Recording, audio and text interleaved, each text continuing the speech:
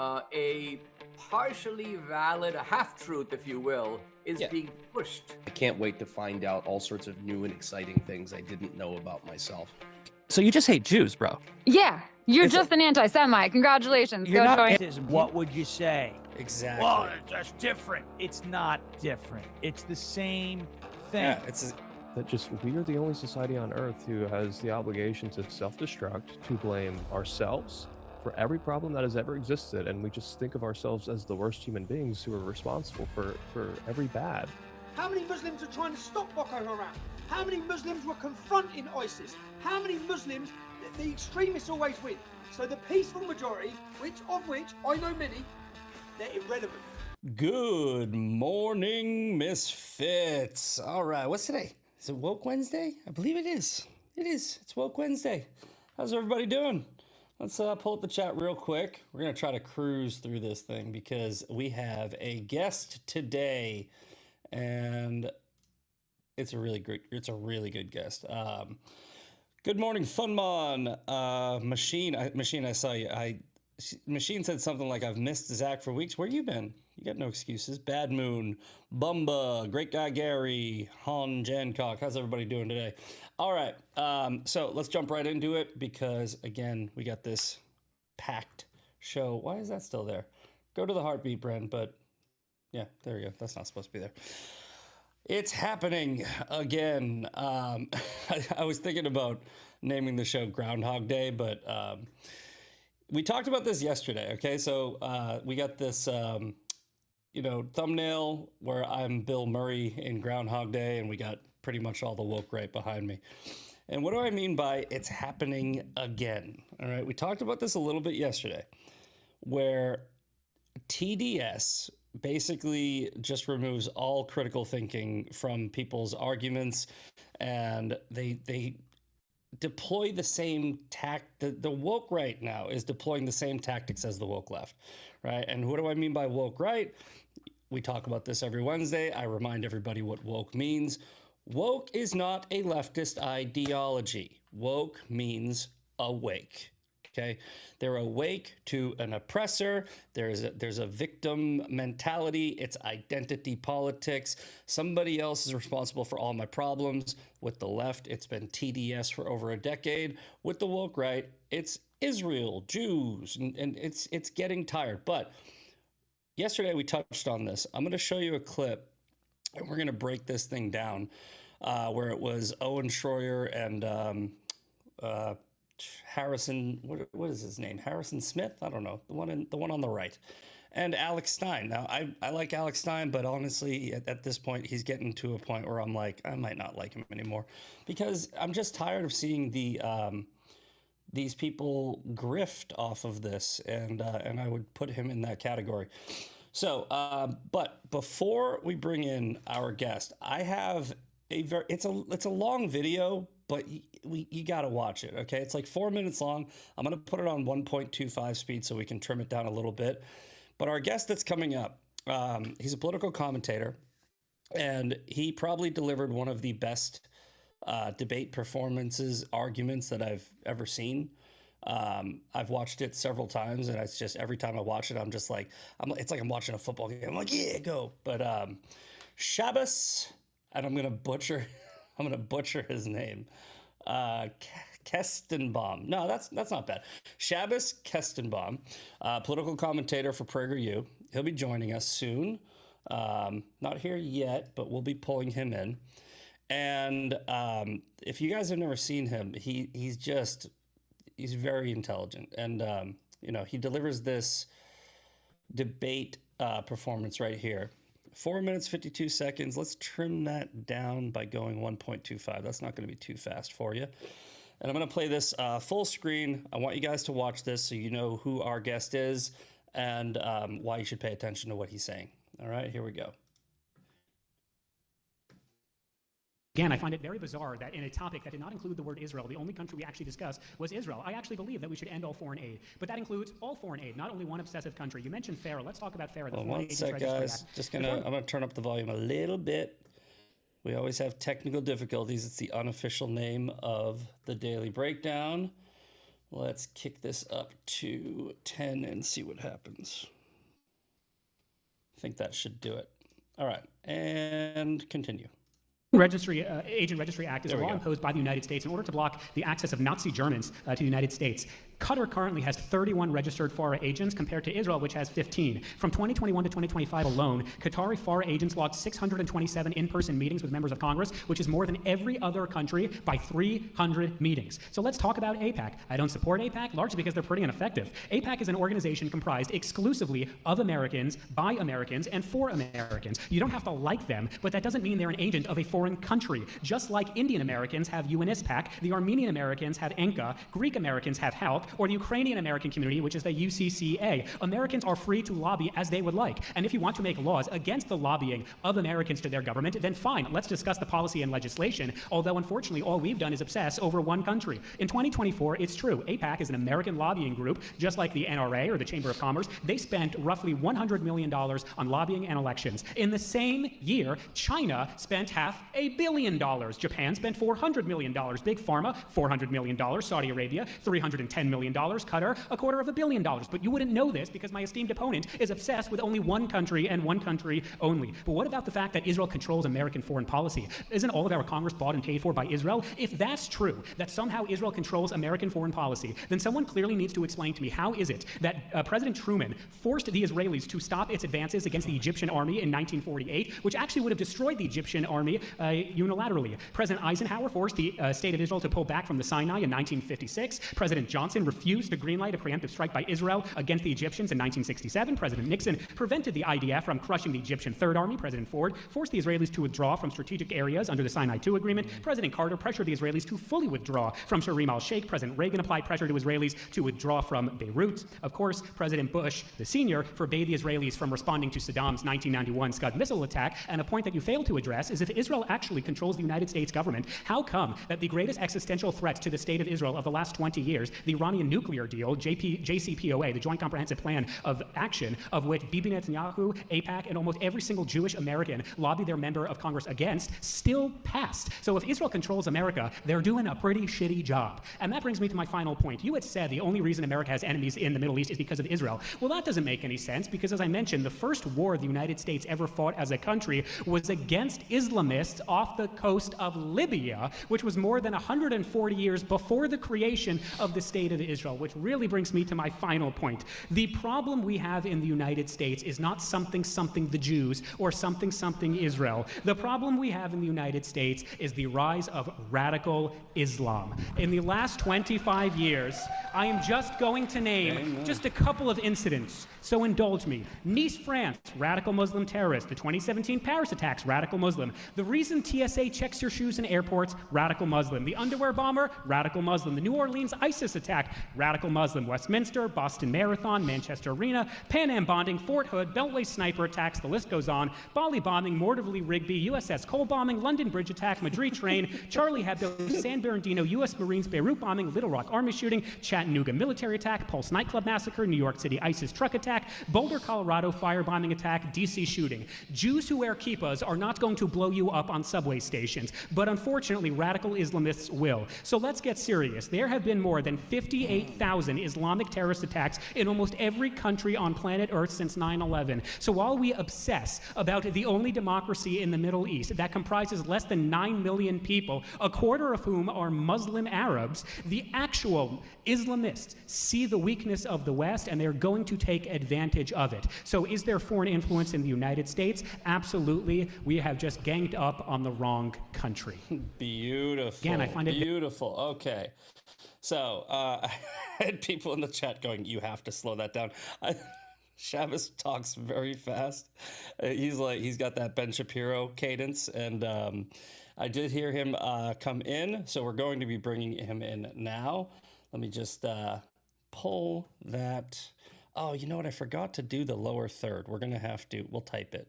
But let me just, I am my own producer, by the way. So every time we do this, it's like, and I shouldn't be. I am horrible at the internet, but I think I can figure this out. Let's all say hello, maybe, to Trump. There he is. Shabbos. Is it It's Shabbos, right? Am I saying it right, or Shabbos? I don't know. Shabbos, but close enough. Shabbos. Okay, Shabbos. Shabbos. I'm so glad you came on. We met at the Combat Anti-Semitism Summit, and I wanted to get you on because I just, like I was saying before you jumped on, I saw that debate that you have pinned on your profile, and it's just, you and Nick Matau both do a very good job of delivering information, a bunch of information that is just spot on, very fast. I'm more of a, like a boxer where I'm just like, I just come in and throw the insults, but you guys are very good at that.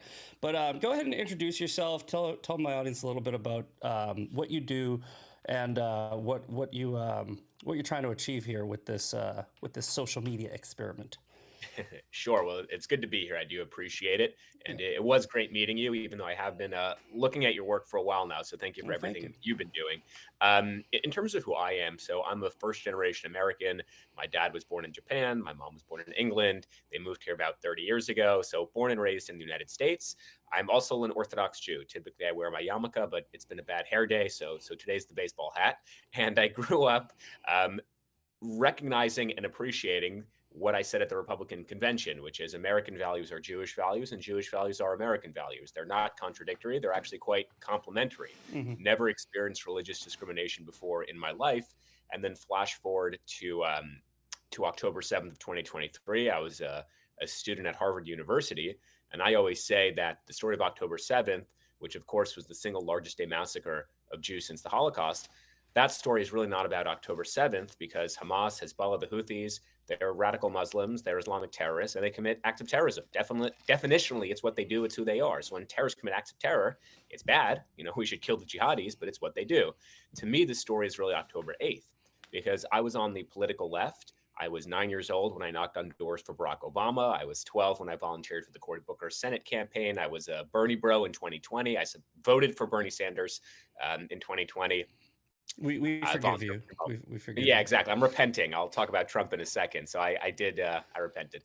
But the same people that I allied myself with, that I marched with, that I voted for, those who introduced themselves with preferred gender pronouns, who took knees for Black Lives Matter, who marched at the Supreme Court when Roe v. Wade was overturned. You have to believe me. I can show you the screenshots, but you have to believe me when I tell you that they were literally the first ones to call for the globalization of the Intifada. They were the first ones to call for the eradication of Western civilization. They were the first ones to chant for the death of the United States. And people need to remember that 48 Americans were killed on October 7th. More than a dozen Americans were taken hostage, the majority of whom were killed in captivity. And why do we care about Harvard, Columbia, Penn, Yale, UCLA? It's because these are institutions of higher learning that purport to train the next generation of American leaders. And statistically speaking, they're kind of right.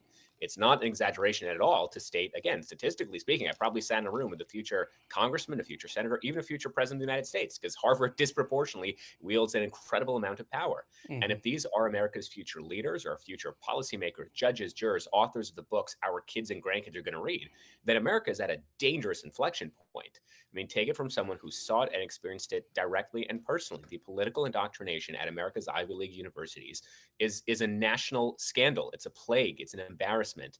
And my paradigm shift, my political evolution into conservatism was very much catalyzed by what I was experiencing at Harvard. To make a long story short, as I'm figuring out my new politics, the Trump campaign does a tremendous amount of outreach, and they kind of had me on board. So I worked a little bit on the Trump campaign. And now I work very closely with the White House in terms of combating religious discrimination, reforming higher education, a strong foreign policy, of course. And now I'm a political commentator at PragerU. Very much proud to be on mainstream MAGA conservatism, not the woke right bullshit, which I'm sure we'll get to in a second. Absolutely. And the last point I'll say, because I know I give long answers, so I apologize. No, you're good. I'm putting your text box up, so keep going. Okay, appreciate it. But I will say that people have this misconception that I became a conservative because of Israel, and it's really not true. I mean, certainly I'm very proud to support Israel. I'm not embarrassed or ashamed to admit that at all. But my catalyst was, again, the discrimination of American citizens by the elites in this country and the willingness and the normalization on behalf of the Democratic Party to allow this to continue. That was the catalyst. I'm embarrassed and almost ashamed that it took me so long to realize the moral bankruptcy and the intellectual hypocrisy of leftism and the Democratic Party. But nevertheless, I'm very, very, as I said, very proud to be part of the conservative movement, whether it is immigration, tariffs, the economy, or foreign policy. I'm proud to associate myself with MAGA. Yeah, it's funny because it's funny we have a very similar story, but on the opposite ends. I mean, my speech at the combat anti-Semitism thing, it was based on what I saw on October 8th, and I think I made my post either on October 8th or 9th where I said what happened to September 12th mentality in this country, where I was viewing the behavior of people who were essentially aligning with Islam instead because I really didn't see it like right away. I was like, I don't know if it's not Jews. It's got like, I mean, I don't know if you remember the protests outside of New York. There was a guy holding up his phone and it had a swastika on it. And he was like, he was a brown person and he was on the left. And I was like, that's crazy. But then shortly after that, I actually saw my own side. Not all, not even most, but enough where I was like, hey, this isn't us. And yeah, I came at my position from an anti-Islam, not pro-Jew. I didn't really get into the defending Jews and Israel and what have you and Zionism until I don't know weeks later. But it's funny that you said that you were on the left because once I started really gaining steam on this, I had so many people in your similar situation that said, I saw your videos, I saw you defending, and I am completely switching sides. And when you get red pilled on something and you switch sides, you kind of switch to every position. It's weird, right? Where it's like, wait a minute, not only am I now on the right because the left is just crazy and they're attacking Jews and going pro-Islam, but the right's making a lot of sense about immigration. The right's making a lot of sense about crime. The right's making a lot of sense about XYZ because you're shielded in your bubble when you're on one side.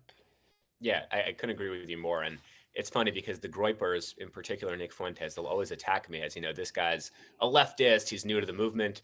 Now, leaving aside the fact that at one point President Donald Trump was an actual pro-choice registered Democrat, leaving aside the fact that J.D. Vance was very willing to compare Donald Trump to Adolf Hitler, leaving all of those things aside, leaving aside the fact that RFK literally ran against the dude less than 2 years ago, I find it very ironic that those same Groypers who say, we can't really trust this guy, they will applaud like seals their virgin messiah who says, all right, now it's time to vote for the Democrats because, F the Republicans or whatever. So there's no moral consistency or political consistency. But I'm glad you kind of mentioned this, and I think it's a really great way of framing it, where you said it was more of anti-Islam than pro-Jewish. Listen, I would love if people were pro-Jewish. I'm cool with that, but ultimately, I'm also cool if they're not.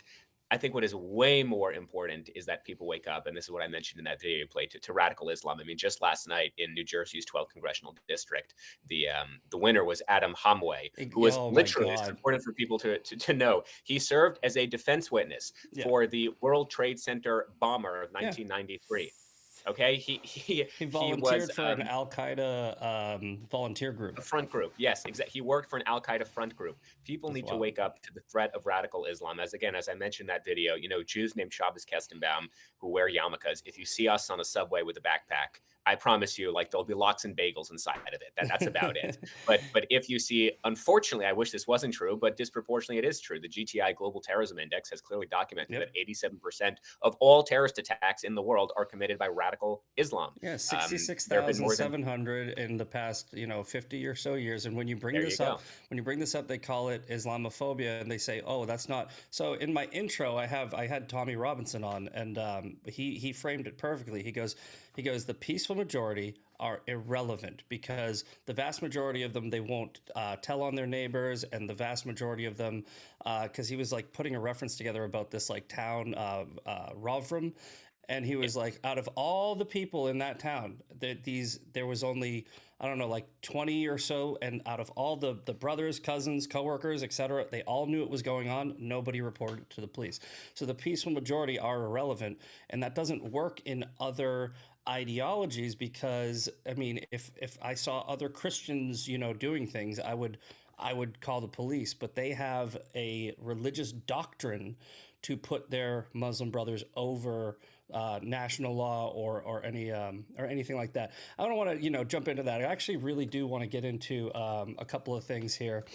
There's this I don't know if you saw this, but the title of my show is It's Happening Again, right? And I got the Groundhog Day thing here, and we'll get to the Megyn Kelly Sean Ryan thing, but here's this.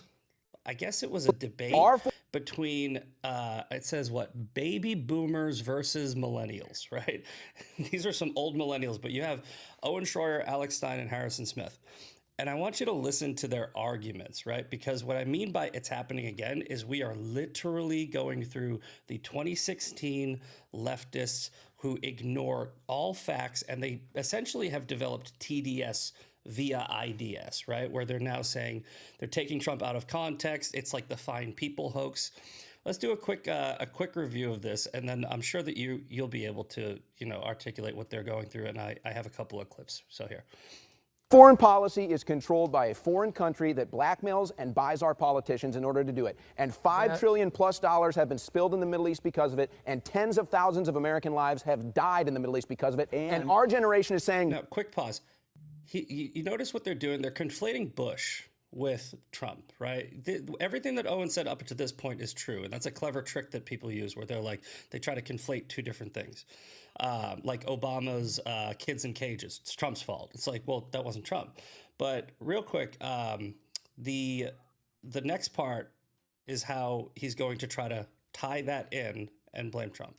We are done. And the Muslim refugee crisis happened. Yeah, that is totally effing insane. That's not insane. What did I say that's not true? Israel. Okay, see? He didn't say anything that's not true. He just wasn't talking about Trump or Israel or what have you. Does not control our foreign policy. Trump just said it. He literally just said it. He had an event in Israel. He said, Marian Adelson is my top donor, and she loves Israel more than America. Pause. Okay. Here's the clip that they're referring to. Less than a minute. Yeah, we're very responsible for so much, including getting me thinking about Golan Heights, which is probably one of the greatest things to ever happen to Israel. Actually, I'm not even going to play the whole clip. You get the point. This is Owen's trying to say that Trump did a speech in Israel, and he was talking about Miriam Adelson being his top donor, and she loves Israel more than America. Obviously, he's joking, and it was just like a little quip. But he's talking about Golan Heights. He's not talking about the war, the decision to go to war. So next up, and then I'm going to get Shabbos to give his, That is not what he just Look, he just said. He literally just said we did it for Israel. No, he didn't. No. He said so they no longer pose a threat to Israel. He said perfect. Okay. Now we're basically done with this clip. I'm going to show you the next clip. See what they're doing? They're conflating two different speeches, taking it out of context and wrapping it all together with Bush's wars. Okay, so here's the next clip. This is the speech they're referring to. The United States military began major combat operations in Iran. Our objective is to defend the American people by eliminating imminent threats from the Iranian regime, a vicious group of very hard, terrible people. Its menacing activities directly endanger the United States, our troops, our bases overseas, I don't hear him saying and our Israel. allies throughout the world. For 47 years, the Iranian regime has chanted death to America and waged an unending campaign of bloodshed and mass murder, targeting the United States, our troops, and the innocent people in many, many countries. Among the regime's very first acts was to back a violent takeover of the U.S. We get all the way to 2 minutes. Including 46 Americans, while taking 12 militias that have soaked the earth with blood and guts. And it was Iran's proxy, Hamas, that launched the monstrous October 7th attacks on Israel, 2 minutes and slaughtering 7 more than 1,000 innocent people, including 46 Americans, while including taking 46 12. Americans. Okay, done. So basically, Trump goes and does a speech saying Mary Nadelson's one of my top donors. She's responsible for, she's helpful in getting Golan Heights. And then he goes into his speech, what they say, that he said, we did this for Israel. He mentions Israel one time in that speech. He says the reason we went in was for America. And he just comes in and even when he mentions Israel, he's like, including 46 Americans, like you said. So do you see the similarities between the way the woke left is now trying to argue points and the way that we've seen the left argue points for over a decade? Yeah, I think that's one of the reasons that it's pretty accurate to call them the woke right, because they adopt the exact same tactics as the woke left, where they are deliberately deceitful, where they take things out of context, or they just blatantly lie. First of all, let me just go through a laundry list of things where Owen is just wrong. And I've actually debated Owen once before. Me too. I haven't posted on my Twitter, which, you know what, you inspired me. Tonight I'll post the full debate on my Twitter. The reason I haven't is I was just so intellectually unimpressed by this individual. When I asked him basic follow-up questions, he had no responses other than to make like weird monkey noises. So I just left early. It was so embarrassing to be there. Oh, I'm gonna let you cook, but real quick, I'll tell you about my Owen Shroyer debate. He asked me to debate, then he brings in 2 moderators that are on his side, and they try to 3-on-1. We're going through this whole debate. Owen is he's not smart.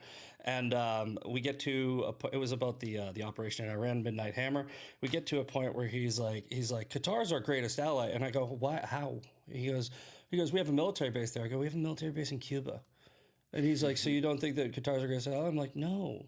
I go, they're a strategic partner. They're not an ally, and that's what I'm saying. When you have these debates with these people who are just not smart, they just use talking points and they just repeat the same thing over and over again. But go ahead. Yeah, no, you're absolutely right. At one point, he was talking about how, of course, Israel controls the United States and AIPAC is the manifestation of that. And I said, okay, well, then how do you explain the ratification of the JCPOA, the Joint Comprehensive Plan of Action? And he didn't actually know what that was. So then I had to reframe it as the Iranian nuclear deal. So, oh, yeah, that one. Anyway, so first of all, Israel has controlled the Golan Heights since 1967. Trump didn't give Israel the Golan Heights. They've had it for more than 50 years. Exactly. After, as usual, Islamic jihadis tried attacking Israel and they lost. So Israel won the territory back. There are Jews, Christians, Muslims, and Druze who are happily living under Israeli protection in the Golan Heights. Trump did not give Israel that. He simply just allowed the United States to officially recognize the Golan Heights. Whether they recognized it or not would not dispute the fact there are at least, 150,000 people living there as we speak. That's number one. I really take issue with the fact that AIPAC has been relegated to the Israel lobby. It's something Owen always says, Nick always says, Anna Kasparian always says. I think I mentioned this in the debate that you played. You can disagree with AIPAC, and I would agree with you that we should have campaign finance reform, that we should curtail the amount of money flowing into our politics. But it bothers me to no end that AIPAC is called the Israel lobby when it is literally exclusively and specifically comprised of Americans. And by the way, not just American Jews, there are actually more American Christians who identify as Zionists than American Jews. So again, you don't have to like AIPAC, but to make this bizarre media concoction that they're somehow part of a foreign government is objectively not true, because foreign governments legally can't spend any money on elections. They just can't. It's so funny you say that, because I have this clip right here. We're not going to play the whole clip because it's 4 minutes long, but have you seen this with Senk? Yeah. So essentially, I'm just gonna narrate it for you guys because it's a long clip, and I want to make sure that we get more Shabbos in here than just playing clips all day. This is exactly what Shabbos is talking about. Oh, I got it. Close enough. Shabbos is talking about. So this host was like, "Hey, you keep on saying that Israel controls America through lobbying. Israel can't lobby Americans because AIPAC is an American PAC."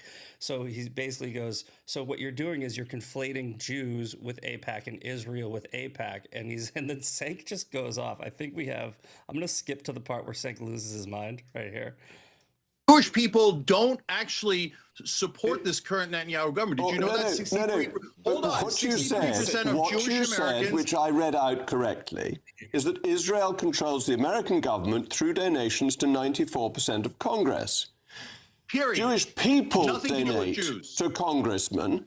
The Israeli government does not. So you have conflated. You've said Israel No, you're controls. incorrect. You're meaning Jewish people control. You know that I don't perfectly mean well. that. You're putting words in my mouth. You're literally, and people can see it with their own eyes and hear it with their own ears. Tell Putting me. words in my mouth. You Tell want me to me explain on what what- actually happens in on America? what legal enough of basis? that. But then Senk just goes off and he goes, "You're anti-Semitic." It's just wild. But it's exactly what you were just saying, right? Now, look, I'm not a big fan of AIPAC. I'm not a big fan of any PAC. AIPAC donates to far left candidates like Cory Booker, and I don't, or is it Cory Booker or Hakeem Jeffries, I think. And I just can't get behind any organization that donates to any leftist because or Democrat, because I think that that's anti-American. However, AIPAC is doing what they are supposed to do. They are advocating for Israel. They are Americans who are advocating for Israel, like we saw in the clip that that we played before you came on. You went through a laundry list of other PACs. They don't care about AAPAC, which is the Arab American Political Action Committee. They don't care about CARE, which is not a PAC, but it still has a lot of influence. The thing that they don't care about the most, which bothers the hell out of me, is all of the China influence, all of the right now you have Candace Owens in Russia with a bunch of anti-American communists that are just and she's talking about how great it is. It's like, yes, AIPAC has influence that does put the interests of a foreign country first, or at least at the forefront. Get rid of it, but get rid of all of them, right? And get rid of that policy as opposed to hyperfixating on the Jewish lobby. Yeah, I mean, to your point, U.S. INPAC is the AIPAC equivalent for the Indian American community, and they're lobbying on behalf of, I believe, 2 billion people. So again, if you want to talk about AIPAC, but to your point, ignore every single other dual American citizenship lobbying group, then what you're really doing is being a nefarious actor. And exactly to your point, Jacob Rees-Mogg, the host of that show, when he says you can't say that Israel controls Congress when this is not Israeli money, these are just Jewish Americans, because that definitely is a trope. But I digress. So that's number one. It's just this dumbing down of our political culture and really just lying to people. I mean, that's what truly bothers me about the woke right. They just lie to you. And Owen does this, Anna does this when they talk about, the $5 trillion. Anna actually says it's $8 trillion, but the $5 trillion that we fought on behalf of a foreign country. They're referring to the fact of this bizarre conspiracy that Israel brought the United States into Iraq, leaving aside the fact that the prime minister at the time was not Benjamin Netanyahu, it was Ariel Sharon, who very publicly and repeatedly stated that you should not go into Iraq because the real enemy is Iran. You should attack their nuclear sites. And he warned President Bush about getting drawn into a long quagmire into Iraq.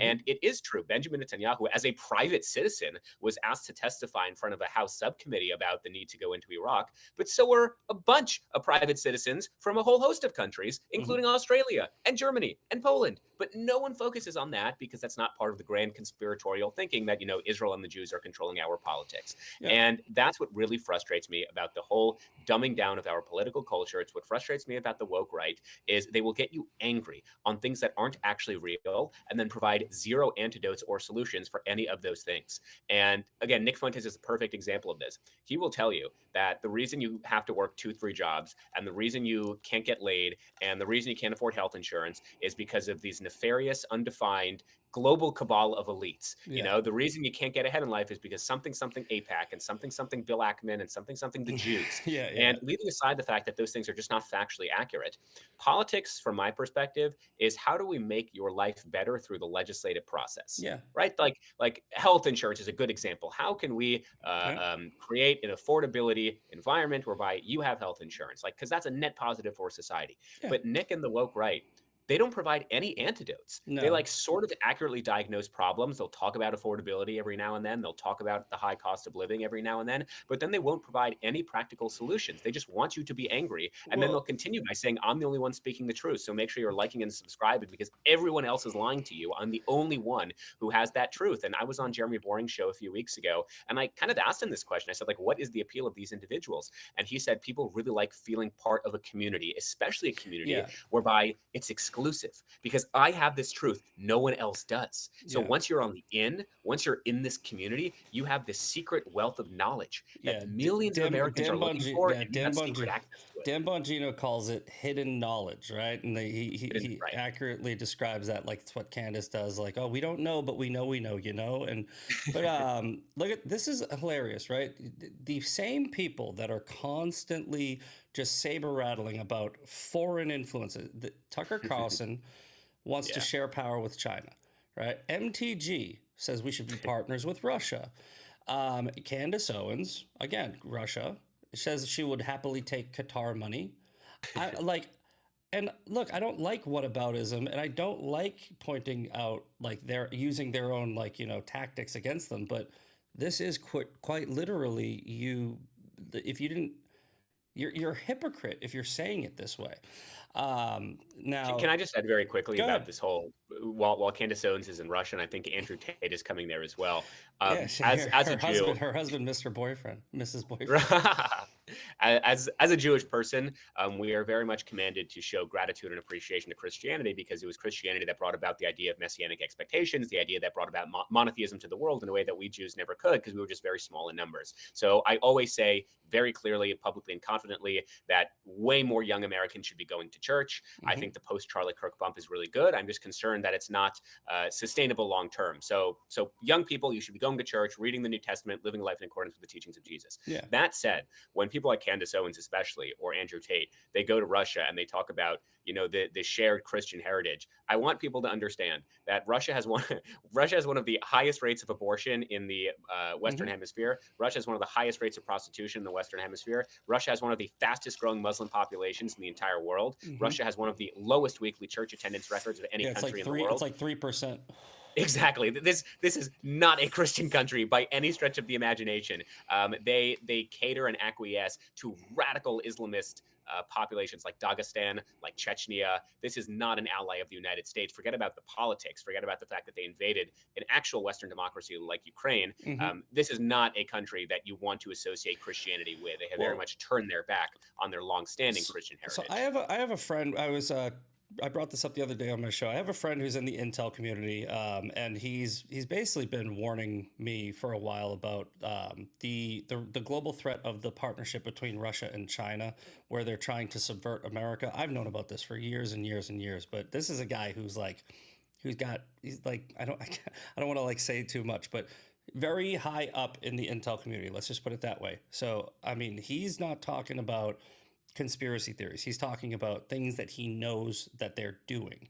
And one of the things that they're doing that's pretty much public knowledge, I'm not sharing information that he gave me, is the way that they're going into our political system through influencers and through, boosting certain accounts, et cetera, et cetera. Like when you see people like Ian Carroll, Candace Owens, Tucker Carlson, and others ratioing everybody and getting so many views and so many likes, and it just doesn't really seem like Candace Owens, 6 million subscribers. What they are doing is they are pumping a bunch of money in, and they are creating sometimes organic audience capture, useful idiot, foreign agents through. Some of these people think they really are just so popular, but it's a lot of foreign bots, and it's a lot of, and the way they do it with the NGOs. I was talking about the threat pyramid, where it's basically China at the top, and then you have the proxies: Iran, Cuba, Venezuela, Russia, and others. Then under that, you have NGOs like Roy Neville Singham, who's putting a bunch of money into the protests that are happening all throughout America and all throughout the world. And then you have, like George Soros types. And then there's like the institutions, universities, they put a lot of money into that. And at the very bottom, you have what I call Podcastistan, what people are calling. And what that's doing is it's a pyramid scheme. It literally is just like a pyramid scheme where it all flows up to the top, and they're all pushing this destructive anti-American messaging and trying to say communism is great. Tucker Carlson had on a literal, like he had on a CCP teacher who was like, you know what we really need to do? We need to get into the global digital currency, and we need to have the new world order where China and America are partners. What? This guy was caught in China in 2002 as a spy, sent back to Canada, and then a year later he was brought back to China. He was a journalist, and they gave him a job as a teacher. And now he's going to our American podcasting audience, and he's saying New World Order and global digital currency. And Tucker Carlson goes, oh, I think that's the best solution ever. It's like, bro, how do you guys not see it? And I don't see by the way, let's say they're right. Let's say that there's this Jewish control. Jews are really good at hiding it because I can see in your face foreign interference from all of our adversaries. I do not see the Jewish influence problem where, I mean, I do see like, you know, advocacy groups, but I don't see some nefarious, like, you know, very obvious infiltration of our system. But I do with China, Russia, and I don't know why more people don't see it. I have to say, just piggybacking on that last point. So the Republican Jewish Coalition, which is a group of Americans, it's actually led by Norm Coleman, who's a former American senator from Minnesota, I believe. They had their annual gala in New York. This is 2 nights ago. I was there in attendance, and their CEO, Matt Brooks, who's a great guy, he gets up and he talks about that we at the RJC are very proud to have supported efforts to take down Thomas Massie. You know, we've spent money, and lo and behold, you know, it worked. Everyone's so shocked. Everyone's so shocked that they did that. By the way, the guy's like, the guy's like super anti-Israel, and people are like, the pro-Israel groups came in and tried to get him out. Yeah, I would too. But it's not just anti-Israel. I mean, this is a guy who was voting against the MAGA agenda. This is a guy who was voting with the Democrats to keep the government shut down. This is a guy who was voting against the DHS and the border wall. A lot of people don't even realize that I've covered this exhaustively. Massey was doing that in Trump's first term as well. Massey was the number 2 GOP congressman that voted against Trump in his first term, number 1 across both terms, and he's the third most the number 1 congressman that votes with the other party against the GOP. So he's like gold medal winner of voting against MAGA and the GOP. So it's like, not, you can take away the Jewish thing and the Israel thing. Why would we have him in the party? It's a 2-party system. It's how our system operates. If he's voting against, it's like imagine if you had a football team, and one of the players just kept on intentionally fumbling the football and giving it to the other team. You'd cut that guy from the team. It just makes sense. Right. I think one should always be suspect when the people who endorse you are individuals like Cenk Uygur, Anna Kasparian, Bernie Sanders, and Ro Khanna, but I digress. But anyway, Matt Brooks gets up at this dinner and he says, we're very proud to have lent a hand in ensuring that Thomas Massie was defeated. And he says this publicly, and there are cameras, and he knows it's being recorded because we want to amplify the message of the RJC, the Republican Jewish Coalition. Anyway, Glenn Greenwald gets a clip of this. And he posts on his Twitter, this is yesterday, I think, he says, oh my gosh, they're admitting it publicly. They're using money to unseat members of Congress. I'm like, yeah, it's called lobbying. This has literally been done for 200 years. Every single lobbying group does this. And it would be weird if you're a lobbying group and you spent money to unseat someone and then you don't brag about it. You know who does this? Every single lobbying group on planet Earth, whether it's the Chamber of Commerce, whether it's the NRA, whether it's the Realtors Association, whether it's the Democratic National Association. Every group does this. So again, if you want to have a discussion on there's too much money in politics, then sure, I'm happy to have that conversation. Again, campaign finance reform is something that I believe in, but like, don't pretend that it's the Jewish Americans who are subverting our democracy when they represent a minuscule amount of the lobbying money that's actually spent in the United States. Oh, they're 199th in lobbying. And I'd love to have the conversation about taking all of the money out of politics. But you know what? The thing that these people conveniently leave out is Thomas Massie raised more money than Ed Galrain.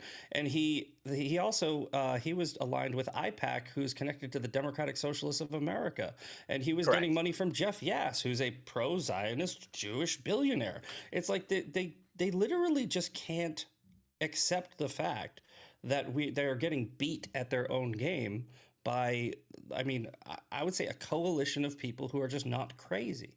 And that's the foundational truth, is that Groypers have elected no one to Congress. Groypers have passed 0 pieces of legislation. They don't build. All they do is blame. And the American people think that their ideas are trash. And so to your point, Thomas Massie actually raised more money. And what really bothered me is people were spitting out this number that AIPAC put $30 million into this race. No.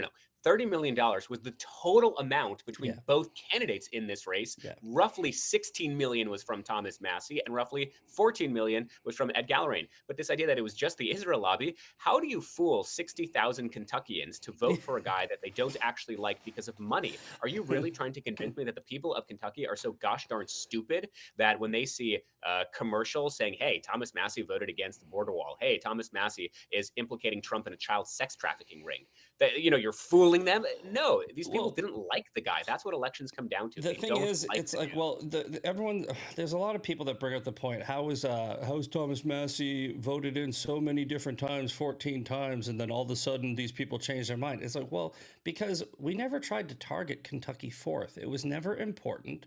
They never spent any money. They never brought any attention to it. That's how you, when you bring attention to something, like when you spend a lot of money on advertising and messaging and door knocking and what have you, then those people will wake up. But Kentucky 4th is not something that anybody ever really cared about, because Thomas Massie was just this libertarian sort of, you know, quiet, like, yeah, whatever, he's squishy, but we don't care. It wasn't until he literally started aligning with Democrats and he started attacking the administration very publicly, gaining massive amounts of attention, boosting his platform, and trying to create a movement against MAGA. Why wouldn't we try to get him out? It's Donald Trump's party, you know. All right, and they also. I have, I think I have something queued up here. Sean Ryan and Megyn Kelly, and I think I think it was Seth Dillon maybe, but he goes, it started off with, we need to align with the woke right so that we can beat the left, and now it's, we need to align with the left to destroy MAGA, right? And it's like, saw this coming, but let's play this clip. It's just wild, man, because so many people like you and me, we saw it, but there's so many people that didn't. Here we go. There is, you know, what's core MAGA now? I have no idea. I think I know. Trump has said from the beginning, pedophile supporting Israeli lobby. Well, So I'm gonna pause it right there, because Sean Ryan basically just said everybody who's core MAGA, right, is a pedophile supporter, and what you're seeing is this. What's it called? Is it called blitzkrieg messaging, right? Where the $7,000, $7,000, $7,000, $7,000. They're doing the same thing now with, you support pedophiles, you support pedophiles, you support pedophiles, you support pedophiles. And it's designed, it's the same, it's designed the same way. All right, so ready? I bet you everybody in the chat is going to finish this, right? 800-588-2300. Empire. Exactly. That's what they're doing, right? They're just hammering it in your head, so it's subconsciously in the back of your mind. So when you hear you support pedophiles, it's literally a Marxist tactic of indoctrination. It's so blatantly obvious, and Sean Ryan knows exactly what he's doing. But I'm going to finish playing this clip. I have no idea. Need a different acronym. But Trump has said from the beginning that he defines what MAGA is. MAGA is what I say it is, he has said. And he's not wrong. It's his moniker, it's his campaign slogan, and all along he's defined what is and is not MAGA. And he told me personally, MAGA will feel the way I want them to feel. I'll tell them how to feel about this, that, or the other thing, and they will. And he has been totally right on that. The problem for Trump now is that he has defined MAGA literally to those who agree with Mark Levin. If you don't agree with Mark Levin, you're not MAGA, which means you must be a neocon whose main issue is what's in the best interest of Israel. And that defines MAGA down to nothing. It's a nub. So what's that? It's not large. It's not important. It's not cool. Okay, done with that. So MAGA is now whatever Mark Levin says, right? This woman is broken. She really is. Like Mark Levin, I don't know if you saw the clip where she was like, I'm a secret fan of Mark Levin.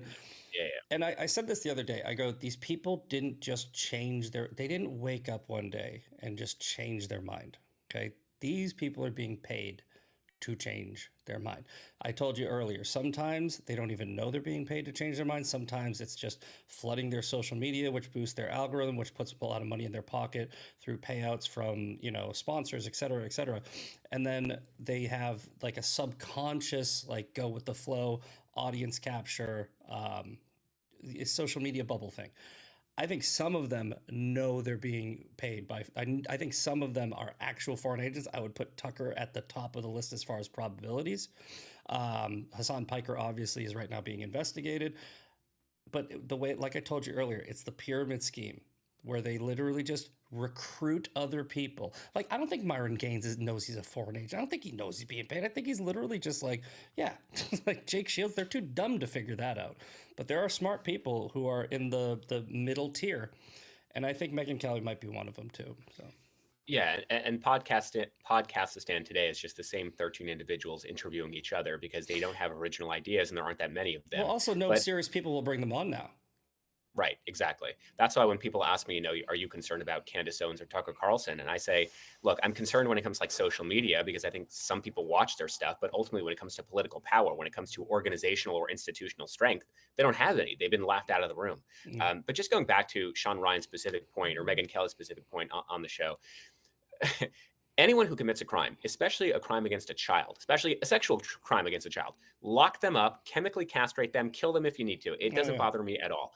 I think about the thing about the Epstein files that bothers me so much is, first of all, it was President Trump who released 3.5 million pages of it. So if he's the one covering it up, then you're going to have to explain why he released 3.5 million more pages of the Epstein files than Joe Biden ever did. You're going to have to explain. He arrested Epstein. Right, exactly. You're going to have to explain why it was his DOJ. And number three, you're going to have to explain why he called the cops 20 years ago to try to get him arrested, calling him a creep. But the more fundamental part here, and this is kind of important, say the thing. Just say the thing. Thomas Massie has said 7 months ago that he has the names of powerful people that are all implicated in this child sex trafficking ring.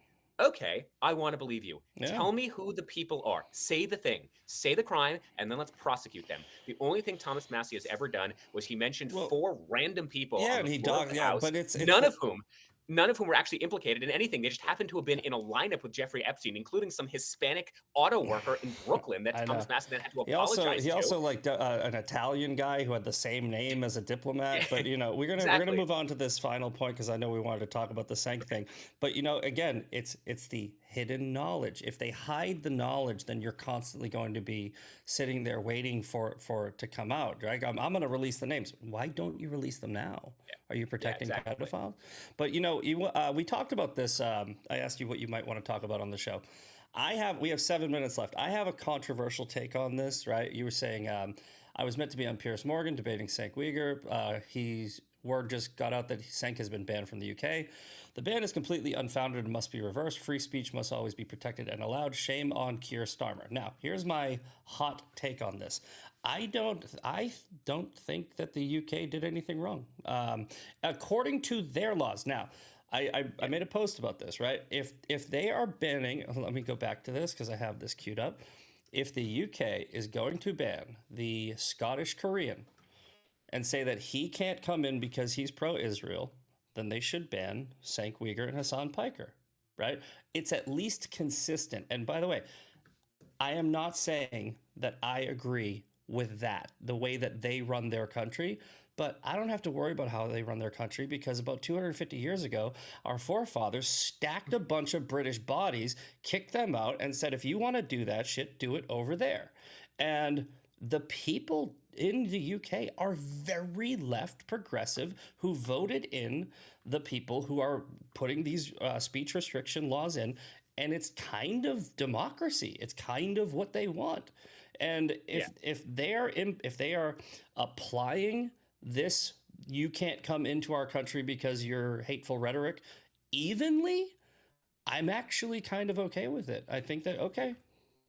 I wouldn't say that we should ever do that in America, but right. So by total happenstance, I actually had Tommy Robinson on my show last week to talk about the erosion of free speech in the United Kingdom. This is before I even knew I was going on Piers Morgan, so the timing just worked out really well. And his response was essentially there is no free speech. The reason I say it's a damning indictment on the United Kingdom is twofold. First of all, this is a civilization that brought us the literal concept of free speech. Documents like the Magna Carta, thinkers like Edmund Burke, John Locke, and I don't agree that this is traditionally a progressive country vis-a-vis free speech. I think that's a more modern phenomenon that has been accelerated under the Starmer government. You do have the Online Safety Act, you do have the Communications Act of 2003. So we have seen that there has been this regressive reproach coming on free speech. My issue, and I said this yesterday on Piers' show, is that it is entirely arbitrary, entirely subjective, and entirely discrete as to what the criteria is for banning individuals. And my problem with Cenk is he'll talk about, the Israel lobby is the reason I can't get in, which number one, the Home Secretary is Sabina Mahmood, who's a Pakistani British Muslim who literally hates the state of Israel. The United Kingdom also hates the state of Israel, which is why they ended all free trade negotiations. They recognize the state of Palestine. They fund the United Nations Relief Works Agency. They have essentially a military arms embargo against the country. So if you want to tell me that the United Kingdom is in the pockets of the state of Israel, you're going to have to explain why they literally hate the state of Israel. And he ignores the fact that just 3 weeks ago, pro-Israel activists, including some Jews, were also banned from the United Kingdom from attending Tommy Robinson's rally, which they don't mention. Exactly. So And again, my problem is Hassan has the same thing, right? I've been fighting the far right for a decade. I would have never imagined the Labour government would ban me from entering the UK. And then I just write, the dude's shocked that the far left policies he's championed for years actually suck when they're applied to him. The UK government did everything like people like Hassan want done in America: open borders, multiculturalism, and shutting down hate and extremism by labeling speech dangerous. He never imagined those laws would be implemented against him because he forgets the famous last words of every useful idiot throughout history. Don't shoot, I'm on your side. When you champion these policies, 100% of the time, they will be used against you. The famous poem, First They Came for the Socialists, if you don't learn from history, you are doomed to repeat it. And these people are so ignorant that they don't think that the laws that they want to implement against their opposition will ever be applied to them, and they will. Yeah, but you did make an important point, and it's good to mention that legally, of course, the United Kingdom is within their right to ban. Yeah. So I'm not making a legal argument. Oh no, I think I think that the United Kingdom should be more pro freedom, and I love what Tommy's doing, and I'm championing what Tommy's doing. My point was simple. If the UK government is going to do it in a legal framework and they're doing it evenly across the board, hey, I think that at least that's fair. I really hope that Tommy creates a movement and brings freedom back to that country, because I think that it would be a good thing for everybody to have every free society. Yeah. My problem is I don't think they are applying it evenly. You had last year alone 12,000 UK citizens who were being arrested for social media posts, including, Facebook posts just criticizing the UK government. You also have the phenomenon whereby, as I said, it's entirely subjective. So when you have a central authority that's dictating or determining what's within the accepted bounds of the political Overton window, that's really dangerous. And I even though I'm new to the conservative movement, I was able, thank God, to know Charlie Kirk towards the very end. And he always told me you combat bad ideas with better ideas. Yeah. And ironically, I don't know how many people were planning on going to Cenk's events in the United Kingdom, but I can tell you what, there's a heck of a lot more interest now simply because he's been censored and banned. And that is always what censorship leads to. It actually leads to people like moth to a flame gravitating towards those ideas, because what's the thing we're not allowed to say? What's the thing we're not allowed to hear? I want to say that, and I want to hear it. So it's actually counterintuitive and quite self-defeating. And look, it goes without saying, I abhor almost everything that Cenk Uygur stands for. I think he's delusional. I think he's too engaged in conspiratorial thinking. I think he's just wrong on politics. Yeah. But to sort of paraphrase Voltaire, as much as I abhor what Cenk says, it's really important that we as men of the West defend his right to say it. I believe that. I believe that Cenk has a right to say it. A lot of people were going after, we have 1 minute left, but I'm going to get this point in real quick. Me and Sean Farish, who's coming up next on Ungoverned, you guys, we're going to send you over there. We were both saying when everyone was calling for Nick Fuentes to be like banned or censored or don't bring him on your podcast, I can't believe Tucker. We were like, no, let him talk, right? I think the more they talk, it's actually better for us, because, our speech is not crazy. Their speech is. I want more people to hear their crazy speech. All right, boys and girls, Shabbos, go ahead and let everybody know where they can find you, what's going on, and what you got coming up. I'm going to put your page up right here. It's at Shabbos K. And yeah. Yeah, just type in Shabbos K on Twitter and or Instagram. You could also type in my full name, Shabbos Kestenbaum, PragerU, to watch our weekly content on the PragerU channel. But I complain a lot on social media, so that's where you can primarily find me. Awesome. Hey, man, this was great. Thank you so much for coming on. And let me know if you need anything, me to come on something. I'll be happy to work with you. I'd love that. All right, I brother. appreciate it, man. All right, have a good Take one. care. All right, boys and girls, that was Shabbos, not Shabbos. I butchered it, but Shabbos, and that was such a wonderful interview. Sean Farish is coming up next on Ungoverned. Y'all enjoy that. I will see you tomorrow for 2A Thursday. A partially valid, a half-truth, if you will, is being pushed. I can't wait to find out all sorts of new and exciting things I didn't know about myself. So you just hate Jews, bro? Yeah, you're just an anti-Semite. Congratulations. You're Go not join. What would you say? Exactly. Well, that's different. It's not different. It's the same thing. Yeah, it's that just we are the only society on earth who has the obligation to self-destruct, to blame ourselves for every problem that has ever existed, and we just think of ourselves as the worst human beings who are responsible for every bad. How many Muslims are trying to stop Boko Haram? How many Muslims were confronting ISIS? How many Muslims, the extremists always win. So the peaceful majority, of which I know many, they're irrelevant.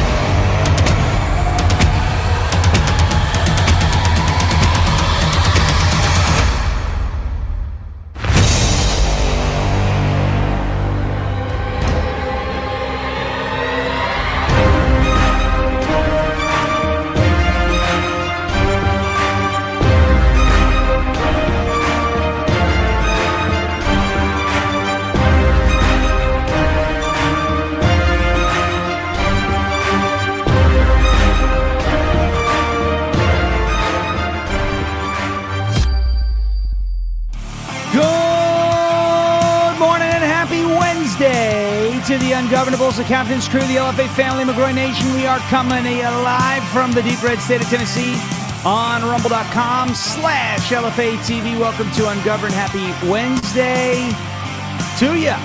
Happy Hump Day to ya. Happy Trump Day to ya. XX Machine XX continues to push the... I didn't realize it was going to be this big of a hit. I may have to do something like, full. Something even bigger. Well, I just heard the news today. Listen, we could talk about it with arms wide open. We got the Trump Creed. What are we doing? Wow. A bit has been born, huh? Interesting. Good morning, everybody. I hope you all had a good Tuesday night, election night, primary night. We're going to jump into a ton of results. We got a ton of results to get to. Obviously, California is still counting votes because that's what they do for about, 2 months, 3 months? Can I just ask, why do we accept this? Because we have to. I mean, I get it, right? This is somewhat of a rhetorical question. Why do we accept it? Why do we put up with this crap with California? Every election, presidential election, midterm election, we talk about Maricopa County, right, in Arizona. And they're always a sugar honey iced tea show, right? A cluster, you know what, with their election results. But nothing is as embarrassing as how California counts its votes, right? I mean, you have to use air quotes for it. It's insane. I was thinking, like, if I was Spencer Pratt, and I don't know, maybe you don't want to, kick the hornet's nest too much. But like, if I was Spencer Pratt, would I have made a joke about, I'm dropping off more ballots postmarked today so we can add to our vote total, for the next. But then it's like, oh, election fraud, all this. Okay, so, maybe you don't want to kick the hornet's nest there. But why do we put up with this crap? I'm not saying that there's an easy way to change it. I want to be very clear. It's just, this is me voicing frustration. And I'm sure that there are a lot of voters in California who maybe they're just used to it. Like, oh, it's just the way it is. Just the way it is. But anyway, a big night in California. We will give you an honest assessment of what went on last night in California. A very big night for Spencer Pratt. A big night for McLaughlin and Associates, who nailed Pratt's percentages. Karen Bass overperformed a little bit, although when you consider the incumbent's advantage, right? And that's generally where a lot of late breakers go. So you saw a lot of these polls, right, where Bass was at 26% or 28%. Pratt was around 28%, 30%. Ramen Noodles was around 25%. And by the way, Ramen Noodles underperformed last night. Pratt, I would say, overperformed most of the polling that was done. And Karen Bass also overperformed most of the polling that was done in last night's race thus far in terms of the percentage of the vote that she got. But you look at these numbers, whether it's in Los Angeles, California as a whole, you see that the late breakers clearly broke towards Karen Bass and to an extent Spencer Pratt. Spencer Pratt, obviously the most charismatic candidate in the race, without question, right? And Karen Bass has the incumbent's advantage. Ramen Noodles, apparently, she looks like she's done. So we'll see. Now, of course, the vote counting's going to go on for another however long, week, 2 weeks. Honestly, who knows? And they still haven't called the race for Spencer Pratt. But I will say, it does not look like he's going to finish any worse than second. So I would say, I know it's like premature because you never know exactly what's going to happen in California. But I would say congratulations to the Spencer Pratt team this morning. He's going to be advancing. It looks more than likely. And I know some people, I think Election Wiz has called it, but DDHQ has not called it yet. And I love DDHQ when it comes to election results. Now we're going to go through a bunch of these election results. And I'm going to show you the folks that are celebrating what Steve Hilton was up to in that race. Listen, great night for him. I hope he's the next governor of California. Same thing I said about Spencer Pratt. I hope he's the next mayor of Los Angeles. You know what I'm going to tell you that I'm really excited about with regards to the LA mayor's race? Karen Bass, that Chia Pet. She is going to have her hands full with him. This is going to be fun. Generally, in LA mayor's race, I'd be like, who cares? Democrats going to win. And where I sit here today, I'll tell you that Karen Bass is probably going to win. However, I'm just being realistic. I'm not trying to be negative. I'm just being realistic. However, this race is going to be fun because of Spencer Pratt. And for someone like me who likes to geek out a little bit on how campaigns run, strategies, the new way of going about campaigning in 2026, I'm going to be watching the Pratt campaign. I'm going to be watching that campaign with a notebook open, taking notes, okay? And then copy and pasting that formula locally. Although I would say Kenneth Barrett is probably running he's not as, should I say snarky? Kenneth is, he doesn't have to be though, but he's everywhere, just like Spencer Pratt has been. And I'm still, we're in Rutherford County. It's been, about 4 months since we went to the first Barrett fundraiser, Steaks and Sweethearts, right? And still haven't heard a bad word about that guy here locally, because you can't say a bad word about Ken. He's just the man. The man. It's going to be great. Like, Like, Brennan, you ever stop and think like, Barrett, the race here, like we've gotten to know him, but like he's gonna be the sheriff. That's a big freaking deal. Yeah, I have thought about it. It's cool. Right? Nice guy. All right. We're gonna get to a ton of results. We've got results from. Interesting. There's a bit of feedback coming in off that mic line. Mine? Yeah. Sorry about it. It's not yours. Typing? No, it's a little bit of a buzz. I'm the only one who can hear it, so it's not the end of the world. We're going to get to the results from California, Los Angeles, statewide California race as well for governor. We've got a couple of cool things from, there we go. Couple of cool things from the great state of Iowa. You will love seeing this, even if the numbers aren't conclusive. So we're going to get to that. I've got good news, though, out of the Iowa races, especially in the Senate, the U.S. Senate. So that's an interesting, well, not interesting. It's going to be, we'll go through those numbers. We're going to do a lot of numbers today, a lot of math today. It's, you might feel like you're getting hit over the head with a 2x4 a little bit because of the math. But we are going to go through a bunch of that today. The rest of the primaries across the country, Montana, South Dakota, New Mexico, New Jersey, not too exhilarating. It's really about California. It's about Iowa. And I'm super excited about one thing that happened in Iowa last night that, it's pretty cool. And it's going to be cool for you guys too. So, we're going to take a quick break. Off the bat, we're going to talk about our friends at OFP Farms. You all know OFP Farms. Problem, solution. This is going to drive me insane. There we go. Problem, solution. It's like this tiny little stuff like that bugs me so bad. And especially when it's like right in my ear and I hear it all the time and I'm just like, just stab me in the eyes. Okay. But we fixed it. OFP Farms, OFP Farms, OFP Farms, OFP Farms. Folks, OFPFarms.com, Father's Day sale. Men's beard products and America 250. What are we doing? Here we go. Celebrate Father's Day and Independence Day with OFP Farms. Father's Day is fast approaching, and Independence Day is just around the corner.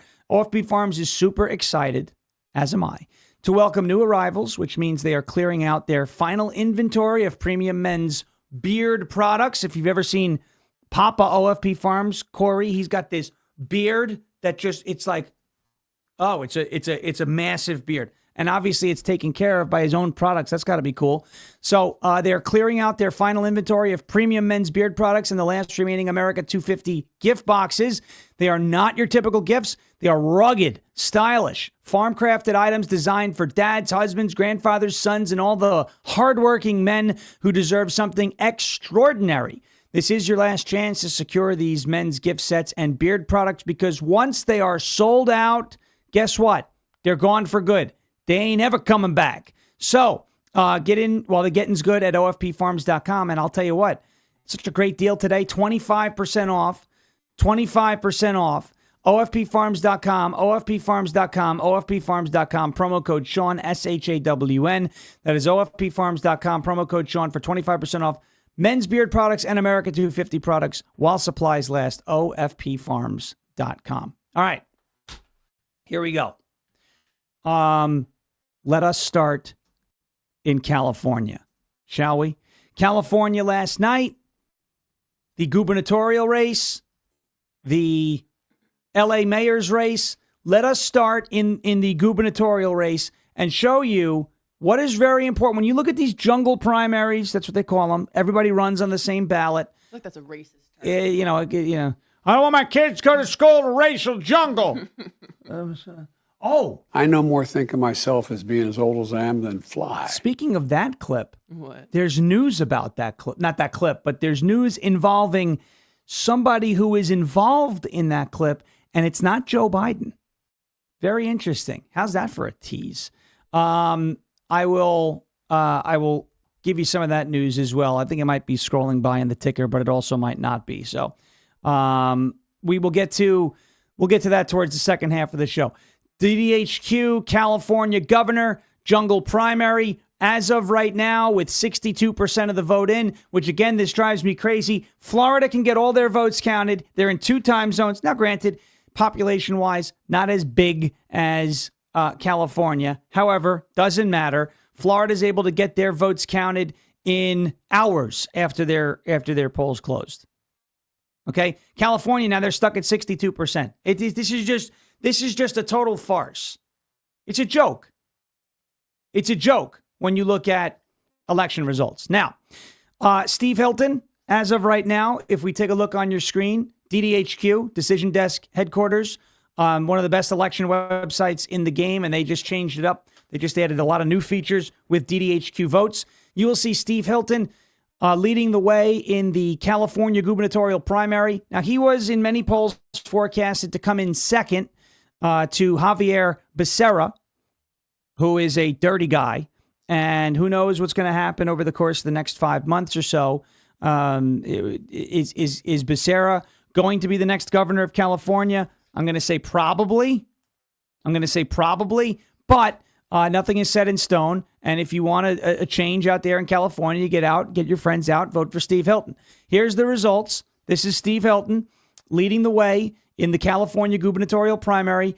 1.3 million votes to Javier Becerra's 1.267 million votes. 6-7, there it is. About 100,000 votes separate these two guys. And you look at that and you say, wow, interesting. Steve Hilton, those are pretty robust numbers. What if that holds out and translates into the general election in November? Then Hilton will be governor. He might have a chance. And he does have a chance. However, what is the most important thing to look at when you look at a jungle primary? Guys and gals in the chat, what is the most important thing to look at when you look at a jungle primary? Everybody's running on the same ballot?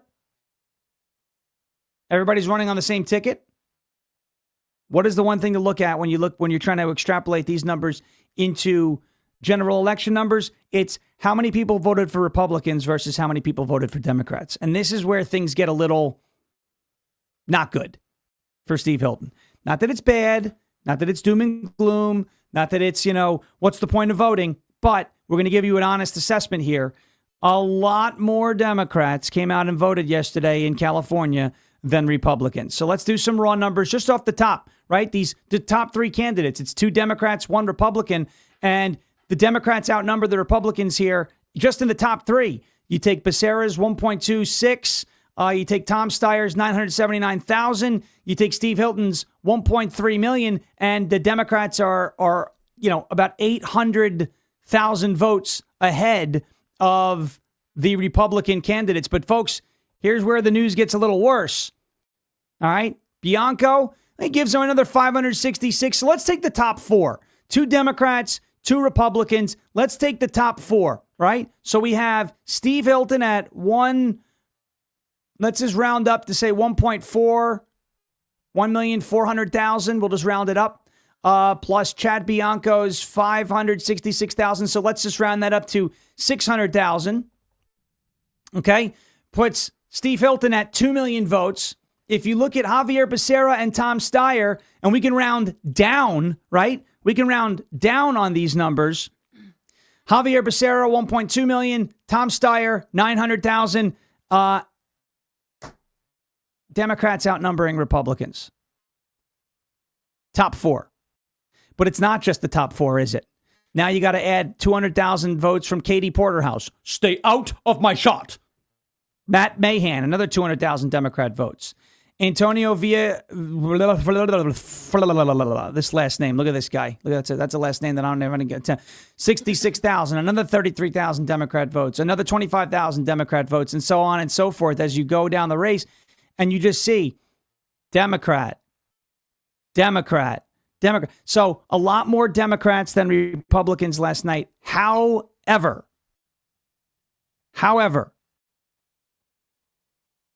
it is, if you're a fan of the Hilton campaign, if you're a volunteer on the Hilton campaign, if you're optimistic about the Hilton campaign, he did perform well last night.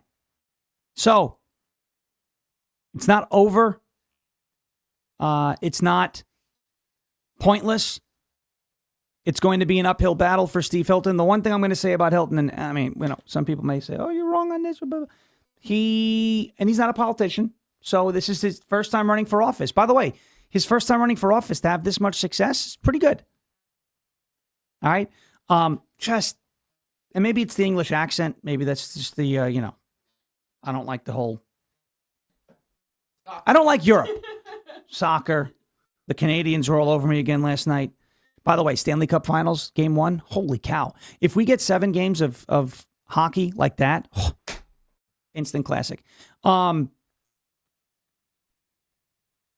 Steve Hilton, to me, just doesn't strike me as a very charismatic Is he the one that people say is a rhino? guy. I don't know. There's Chad Bianco. There was Steve Hilton. Hilton's got the English accent. He's, but he and you have to understand something in California. And this is what I was saying about Pratt too. You can't run as a diehard MAGA Republican and expect to win in California. That's just that political climate will not accept that. I'm not saying to sell out. I'm not saying to lie. But you have to campaign strategically in a place like California. So whether it's Pratt, whether it's Steve Hilton, you look at that. Oh, he's not conservative enough for me. Well, but the problem is you have to at least start to shift. The pendulum in California is so far over to the left, right, that you have to start to tug it back to the right. But you're not even close to the center yet. So even your Republican candidates have to. There's got to be a little bit of moderateness, just like what Spanberger did in Virginia, just like what Mikey Sherrill did in New Jersey, right? Where they ran as moderates and now they're not, they're not governing as moderates. So strategy plays a role.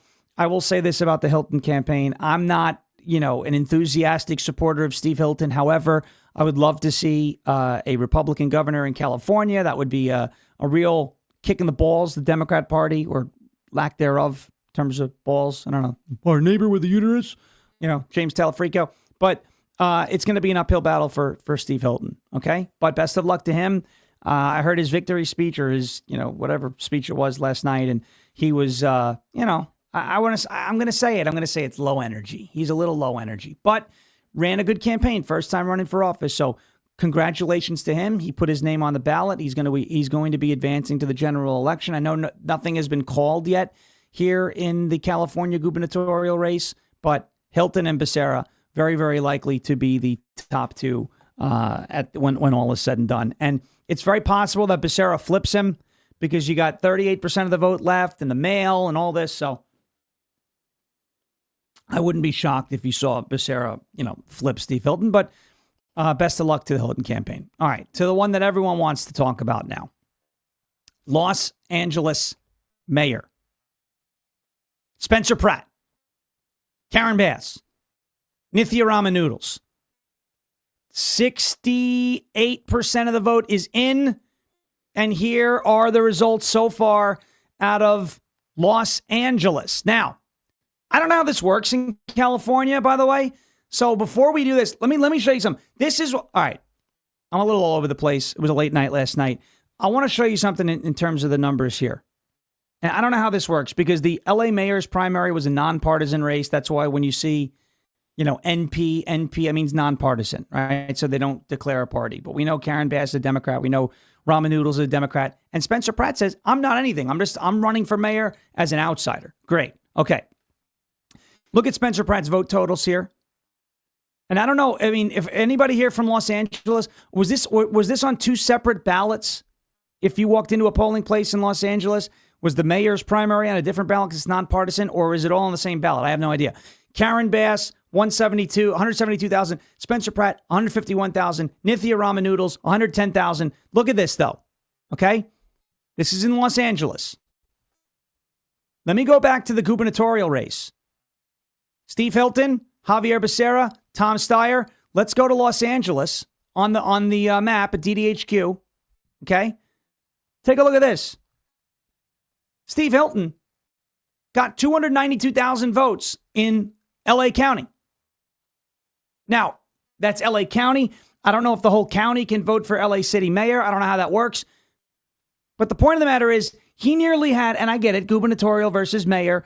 This is what happens. But he nearly had double the amount of votes cast than Spencer Pratt did. What the hell is going on in California, and why are we not voting down ballot? That's unacceptable.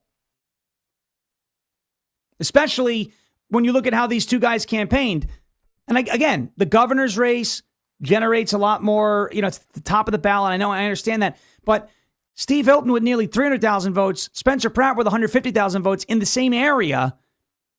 Pratt should have had more votes, okay? We've got to stress, because if he did, think about it. If Spencer Pratt got all of Hilton's votes as well, he's ahead of Karen Bass by a lot. So this is my point, all right? If this happens again in the general election, Pratt's not going to win. We need to stress this down ballot stuff. If you're going out and you're voting for Steve Hilton in the November general election, why are you voting for Steve Hilton? Because you want to change from the Democrat Party, right? You don't want the Democrat Party to run California anymore. You've seen those results. So if you want to change and you live in a place like Los Angeles and you have a say, again, I don't know how it works if the mayoral race is only for the city limits and then part of LA County is outside the city limits. That could be why there was some fall off, but not 150,000 votes, right? If you are in LA County, if you're in the city of Los Angeles and you are voting for Steve Hilton to be the next governor of California, you must, this is not optional, you must also vote for Spencer Pratt to be the next mayor of Los Angeles. We have gotta work on this down ballot issue. There is no reason why there should be a 150,000 vote fall off from Hilton's gubernatorial primary to Spencer Pratt's mayoral primary. All right? That drives me nuts when I see things like that. Nuts. Now, back to Spencer Pratt and the Los Angeles gubernatorial primary. Again, we're going to look at numbers, and I'm going to tell you why I feel this way. Karen Bass leading the field with about 35% of the vote, 172,000 votes. Spencer Pratt, 151,000 votes at 30%. Now, if you remember, we talked about McLaughlin and Associates yesterday. They are very good at polling, conservatives or the right, R-I-G-H-T, side of the race, but not necessarily good at taking the polls of the left. They nailed Spencer Pratt's margin, 30%. McLaughlin and Associates did. Bass outperformed a lot of her polling. That's to be expected with an incumbent in a jungle primary. Fine. But if you take a look again at Ramen Noodles and Karen Bass and you add their numbers up, that's 172,000 plus 110,000 is 182,000. That's more than what Spencer Pratt got. So again, this is going to be an uphill battle. An uphill battle in Los Angeles for mayor. But if there's anybody who can do it, it's this guy. Total outsider. Prediction markets, Karen Bass kind of dipped a little bit last night. She was about an 80% chance to be the next mayor. Now she's a 74% chance. Things are kind of coming back down a little bit. But I want to play for you this clip. And we're going to play it in a second. We'll kind of reset. I got to get back on I'm all over the place, a little jumbled. What is it? Reorganize, Reorganize, regroup, whatever. Reorganize, regroup, refocus, resume the mission. Reorient, refocus, resume the mission. Yeah, that's what I said. That's fine. Don't listen to me. Spencer Pratt had a beautiful clip about spending other people's money and how badly that's gone in Los Angeles. So we're going to play that clip for you in just a second.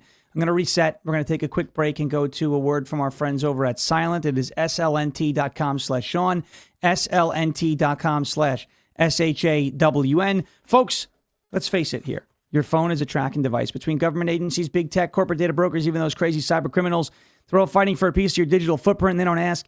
They just go on and take it. That is why Silent exists. Silent makes Faraday gear, blocks all wireless signals, including cellular, Wi-Fi, Bluetooth, GPS, RFID, and near-field communications. No signal means no tracking, no remote access, and no breadcrumbs. This is the same technology trusted by special ops teams around the world, used to block signals, avoid surveillance, and secure communications wherever the mission leads. And right now it is available to you to protect your family, to protect your freedom, and you could also secure your digital footprint.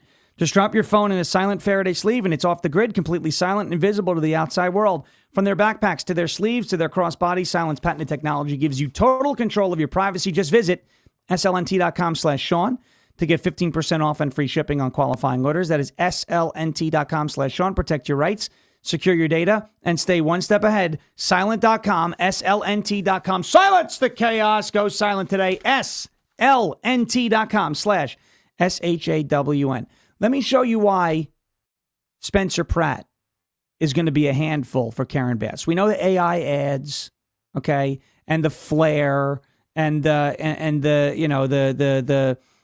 high profile nature of a lot of this race, what Spencer Pratt has been able to do. But there's also a policy argument that makes sense here.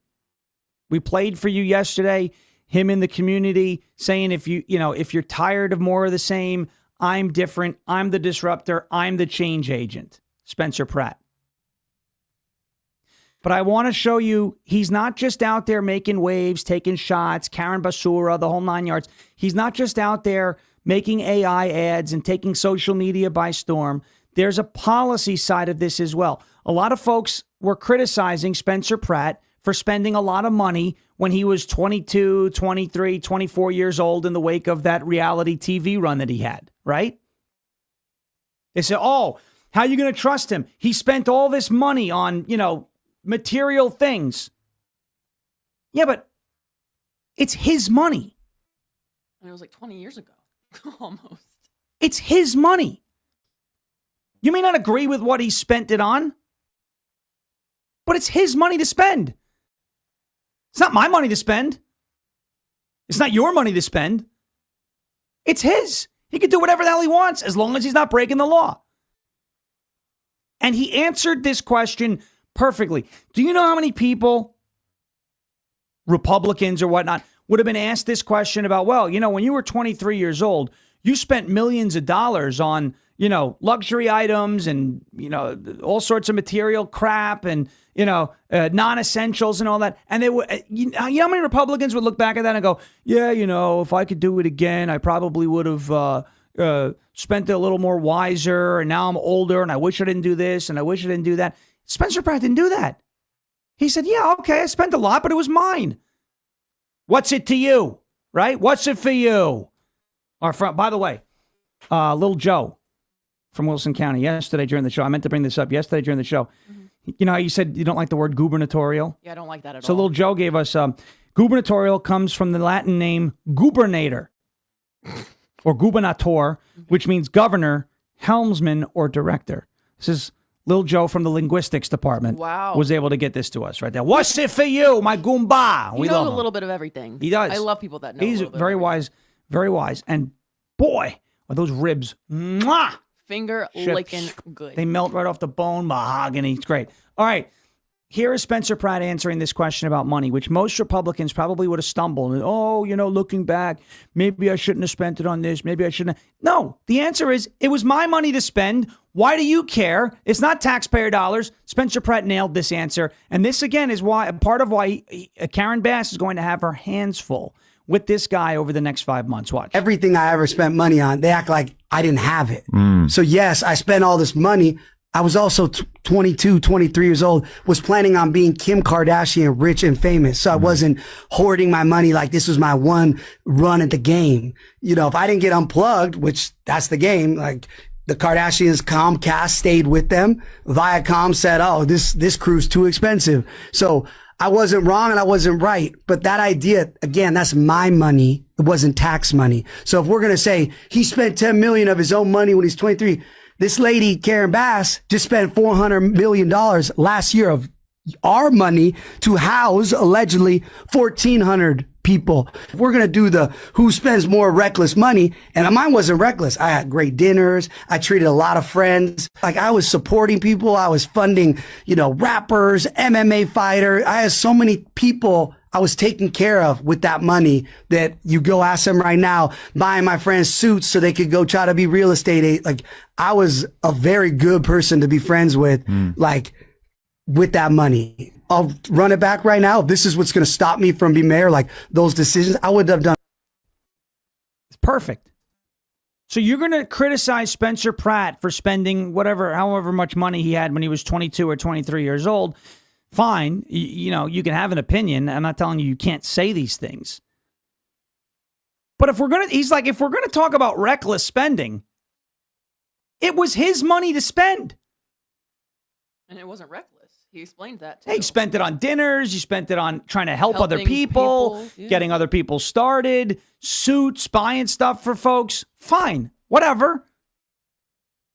Karen Bass spent $400 million to house 1,400 people, and the city of Los Angeles right now is a show. It's a Sugar Honey Iced Tea show. That is the perfect way to answer that question. Yeah, I spent a lot of money, but it was my money to spend. What's it for you, right? What's it for you? Who are you to criticize? Again, you can have your opinion. You can say, oh, this guy spent. But at least it was his own money to spend. It wasn't taxpayer dollars. It wasn't taxpayer dollars. So I love it that Spencer Pratt is like, well, if we're going to have a conversation about reckless spending, let's have that conversation. Yeah, I was 23 years old and I spent a lot of money on a lot of people, but it was my money to spend. Karen Bass spent $400 million of your money on insanity in Los Angeles, and it didn't help, did it? No, it didn't. That's why Spencer Pratt is in this race. And that's why Spencer Pratt performed so well, despite getting into the race fairly late. Fairly late, he got into this race.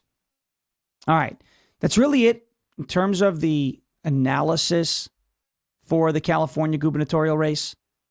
It looks as if Spencer Pratt is going to advance to the second round, which is, I think, what everybody wants to see. We will get great content from that. And Karen Bass is going to have her hands full with this guy. Whether he wins or loses, everybody should be taking note. And learning lessons from how the Pratt campaign operated in this LA mayor's race. All right. Let's go to Iowa, shall we? Live chat. Who are we very familiar with from Iowa? Who are we very familiar with from Iowa? Name some Iowans that we know. There's a couple of obvious. Well, one very obvious person, obviously, in that we are familiar with, who currently lives in the state of Iowa. So name some people. There you go. Speak right up the top. Speak right up the top. Dylan. Yes. Dylan from Iowa. Jeremy Herrell from Iowa. But look at it. Jeremy, Dylan, Joni Ernst. Okay. Yeah, true. It's all true. Look at that. Dylan Filion in Iowa. Yeah, this is just like so cool. All right. Now, the numbers aren't in. Yeah, they weren't reported. But last night, getting the show ready for this morning, staring at numbers, crunching numbers. We did it again down there. Hand counts in terms of some numbers. Check this out, guys. Iowa State House District 81. Who is that on the ballot? That's our boy Dylan Filion in Iowa. He ran unopposed in his primary last night. But how cool is that? There's a guy, he's in our chat almost every day, works hard. Now, it says he got 0 votes. He didn't get 0 votes, but they didn't get the numbers in. But how cool is that? There he is on the ballot. So Dylan Filion in Iowa will be running for state office. What is he, 22, 23 years old, something like that? Running for state office in Iowa House District 81 in November against the Democrat. Made it through the primary. Got to give this guy a ton of credit. He's out there working hard. Got his name on the ballot. They're making stuff up about him. But I thought it was really cool. Go on DDHQ votes yesterday. Look up Iowa House District 81. And there he is. This is cool to see, like, the name of someone who you know and participates, and he's been on the phone with us a bunch of times. And we're looking at getting him back on soon to talk about how his campaign is going to start shaping up into this race in November. And I say this, don't count this guy out. I know there's probably a bunch of Democrats in Iowa that are laughing at him right now. At your own risk. I'm telling you. If there's anybody who could pull off a shock the world type of upset, it's Dylan in House District 81 in the state of Iowa. Plus, the kid's a hockey player. They're tough SOBs. Okay, there's no such thing as quit. So that's pretty cool. Figured I'd throw that up there. I know it says 0. It's because you're running a post, but he is advancing to the general election. Nobody was dumb enough to primary Dylan. That would have been bad for them. Yeah. Okay, he would have whooped them. All right, there it is. Very cool. Very cool. All right, here we go. Dylan's in the chat this morning. Is he in there? I haven't seen him today. So speak, just tag him, but he might just be tagging him because he's tagging him. I haven't seen him. Probably had a late night last night, you know. Sure. Probably had a late night. And guys probably out knocking on doors already this morning. All right, cool. Now, into a couple of other things here. This was a nice running article on Red State last night with all the election results. A lot of people have been fear-mongering about the Iowa Senate race. I am here to tell you not to have no fear, but that the numbers last night were definitely encouraging when you look at the Iowa Senate race. So let's go into some of these results. Iowa U.S. Senate race. This is all California. Here we go. Iowa U.S. Senate. The Trump-endorsed candidate, Ashley Hinson, came out on top. By the way, one of Trump's endorsements lost last night.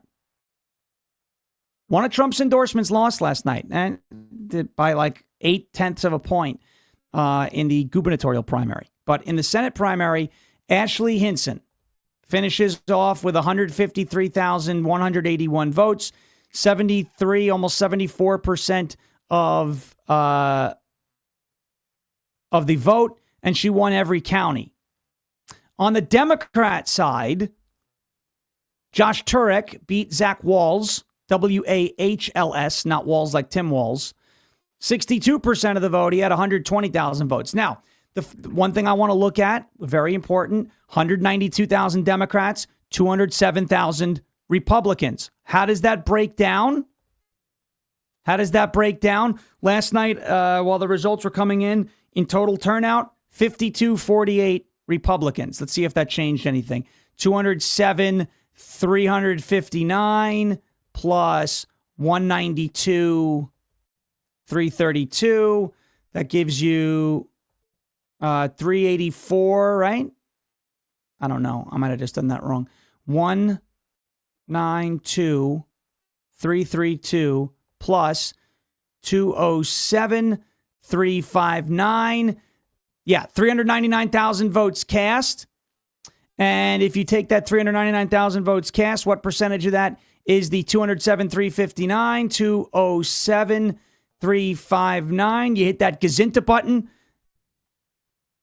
51.8%. So it's about 52-48. You say, whoa. That's not good. Why is Iowa so close? 52-48 Republican. Well, I'll show you why. It's because the Democrat primary, the second place finisher, got about 20,000 more votes, thereabout, than the second place finisher in the Republican primary. But let's go to the votes that each candidate got head to head. Ashley Hinson, 153, 181 votes, right? You see that on your screen, 153, 181. So let's do this, 153, 181. And then you add Josh Turek, 120, 448, 120, 448. So between the two of them, 273,000 votes cast. All right, 273,629. What percentage of that was Ashley Hinson? 153, 181 into the 273,000 vote number. That is 55.9%. Okay, so nearly 56%, 56-44, head-to-head, 56-44 head-to-head, when you put up Hinson's numbers and Turek's numbers. I'm not telling you to take your foot off the gas in Iowa. I'm telling you all these rumors about Iowa flipping, I wouldn't get doomish about it, okay? Because the numbers there strongly support Republicans keeping Iowa red, as Jeremy Herrell is telling you in the chat. So 55-45 is right where Iowa usually is, 10 to 13 points in favor of Republicans. So don't panic over Iowa. There's a psyop out there. Iowa is in trouble. You know, the Democrats are going to try and flip it. You know what? Spend a ton of money in Iowa. If you're the Democrat Party, spend a ton of money in Iowa, spend a ton of money in Texas. Flush it down the toilet, because then you let Graham Plattner die on the vine in Maine. You could let John Ossoff die on the vine in Georgia. Iowa's not going to flip. Okay? Now, it's not me telling you take anything for granted.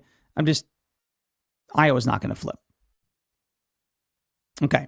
The Iowa gubernatorial primary, same general idea in terms of numbers. Same general idea.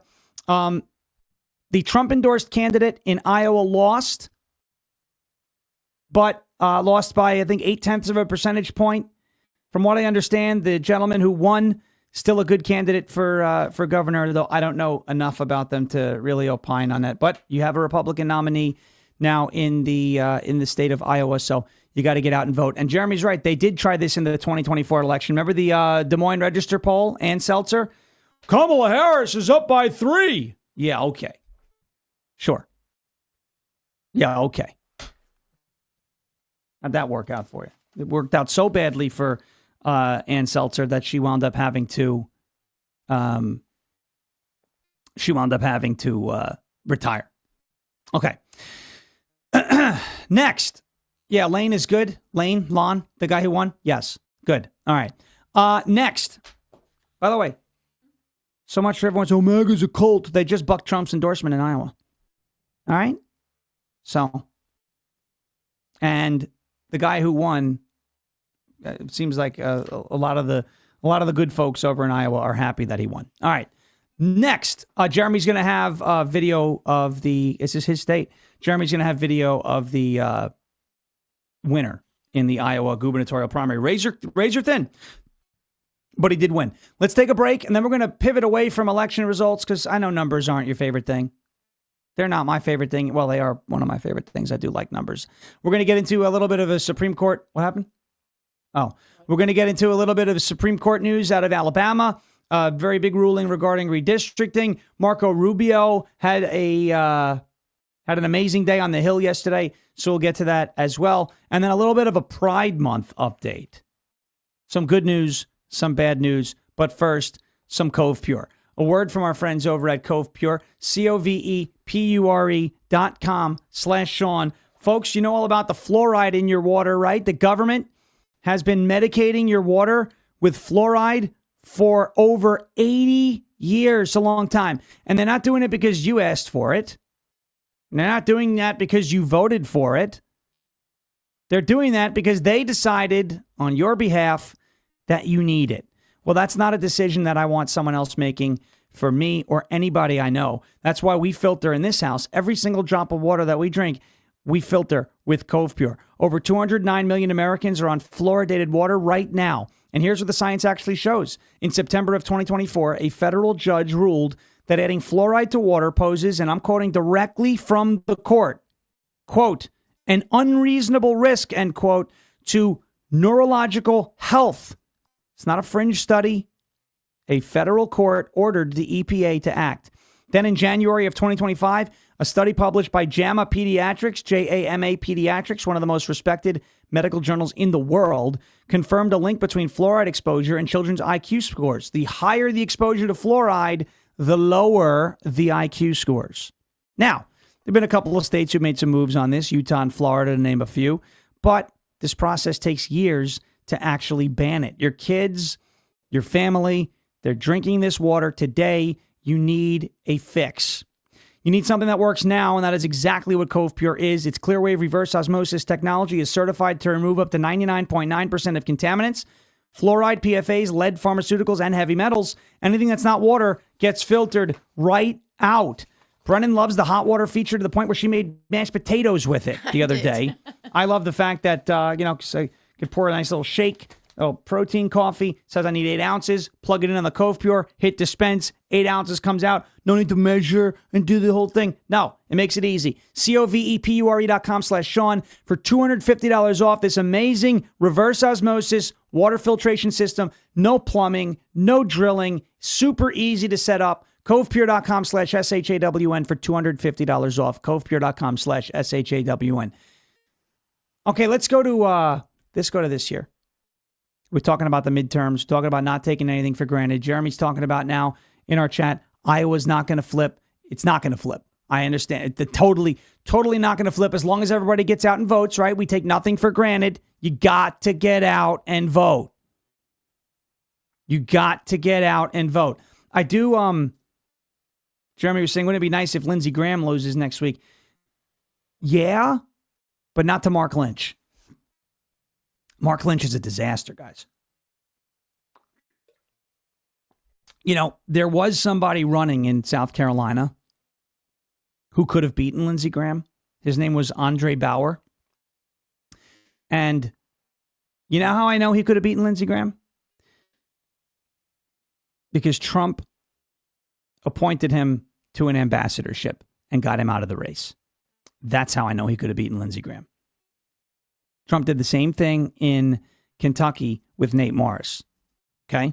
So, Andre Bauer, he's a guy, keep an eye out for him in the next cycle. He's a guy who can get Lindsey out of there. But we understand why Trump endorsed Lindsey, right? I don't love it. I don't like Lindsey Graham. But what is Lindsey Graham in the Senate for Trump? Pop quiz. What is Lindsey Graham in the Senate for Trump? What is Lindsey Graham in the Senate for Donald Trump? That chat, that's all you. I've got no idea. She's got it. What is Lindsey Graham in the Senate for Donald Trump? The chat will know. I don't understand the question. What does Lindsey Graham do for Donald Trump in the United States Senate? You guys are not there. Mark Lynch is a great game. Mark Lynch. Okay. All right. I mean, I know some people there. Death and Decay +1. Yes. Redneck. Sure vote. Yes. Octubre Chica. Yes. Buzzbug. A vote. Yes. Sean Maga 79. A yes vote. Yes. Cynthia Mangels. Yes. That is why Donald Trump endorses Lindsey Graham, because he didn't really vote good for us. He does in the Senate when push comes to Why shove. we always say he sits when he pees then? Because he does. So He we sits actually when he pees like him? too. We just like No. make fun of him? No, we don't like him much. He's a warmonger. He's old guard, Lindsey Graham. He does sit when he pees, but when push comes to shove in the Senate, he votes the right way. You know, he's kind of like Scott Desjardins, except I don't know if Scott sits when he pees, but he's sleepy Scott. Lindsey Graham is a reliable vote for Trump in the Senate.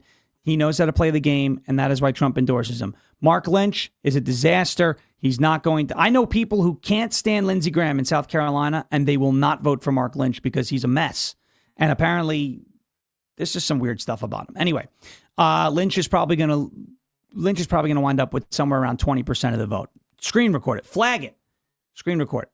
That's what's going to happen. The Supreme Court is allowing Alabama to use new congressional maps. So we're going to have Chase Bowes in a couple of weeks.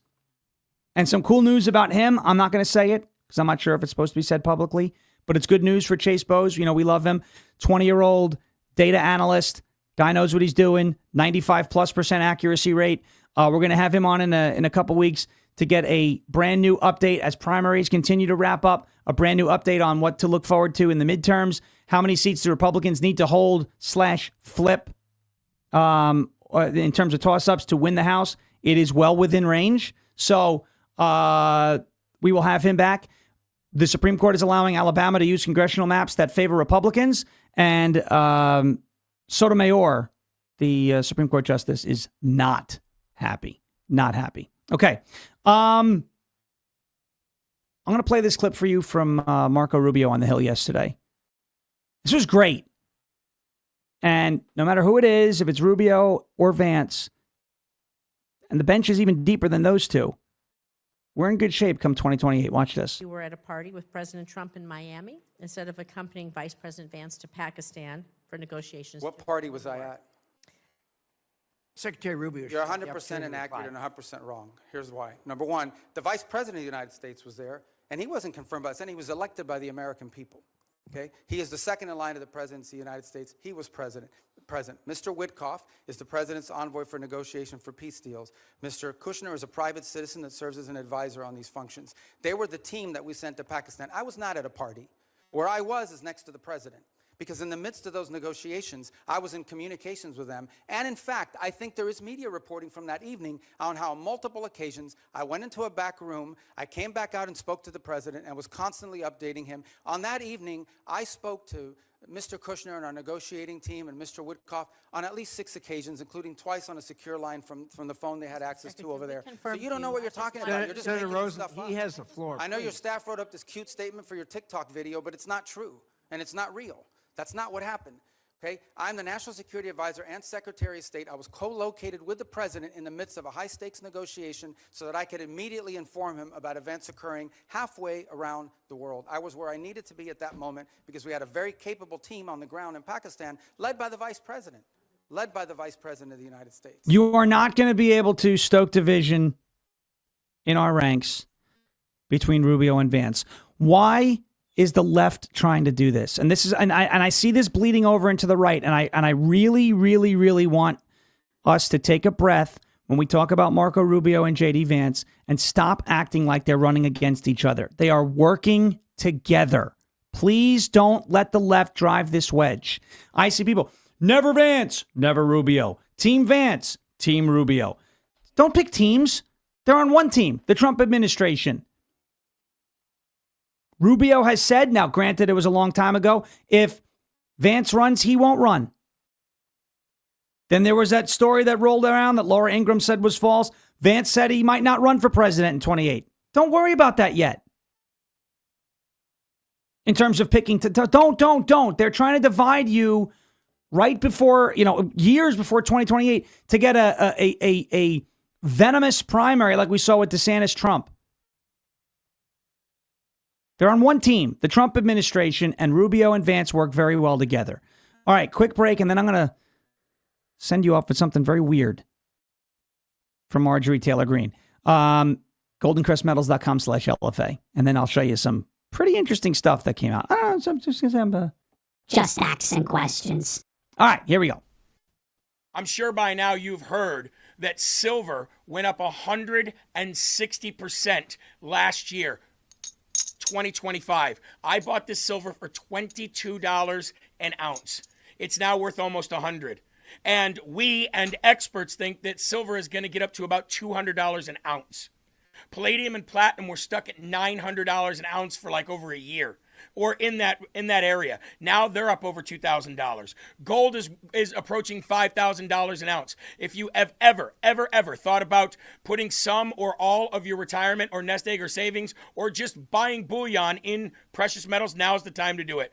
GoldenCrestMetals.com/LFA. That's GoldenCrestMetals.com/LFA. Go leave your name, your email, and your phone number. Schedule a time to talk to the folks over at Golden Crest Metals. Get your free gold guide today, and make sure you tune in on Saturdays at 1 p.m. for the Crest Report, where we dive deep into precious metals, why they're doing what they're doing, and where we expect them to go. It is like insider trading. Nancy Pelosi knows about that. We don't. It's just inside information. It's not even really that. It's called knowledge. Get yours today and get a part of gold, silver, palladium, and platinum and diversify your portfolio today. GoldenCrestMetals.com/LFA. That is GoldenCrestMetals.com/LFA. We thank you, Jeremy and Golden Crest, for being a part of the show. Rapid fire time, real quick. Marjorie Taylor Greene. This is interesting. Marjorie Taylor Greene yesterday was telling people to use a website called sway.co. Sway is founded by Ari Partovi, who is an Iranian Democrat donor. He also donated to Thomas Massie. He created Sway to reimagine democracy. Those are his words. And wouldn't you know it, his donor list. Look at this. Cory Booker, Justin Amash, Ro Khanna, Hillary Clinton, Cory Booker, Barbara Lee, Ro Khanna, Corey Bowman, Fire Alarm, Thomas Massey, MoveOn.org. So I just ask, Marjorie Taylor Greene being paid by Iranian Democrat donors? Finally, remember this clip? Mr. President, you are the oldest president ever. Pretty good shape, huh? Which leads to my next question. Scott Pele, remember what that led to? That led to this? I no more think of myself as being as old as I am than fly. Well, Scott Pele has been fired. You're fired. Out at CBS after he melted down with management. Scott Pele can nibble on his glasses somewhere else because he has been fired. All right, ladies and gentlemen, thank you so much for watching and listening. Jeremy Herrell up next here with Live from America on rumble.com/LFA-TV. As President Trump says, we will never give up. We will never give in. We will never ever surrender. And if all else fails, we'll just become ungovernable. Thank you. God bless you. God bless this one nation under God, indivisible, with liberty and justice for all. We are off to join the great Michael Patrick Leahy on the Michael Patrick Leahy Show in the Tennessee bonus hour, 11 to 12 Central Time. Thank you so much for watching and listening. Back tomorrow, 10 a.m. Eastern Time, rumble.com/LFA-TV. Subscribe to us anywhere you get your audio podcasts as well, on Apple Podcasts, Spotify, and anywhere else. Jeremy Herrell up next. Thank you for your attention to this matter.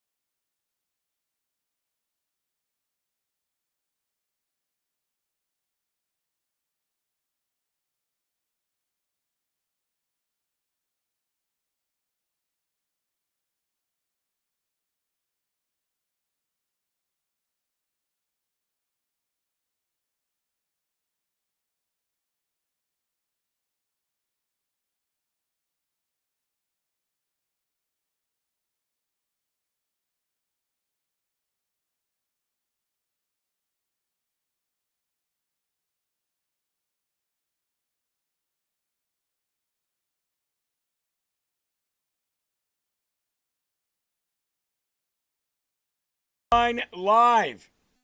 Mary, good to see you. Redneck, the likes of which no one. Pam is here. How are you, Pam? Andrea and Scotty, Trishy, DeCluse. Auntie West, is that what that is? Sorry, it's going so fast. Barb Naylor, good to see you. Let's give some, Nick, how you doing? Let's give some shout-outs over on YouTube as well, because that chat is flying faster and faster every day. We've got Jody and Dee Dee. We've got Out There 369. Carl's Now. Tammy Pierce is in the live chat over there. Fire Dude. Go Like Hell says, good morning, Jeremy. I'm glad Zach Lane won. Yeah, I think it was a good, there was a lot of good choices in Iowa for the Republican primary last night. And really, any of them had, 10 times better of a plan than any Democrat had. So there was a good a group of people to pick from, and I think Zach Lane has got a good mind of where he would like to steer Iowa for the future, and we'll play some videos for him today. Danny Luck said, bye-bye, Spencer Pratt. Well, he's still here and going strong. So I don't know if I would count my eggs before they hatch there. And I'd like to thank NY Girl 66 over on Rumble here. Today is my Friday with a $20 donation. Thank you so very much. Well, yesterday was another primary day in multiple states. President Trump, I believe, went 98% or 95%, maybe even higher. I don't know the ratio there, but there was only a couple candidates that he backed that didn't win. One was here in Iowa. But again, Zach Lane, great guy, a great gubernatorial candidate, and definitely outshined, shocked a lot of people, and did a great job. Spencer did fantastic too, out in LA. Yes, a lot to talk about here today on this Wednesday, June 3rd, 2026. For all you newbies out there, if you want to get more LFA TV, here you go, lfatv.us. This is our official website, lfatv.us. This is where if you want to donate and you don't want to do it through like Super Chat or Rumble Rant, then you can definitely go and do it on the website. And that's lfatv.us. Always looking for the audience to fund, as it always has. We're always looking to have a majority of our revenue stream come from our audience donations, Super Chats, buying things from our stores, and obviously shopping with our partners. The LFA TV store also on the website. Sign up for the newsletter, read up-to-date news, and watch past shows and short clips. You can also listen to the audio side of LFA TV. Well, at least my two shows here, Rise Up and Live from America, by typing in Live from America with Jeremy Herrell. Now, wherever you get your audio podcast, your MP3 audio, whether it be Spotify, Apple, iTunes, whatever it is, just search Live from America with Jeremy Herrell. We are definitely, just like Sean, seeing an uptick in the audio side, so make sure you check that out. The Facebook page, as you can see right here, look at this. See that? We got Facebook back right before the election, and we did that for outreach. We were able to get our Facebook page back, or not our page, but a presence back on Facebook after 4 years. So there you go. There's my Facebook page. Follow that. And, of course, we have our YouTube page as well. So here's what I want to do. I want to start out today by sharing this with you. Now, I want you to listen closely, because Sean Farish had something pretty profound to share to the world yesterday on X about this. Happy Tuesday. We're in Costa Rica going for a quick walk on the beach. We head back to Georgia tomorrow, but big election day on Tuesday. What should people do? First of all, if you live in California, go vote. But if you don't live in California, you can go to sway.com, sway.com, and see who is in your contacts that you can encourage to go vote in today's elections. All right, sway.com. Until then, we're going to enjoy another beautiful day in Costa Rica. We'll see you back tomorrow in Los Estados Unidos. Happy to. Yeah. What is Swayco or sway.com? What is it? Well, Sean Farish put this out last night on his X account. Make sure you're following Sean Farish, by the way. So Sean posted this. Wow. I would consider this a smoking gun. Is MTG actually being paid by an Iranian Democrat donor? Obviously sharing this girl's original post, MTG tells you to use sway.co. Fun fact, Sway is founded by Ari Partovi. Partovi is an Iranian Democrat donor. He also donated to Thomas Massey, and then the receipts. So if you guys have been wondering why so many people have been jumping on this black pill agenda and narrative, like we've been sounding the alarm since before it was an issue, you notice, just like the mainstream media, all parroting the same message on the same day, always at the same time, about the same stuff, almost word for word. Like when you see the montage of the mainstream media going, the walls are closing in, the walls are closing in. It's the same thing for all these people. And so you've seen a large number of conservative audiences shift attention to jumping on the Israel controls everything. We should be not America first, but America only. That's our idea of America first. We all know how that went. It brought us into the Great Depression.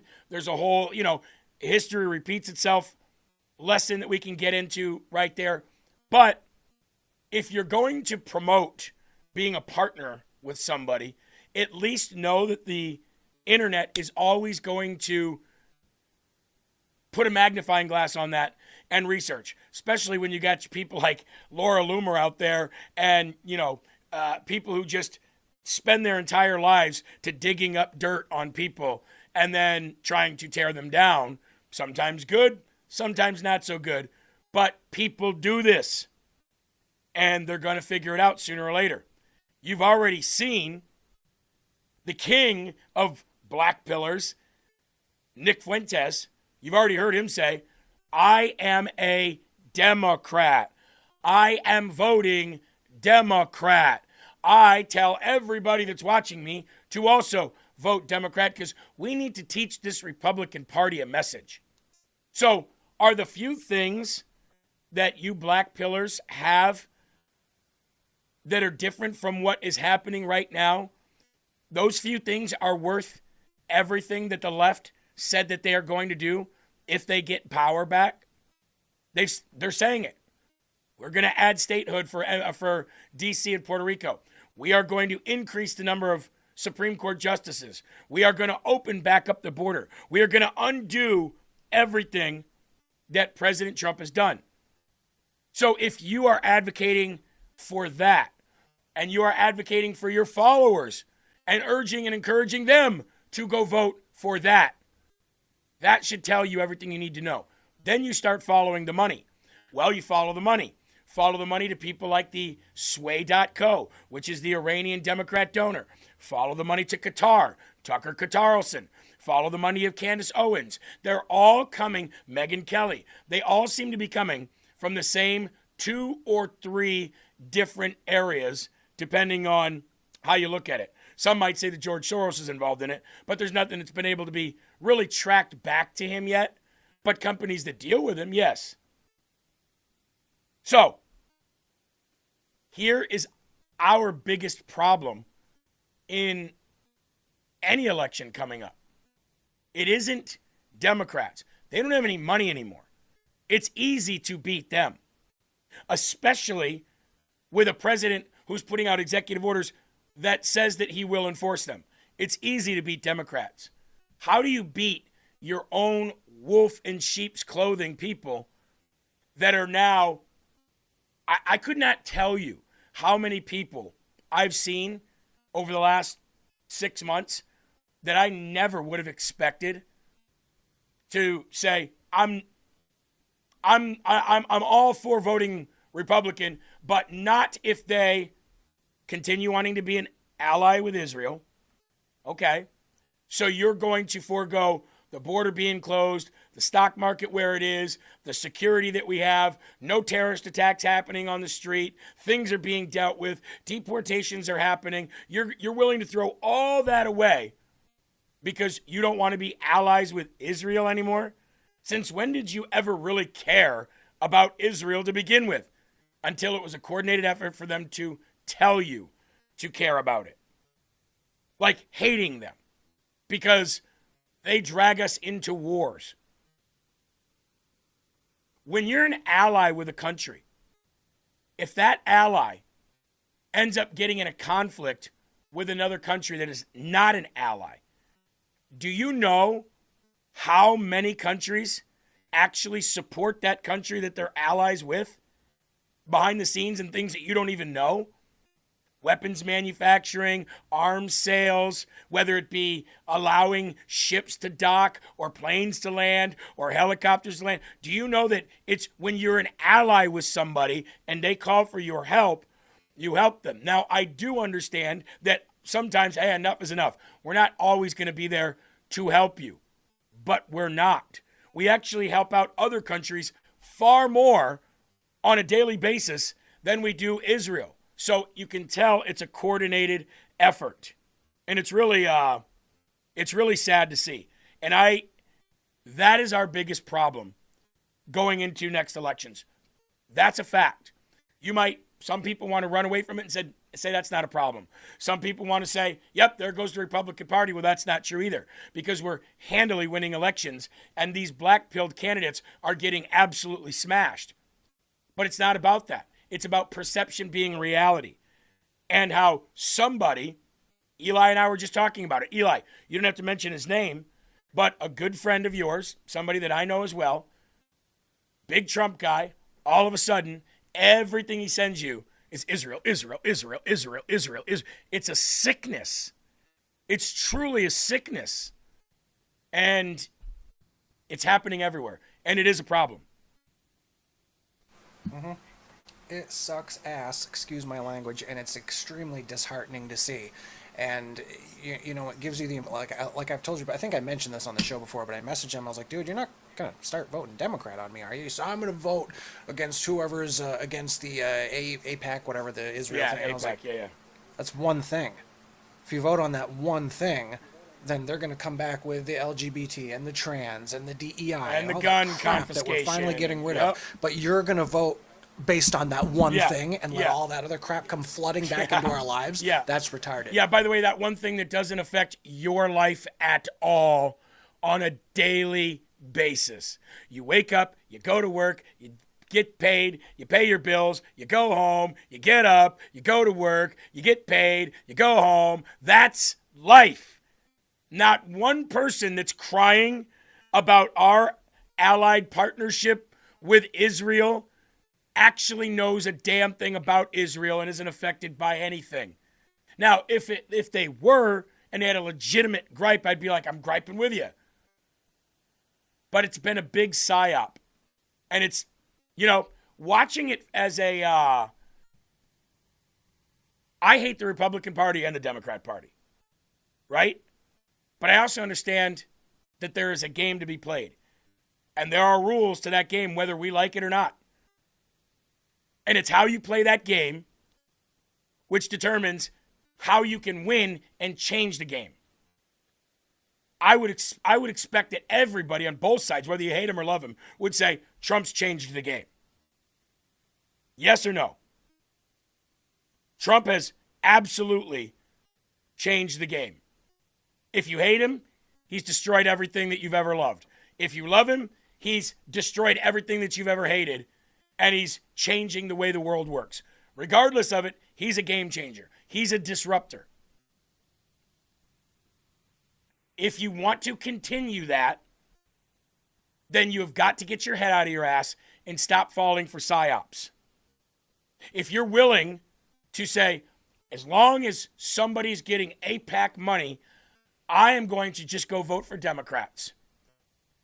That's the equivalent, Eli, of eating a poison pill and hoping that it hurts people who are pro-allied partnership with Israel and anybody else. It's the most mind-numbing, idiotic, stupid thing I've ever seen in my life. Yeah, it's the very definition of cutting your own nose off to spite your face. It's absolutely backwards and ridiculous. What was that? What was that movie or that show where somebody thought it was the Spider Face, or the Spider Face, or what? What was that? You just had me thinking about that. The Office, when they were doing the roast of Michael Scott. Remember, cut your nose off to Spider-Face? Spider-Face. Oh, yeah, that's right. The Office. Yeah, that's hilarious. All right, well, let's go to the Lord in prayer. Let's get our priorities straightened out here. All right, people. People who have been fighting since 2016 to rip away the power from the corrupt parties of the Democrats and the Republicans. Can you just pull your head out for 5 minutes, take a big, deep breath of beautiful air, and say to yourself, what have I been doing for the last 6 months? And, you know, Ben Berkwam, before we get to prayer here, Ben Berkwam was absolutely right about this. He says this topic has consumed everybody, just as bad as the Epstein topic did. Both are important. Both have valid points. Yes, everybody wants to know who's diddling kids. Of course we do. But no matter how much is released, it will never matter to the people who are consumed by wanting more. Of course we want to make America great again. I think anybody would say in their own perception, from their own perception and their own point of view, that they would want to make America great. But when you're so consumed by one topic of one thing that you can't see everything else around, you are sick. There's something wrong with you. Eli, I remember after the stolen election of 2020, there was a group of people whom, if you said, yes, we need to fight what happened and we need to expose and show what happened in the 2020 election, we need judges to actually take the cases so you can put discovery out, so you can show the evidence. But we also have elections coming up. And I remember there was a huge section of Trump supporters who said, there is no election unless we fix this one. So if we're not putting 100% of our attention on the 2020 election, I am not working towards the 2024 election or the 2022 midterms. I remember a big section of people peeled off because they thought that making sure that we secured the midterms in 2022 or the presidential election in 2024, they thought that by doing that, we were walking away from and just letting 2020 happen.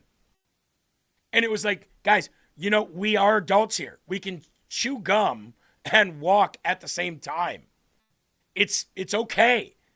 But, you know, the world we live in is a microwave society of entitled, selfish people who want what they want when they want it, and if they don't get what they want when they want it, then the whole world can burn. It's like Mean Girls. Everybody is like a 15-year-old mean girl or a 15-year-old entitled twink Ken from Barbie. Like, get your stuff together. Man up. Stop thinking the world revolves around you. And that is my opening statement of the day. Let's go to the Lord in prayer. I actually have a lot of good news today, but I just wanted to start that out with that because I saw this stuff with Marjorie Taylor Greene and Brian Glenn, and then I saw what Sean put about Swaco, and I'm like, do people not see this? Do people not have eyes and ears anymore? It's just, it's odd. It's really odd. All right.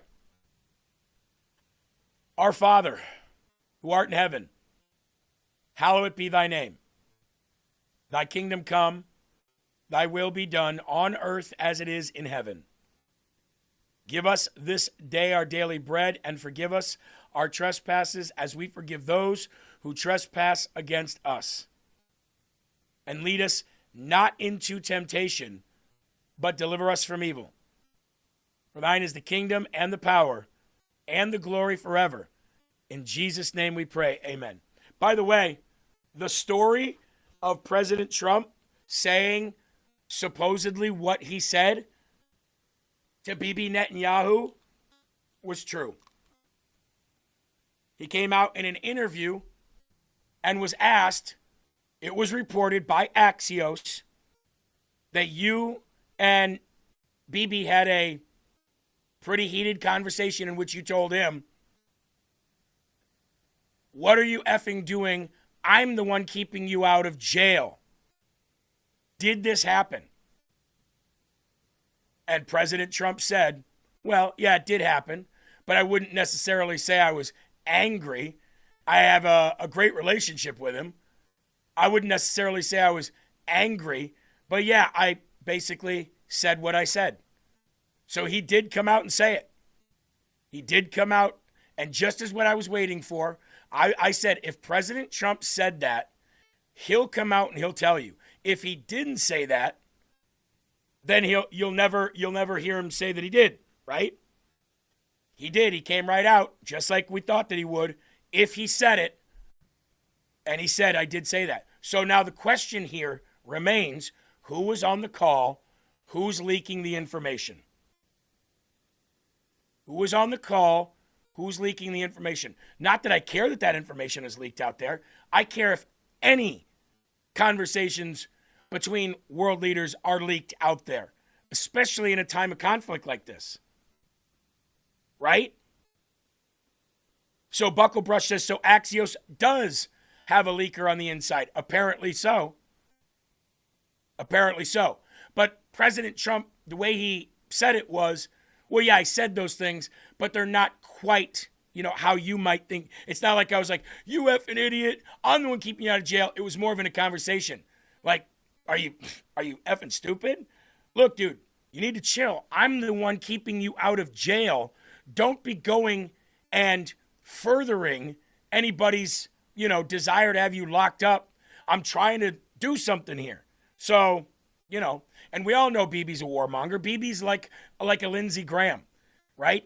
Anybody with a half a brain knows that Bibi Netanyahu is that guy. And anybody with a half a brain also knows that Trump is in charge when the conversations are happening. So this is what everybody was waiting for, the meat on the bones. If Trump did say it, then it's true. Israel has definitely been puppeting everyone. That's what the Fuentes have said. If Trump didn't say it, then that is, everybody's trying to think Israel puppets the United States of America.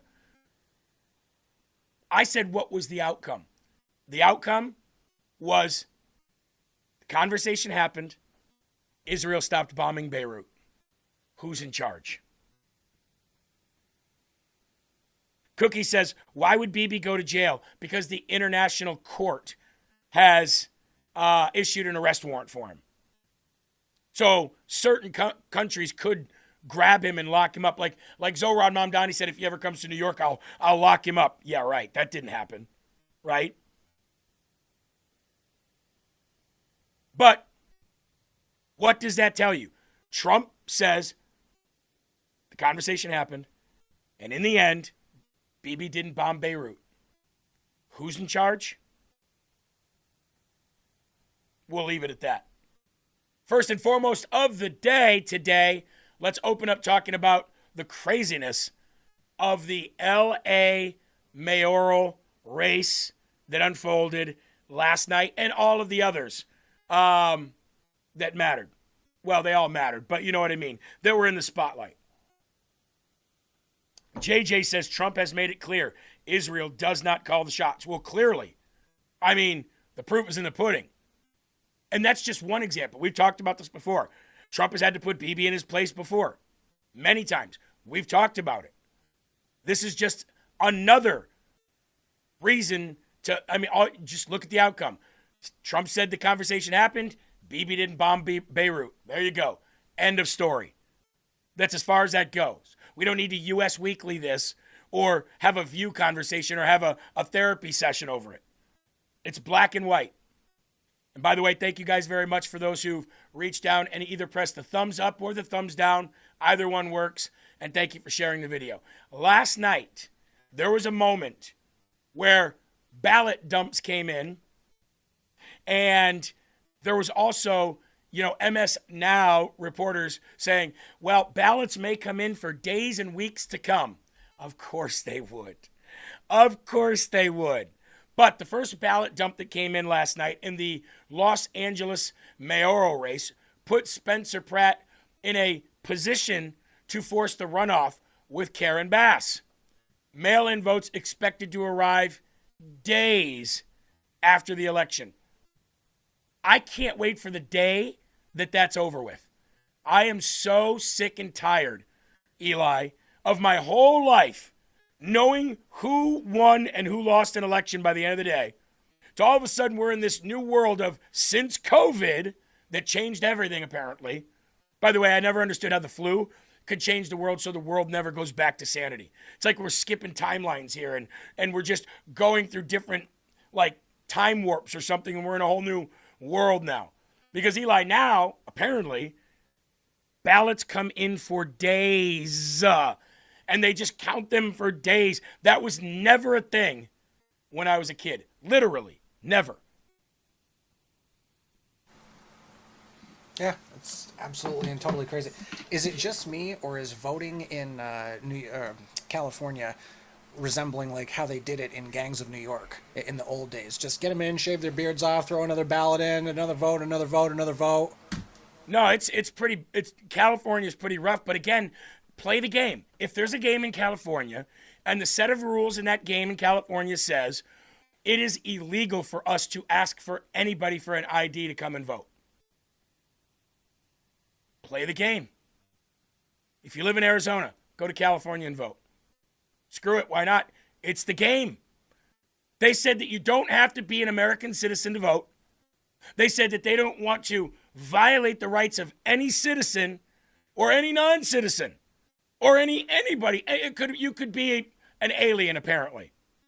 So if you live in New Mexico, go to California and vote. Live in Arizona, go to California and vote. You live in Idaho, go to California and vote. You live in Washington, Oregon, go down to California and vote. Why not, right? Live in Nevada, go over to California and vote. They're the ones that told you it is inhumane, unconstitutional, and illegal in the state of California to ask for anybody's ID to vote. So, let me ask you this. What was the game that we played in 2024 to put Trump back in the White House? Does anybody remember what it was? Anyone? The game was make it too big to rig. Well, how did we do that? Well, it was a number of ways. The RNC actually was putting money into lawyers on the ground. You had people bringing 5 to 10 people that all of us were bringing 5 to 10 different people to the polls. Early voting was happening. Mail-in ballots were coming in like crazy for the Republicans. You said, here's your rules to play in. We played within the rules and we won. California's telling you, here's the rules to play in. So let's play in those rules and let's go win. Let's turn California red again. Watch this as these votes were coming in. Take you through this. About 40% of the vote, of all the votes that are going to be cast, just got released here. We are talking about vote by mail, again, that arrived by Election Day. Some of this might have arrived a while ago. That's the type of vote you're talking about. There's Karen Bass, the incumbent, running at 38%, and there is Spencer Pratt running at 28% right now as an 8-point advantage or a 25,000 vote advantage over Nithya Raman, the third-place candidate right now, Councilor Nithya Raman, the third-place candidate in this race. That's with 40% of the vote. Now, remember how we said we expect things to go the rest of the way. Remind people in Los Angeles, yes. Right? The next thing we think, and what they've communicated, the next thing that would be released here, maybe in one big batch, would be the vote that was cast in person at polling places.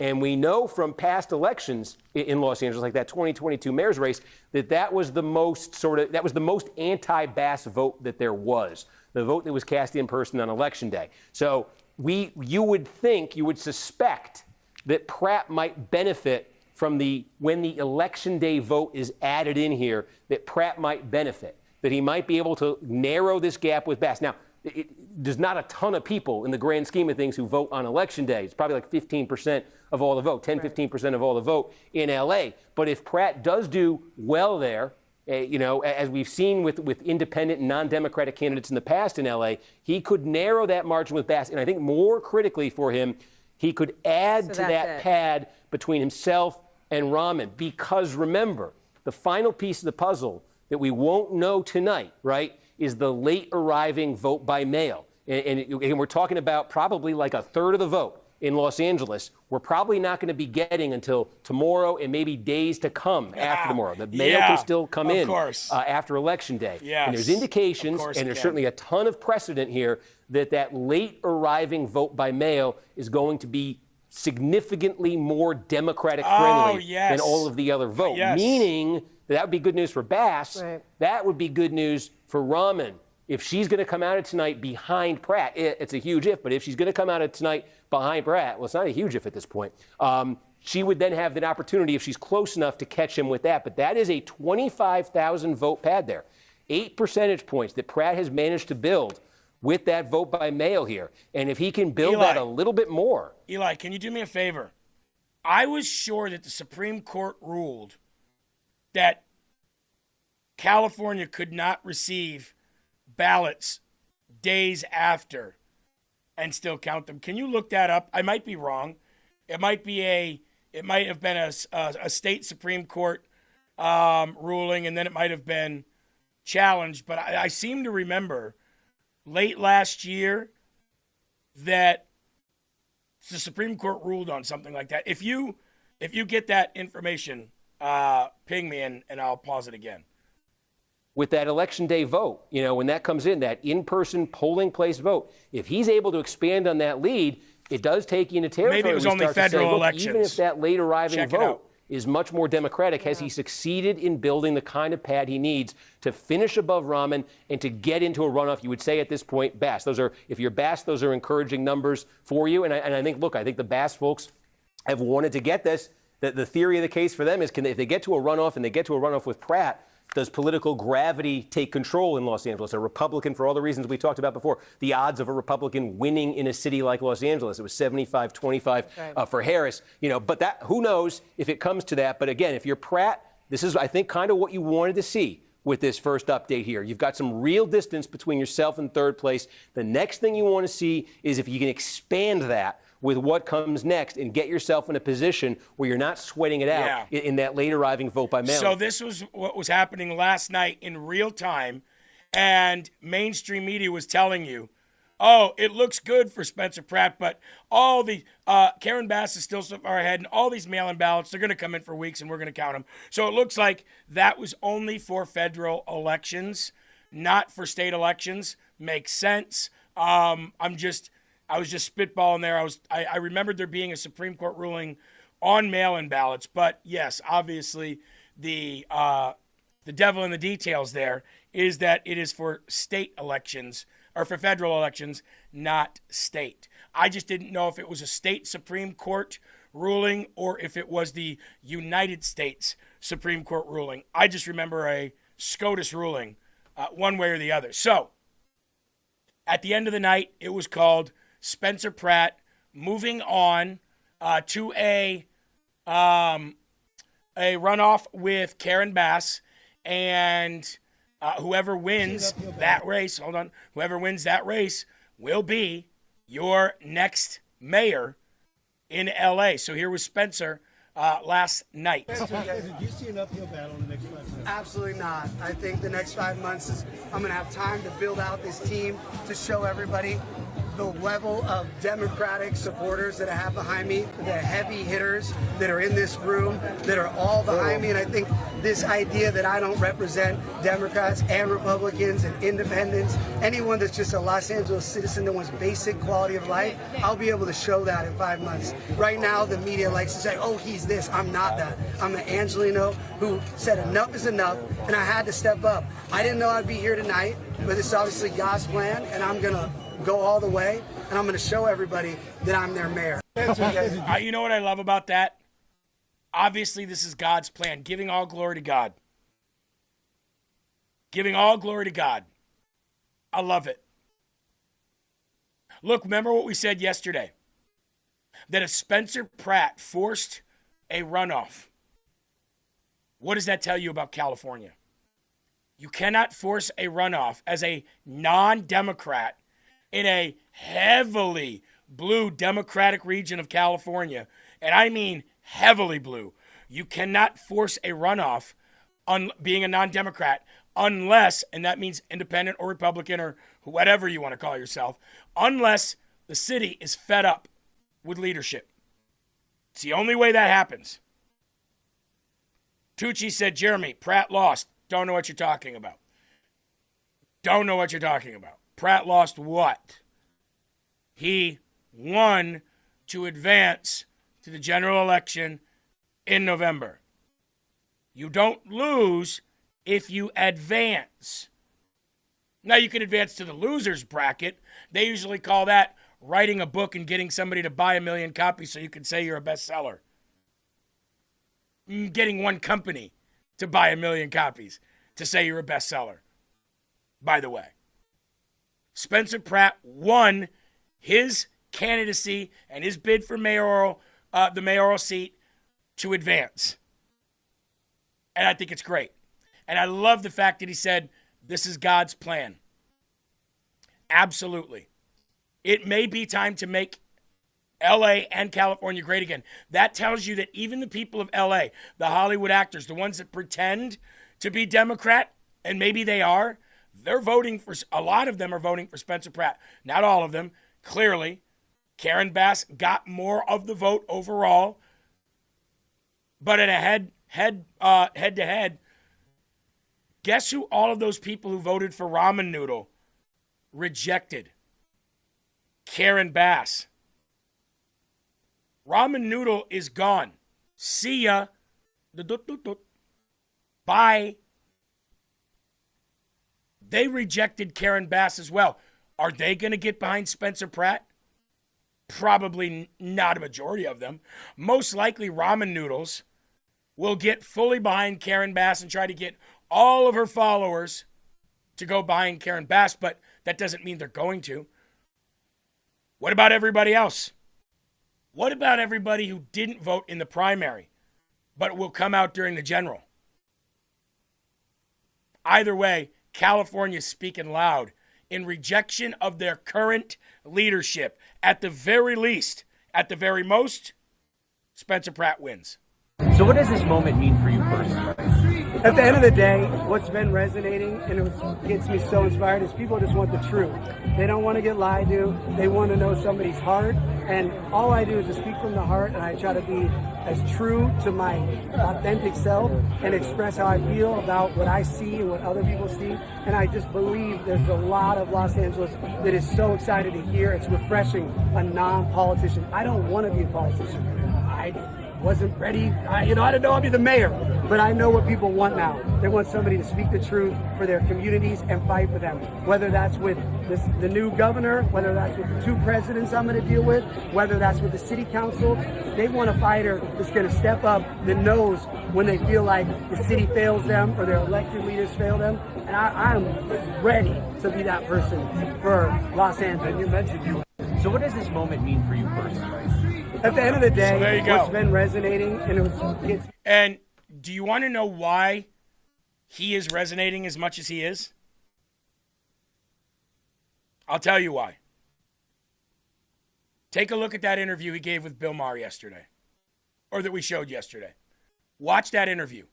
That's why he's on his pathway to win, right there. That's why. And by the way, if you're giving all glory to God in your acceptance speeches, there's an old saying that if God be for you, who can be against you? Okay?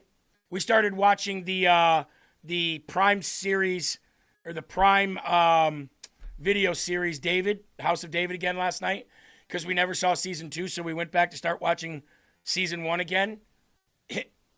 That's a great story right there. If God be for you, who can stand against you? Certainly not Karen Bass. Certainly not somebody like a Governor Gavin Newsom. Evil is losing when it matters most.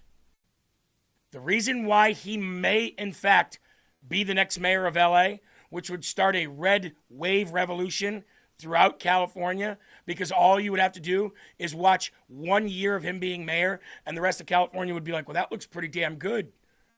That looks pretty damn good. I like the fact that poop isn't floating down the streets in puddles of pee. You go watch that Bill Maher interview with Spencer Pratt, you'll understand why he may win. Now, McBuster said Bill Maher's a liberal narcissist. Who watches that? Millions of people. And millions of people saw Spencer Pratt look at Bill Maher and say, why are you asking me about solar projects? Why are you asking me about solar panels and renewable energy projects? That is not even on the totem pole of problems that we need to tackle in LA. Drug use, homelessness, illegal aliens everywhere. Not working with ICE. We're going to start working with ICE again. We're going to clean these streets up. We're going to get the fentanyl and the alcoholics and the drug addict bums who have places to go they just don't want to. We're going to get rid of the nakedness. We're going to get rid of the lewd activity. We're going to get rid of all that. We're going to clean it up. Those are my totem pole problems. Solar energy is nothing. And millions of people got to see that. I agree with you 1,000% that Bill Maher is a liberal narcissist, but he's also one of the most common-sensed Democrats there are today. So both can be true. Stephen A. Smith, that's another one. These people will tell you when there's problems that the Democratic Party should fix, like their problem and their fixation with LGBTQ and transgenderism and boys and girls sports and things like that. They are liberals, but they do have some fight with their own party that leads to people peeling off and going and voting for common sense. When Spencer Pratt said that to Bill Maher yesterday, it left Bill Maher speechless. And if it left Bill Maher speechless and agreeing with Spencer Pratt, then how many millions of his liberal and dumbass audience members probably felt the same? That's all I'm saying. Spencer Pratt is resonating because he's speaking the truth. He is saying, he's an outsider that's saying what people are thinking. I wonder who that sounds like. Feeling tonight? Well, obviously God wanted 5 more months of me exposing all the failures of our mayor. So it's going to be a fun ride. I hope she's ready. Are you ready? I mean, I was born for this, clearly. Outside the watch party, we just heard from mayoral candidate Spencer Pratt. Well, now I have 5 months to get deep into every community that hasn't heard my message to make them safe. So I'm actually very excited because I felt very rushed. It's a big city, and I was not able to talk to as many people as I look forward to talking to. This is the first time since 2005 an incumbent is going to a runoff. This is not a candidate that I'm too concerned about. I know the votes are still being counted, but it appears he'll be in a runoff against Mayor Karen Bass in November. I'm going to continue to work hard, learn everything I need to learn, build my teams, show all the experience I'm going to surround myself with, because that's a concern people have. Oh, he has no truth. I'm going to build that experience around, and we have 5 months to put the best team the city could ever dream of. Are you going to debate Karen Bass again? And what do you want to tell her if she sees this tonight? You know, I love debating her on NBC. I look forward to a couple more on NBC and Fox. We can do debates every Friday if she would like, because it's actually became my most favorite thing to do. How are you feeling tonight? So see, he's a non-teleprompter guy. He's a guy that you could put on stage, whether it be a debate, town hall, rally, anything, and he would not need a teleprompter. That's not to say he might not need some notes, like a structure to go by, but that guy's not going to need a teleprompter for a debate. He's not going to need an earpiece, and he's really not going to have to do much prep. It's common sense. Here's what I want to do. Here's what you're doing wrong. Here's what I can do to fix it. Vote for me. End of story. None of the BS that's involved in all the debates these days. He's smooth, honest. Looks like he's going to do a great job. I sincerely hope he wins because we need it now more than ever. I'll tell you what, if Spencer Pratt wins, the mayoral race in LA, I will go to LA. I would never go to LA at all for any reason whatsoever. But if Spencer Pratt wins, I'll go out there and do a live stream from there. And I'll stand on the streets about 6 months after he's mayor, and I'll have Ben take me. So Ben can show me the before and after, or, we've seen the before in Ben's videos and going around LA before he left. Now we can have Ben take me around afterwards and say, see what happens, California, when you elect common sense, everyday average Americans. Now you might say, well, Spencer Pratt isn't an everyday average American. He was a reality star. Donald Trump is a billionaire. And he's still more like us than any of these pompous, corrupt, paid politicians in D.C. and in these state houses. Okay? Check this out. This race. When you look at the numbers, already right now, a majority of Los Angelinos are saying they want to fire Karen Bass. 50% of the voters that are up right now say they want somebody other than the incumbent to be the mayor. Look at So that. the Spencer Pratt thing, to me, isn't even really about Spencer Pratt. It's a vote sink for people who are fed up with the way that city's been run or fed up with the fire response. And if this were any other city outside of California where you'd had normal primaries, Karen Bass with those numbers would be toast. Crazy about this race. When you look at the numbers. You know what? That's a good assessment there on a liberal media outlet. That's a great assessment. As much as it's people going, wow, the Spencer Pratt guy, who is he? I'm kind of liking what he's saying. There's just as many, if not more, saying, I don't want the status quo. Eli, do you know what I've noticed, by the way? I noticed that in this chat, since we've started, probably about 20 to 40 people have talked about how their gas has dropped in their area overnight again. And we're going to be talking about that a little later, but do you guys know that oil futures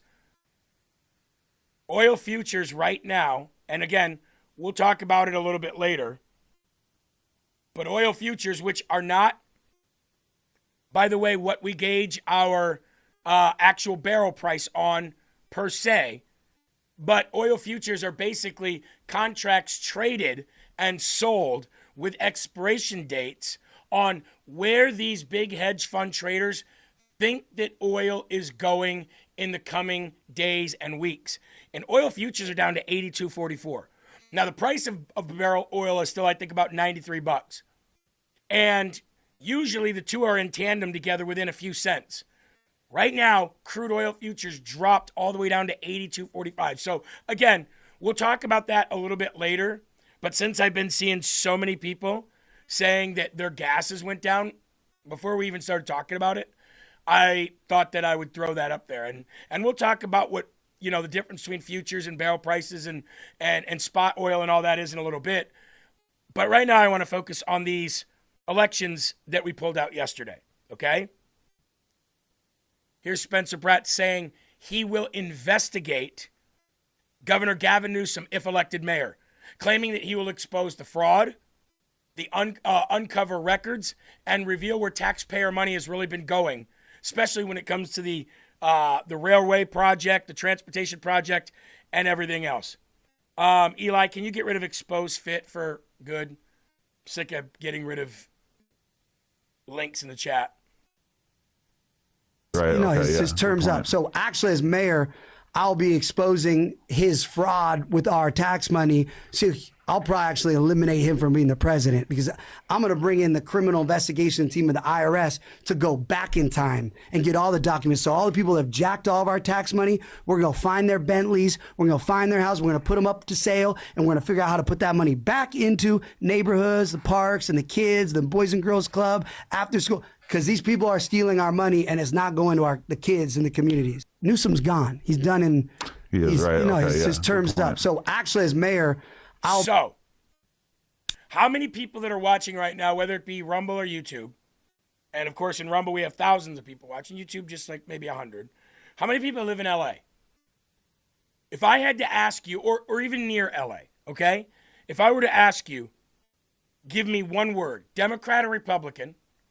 I know we got more Democrats on YouTube, Rumble's Republican. I get it. But if I were to ask you, if you live in or around LA, describe to me LA in one word today.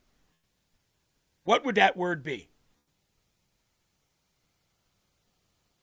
I'm going to go over here to YouTube real quick. We're seeing people over there say their gas went down as well. If anybody is watching that lives near or in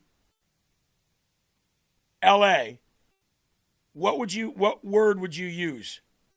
By the way, out there 369 said, why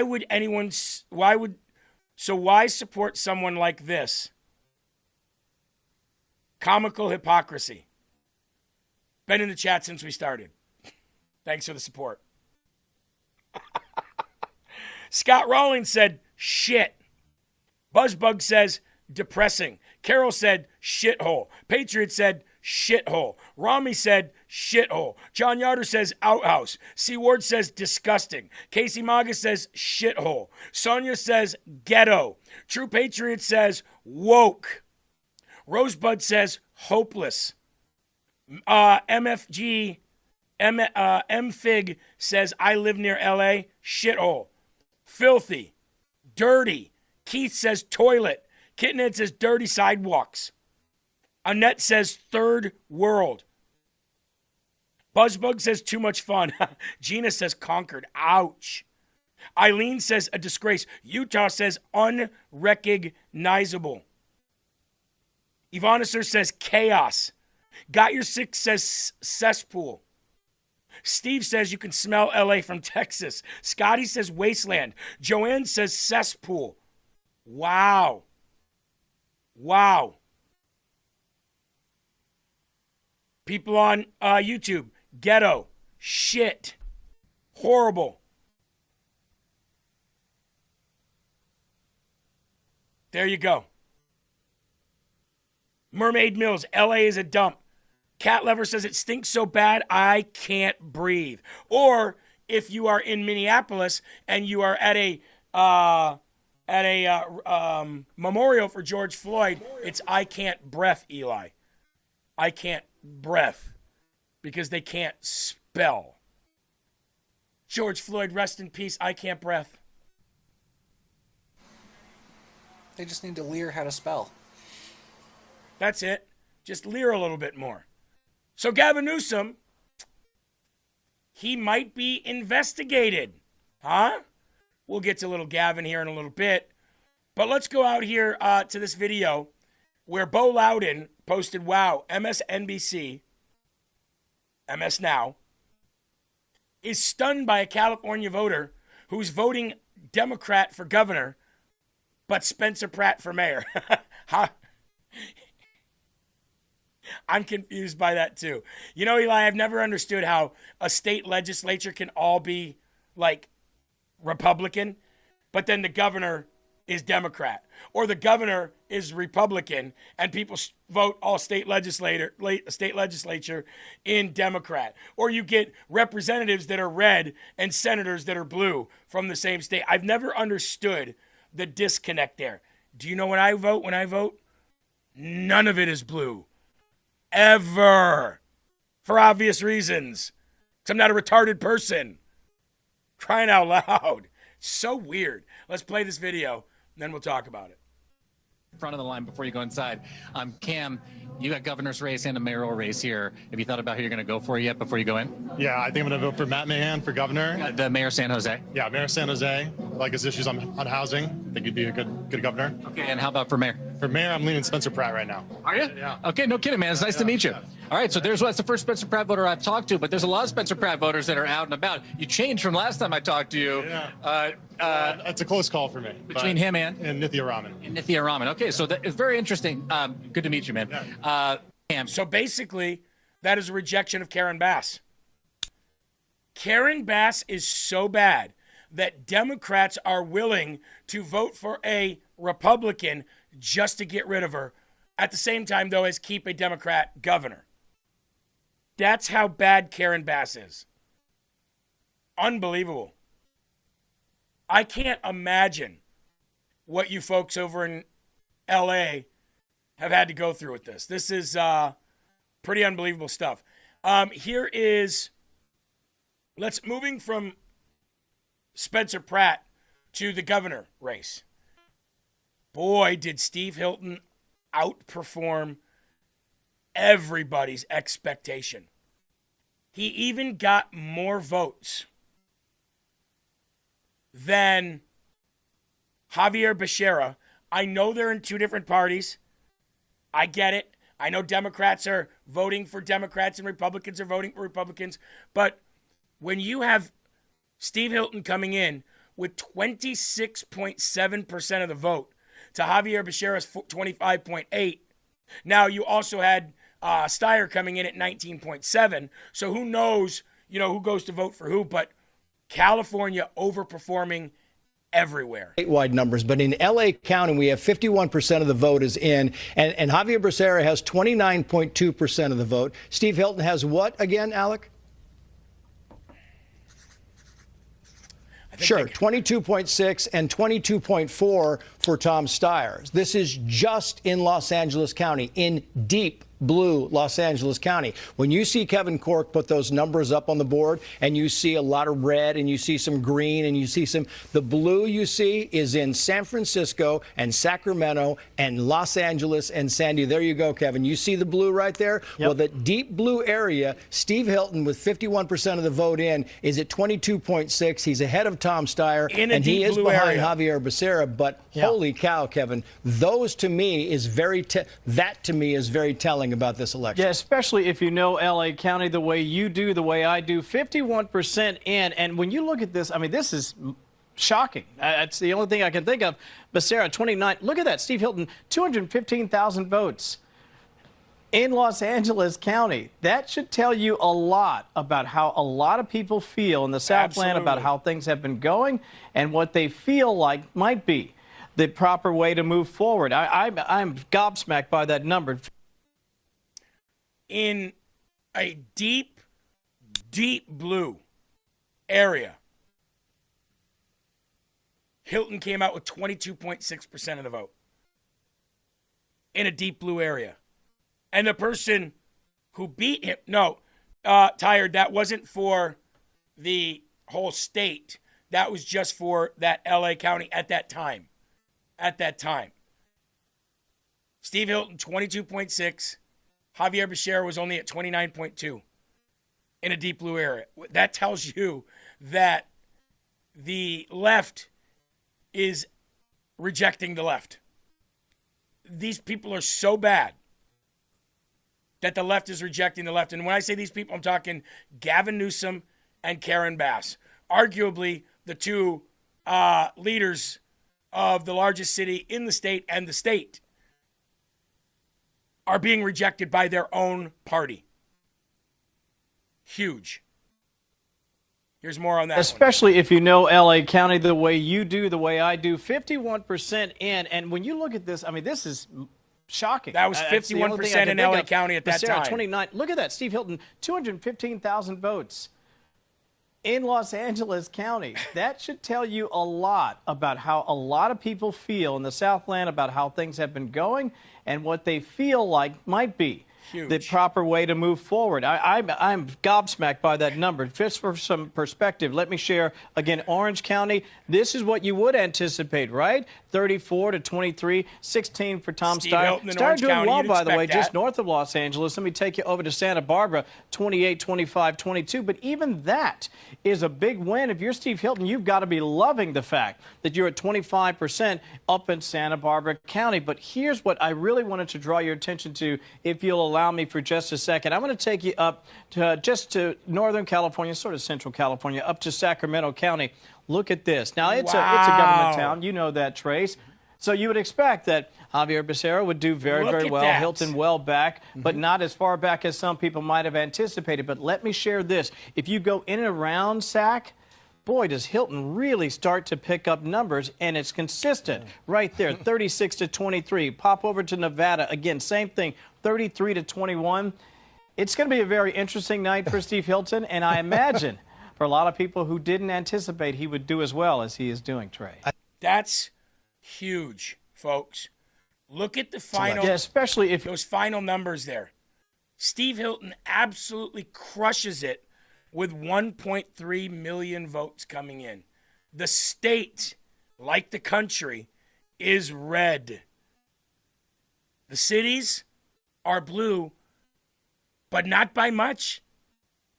Not by much. And if you take the illegal alien vote out, it's all red.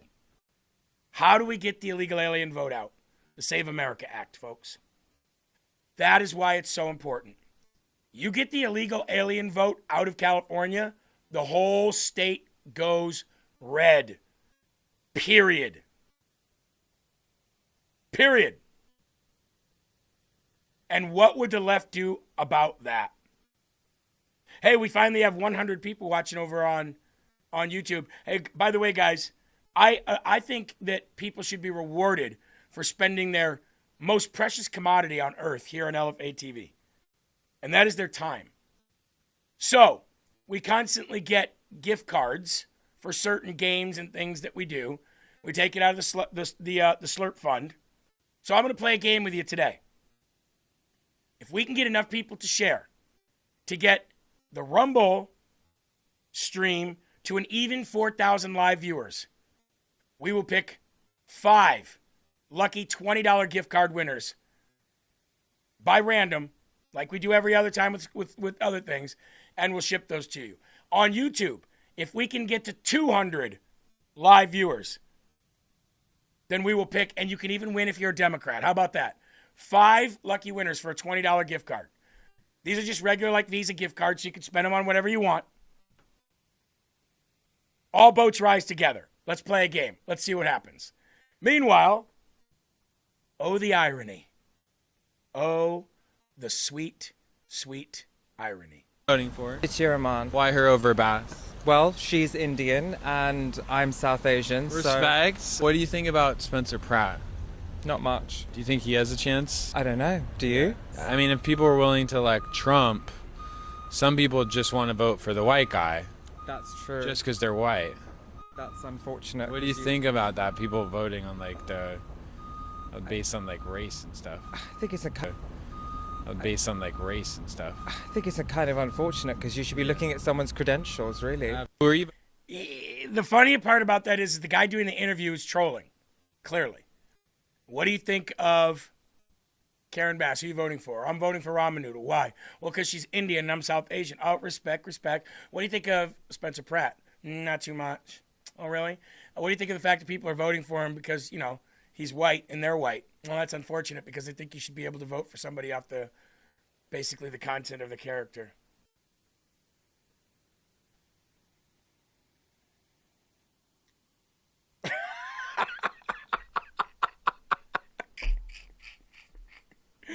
These people are insufferable. I'm telling you, Democrats, oh man, as much as I want them to wake up someday, are the dumbest people on earth. They really are. They are the dumbest people on earth. I bet you if you were to put a Democrat and a Somali inbred in the same room taking the same test 10 feet from each other, the Somali might win. The Somali might have more of an IQ than a modern-day Democrat in the United States of America. Now, Spencer Pratt said if he were to become mayor, then he would open up an investigation into Gavin Newsom for a number of crimes. If I was Tucker Carlson, I'd say, now Spencer Pratt, opening up an investigation into into the governor. I said mayor. The governor, Gavin Newsom, for what? Maybe a number of crimes. I don't know. And I don't think it's fair because the governor, I believe, has done a good job there. I mean, I've not always seen eye to eye with him, but when I was at Fox, we were friendly. Anyway, in Gavin Newsom fashion, here we go. We signed a law to protect our elections, to make sure that we are conducting a fair, free election without fear of intimidation. A lady at the Shell gas station told me that we need to get this governor out because what he's not doing is protecting our elections. Here's how. Number one, the bill that he just signed prohibits law enforcement from accessing voter rolls, voter lists, and voter technology without the, quote, authorization of a court. Now, mind you, these courts are filled with liberal judges, so they're not going to give authorization to law enforcement even if there is fraud. Now, if we have law enforcement seizing ballots because they suspect fraud, we're talking about a crime. with fines plus up to 3 years in prison. This is absurd. Number 3 is that if there are uniformed or armed personnel at the polling stations in an attempt to keep the polling stations safe, the Secretary of State or the Attorney General could override that presence, even if local officials determine that it's truly needed. And finally, and probably most grotesque, is the fact that vote-by-mail observers will not be able to challenge any differences between a signature that's on a ballot and a signature on voter registration records for a given person. So how can we verify that the person who is claiming to have voted is the same as the person who the ballot was intended for if we're now going to make that illegal? Not only this, but because of the ballot curing process and the fact that we have vote by mail en masse here in California, Newsmax is reporting that it may take weeks to tally up the votes from this primary and figure out certain winners and losers. That's just insane. So I just signed a law to protect our elections, to make sure that we are conducting a fair, free election without fear of intimidation. Yeah. You know what I love there? I love to see young kids like Dylan Fillion here in Iowa getting involved. And the next generation of political knowledge that these youngsters have will be far and above what people have today. Very, very, very happy to see that. And it's happening in every state. Charlie Kirk really did have a positive effect on youngsters getting involved in politics, but not youngsters that are all liberal when they're young and become conservative when they're older. Youngsters that understand and embrace the ideas of how you grow an economy and how you keep safe borders and XYZ, understanding this wisdom at a young age and going into politics where they can resonate with younger voters and switch minds. I think it's beautiful. I think it's great. That's Charlie Kirk's legacy, and we should all give glory to God that we had a Charlie Kirk in our lifetime to be able to turn things around. Secondly, all of this illegal alien signature matching, illegals voting, all of this needs to stop, and the administration is the only people that can stop it. They're the only people, the only entity that can stop it. Like Sean said, who would have ever thought that a state could override the Constitution and federal law when it comes to voting within the state that has national ramifications? Who would have ever thought that that would be allowed? And who would have ever thought the people that were allowing it wouldn't be jailed? Maybe they will. I don't know.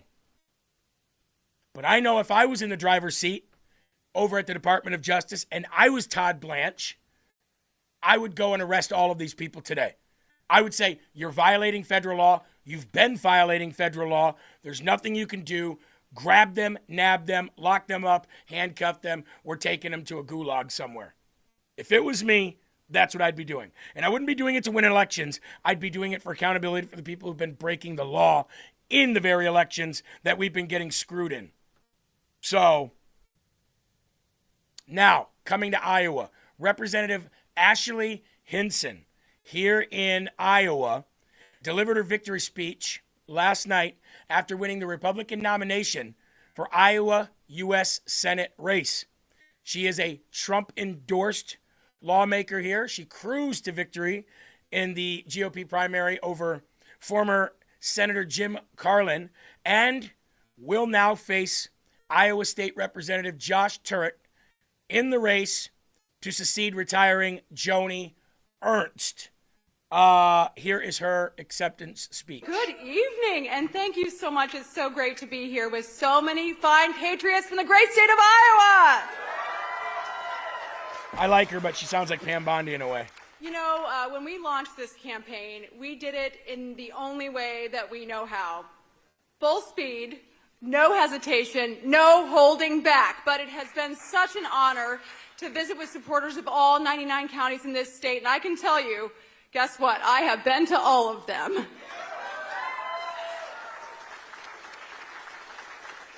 I am just so proud of the people who powered this campaign and helped to deliver a resounding victory here tonight. I'm going to be your next U.S. Senator.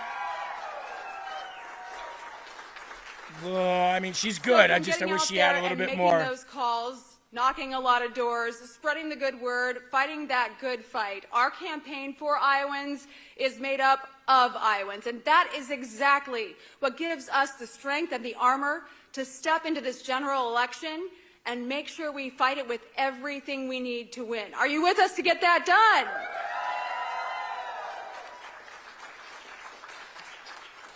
So I want to say thank you again for how hard you've all fought. We are counting on you to stay the course because we are just getting started. And I want to say tonight to Jim, thank you for putting your name on the ballot. To Jim's supporters, I look forward to earning your vote and making sure we win this election in November. Well, that was nice to say. So Iowa has been blessed with some of the strongest leaders in our country, and to have earned their support through this campaign has been an honor, and really it's some extra fuel for the fire. So first I want to start with Governor Reynolds. Governor, you have my word. I will never stop fighting to make Washington, D.C. run more like the great state of Iowa. Well, she's not going to be governor anymore, so... I think we can all look at what's happening in Washington and know that they would be well served to take some leadership notes from our great governor, right? So thank you so much, Kim, for your legacy of service to our great state. Senator Grassley, it has been a privilege to call you my friend, and I look forward to serving alongside you in the United States Senate. I look forward to Chuck Grassley retiring. Oh, I'm glad. No, don't get me wrong. I'm glad for Ashley. I really am. I think she'll do a good job. Fabulous friend. She just reminds me of Pam Bondi too much. She is leaving behind some pretty big combat boots to fill. But like I've told her and Iowans across the state, she has spent the last 12 years sending Washington's fattest hogs running for the hills. And when I pick up this baton in November, you all have my word. The squealing's not going to stop. It's only going to get louder. Good evening. I like that one-liner. So Ashley Hinson, on her way, she'll probably handily beat Josh Turek. Josh Turek is a communist scumbag, like most Democrats these days. Grassley needs to go. Kim Reynolds was simping for Ron DeSantis and wanted to be his VP. She's gone anyway. Iowa is going into the future, and Iowa needs strong candidates. What Iowa doesn't have is strong-willed, loudmouth candidates that are winning. I'm not saying they're bad candidates that are winning. I think Lane is a good pick for the Republicans to go head-to-head for governor. I believe Ashley Hinson is a good pick. I think that's a good win. But one thing that I've seen in Iowa since I've been here is the people that are like us, the outspoken Trump, MAGA-style politics, those people aren't winning here. Good Republicans are winning, but they still have this desire, it seems, to want to be accepted by the establishment of the rhinos. And that's just what I see. I could be wrong, but that's what I see, is the Republican Party here, from what I've seen so far, and I'll see a lot more of it. I'm not bashing them. I just don't see it. It's a lot like New Hampshire's. They're very middle of the road. I don't see them standing up strong for issues and saying, unequivocally, we're going to wipe the floor with you. We're not allowing this. Now, I will tell you, Lane has done a good job. Some of his rhetoric has been pretty good, but still not that like MAGA style, So, again, I'm only telling you what I see after living here for 2 years. I'm very, very happy to get involved in the Republican Party here. This Saturday will be my first, step towards that. This Saturday, I will be with the Republican Party with the Trump truck. I'll be able to meet as many of them as I possibly can over the next 7-8 months, and I'll do anything I can to help them get elected here. I'm just hoping that maybe by the addition of somebody like me, They're either going to love me or they're going to hate me, but I think the Republican Party here needs a little bit more, as T. Mundy said, spunk, right? Pat Martin said you are wrong. 36 out of 37 Trump nominees won. That doesn't mean that they are the populist-style MAGA candidates that we like. Are they MAGA endorsed? Yes. I didn't say they weren't. I also didn't say that they were bad Republicans. I said they're not those outspoken Spencer Pratts. They're not the outspoken Donald Trumps. They're not the outspoken, typical MAGA candidate that we like to see. And it's probably because those candidates don't win very often because they're a little bit too outspoken. And I understand the game is kind of be a candidate for everyone. Heartland says, Jeremy, I've been living here since 2005, and wow, it's time to wake up and speak up and go grassroots for real. That's all I'm saying. I know that everyone but one of Trump's endorsed candidates won here. Trump doesn't always endorse the right candidates that we want. He endorses the people that he thinks can win and beat the Democrats. And I'm not saying there's anything wrong with that either. I just want to see the MAGA movement take over the Republican Party so much that we're looking for candidates like the Pratts, like the ones that gain national attention. Those are the ones that change the game. The national attention candidates. And you really can't get there, when you sound like the typical Republican establishment. That's what I'm saying. Here is Republican businessman Zach Lane. Here's some of the things that he has to say. We were outspent, opposed by the establishment, told to wait our turn. Well, tonight the people of Iowa had something to say about that we're not going to wait anymore. Because I fear every day we are losing the Iowa we love. We've lost 10,000 family farms since 2000. Our young people are leaving faster than 46 other states because they don't see enough opportunity here. Wall Street hedge funds and foreign interests are buying and selling our land, driving up costs so our kids are priced out of the market. He's not wrong. They treat Iowa land like it's a commodity instead of our inheritance. They treat us like numbers, not neighbors. This is over when I'm governor. I like that. See, that's a little bit better. We were outspent, opposed. That is why Zach Lane won yesterday. He didn't have the money behind him. He didn't have the endorsement. As a matter of fact, U.S. Representative Randy Feenstra had the endorsement of President Trump. It's the only loss in President Trump's endorsements last night was to this guy. And that's why. Look at what he said. Look at how he said it. That is over when I am governor. That's that Ron DeSantis style attitude that he has as governor.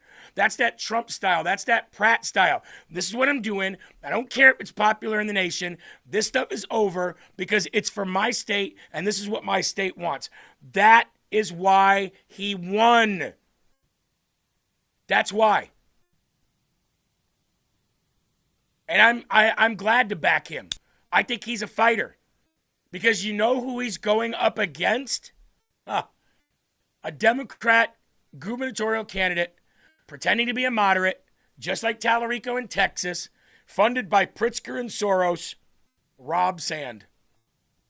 Rob Sand will destroy Iowa. And all I have to do is show you one freeze frame of this guy, and you'll know everything you need to know about him. Watch this.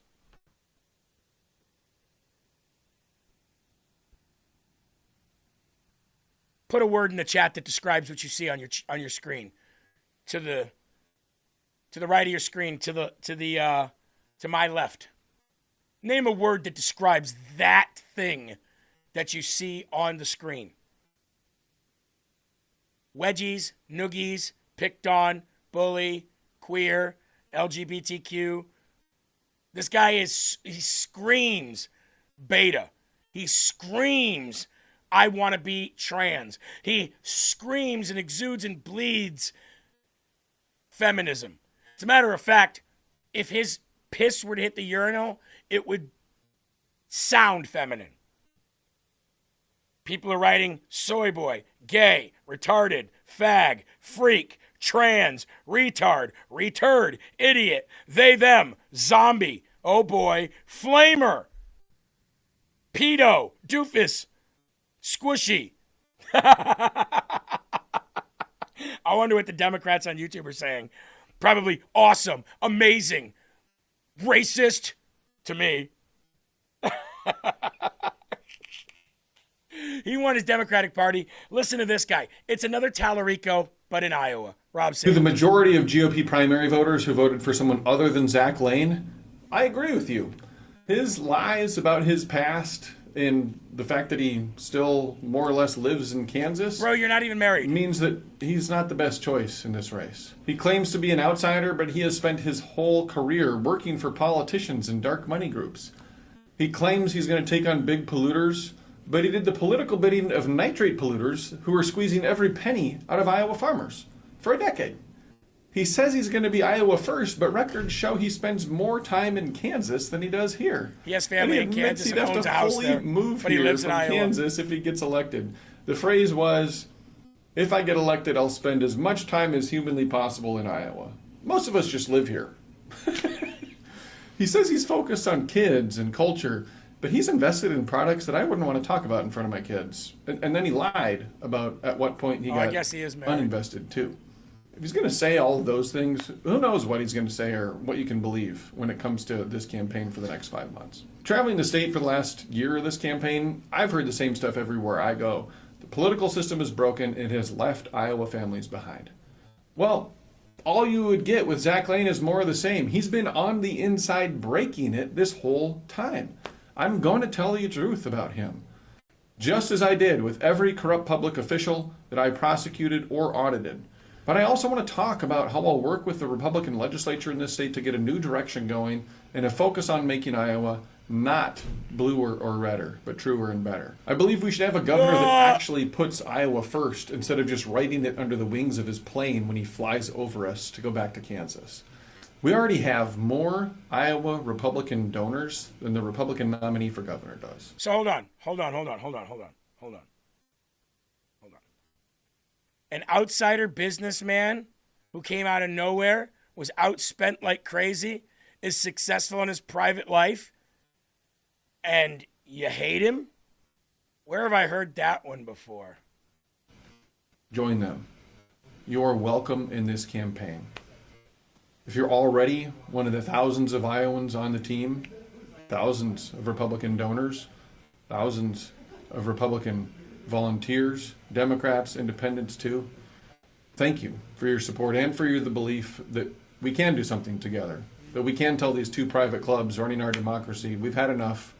We would like to work together now, and we would like to have fun. We don't have a democracy. With our neighbors and We our have a friends and our constitutional family republic. that we disagree with about politics. Let's keep that going from now till November, and let's send a message to the establishment in both parties that have been failing us, but their time is up. To the majority... Blue or no, red or no, just truer and better. Ugh. Guarantee this dude has a thong on with a whale's tail, Eli. You know what a whale's tail is when somebody wears a thong? That's what he's got. He's got that pulled up right over his little girl hips. He's got that side of that thong pulled up right over his hips so it comes out of his pants and it looks like a whale's tail. I guarantee you that. And I guarantee you he has a lower back tattoo as well. Tramp stamp. And I bet you it says, pound me too. Oh, I mean hashtag me too.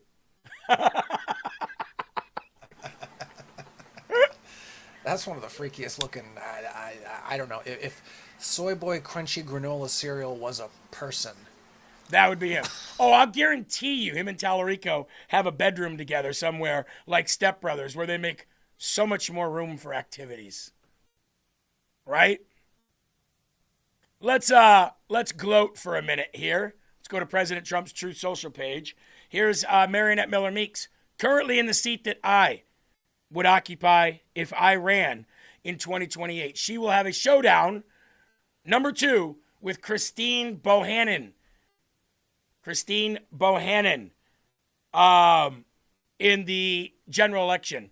in November, but she won, Trump-endorsed candidate.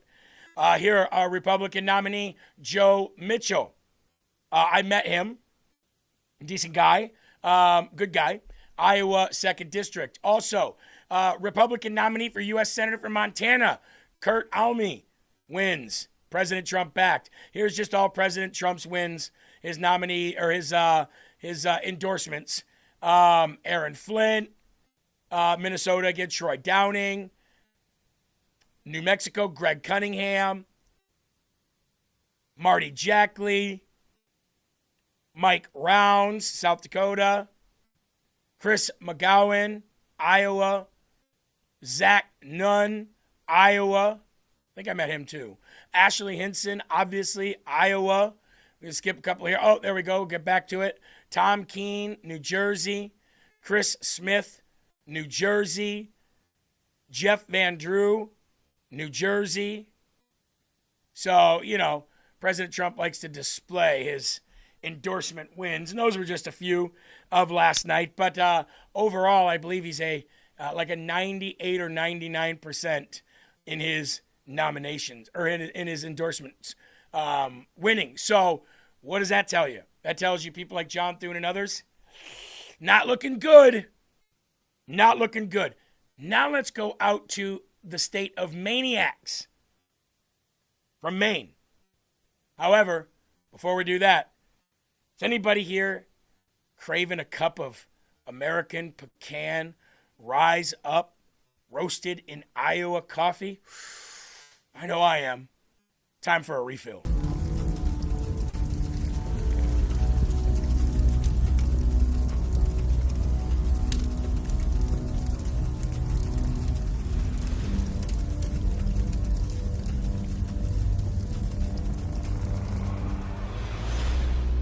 In the long history of the world, the struggle to survive has been a constant.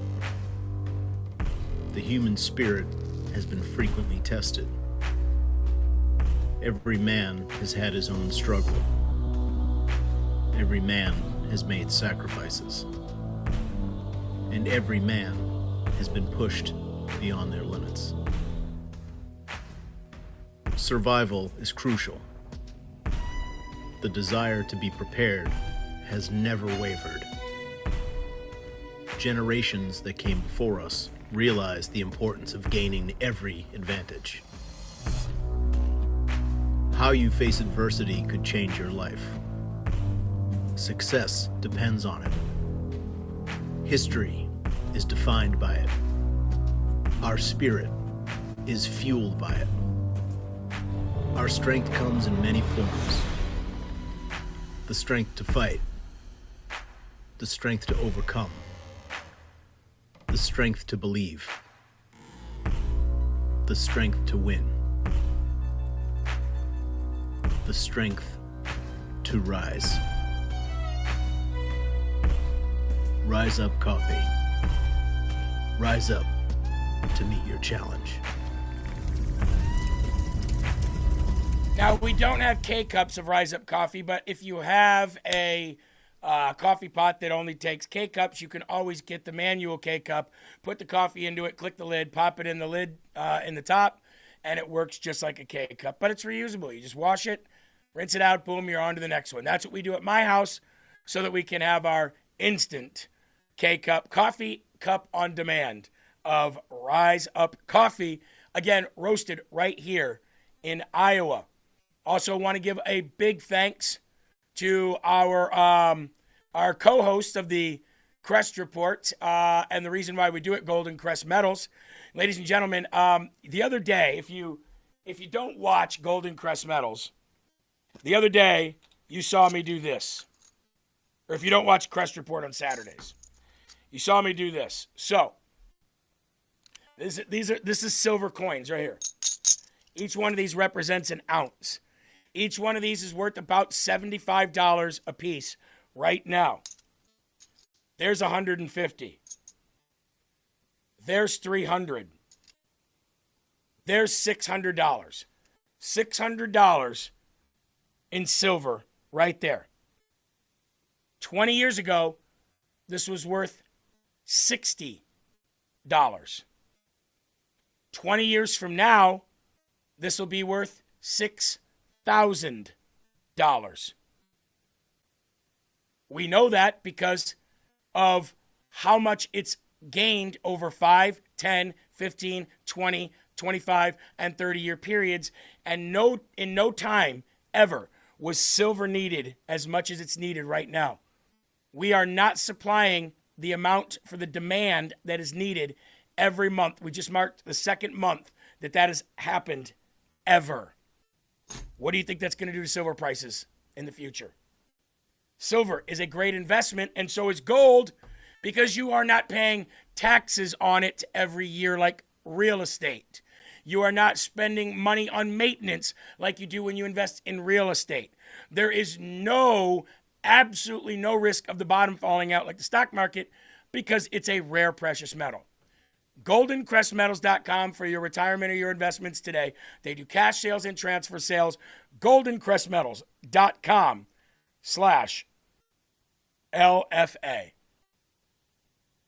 Michael says, not a coffee drinker.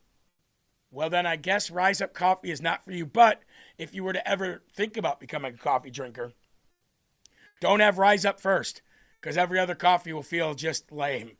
You know what I mean? It's like, don't meet your heroes, right? All right, let's go to the state of Maine.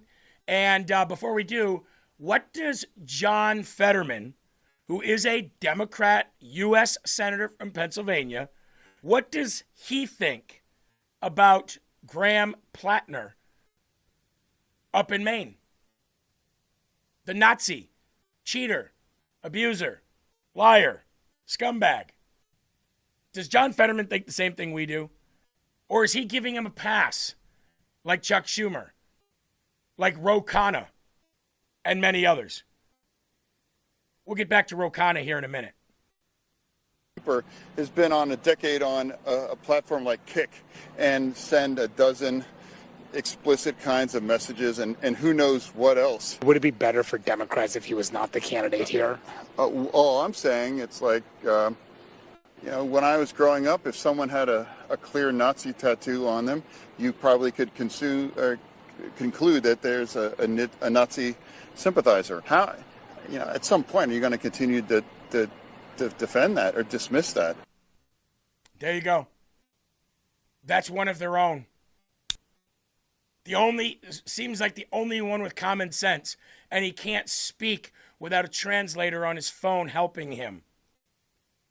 Eli, when you have a guy who has had massive strokes, who can't even dress properly to respect the office that he's in, and needs a phone to communicate, having more common sense than the party he belongs to, boy, it says a lot about that Democratic Party in 2026, doesn't it?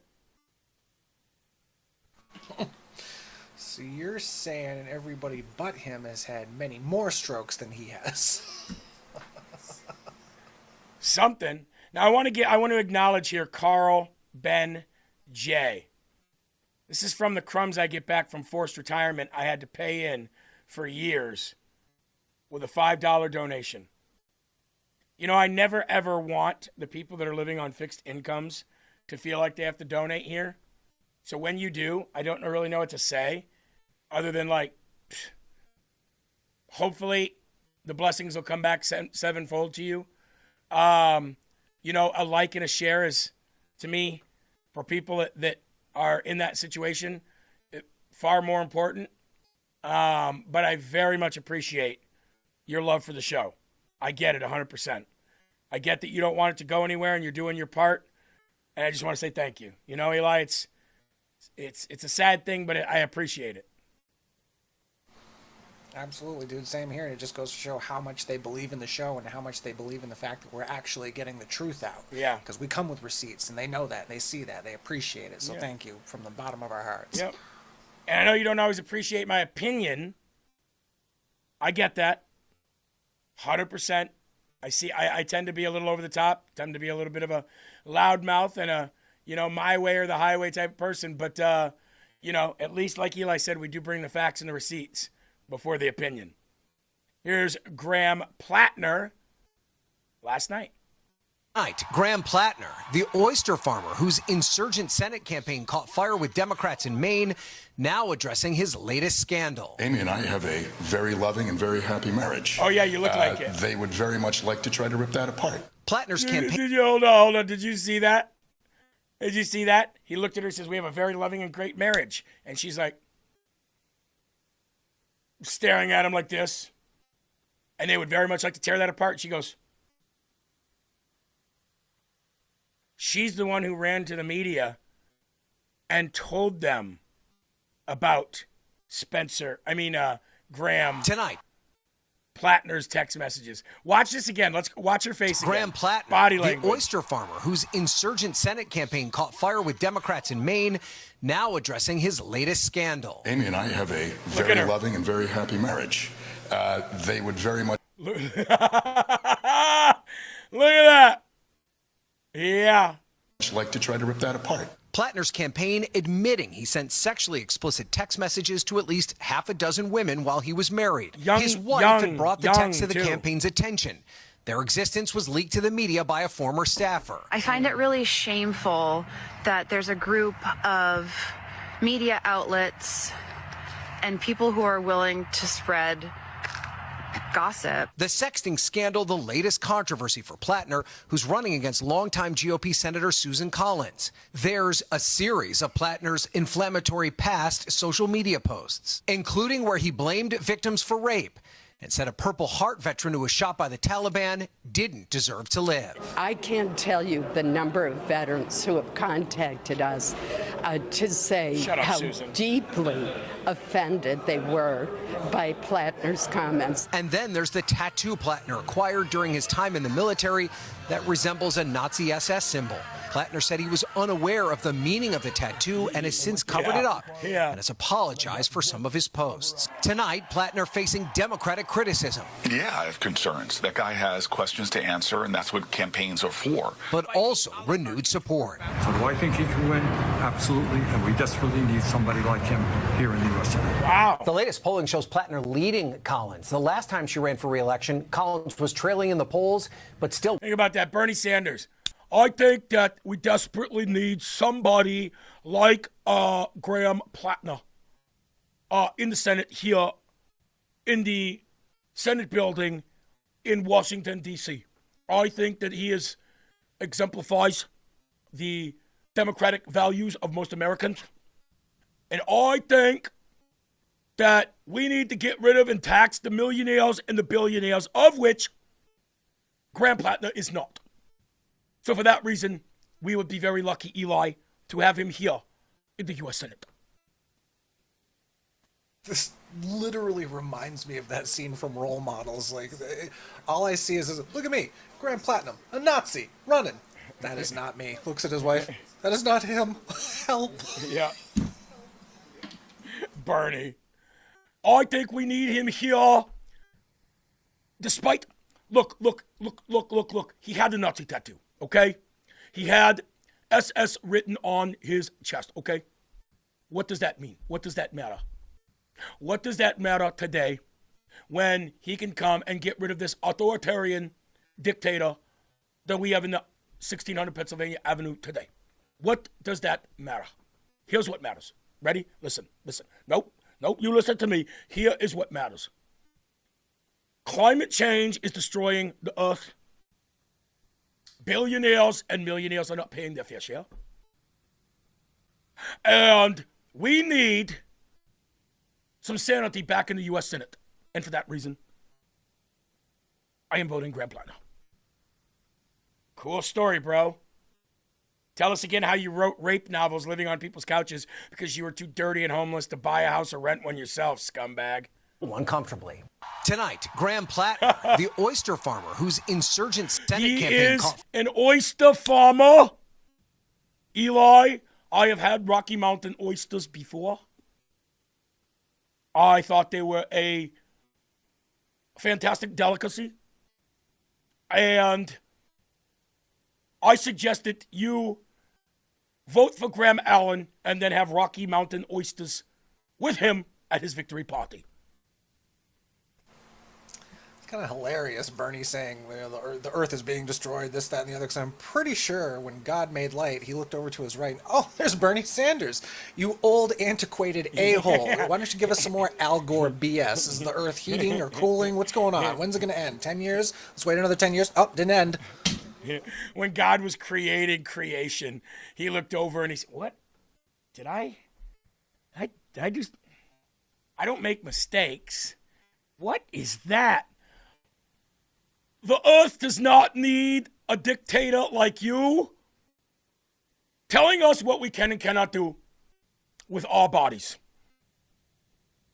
If Eve wants to eat the apple, this is a socialist garden. Am I wrong? Everything here is free. Am I wrong? Eve should be able to eat that apple, Eli.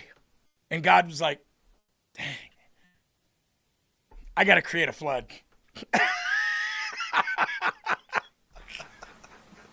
I am going to run for Congress of the world, and we are going to vote you out, God. I haven't made any other people yet. We are going to vote you out and your 10 commandments because they do not apply to us. Do you understand? We're going to start doing some episodes of that Bernie in the Land Before Time.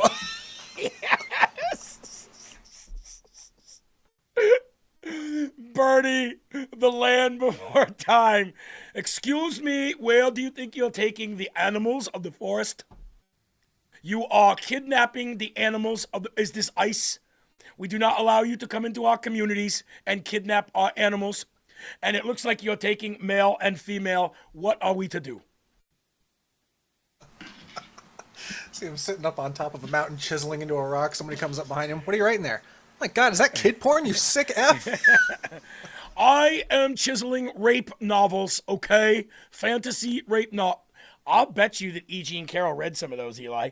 That's where she says, you're fascinating to talk to.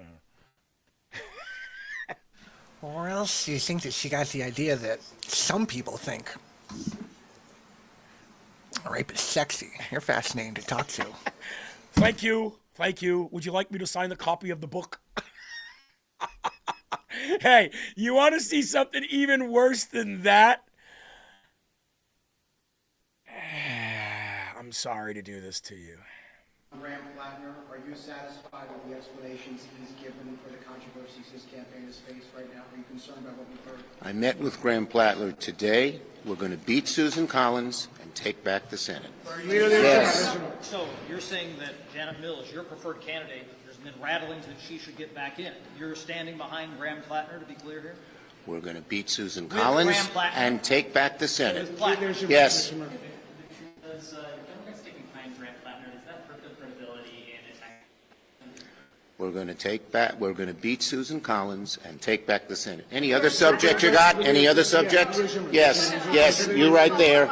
Do you believe that Janet Mills should unsuspend her campaign? We're going to beat Susan Collins and take back the Senate. You Last one. You have not said if you're still endorsing Graham Plattner. Are you still supporting Graham Plattner? As I said, I endorsed Graham Plattner. We're going to beat Susan Collins and take back the Senate. Thank you. Do you have any concern on Graham Plattner? First of all, let's do this. Second of all, let's do this.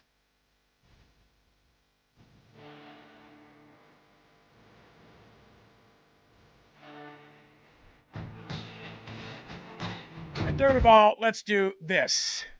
Blah, blah, blah, blah, blah, blah, blah, blah, blah, blah, blah, blah, blah, blah. We're going to beat Susan Collins and we're going to take back the Senate. Next. Sir, what'd you have for breakfast this morning? We're going to beat Susan Collins and we're going to take back the Senate. You, next. Sir, what do you think about President Trump's latest trip to China? We're going to beat Susan Collins and we're going to take back the Senate. Sir, it's being reported that you have hemorrhoids and it's hard for you to walk. Can you tell us the level of pain that you are feeling, the level of discomfort that you have with the hemorrhoidal action that's going on through your anus? We're going to beat Susan Collins, Eli, and we're going to take back the Senate. Have a good day, everybody. Sir, could you please switch the word beat to defeat? We're gonna beat the shit out of Susan Collins and take back the Senate. Sir, what do you have to say about claims that Trump made that you are mentally retarded? We're going to beat Susan Collins and we're going to take back the Senate. What about the guy that you're going to beat Susan Collins with? Isn't he guilty of racist, being a racist and raping? We are going to beat Susan Collins and take back the Senate. By the way, beating Susan Collins is not a flex. We hate her guts politically. Are we really going to be forced to vote for Susan the Rhino Collins just to get rid of Nazi, self-proclaimed Nazi, child porn, whatever else, Graham Plattner? Maine, what is happening in your state, you maniacs? Now, I've spent a considerable amount of time in Maine, right? Bar Harbor, Maine, right? You got Portland and Bar Harbor, right? I mean, what do you guys do up in Maine besides get absolutely drunk and try to tip moose? You vote for retarded people? Susan Collins and Graham Plattner, you mean to tell me that out of all the people in the state of Maine that's got the most beautiful fresh water underneath it than any other place on planet Earth, that you guys can't produce two people outside of the dipshitiots that you've given us?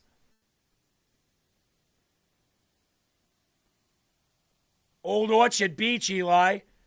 Come right up here, Old Orchard. Stop at Bar Harbor on the way. Stop over there in Portland. Get yourself a lobster roll. The lobster rolls here are great. Let's get drunk. Isn't that where Tucker lives? Maine. Did you notice the John Wayne-like swagger that Chuck tried to throw in there? Well, I'm going to tell you, Pilgrim, we're going to beat Susan Collins and we're going to take back the Senate. I'm Chuck Schumer, and I make car parts for the American working man, because that's who I am, and that's who I believe in. Buy Schumer brake pads today. Get over it. The truth is, I make car parts for the American working man because I'm a hell of a salesman, and the American people don't know what the hell they're talking about. Jersey Jane says, Maine is full of libs. The sad truth is that Planner can win. Yeah, no, I know. Especially when you've got Chuck Schumer stumping out there for, we're going to beat Susan Collins and we're going to take back the Senate, Pilgrim. I'll be if that ain't John Wayne. Is that you, John Wayne? That you, John Wayne? Is this me? Hey, do you guys hear about the man running for Congress in the Democrat Party in Florida who's selling 8647 merch, threatening to dox J6ers in an unhinged video that says that every J6er deserves the effing noose? That's nothing new some to us. January 6ers don't deserve $1 billion. They deserve a fucking noose. And if I find out that any of you January 6ers request funds from this little fucking slush fund that Trump set up, I'm going to personally dox the living fucking shit out of you. Have fun. Wow. Oh, no. Don't do that. Well, the fund is over, dipshit. Nobody's getting that fund anymore. It's been suspended. Probably for something to do with the Save America Act. And John Thune and Mike Pence desperately. By the way, why Mike Pence? I don't know. But they desperately wanted Trump to drop this whole weaponization fund, this, nearly $2 billion weaponization fund to people who are, have been targeted by the federal government, one way, shape, or form. And he said he's going to personally dox each and every one of you. Do you know what I know about people on our side, Eli? is they're not really too concerned about you finding them. You know, most people on our side hear an intruder in the home, and we reach under our pillow with a smile while our eyes are still closed.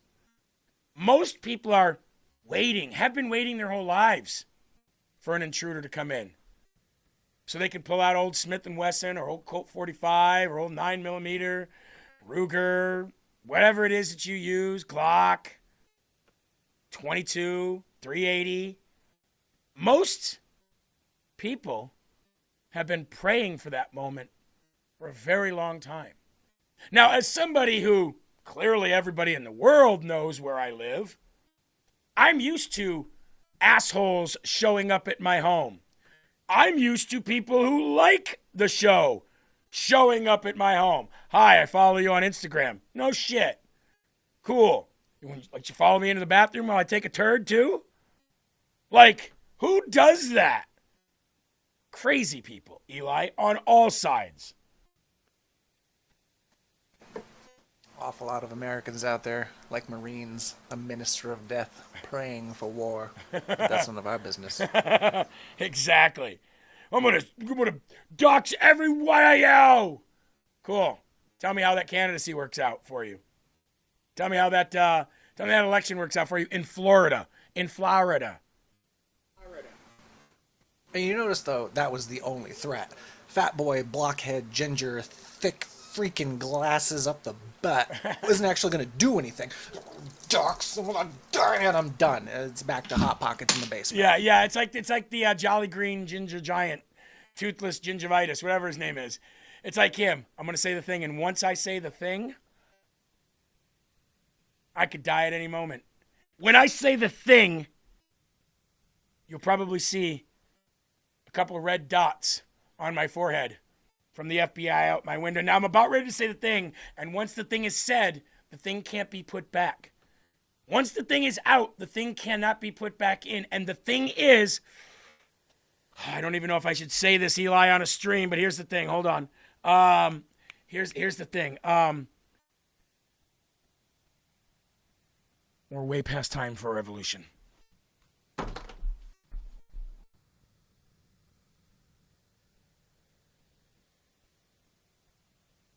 Whoa, all I said was it's way past time for a revolution. Please don't shoot me. I'm a high-profile individual, and everybody would be so sad if you killed me. I said the thing. You know, the thing. It took him so long to get that out. You could have had an episode of Candace Owens in between it, having her say, he's almost there. He's so close. Oh, he's so close. And when we come back tomorrow, we are going to find out about the I in the word thing. And then the N after that. Just come back tomorrow. We're getting so close. The walls are closing in. Whoa, I said it's time for a constitution, not a revolution. Revolution? Revolution, did you say? Hey, somebody said, never thought that I would be for Susan Collins. I know. You know what I mean? Do you vote for a puddle of piss or a pile of turd? Which one do you vote for? You know? Or do you sit this one out? Can't do that. Unbelievable. How about this one? A president of Kirkwood School Board calls for the murder of President Trump on Facebook. Now, if I were to ask you, what do you think this person looks like? I'm going to show you a picture of her, okay? What do you think the person who is the president of a school board, who is threatening the murder of the president on Facebook, if I was to say, what do you think she looks like, what would you say? Is she black, white, old, young? Is she, what do you think she looks like? Let's see. Bethany says, fat, white, female. Got Your Six says, blue hair, nose ring. Dave says, pink or blue, hair, or trans. Fupa has blue or purple hair, green hair dye, blue-haired freak, a man, a lesbian, a white lib, a fat retard.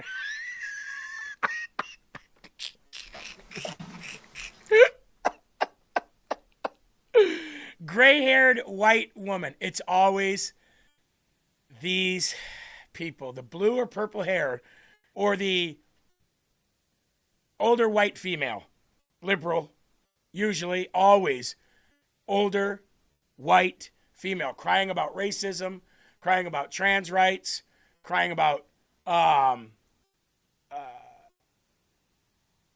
trans twerking in libraries, and illegal aliens have a right to be here even though she'd never allow them in her home.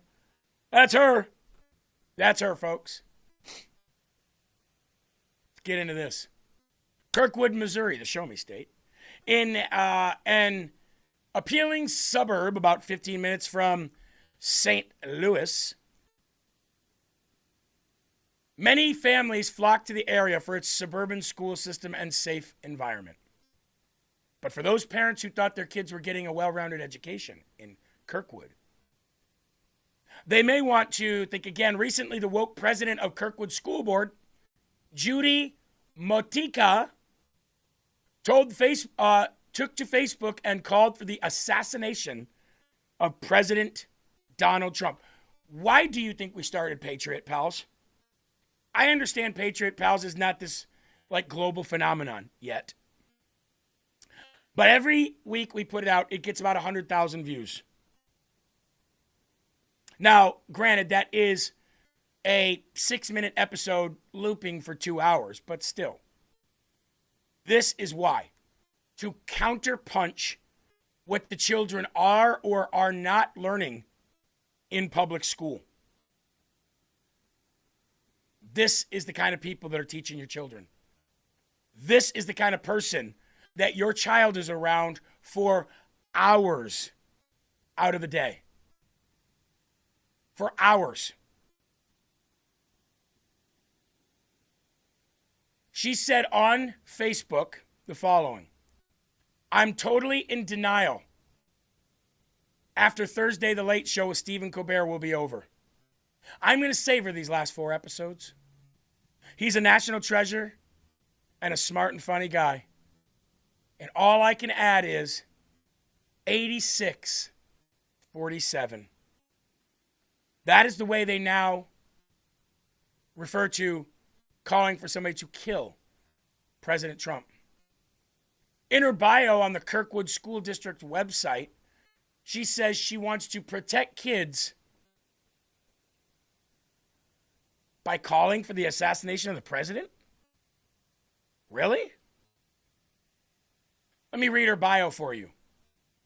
Judy Motika, formerly Judy Larson, has lived in Kirkwood since 91, when she moved there with her 2 young boys after being drawn to stellar schools and neighborhood feel.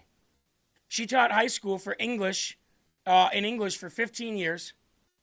The last 6 at Kirkwood High School, and her boys and stepchildren all went through Kirkwood schools, graduating from Kirkwood High in 2003, 4, 6, and 8. While they were students, she was active in the PTO and other district events. She's also served as a mayor-appointed member of the City of Kirkwood Human Rights Commission and as a court-appointed special advocate for children in foster care systems. Well, that's nice. In her personal and professional life and in volunteer service, she is focused on children, protecting them, empowering them, and supporting them. She believes there are a few things more important. There are a few things more important than our public schools.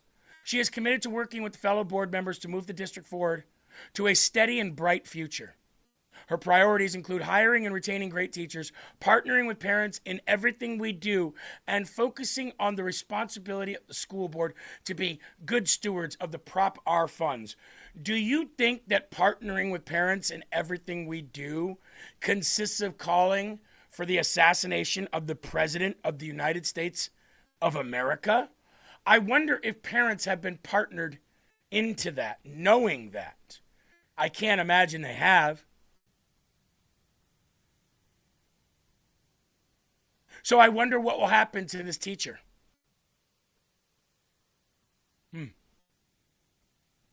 Kirkwood, Missouri. Stand up. You know what to do. If you know anybody in the school district in and around St. Louis, maybe you should go pay the teachers, that teacher a visit. Maybe you should go pay the school board a visit, actually, during the next school board meeting, because she is president of that school board. Maybe you should go give her your peace of mind. Just an idea. How about this one? Democrat congressional candidate arrested after pulling a firearm on 2 government workers. Previously issued chilling threats against the councilman's executive assistant. A crazed Hawaiian Democrat achieved his 15 minutes of infamy last week after pulling a gun on 2 public officials, but there were signs of trouble before, including a horrifying threat that was seemingly ignored by police. Again, the bad guys always get ignored by the police. The Honolulu Civil Beat reported that 40-year-old Herrell Basin, a candidate for Hawaii's 2nd congressional district, was arrested for threatening 2 Maui County workers around 9:30 on Friday before running away and being arrested hours later. Basin has been charged with terroristic threats in the first degree. According to Honolulu Civil Beat, Basins entered a Maui County government building and brandished his gun during an argument with county workers, a Democrat, once again. Police, however, were not called for an hour and a half. Maui Police Chief John Pelletier issued the following statement, saying that he's extremely proud of the quick response. An hour and a half? An hour and a half, that's a quick response? Which helped ensure a peaceful resolution. $100 says that guy was a Republican candidate, and he brandished a weapon in a government building at 2 workers for that government building. Eli, they'd probably be dead. You know what makes total sense now? I know this isn't the case in this specifically, but you know when we hear things happen and then after the fact, we had our eye on them, we were keeping an eye on them, we were watching them. To what? Make sure nobody interferes with their dastardly plans? Are you a-holes protecting these people so that they can carry out their psychotic things that they do? I know. Well, it's like you always hear about it, and the FBI says, he's been on our radar for years. No kidding. Really? Now, if I were to say to you, a man with a bomb strapped to his chest running into a building to cause massive destruction, what would you think? Who would you think that person is? Immediately, I would think Muslim. Right, Eli? If I said a man ran into a building with a bomb strapped to his chest, the first thing I would think of is Muslim. Second thing I would think of is illegal alien. Could be one and the same. And the third thing I would think of is Democrat. Not in my right mind would I think of a hardworking Christian conservative Republican, even if they didn't believe in God. I would never think that. I would always think it was one of the first 3. Because it never has been. It never has been a hardworking conservative Republican who has a job and takes care of their family and just gets up every day and goes to work and keeps the world running, keeps the country running. It's never. I've asked time and time again, please tell me when a Republican. And we looked it up. A few weeks ago? It was like 3 times in the last 1. Angeles, major buildings, including City Hall and police headquarters, on lockdown at this hour. It all started about 2 p.m. local time. A hot day there, 93 degrees. Our Carter Evans has late developments now, reporting from our Los Angeles bureau. Carter, good evening to you. Well, good evening, Tony. Police say this is an active hostage situation. It's happening right now at the Chase Bank. It's in downtown Bakersfield. Now, the suspect is a man and may have a bomb strapped to his body. Over the radio, there was talk about a subject coming into the bank yelling, "Everyone stay down on the ground." Now, police say at least one hostage is involved, and they're actively negotiating right now. You're looking at video that's coming into our LA newsroom. Also on the radio, someone can be heard saying it looked like the suspect rigged a tripwire on the hostage's legs. Streets nearby are closed, and evacuations are in progress right now. Tony? All right, Carter, thank you very much. Eli, those news people. And evacuations are in process right now. Back to you, Tony. Thanks, Carter. Riveting reporting on the scene. They're just so gay. No wonder why nobody watches them anymore.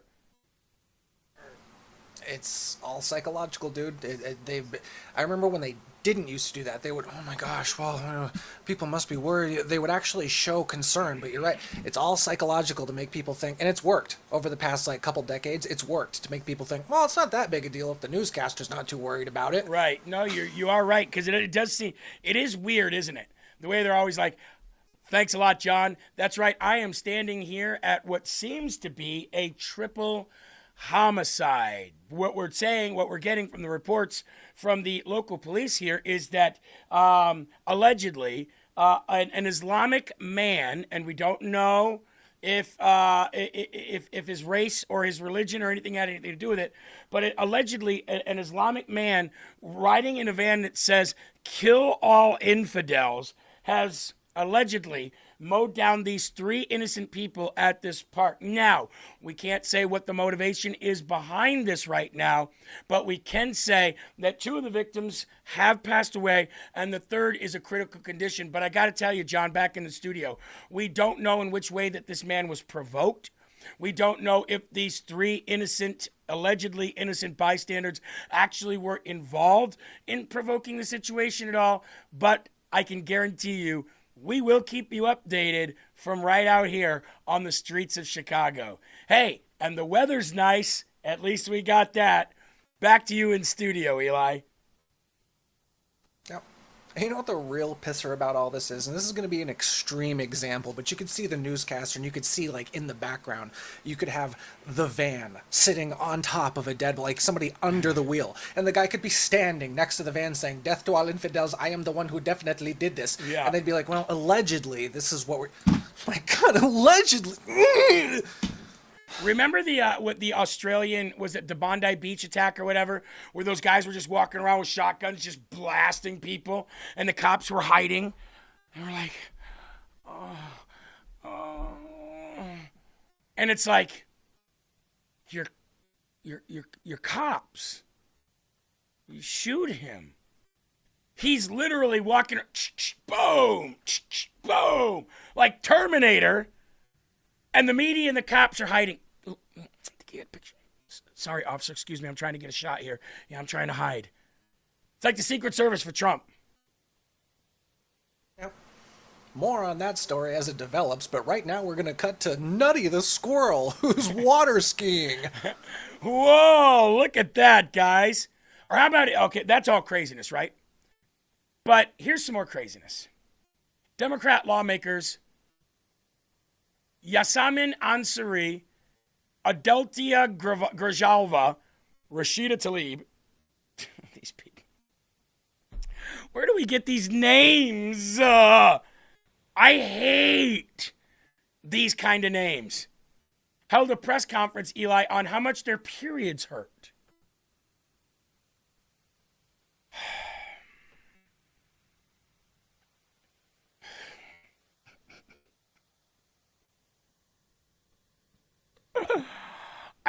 Can you show me on this doll where it hurts?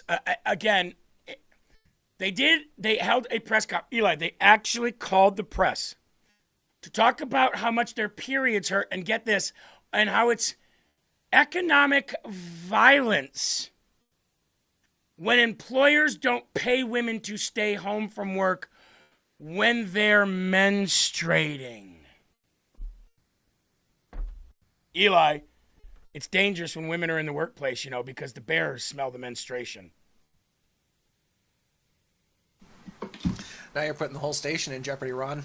Yep. How do you feel about that? How do you feel about that?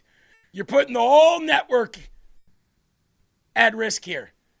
Eli, it's a good thing we don't have any women here anymore because the bears may smell the menstruation. I almost thought you were going to say, like, it's white Christian conservatives' fault. But if their employer is that, then I guess it goes hand in hand. What's worse? Democrats going, ahooya, ahooya. Democracy is cool. Down with fascism, ahooya. What's worse, that or United States Congresswomen calling a press conference to talk about how much their periods hurt? Today we are here to talk about women's pain and how long it's been overlooked. In the summer of 2015, while starting my career in New York City, I woke up on the floor of my local bodega, drenched in sweat, being dragged into an ambulance. 2 male paramedics hovered over me. Stop. And continued to ask me if I was pregnant. A, TMI. B, nobody cares. See your way out. Eli, the only thing that would have made this better, and I'm going to go back to it here in a minute, but the only thing that would have made this even better or worse is if Tim McBride was the one speaking. If Tim McBride, the male, it's ma'am. Imagine he's up there. Menstruation hurts, y'all.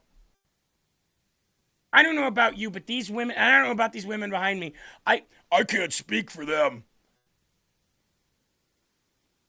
But every night when I go home and give Starla a kiss, I could see that she's been menstruating. I know she's been in pain. I can't speak for the fellow women that I have behind me here, but when I menstruate, it hurts. Yeah, because you're not supposed to, Tim.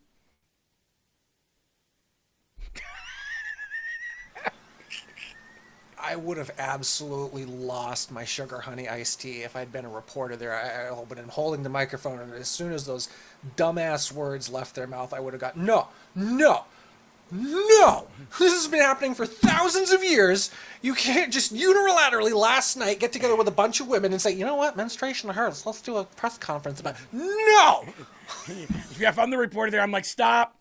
Please just stop. This is why you called us here? This is why you called us here? While starting my career in New York City, I woke up on the floor of my local bodega, drenched in sweat, being dragged into an ambulance. 2 male paramedics hovered over me and continued to ask me if I was pregnant. I had passed out from period pain. Even now, every month, I have days where it feels like barbed wire is tightening inside me. I've taken 2,000 milligrams of ibuprofen in 24 hours. Lady.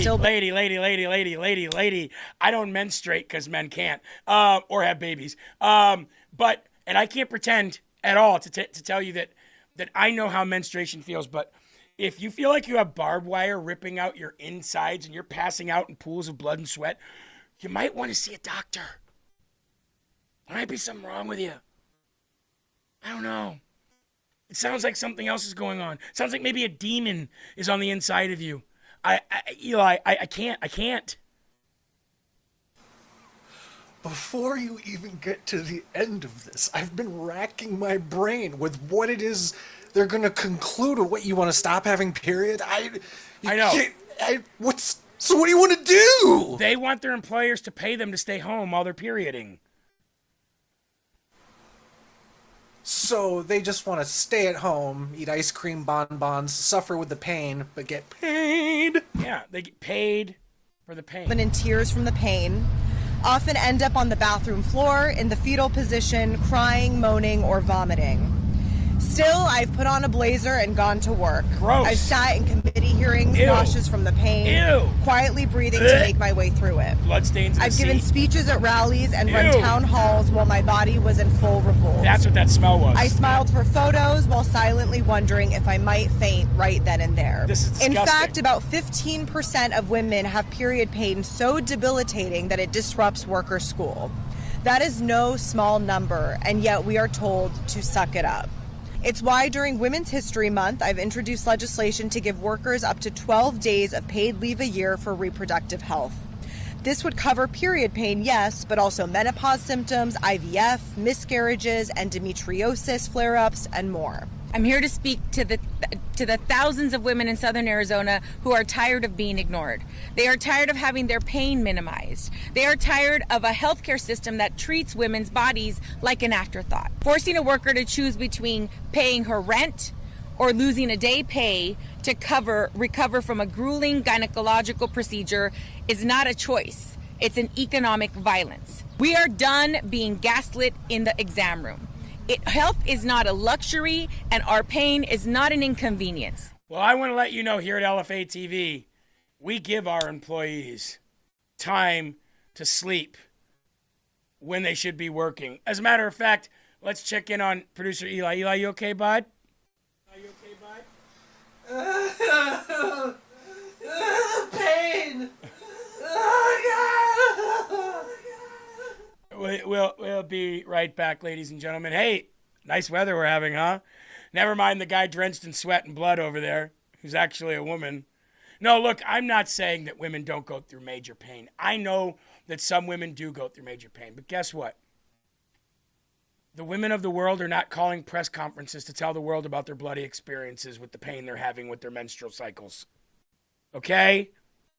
If you are calling a press conference over the pain that you are in when you have your period, I don't know what to tell you. Okay? I was at a bodega, drenched in sweat. I have gone to rallies bleeding. I have done hearings bleeding, wondering if I'm going to be able to even make this speech. Ew, gross. Get away from me. Get away from me. That's disgusting. Ugh. C. Ward says, Jeremy, not like that. And you're right, she needs to see a doctor. Absolutely. But calling a press conference as a congresswoman to tell people about that might not be the best thing. That's disgusting. That, Eli, is the Democratic Party today. We'll tell you all, that little trick didn't work out exactly how I planned. I was curled up on the ground in the fetal position, and that was supposed to be the humorous joke. But yeah, wow. Well, no one expects you to get anything right, Eli, when you're in a bunch of menstrual pain. Menstrual pain. Eli, ooh. Imagine if there was somebody there in the crowd who said, can't spell menstruation without saying man. Just saying. Curses. Foiled again. Yeah.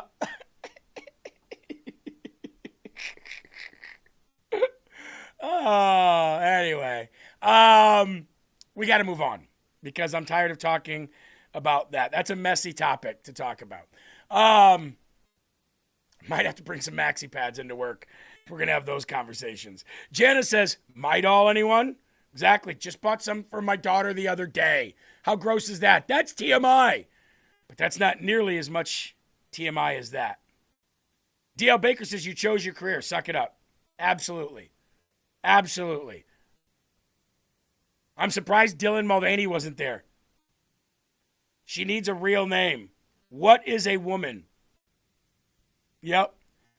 You know what would have been awesome, Eli, if Tim McBride was there? If Tim McBride was there and he wanted to speak, look, y'all, I don't know what it's like to have a menstruation, but I do know what it's like to walk in a female's body. Oh, my God. I expected that. I really did. But it would have been awesome if those women are like, get out of here. You don't know what it's like to be a woman. We're in pain. And there was a little civil war that started there. That would have been awesome. That would have been so good. Someone said call Tampon Tim. There you go. How come you didn't go to Minnesota and have that press conference? Tampon Tim would have been able to take care of you. He would have opened up his sports coat, Eli, and he would have had like instead of like a Rambo belt of bullets, it would have been all tampons. And he would have been giving them out left and right. Either that or he just drops out of the sky, superhero landing, stands up, and he's got them all. I can help you with that, ma'am. Yeah. Here's my trusty sidekick, Pete Booty Plug, and he lands down. That's right, guys. We don't bleed, but if you need something else plugged, I got it. No, thanks, Pete. We're good with Tim. I don't think. Yeah, we're good. Ghostman. Oh, you want something plugged? Well, just in case, I'm here, and I am your whoa man.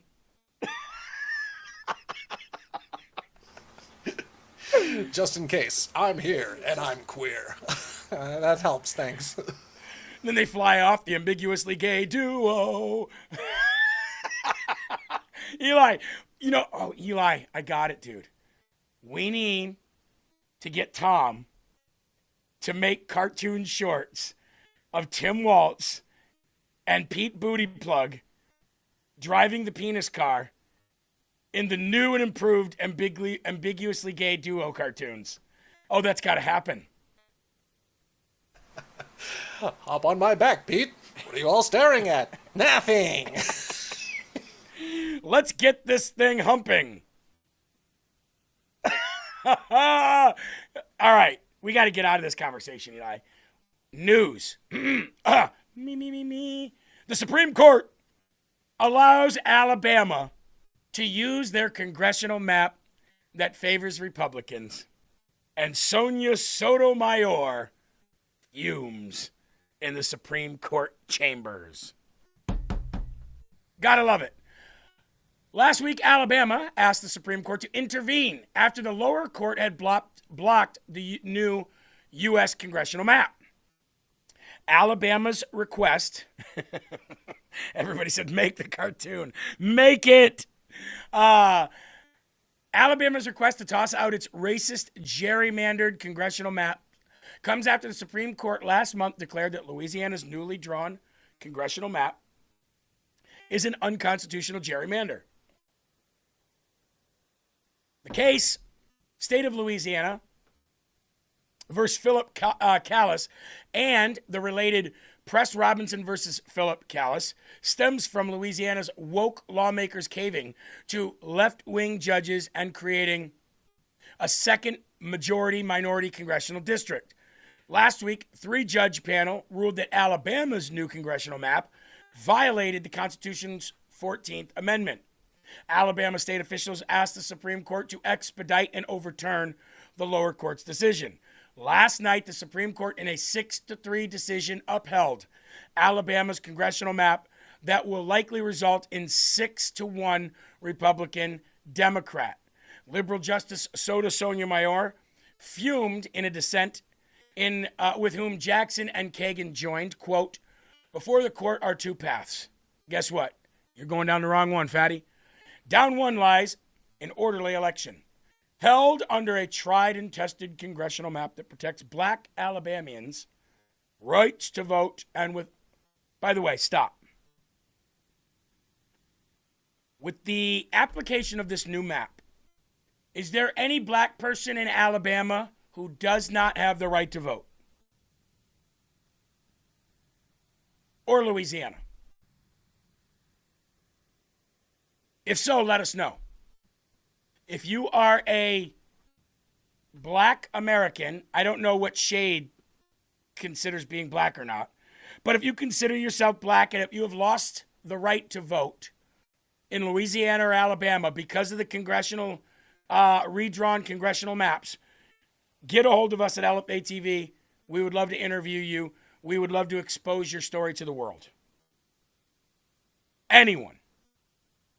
Please. You see, that won't happen because it hasn't taken anybody's right away to vote. As a matter of fact, if anything, it is right-sized voting and put it back to one vote equals one person for one candidate who lives in that district who's running for office. Is it any more simple than that? That's about as simple as voting gets. She says down the other lies a chaotic election. Well, that's kind of weird. Eli, we got a link in the chat. No links in the chat. First time is a 5-minute cooldown. Second time you're banned for life, unless it's LFA related. Down the other lies a chaotic election, held under never-before-used congressional map that intentionally discriminates against black Alabamians. That Alabama adopted in an unashamed defiance of a prior court order directly affirmed by this court, and that will require officials to change the voter registrations of hundreds of thousands of voters in just days at best, a task that Alabama previously represented would take months, said Sonia Sotomayor. The majority chooses a second path, and disregards both democratic values and the rule of law. I respectfully dissent. Well, that's cool. You can respectfully dissent, and we can disrespectfully move forward with what the law actually should be, which is one vote for one person, for one candidate in one district that they reside in. Boom. It makes it so much easier, doesn't it? Now, speaking of losers, Mark Elias, the Democrat Party's star lawyer, has just been slapped down in a lawsuit to overturn Florida's 2026 congressional map, which will add, ready for this, 4 Republican seats. He's been smacked down in court. Another loser loses. Another winner wins. And it don't stop. Roll it. Florida Governor Ron DeSantis signing the state's new congressional map into law. Republicans say it could give them an extra 4 seats potentially in the House. DeSantis posting a photo of the new map with the message signed, sealed, and delivered. Sounds pretty confident on how that's going to shape up for Republicans. So we'll see where it goes. Florida Democrats call the redistricting illegal and say that they are threatening to fight it in the courts. So we'll be watching that situation. We're 6 months away now. Florida Governor Ron. And they lost. By the way, I want to give a big shout out to Peter. Peter Deo Gracias says, I have pain every day and I still go to work. Welcome to being an American. That's where we all are. I have pain every day. Eli has pain every day. Everybody in this chat has pain every day. Women of the world have pain every day. Men of the world have pain every day. Women can withstand more pain than men because women are stronger when it comes to pain defiance. That's what I like to call it. I'm defying this pain. Women can do that better than men. Nobody bitches. Nobody complains. People go to work. They retire. They get almost nothing for the rest of their life, and then they die. Cry me a friggin' river. I want days off so I can go home and bleed in pain and eat ice cream and watch TV. Cool. I bet you are in pain. I'm not saying you're not. Pick a different job. Pick a job that allows you to work remotely like COVID, right? Right? Put a mask on and do TikTok dances for nurse wings or something like that. I don't know. But stop crying about it and expecting employers to spend more money so you can sit at home when you don't feel like going out. Eli, Expose, put another link in there. Ban them for this live stream, please. Now, there's a huge red state trend going on right now of abolishing property taxes amid state budget surpluses. So I asked you the other day, name me one major city in America that is thriving. The answer is none. But I can name you multiple red states that have surpluses in their budgets. Why is that? Because they manage money better? Because they have more common sense and understand that you can't just print money, that you have to pay for things? Because people in blue states that might be red voters are sick and tired of blue states, so now they're moving into red states, giving red states far more taxpayers, which brings their balance to a surplus, or their budget to a surplus, I should say. As home values skyrocket, taxpayers grow increasingly frustrated with dinner table issues such as confidence in secure financial futures, anxiety over affordability, and more. Republican-led states enjoy budget surpluses as a new trend of eliminating property taxes in emerging red states. On Tuesday, the Florida State Legislature approved a November ballot measure that would abolish property taxes for most primary homeowners across the Sunshine State. Now, there is a cap of a dollar amount on this for now, but it paves the way for giving everybody. So there is an exemption. We'll get to that in a minute. But let's move on here. The vote came after Florida Governor Ron DeSantis called the state legislature to a special session citing rapidly rising property values, local tax collections surging from $32 billion in 2019 to a projected $60 billion currently and $83 billion by 2032. And inflation burdens the residents. So we just passed a measure here like this in Iowa.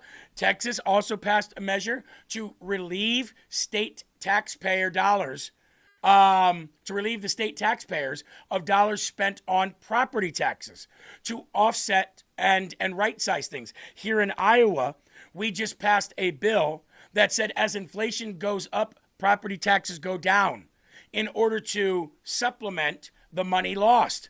That is a good step in the right direction. Florida went even further.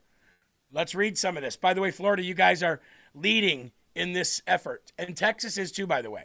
Two states that I would not mind moving to someday in the future. All right? Let's get into this.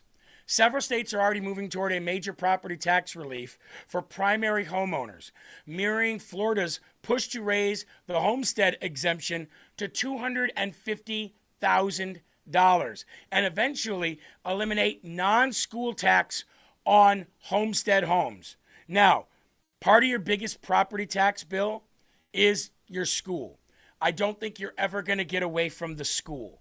But that doesn't mean that you can't reduce your property tax bill for other things that they use that money for. In Texas, Governor Greg Abbott has prioritized eliminating school district property taxes for homeowners in 2026, using state surpluses to replace lost revenue while capping local spending growth. In Wyoming, lawmakers are debating full elimination of residential property taxes, offset by sales tax increases, subject to a voter approval. Indiana's lieutenant governor has called for property tax repeal, a top legislative goal, while Ohio features grassroots campaigns for constitutional ban and ballot initiatives. In Nebraska and Oklahoma, targeting homestead exemptions or just outright abolition. 70% of voters believe their taxes are too high, a poll says. The trend is emerging at a time when a historic number of Americans are angry about the amount of taxes that we pay. A Fox survey in April found a record 70% of voters believe that their taxes are too high, up 11 points from the previous year. Gallup polling shows similar numbers. Pew Research indicates 41% are bothered a lot by the personal amount they pay, while 60% now feel they contribute far more than their fair share. If Florida's plan succeeds at the ballot, it will prove that states can fund core services like police, fire, and schools without treating homeowners as perpetual renters. Success stories might inspire copycat legislation and referendums across the country, pressuring even blue states. They're going to have to, because they're going to have to combat those people leaving somehow. Pressuring blue states so far addicted to high tax and spend cycles to follow and redefine true home ownership nationwide. And this is all made possible because red state budget surpluses are providing critical fuel for ambitious property tax relief efforts. Texas stands out with a $24 billion surplus entering the 2026-2027 budgets, drawing from strong revenue growth, conservative budgeting, and a healthy rainy day fund. Ladies and gentlemen, when I had Eli do the thumbnail today about the Kool-Aid man kicking down the wall with red people behind it, red voters, or red candidates and red ideals behind it. And I said red wave incoming. I don't just mean a red wave in elections. I mean a red wave in the way that Americans think. We are literally getting back to that Reagan-esque way of thinking, and that's what the country needs to do to get back on track. I wave closed. The Secretary will unlock the board. Well, the Secretary will unlock the board and the senators proceed to vote. Have all senators voted? Have all senators? Got what?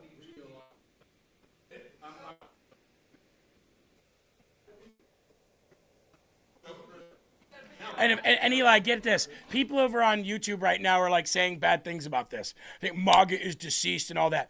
We're talking about eliminating property taxes, you stupid dipshits.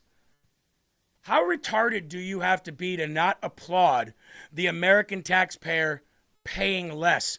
You retarded individual. Like, everybody knows Democrats are retarded, but when you really get down to the meat and potato of how retarded you are, it's willful retardedness. It's willful ignorance. You want to be a retarded individual. You want to be a dipshit. You want to be a rebel-rouser. You want to be a clout-chasing piece of shit. You can't even see the forest for the trees, and that's the problem with the country. And I want to give a big shout-out, Eli, to Vita Rosa. She's always donating such a large amount in the live chat. She said $100 for Eli's pay. So that's awesome. Thank you so very much. But again, you have to be a special kind of stupid to not see the value in that. I would rather pay more taxes because I'm a retarded person. Yeah, first and foremost, thank you, Vita, so much. That helps so monumentally. You don't even know. I really appreciate it. And secondly, I can't stand the Democrats, but you gotta give it to them. They have trained their followers and their believers to fight against saving money. No, don't eliminate property tax. I want to. All right, well, you can keep paying. Give your money to whoever the hell you want. Normal, sane people want to hang on to a little bit of it for a retirement. Yep, absolutely. And by the way, speaking of Texas, how about this? Texas is once again proving why it stands as America's unrivaled energy powerhouse. According to the U.S. Energy Information Administration, the EIA, now I know the retards over at YouTube, they don't understand anything when it comes to reports, analytics, statistics, anything like that. I get it. But more than 66% of planned U.S. natural gas pipeline capacity additions for 26 and 27, roughly 29.7 billion cubic feet per day, out of a national total of 44.9 billion cubic feet per day, originate in the Lone Star State of Texas. That means that Texas leads the new natural gas pipeline boom. And we're just getting started. Ladies and gentlemen, America is the Saudi Arabia of natural gas. We have more natural gas than any other country on planet Earth. And China has just signed a deal to, what do you want to call it? It's not the official deal to buy, it's the promise. They've signed the official declaration that they're going to buy their natural gas from the United States of America. And where's that coming from? The Lone Star State of Texas mostly, Alaska as well. But they're also going to be buying oil from Alaska.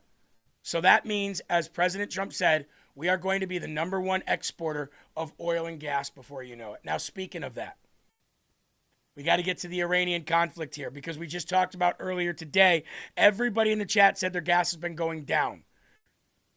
Oil futures right now are priced at, let me give you the current price, as of right now, $82.39. They were in the low 90s yesterday. Now, that does not mean that a barrel of oil follows right away. So if you guys wanted to know the difference between an oil future and the actual a barrel price of oil, the spot price, the difference is this. Oil is oil. Oil costs what it costs. Whatever OPEC or anybody puts a price tag on that, that's what it costs, okay? But what oil futures do is those are traded commodities with an expiration date. This is like hedge fund people, big money people, big oil and gas executives. They're all selling oil futures at a certain cost. What does that cost today? It's $82, $83. Why is that different from the $94 that a price of a barrel costs right now? It differs because the futures are usually what experts and people with all of the cards are thinking that the price of the barrel is going to be in the next coming weeks. Could be 2 weeks, could be 4 weeks, could be 6 weeks, could be 2 months. Now, they don't always align, but they are always within like $1 or $2 of each other, okay? Sometimes even cents. So when you see an oil future price go down $10 below what a spot price for a barrel of oil costs, you have a good indication that you're going to start seeing costs come down to match that 9 times out of 10. That's the differences between oil future prices, spot and barrel price, okay? Now, everybody that's in this chat right here is telling me, yes, you're right, Pantera, oil futures are just on paper. You're absolutely right. It's physical oil versus what's on paper oil, right? And what's on paper is the oil futures. You're absolutely right. But everything steers the price of oil and gas, right? Even presidential policies, Democrats. So yes, get that through your thick skull. Catpill says gas is not down here yet in central New York. If gas has gone down for you consistently in the last 2 weeks, raise your hand in the chat. If it hasn't, let us know that it hasn't and what state you're in, okay? Sean Maga said, I'm so over these greedy companies who use oil to justify raising prices. Oh, 100%. There's not a supply demand. That's what the world needs to understand. There is a demand. There's not a supply demand. There's a supply of where I want to get my oil from demand, but there's not a supply demand. Everybody in the world can have the oil that they want if they would just come to the United States to get it. So turn your big ships around and bring them to the Gulf of America. Fill up on that sweet American oil and go back to where you come from. And pay us now. Pay us now. Down 60 cents in North Carolina. Down a little. Yes, in Florida. Not down in Washington State. Up in Maryland. Not in PA. Not in New York. Down 30 cents here. Down in East Tennessee. Down in Missouri.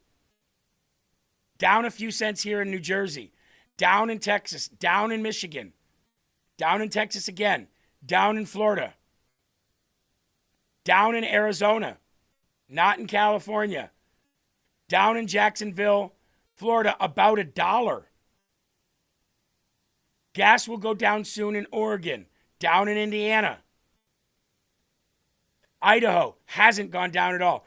Down 9 cents in Oregon. Down in Lima, Ohio. Down 50 cents in West Virginia in the last 2 weeks. Down in South Carolina. So as you can see, folks,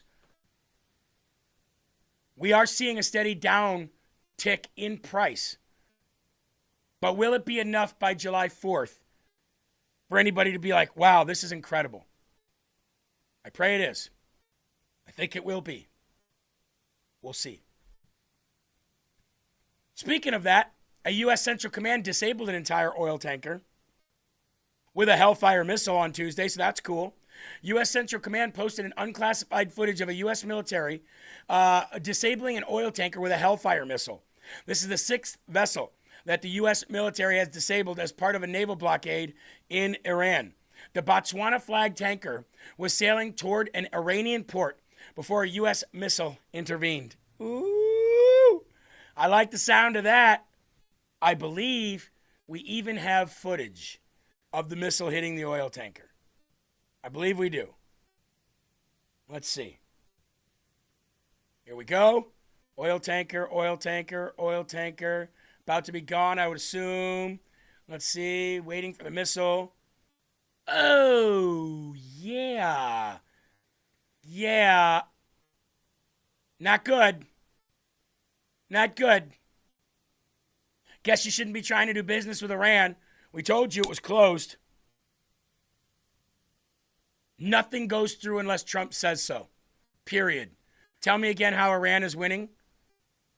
Well, you don't have to go much further than Hakeem Jeffries. Donald Trump's reckless and costly war of choice has cost everyday Americans hundreds, if not thousands of dollars more in increased costs, particularly as it relates to gas prices. This war, this reckless and costly war of choice, needs to end today. Eli, isn't all war a war of choice?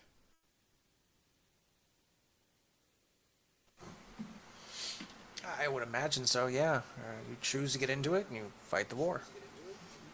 I choose to go to war. I choose not. Oh, by the way, happy Pride Month in the Middle East, by the way. House Democrats are going to advance a war powers resolution on the floor this week. And all we need are a handful of Republicans to join us. Donald Trump's reckless and costly war of choice is costing the American people money at the dinner table. Let's see what he says in this press conference. A totally different one, by the way. Of Bill Pulte as the acting director of national intelligence is another indication of how unserious, reckless, and dangerous Donald Trump and his administration are with respect to the national security of the American people. What exactly are Bill Pulte's qualifications? Does he have a national security background? The answer would be no. Does he have a military background? The answer would be no. Does he have a law enforcement background? The answer would be no. What qualifies Bill Pulte to hold one of the most important national security positions for the United States of America? What qualifies you to be a leader of a major party in the a political party in the United States of America when it takes you 40 years to say 5 sentences about how bad Donald Trump is every day of your loser life? Nobody focuses more on Trump than Hakeem Jeffries.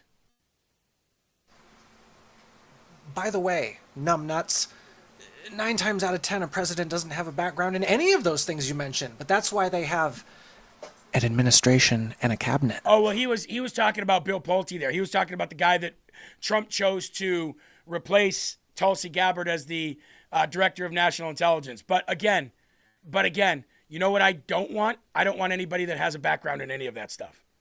I don't want somebody who has a background in national security to be the national security advisor. I don't want somebody who has a background with the FBI to be the FBI director. I don't want anybody in the DOJ that has a background with the DOJ to be the attorney general. I want people that have no background in those specific agencies. I want outsiders. I want people coming in with fresh eyes and saying, hey, I still have common sense. You want to see CNBC become shocked over President Trump cutting the trade deficit in half? No U.S. president in your lifetime has ever done that. Tell me again how not America first he is when CNBC says President Trump cut the trade deficit in half already? What? With all these retarded Democrats fighting him in court every single second of every day? Crazy. Up. This is unreal, the movement in this number. Minus $29.4 billion. We cut it basically in half. Just consider this. In March, it was $136 billion. Right now, it's a whisker under $30 billion. We haven't been that small in a long time. I don't have enough records here to go back that far, but you're going back a ways. And here's the news on why it moved lower. Go up. This is unreal, the movement in this number. Trade deficit reportedly drops to $29.4 billion. It was well over $100 billion before President Trump. You want to know who's paying for that war in Iran? That, or the tariffs, or the Doge money that's been cut from the Pentagon. Take your pick. Lowest level seen in 2 decades, sparks fresh debate over trade policy and economic strategy, and supporters say that recent policies are producing the results. President Trump has taken the trade deficit from nearly $130 billion to $30 billion. What do you dipshits over at YouTube got to say about that now? By the way, it's Rumble versus YouTube. And Rumble's kicking the shit out of you dipshits over on YouTube. They have the facts, they have the receipts, And all you crybabies over on YouTube, Trump bad, MAGA's deceased.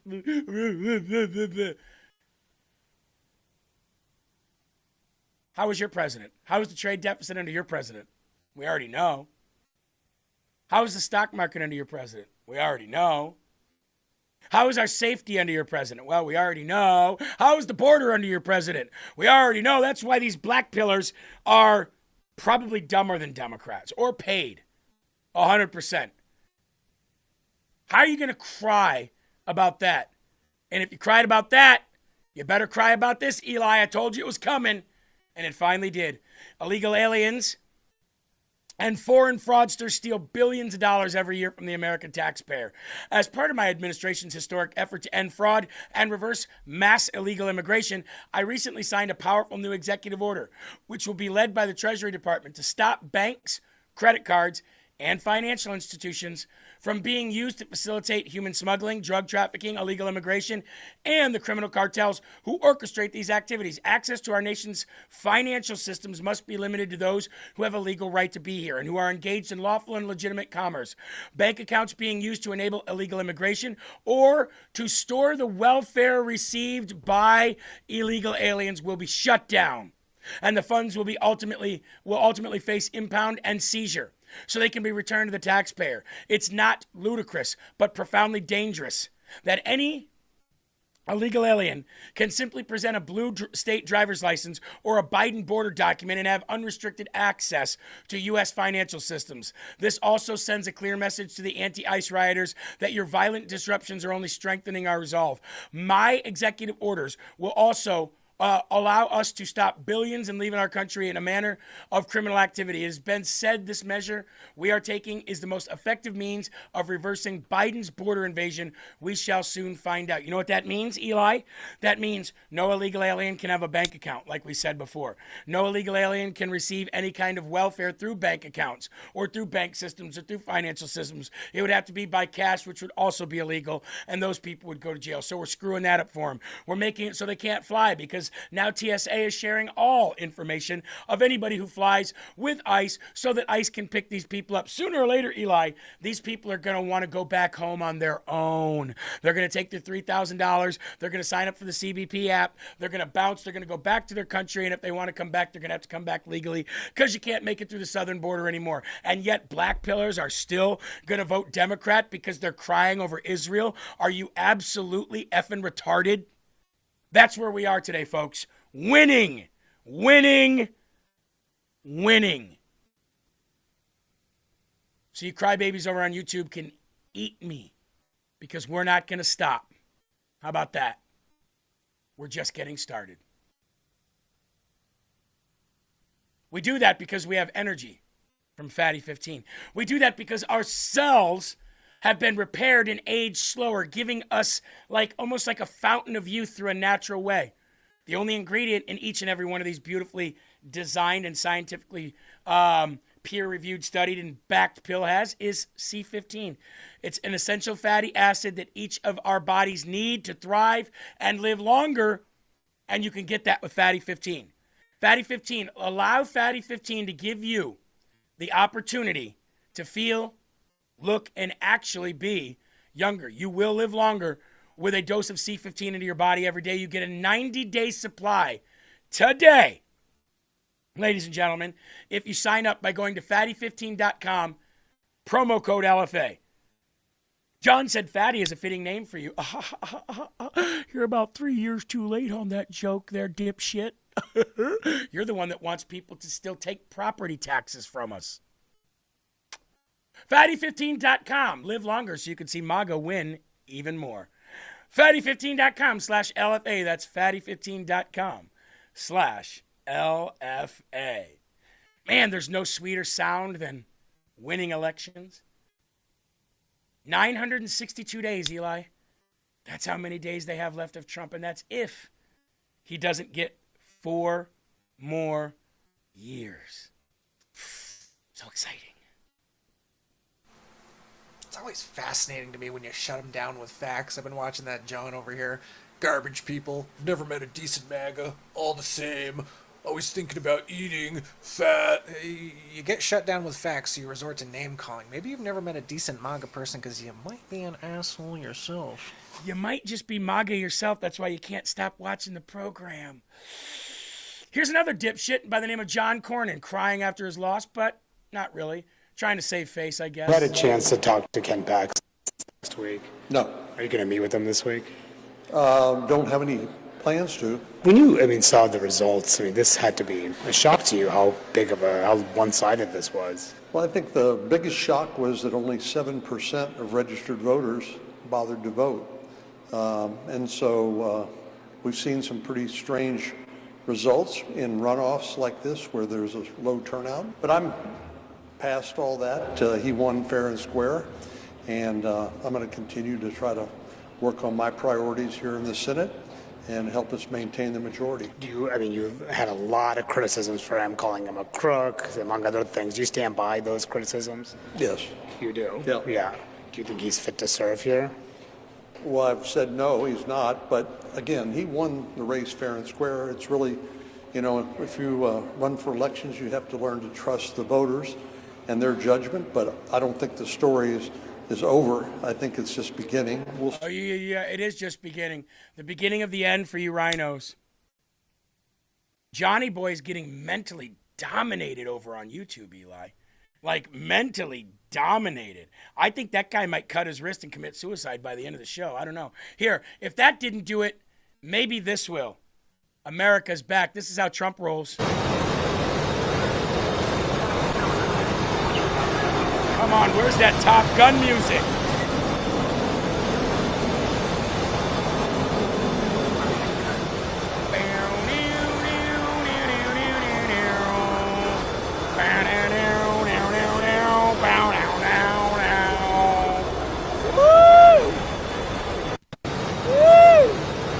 Now that's a boss right there.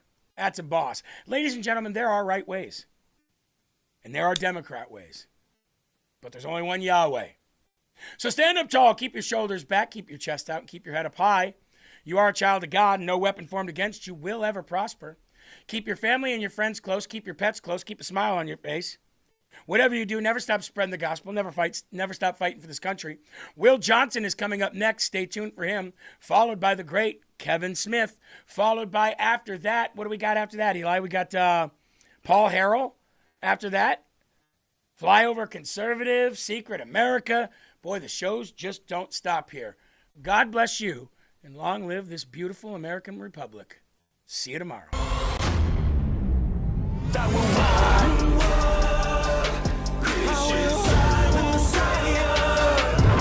I wear the armor of God now. I wear the armor of God now. Free birth of America. Been a long time coming, and we all learned something that we won't ever give it up. No way. Long as I'm bleeding, I'ma never stop screaming that we first in America. Black, white, brown, all cities, all towns, the rebirth.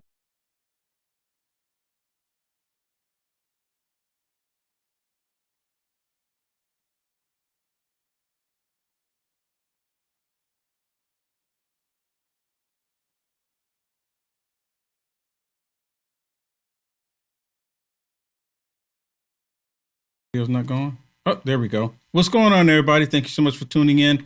My name is Will Johnson, and this is The Culture Wars.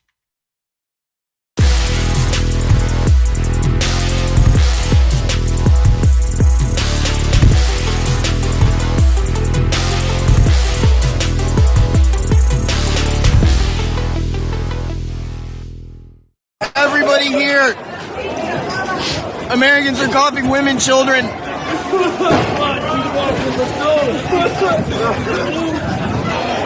This is what happens when the people demand free and fair elections.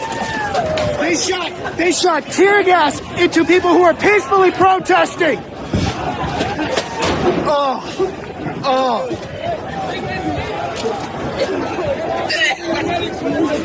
Now, there's a reason why I want to share this with you. I was there that day. I remember the sounds of the pepper spray getting fired by the Capitol Police. And I was completely baffled on why they were doing it, because no one was being violent. There was no vehicles on fire. No one was throwing any bricks. No one was trying to harm anybody. They were singing in hymns. They were praying that Congress would do the right thing. That's what they were doing that day. I was there. I know firsthand. And apparently, allegedly, Nancy Pelosi gave the order because she heard the prayers. The prayers were echoing, and the demonic demons in them don't want to hear the prayers. So what did they do? Started shooting tear gas. Now, the reason I want to show this to you, because we were there, the American people were there to have our grievances heard. We weren't there to kill anybody. We weren't there to take anybody's lives. None of that. We were there because we wanted our grievances heard. That's it. We wanted our grievances heard. We wanted people to know that we want to keep our country. That's it. We want to keep our country. The Democrats took this as an attack on democracy. You've heard it over and over and over again. And let me bring this up too, really quick. While I was looking at this information, because I want to show a video of them saying, oh, January 6th was the worst thing on our democracy. It was the most worst, terrible thing ever, like Pearl Harbor, right? There's a lot of videos out there, but for some reason, when I went to go search for it, it's almost like they're scrubbing the internet of them saying that. It's really weird. It's kind of bizarre because they love January 6th. They love that day. And January 6th, what does this have to do with the theme? Now, I know Sean, he talked about the Star Wars themes as well this morning, but I want to talk about it. And for those of you that was watching Rise Up, I told you that there's a Star Wars theme that's happening. Now, in the real world, MAGA equals the Jedi. In the real world. And I don't know if you can see this on here. Our producer, Eli, is he's just straight down awesome. You can see me there as a Jedi, and you can see the Sith Lord on the other side with the stormtroopers in the background. Can anyone make out what the stormtroopers' helmets are? Can anybody make that out? Eli did this, and it's such a great thumbnail. The stormtroopers on the left, and look, y'all remember that's the dark side right there. Y'all remember that. That's what they call that, the Sith Lord. Y'all remember that. Well, of course, I have to tie it in here, and I have to show it to you how it's related to Star Wars. And that's what I want to do right now. This is just a short clip. Just a short clip. This is not showing the movie or anything. If you haven't seen these movies, I encourage you to go watch them because it's straight up. In the movie, the Jedi will be considered MAGA Republicans. Now, I just showed you MAGA Republicans showing up to the Capitol, wanting to fight for our country, wanting to keep our freedoms. And what happened? And President Trump that day said, go home, be peaceful, march patriotically, peacefully march. Remember, President Trump said that. Well, they took everything and they twisted it. The very first couple of seconds of this is the MAGA Republicans fighting against the radical deep state liberals. And then I want y'all to listen to what they say in the Senate about the MAGA Republicans. But in this case, when you hear Jedi, just interject MAGA, okay? Just when you hear the word Jedi, put MAGA in its place.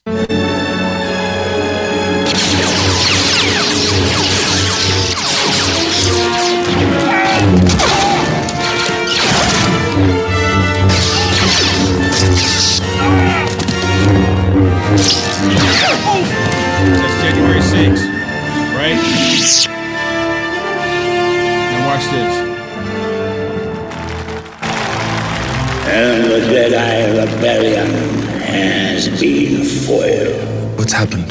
The Chancellor's been elaborating on a plot by the Jedi to overthrow the Senate. And the remaining Jedi will be hunted down and defeated.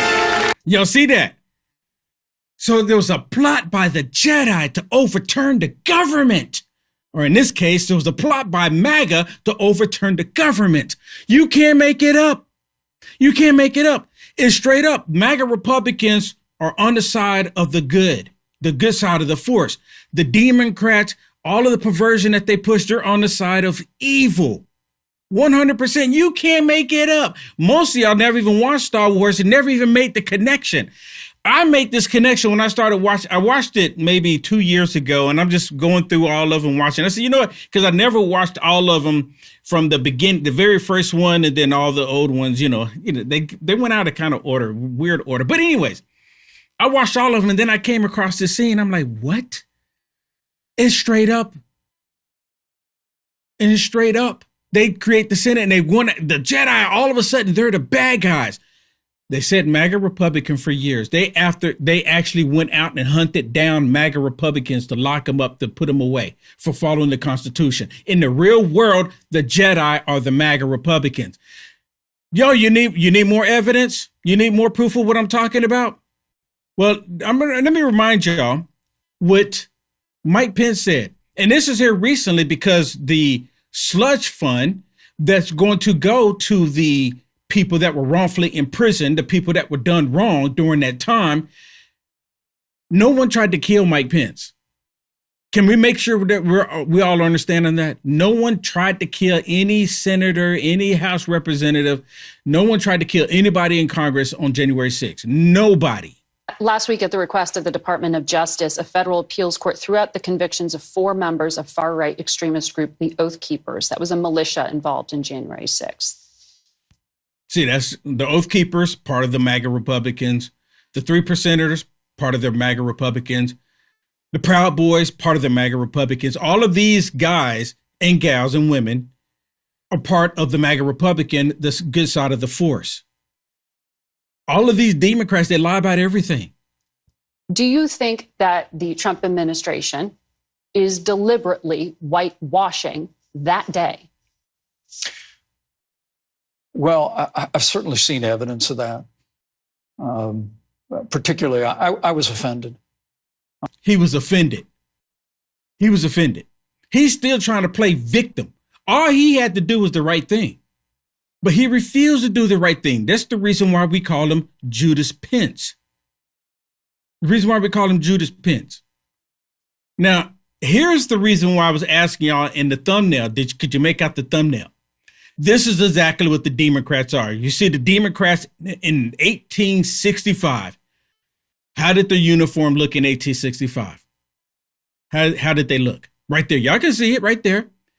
The Democrats in the year 2026, you can see it right there. Same thing, same organization.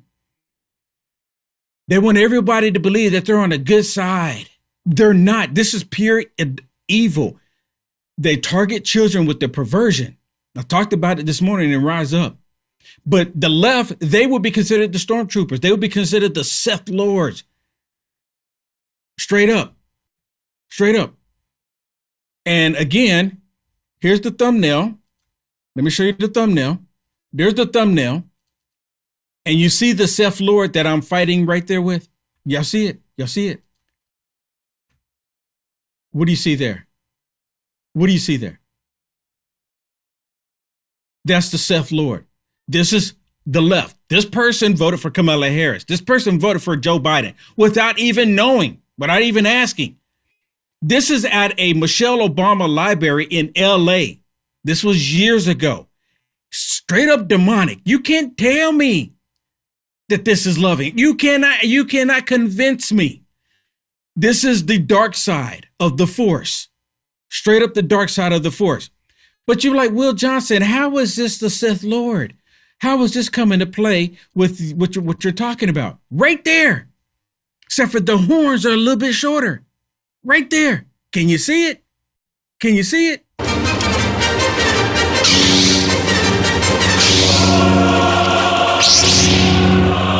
Right there. Do you see any similarities? Any at all? Maybe just a little? Are there any? I mean, really?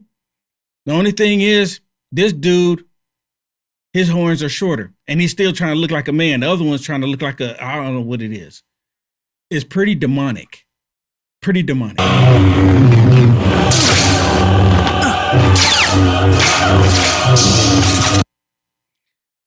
MAGA Republicans in the real world are Jedi. the evil empire trying to take down MAGA Republicans, trying to eliminate the good side of the force. Now, I know a lot of people like never watched Star Wars, never put two and two together, never cause like, yeah, you know, I just can't watch it because a lot of people are not into the sci-fi stuff. But when I watched those movies, and even George Lucas said that he did it based on the American government.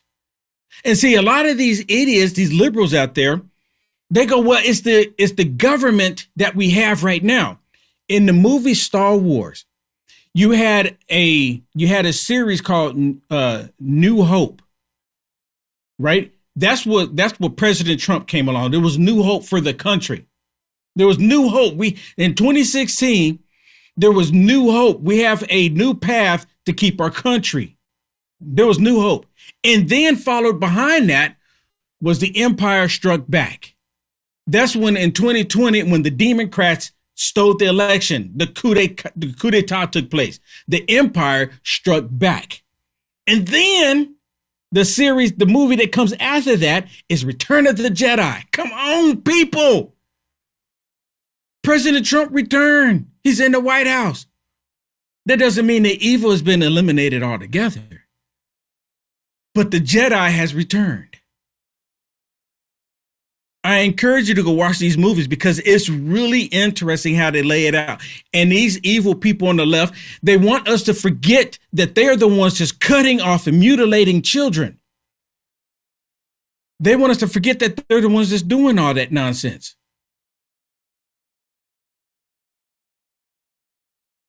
They're targeting kids with all of their perversion. Here's a lady, and I wasn't going to wait until later, but it's kind of appropriate. Here's a lady. She's a representative, and I forget what state she's in, but she pushed taxpayer funding to mutilate children. Taxpayer. I don't think our tax dollars should go to anything where it's going to cut off the breasts of girls and cut off the genitals of boys. Taxpayer dollars should not go to that. Because see, if they were to remove taxpayer dollars from that, it would eliminate it from happening. Because a lot of parents are like, well, we can't spend the money on that. Some rich, sick liberals would do it, of course. They'll butcher their kids. But it should be outlawed in the first place. Hello, Ms. Mendoza. Do you still think it's extremely important for taxpayers to fund transgender surgeries as well as hormone replacement therapy? No comment, Ms. Mendoza? No comments. No comments. But you know what? You know what I was happy to see? I was happy to see this here. Look at that. Who's this here? And of course, this is AI.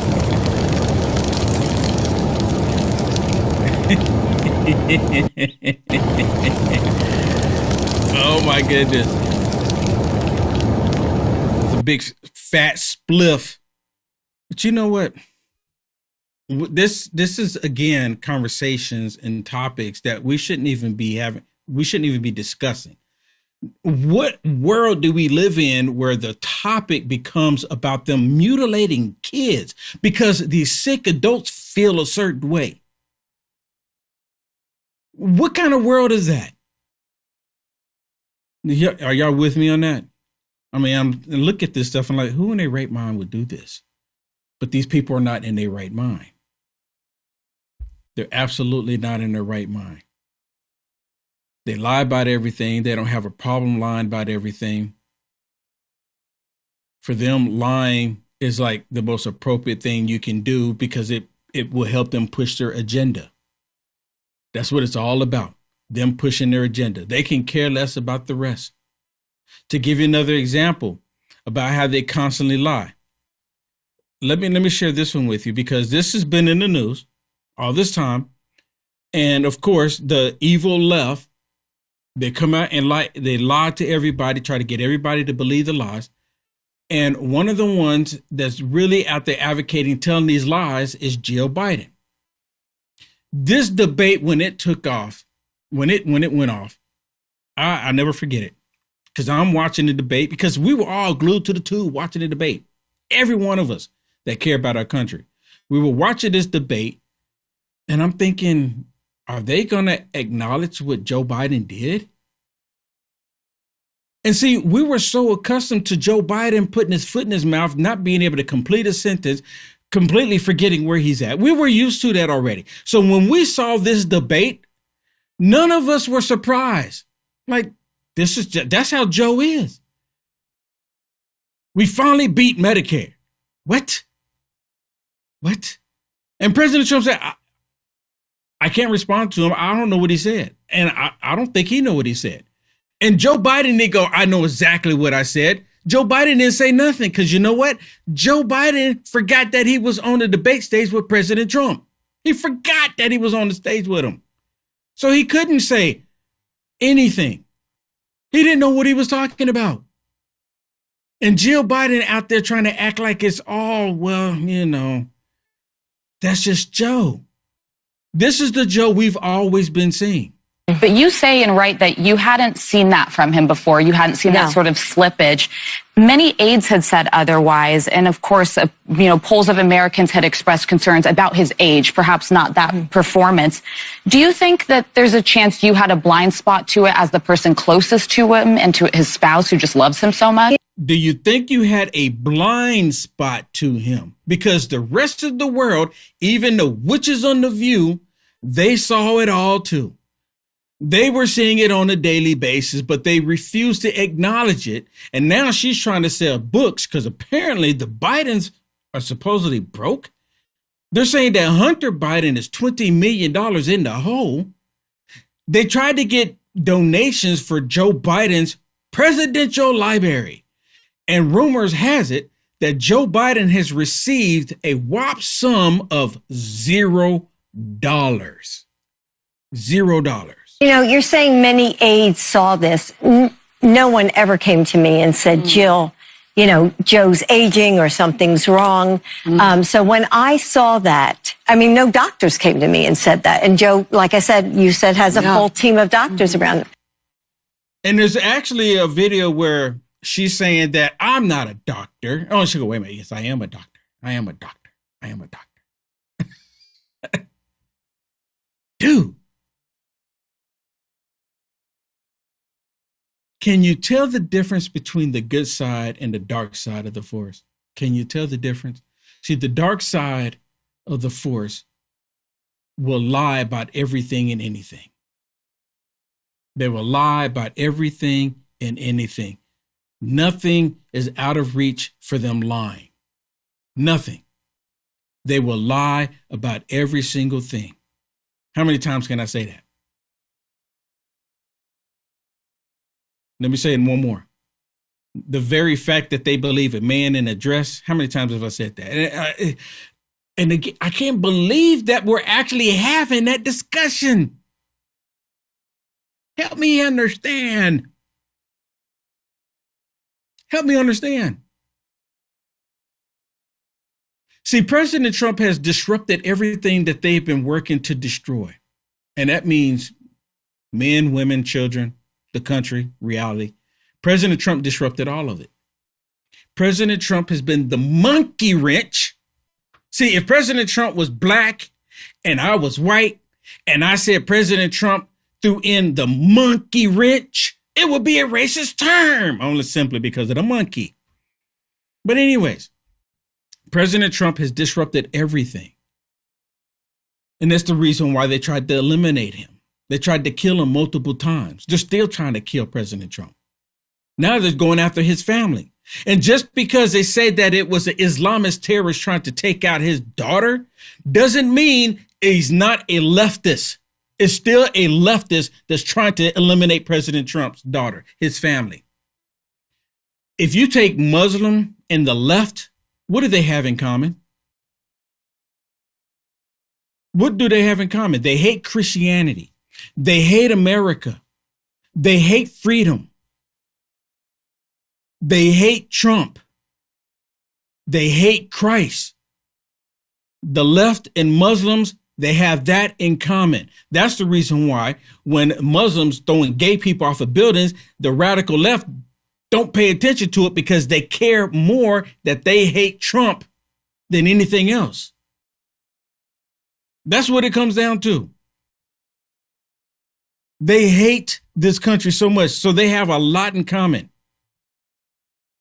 They have so much in common.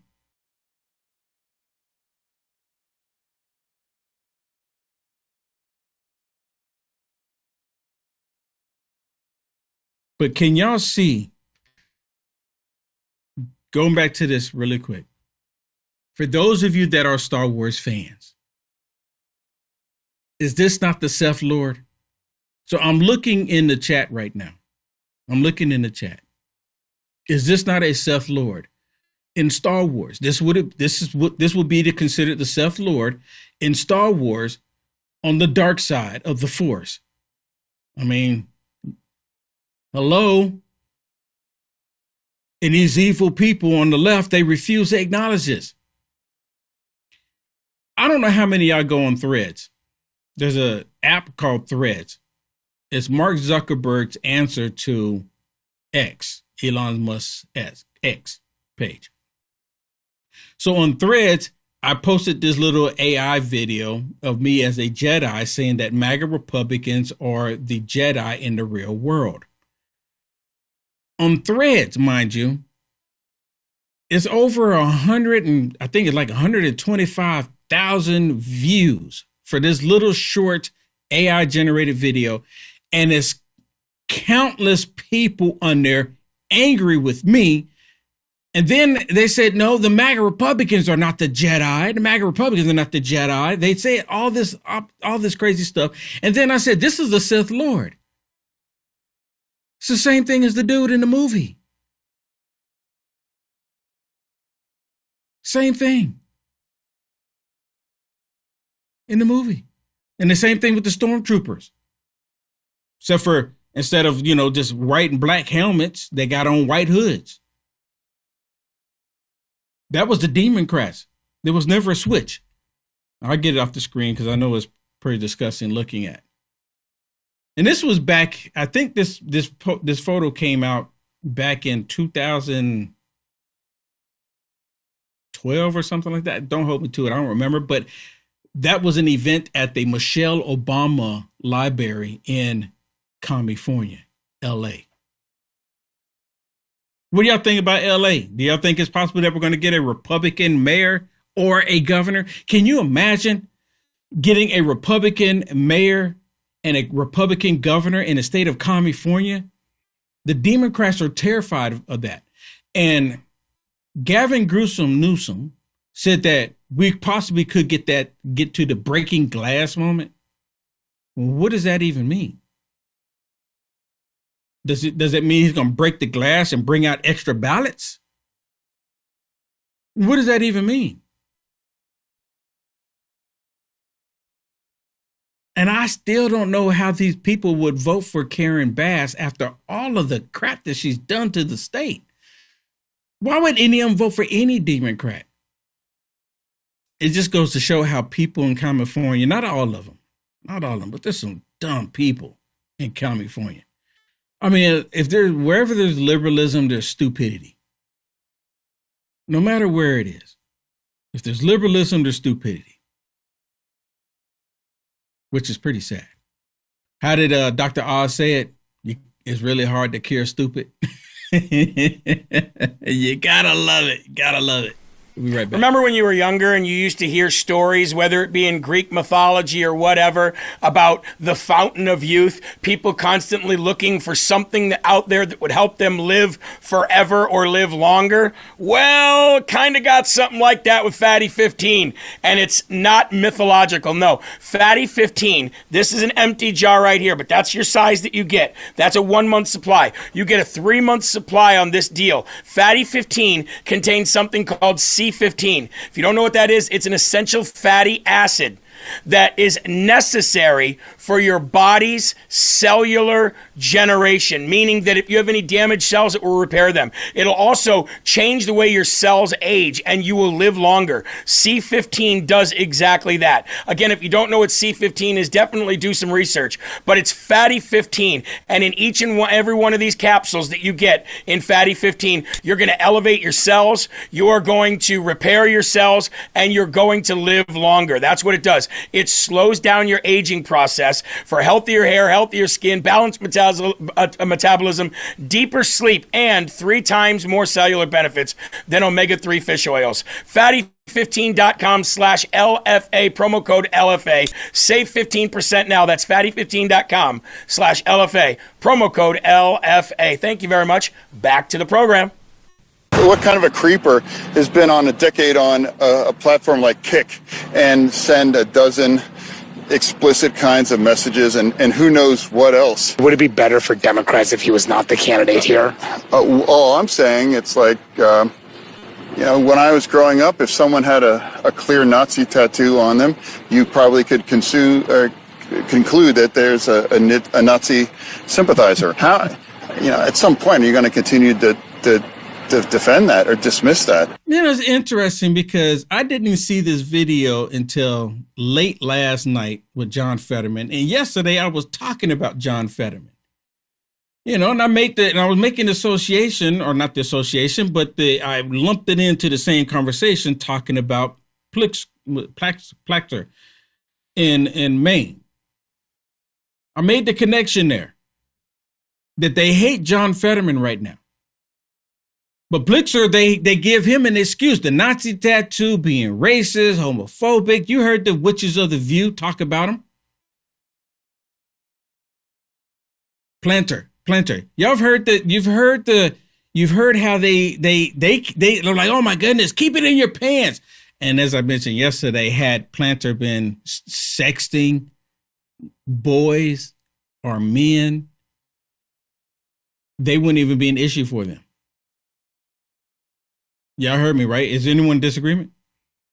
Let me say that again. Had he been sending and apparently on this Kick app, they use this Kick app to target children. Sick adults use the app to target children. That is what the app has been known for. And he has an active account on there. And even as of today, maybe not today, but as of last night, late last night, his account was still active on Kick. Now, I don't get on Kick. I'm not going to get on Kick. But his account was still active. And the picture that he had on there, he's half in the nude. What? He's pretty much in the nude. He just have a towel on. That's it. On an app for children. Come on. So dude is perverted. And of course, they're coming out. They're going to stick with him as much as possible. As much as possible. Bernie Sanders. And this is the reason why AOC hasn't said anything about Planter. The only reason why she hasn't said anything because Bernie Sanders is supporting him. And Bernie Sanders and both AOC are both communists, and they support this dude being a communist.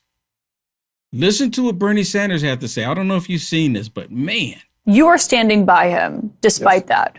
Why? Well, I find it interesting. The Republican super PACs have already purchased, as I understand it, $99 million in TV ads against this guy, Graham Plattner. In a small state, that is an astronomical sum of money, and more money is going to come in. So why do they want to beat Graham Plattner? Because they understand that control over the Senate may, in fact, revolve about who wins in Maine. And they want to beat him in the worst possible way.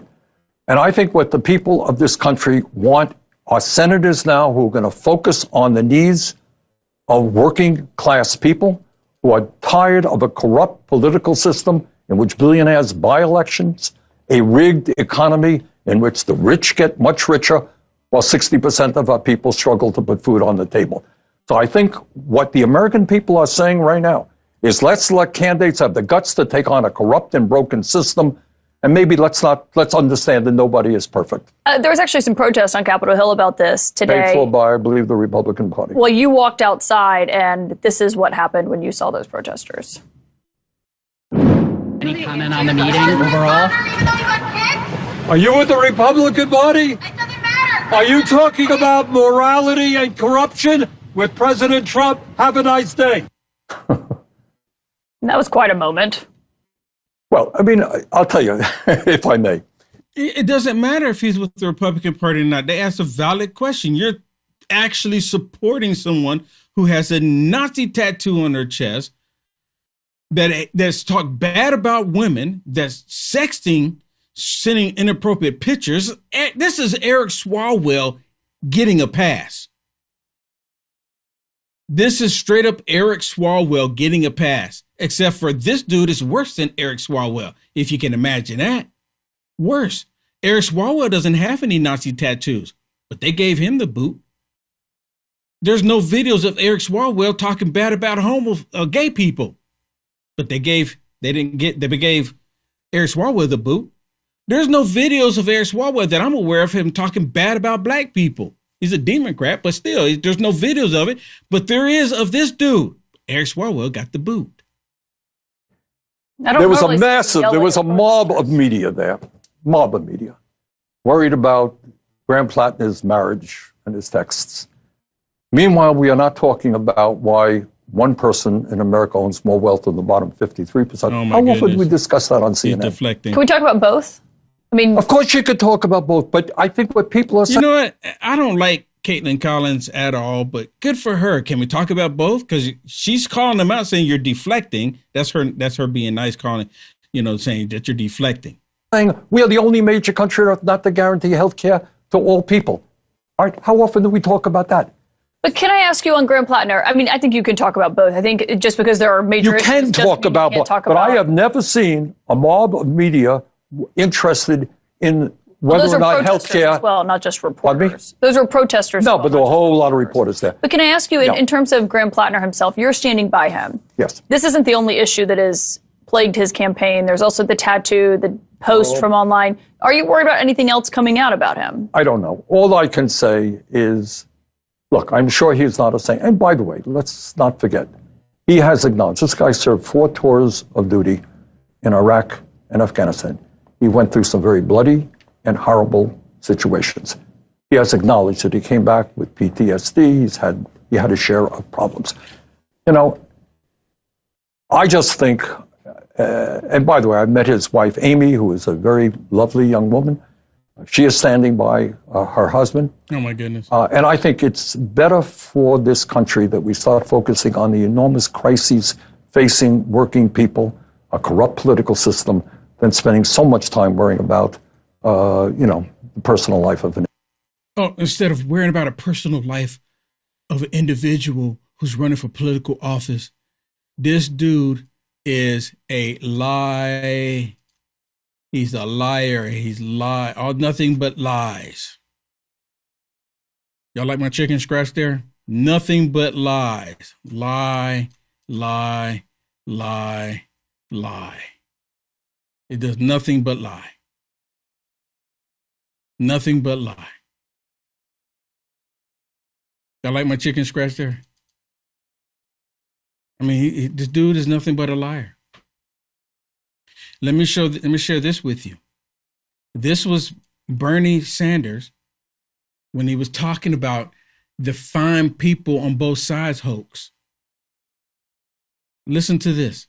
But he's supporting Plattner, Graham Plattner. He's supporting him with all of his hateful, even Graham Plattner has even talked bad about vets, which you're already aware of. But listen to Bernie Sanders here. This is the stuff you can't make up. When you have a president commenting on a march by Nazis and white supremacists, who then declares, well, there are nice people on both sides. Mr. President, there are no nice Nazis. I'm not overly impressed by a squad of media running around saying, what do you think about the tattoo on Graham Plattner's chest? Between you and me, there might be one or two more important issues. Wow. So one episode, everything is a lie. Fine people on both sides. No, there's no fine Nazis. Complete fine people hoax. That's he's run with that. He'll run with that. But when you actually have a person with a Nazi tattoo on their chest, you get the pass. Whew. You can't make it up. You can't make it up. Where's AOC in all of this? How come no one's asked AOC about her supporting an actual Nazi? It's a person that's sexting women. Where's AOC? Can we get a comment from AOC? I mean, she's like, she's gotten ghost. Because she loves this dude, right? But I mean, she loved, Bernie Sanders. If she could, do some extra activity with Bernie Sanders, she probably did. I don't know. It was on the airplane. But she's completely silent, unless y'all seen something that I haven't seen, but she's been completely silent about this whole Graham Plattner issue in Maine. And she's all about the communists. This just goes to show how much of a hypocrite these people really are. That's what it comes down to. They're just straight up hypocrites. 100% hypocrites. You can't sit there in one breath saying that you're against Nazis, but then you actually support an actual Nazi. Why do people still vote for these people? I don't get it. I don't get it. It's like the most frustrating thing ever. You show people the truth, you tell them the truth, and then it's oblivious to it all. Sometimes when I'm riding around, and I go to the store or something like that, and I'm just in my car, and I'm wondering, do these people actually know what is happening? Are they just, ignorant to it all? Like being in the Matrix. Just give me the blue pill. Maybe I should do a theme like the Matrix and show how that's in the real world too. How they make these movies and there's so many similarities. But in the Matrix, you take the blue pill and you're just completely dumb to it all, and ignorance is bliss. You take the red pill and you happen to wake up and you see the world for what it is. You see the evilness, the perversion. And it's always the left. No matter what the scenario is, real or not real, it's always the leftist ideology that is pure evil. And I don't even think Nutty Hollywood even tried to make it happen that way, but it ended up being that way in a lot of Nutty Hollywood movies, except for some of them. They try to say, the right wingers are the ones doing the bad things. Right wingers. In the Star Wars movies, there's a scene in there where they said that liberty is dead, and they say that no one has rights any longer because they're becoming a global galactic order. Only the left wants a one world order. President Trump, he's against that one world order. The Democrats, the left, the deep state, they're all about that one world order. The United Nations, they're all about it. So there is a difference. And for those, again, that haven't watched that movie, Star Wars,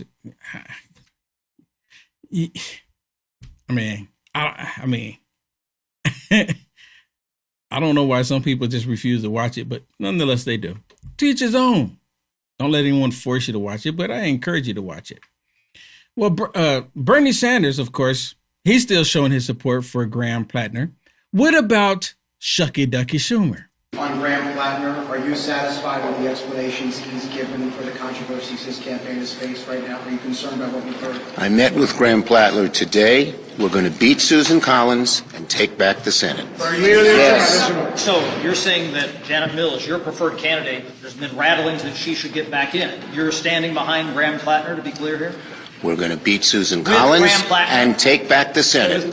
Yes. Does Democrats sticking behind Graham Plattner, does that hurt their credibility in attacking Ken Paxton?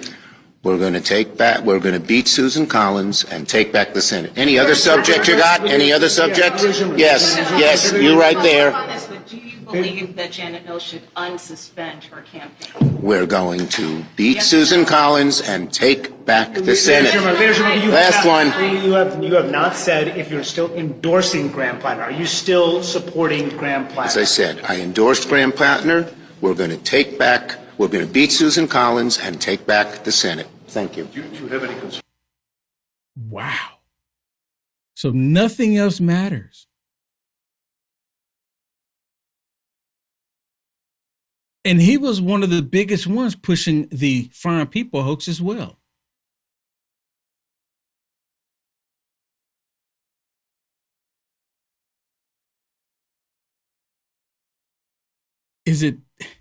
What is it? What is it?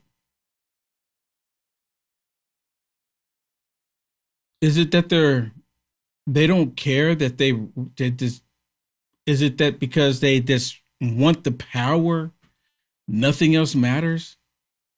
The only important thing is that they get the Senate back and try to steal the House, so then that way they can do articles of impeachment against President Trump to stop President Trump from doing positive things in the country. One of the things that they want to stop Trump from doing is preventing grown men or boys from competing against little girls. They want to stop Trump from doing that. Boys and girls shouldn't be competing against each other like that in these high competitive sports. Wrestling, boxing should not be happening. Men are just built different than women, and I'm thankful for that. Really, I am. I love the fact that God gave us women. And they want to stop President Trump because President Trump is saying, no boy, who in the right mind will be for that crap? And again, the year 2026, and that's even a subject. So they want to take the Senate, and they don't care how they get it. They don't care who's in there. As I mentioned multiple times before, if the Antichrist showed up on the scene and he straight up said, look, I'm the Antichrist, came on the scene doing that, the Democrats will still say, you know what? You're against Trump. You're good. You're good with us. You're good with us. That's all that it takes. Be against President Trump, hate America, and you're all in.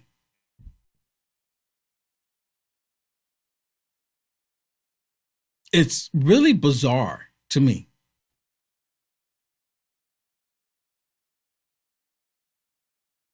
The Democrats are doubling down because if they, you know what? I think I know what it is. The reason why they're going with Plattner is because they tried to do Virginia. You remember what happened in Virginia? They tried to do the gerrymandering in Virginia, try to draw their own maps. Remember?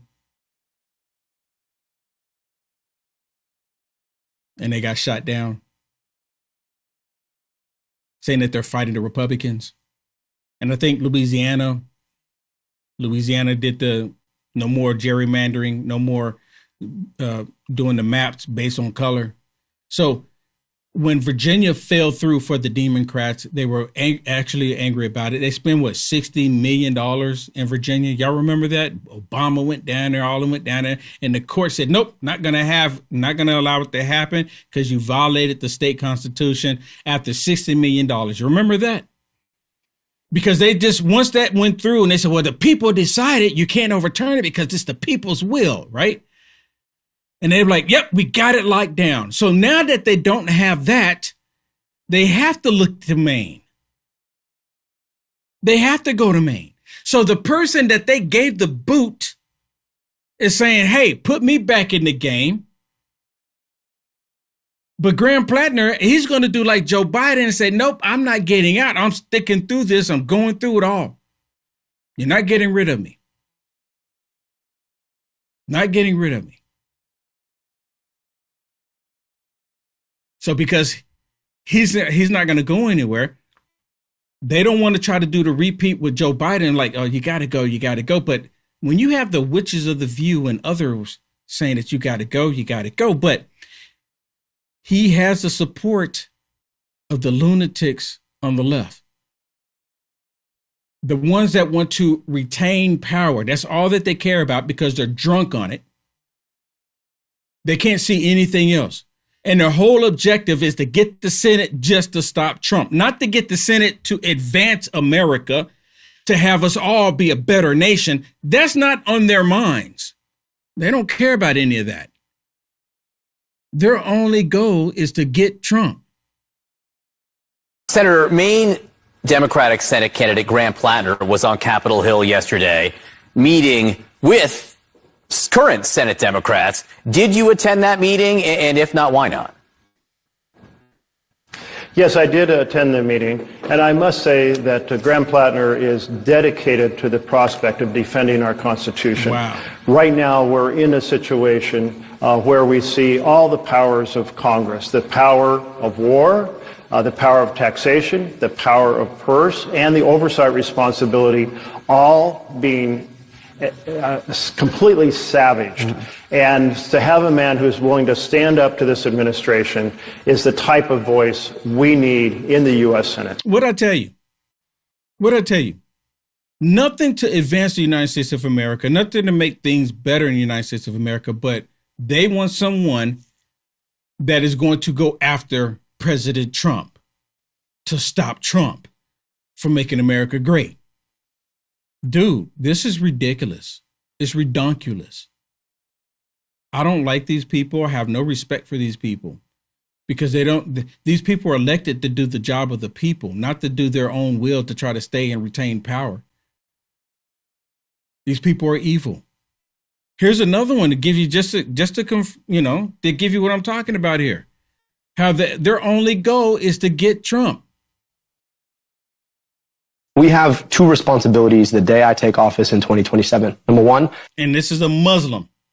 He only has two responsibilities: destroy America, and the other one is what?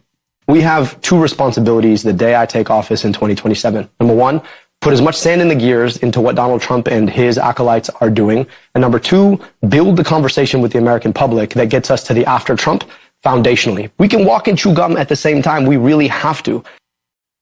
And for them, after Trump is Sharia law.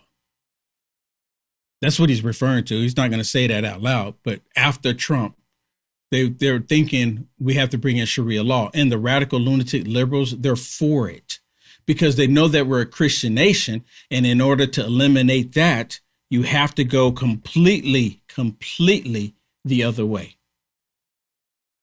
Completely the other way. Have you ever heard of the NAACP? Have you ever heard of that? We'll talk about that in just a second. It's finally here, our second annual mega sale. This sale only comes around once a year, so take advantage of the best offers ever while you can. For example, save 50% on our Giza Dream bed sheets, as low as $29.98. And for the first time ever on TV, MyPillow mattresses and MyPillow mattress toppers as low as $99.98. And you save 50% on our Lux Pure 6-piece towel sets. Regular $69.98, now only $39.98. And our best-selling standard MyPillows, regular $49.98, on sale for $17.98. Wait on it, mega sale, only $14.98.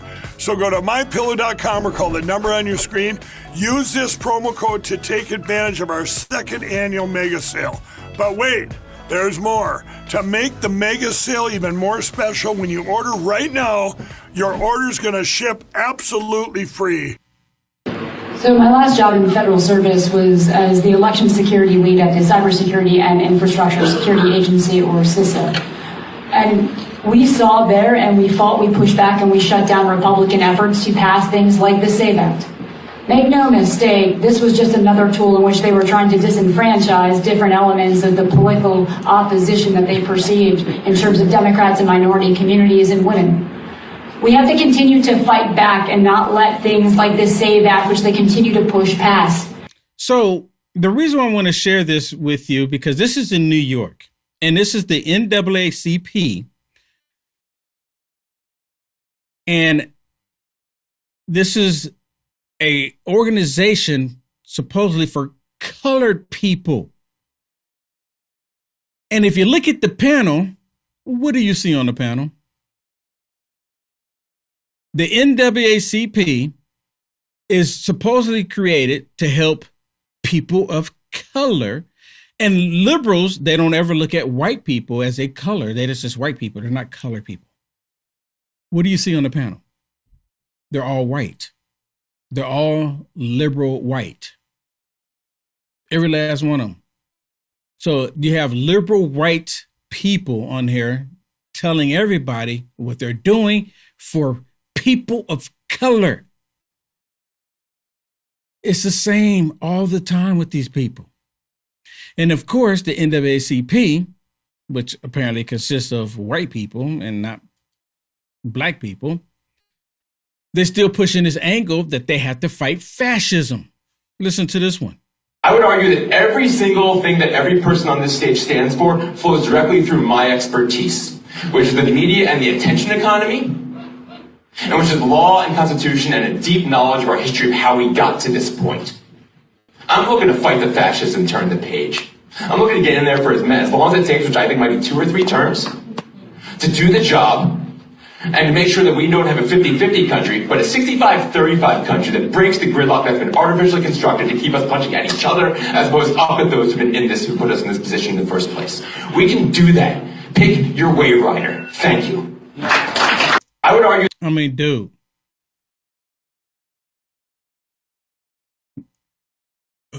They are the fascists.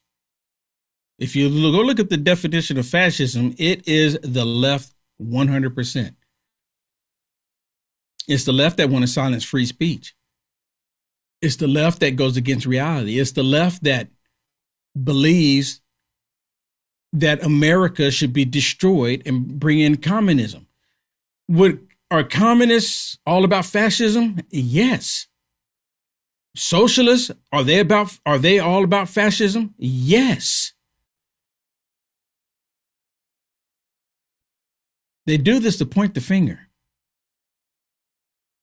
They do this to point the finger. I want to play one more video for you before we get out of here. And I thought this was a really awesome interaction with Marco Rubio. Marco Rubio's on fire. If Marco Rubio was like this years ago, I mean, I kind of always liked Marco Rubio, and President Trump, he liked Marco Rubio too, even after calling him, little Rubio, Lion Rubio, right? But it was all political games. But listen to this interaction. There's a reason he keeps going to the hospital and they keep giving him cognitive tests. We have not seen the president in 8 days. The American people deserve the truth. I yield back. I don't even know how to respond to that, other than to tell you that it's absurd and ridiculous. And I can't believe we're in a Foreign Affairs Committee meeting in front of the House, an important time in American foreign policy. Just keep lying, Secretary Rubio. Just keep lying. Supposedly someone who thinks he's a medical expert when he's not. The truth of the matter is we had a cognitively impaired president in office a few years ago. That's a cognitively impaired president, but I don't like to talk about that because it weakens America. This president we have, this is a guy that literally doesn't sleep. He works day and night, long hours, every single day. I don't know if you haven't seen him in 8 days. I saw him yesterday. I didn't see him yesterday because I was in Congress the day before. I talked to him at all hours of the day and night. He works inhumane hours. Okay, I've been on foreign trips with the president that he doesn't sleep in the whole flight. And everyone else is sleeping on the plane, and he's, wandering the hallways looking for someone to wake up and talk to that people are. So I don't know what you're referring to, but he has an incredible amount of energy. I'm just telling you, you may not like his policies.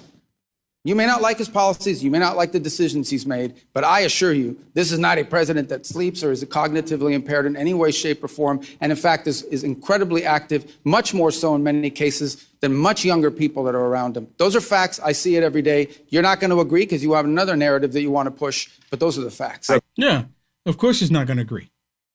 The Democrats don't want to acknowledge that. The Democrats just want to believe that President Trump is not there. Where's he at? Where's he at?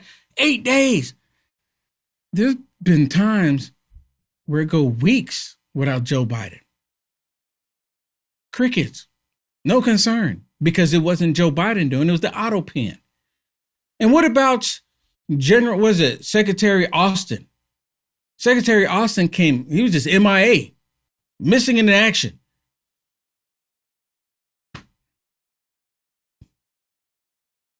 You know, the Democrats, they're way out of their depth. They hate the country so much, they don't know how to get people to believe their lies, so they just continue to do it. It is amazing.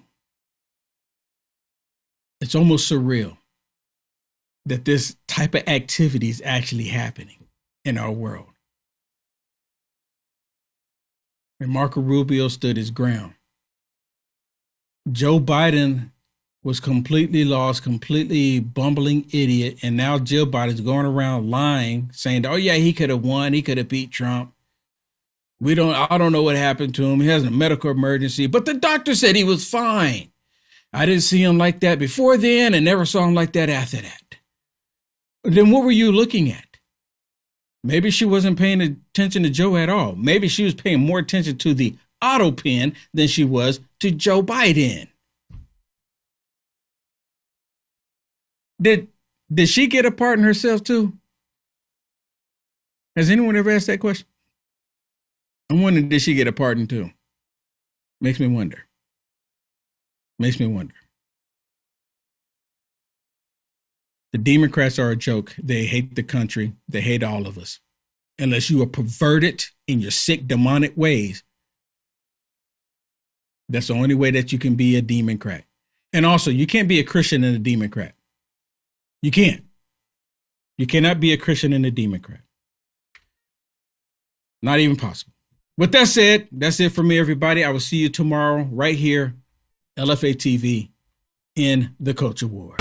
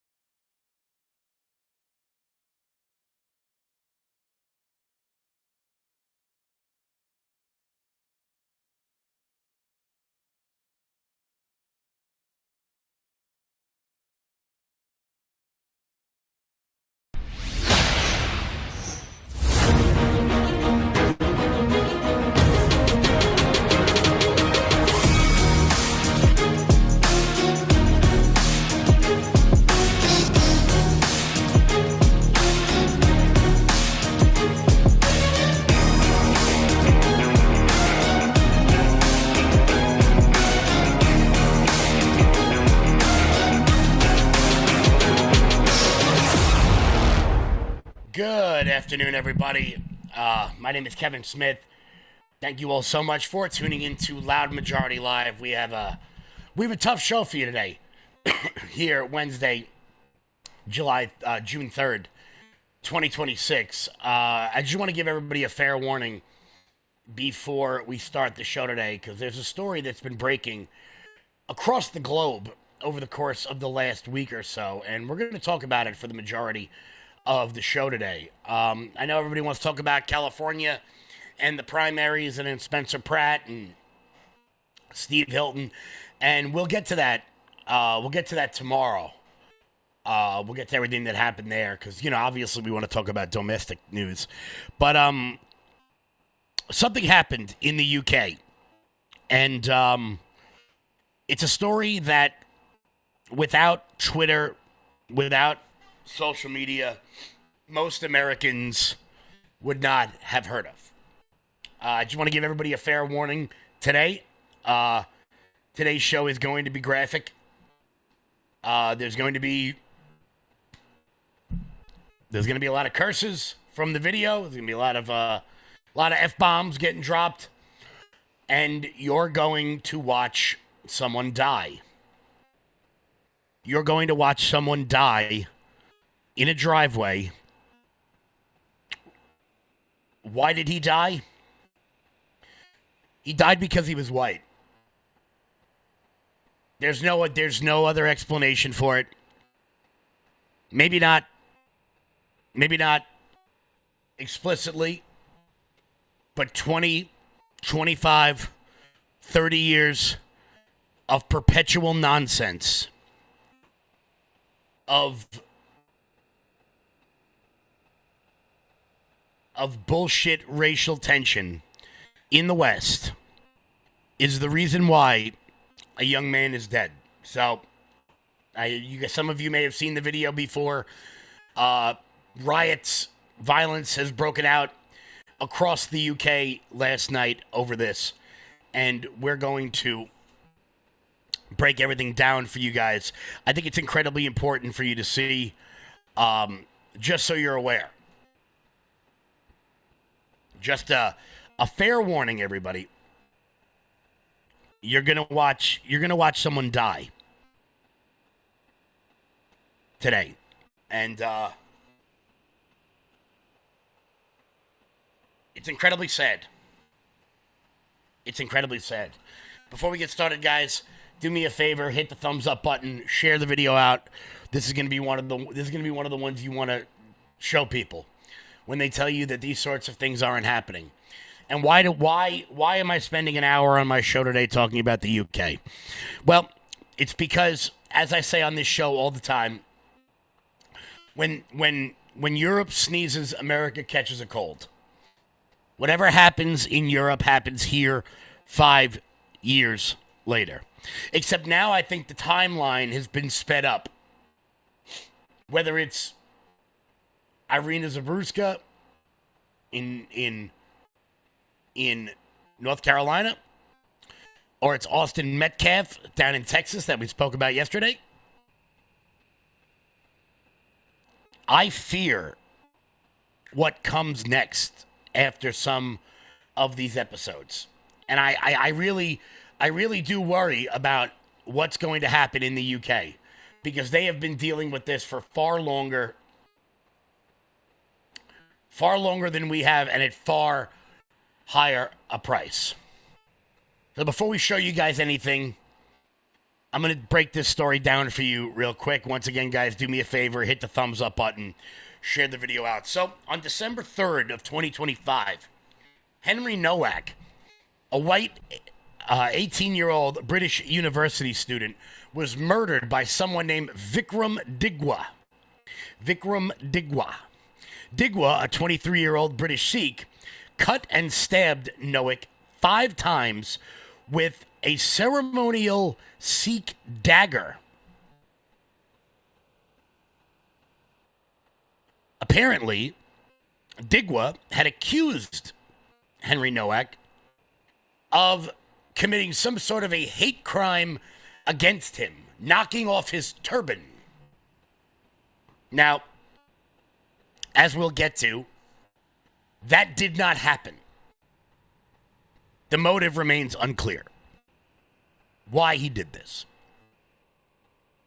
However, whatever the reasoning is, knocking someone's head, the garment off, whatever it may be, is not a reason to stab someone 5 times, including once in the face. Here was the 911 call from Vikram Digwa's brother to the Southampton Police Department. Sorry, we just got attacked racially by some white person. Right, okay. Whereabouts are you? We're on Belmont Road. Just out in the street, are you? Sorry? You're just in the street? Yeah, literally. I just parked up my car to come home, and he's attacked my brother. You're talking about verbally or physically? No, he physically attacked my brother. We're Sikhs. We wear turban, and he's just attacked my brother. Have any weapons been involved? No. No. What did he say to you? Oh, who do you think you are? I was like, look, bro, you're drunk, carry on, walk on. Then I go, he goes, oh, who do you think I'm a bad man? I was like, oh, look, I'm a bad man. What? I'm speaking to you. Godfrey, what did he say?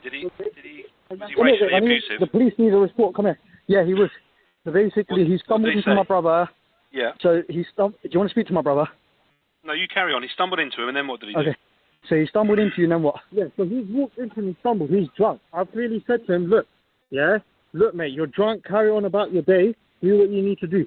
And then what? Then he goes to me, who do you think you are? Who do you think you are? He goes, who do you think you are? Who do you think you are to my brother? And then what? And then he goes, oh, you're this, you're that. Who do you think you're a bad man? I was like, yeah, I'm a bad man. What? Then he starts recording me. Right. As he's recording me, I snatched his phone. He's then laid a punch onto me. He's pushed me back and my turban's come off. He started then grabbing my head. So I then grabbed him and then he started pushing me, attacking me even further and everything like that. At the minute now he's lying on the floor. He was trying to get away. He jumped over some bins and stuff on the other neighbour side. He jumped over the bins and tried to leave through the bin way. He's left a shoe here as well. So he doesn't have any injuries?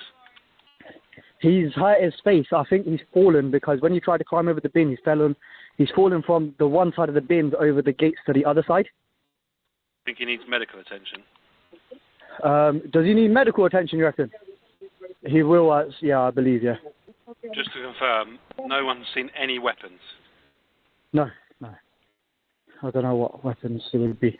No one has seen any weapons. So his brother calls the police saying that he was physically assaulted, that he pushed him, his turban was knocked off, and then he had his hair pulled. When asked repeatedly, were there any weapons involved? The man on the phone said no. He said that he may have been injured trying to flee the scene after he tried to jump over some garbage bins. Okay, so according to that 911 call, there was a scuffle that ensued. A racist attack happened. And now the police are going to show up to the scene. And just fair warning, guys, fair warning, you're about to watch someone die.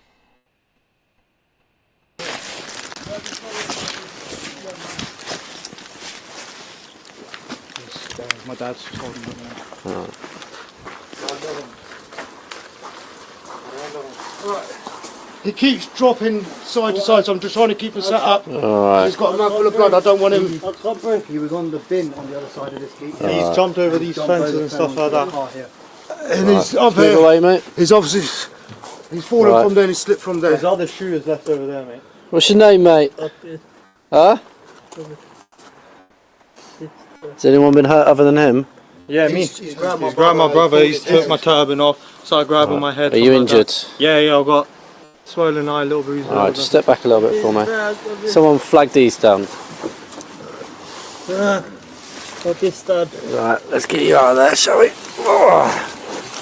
I was in bed asleep. Whenever we just find me up there, look, someone's attacked me. Grab his other arm. Help. What's happened to you, alright? Been stabbed. You've been stabbed? Whereabouts? Don't think you have, mate.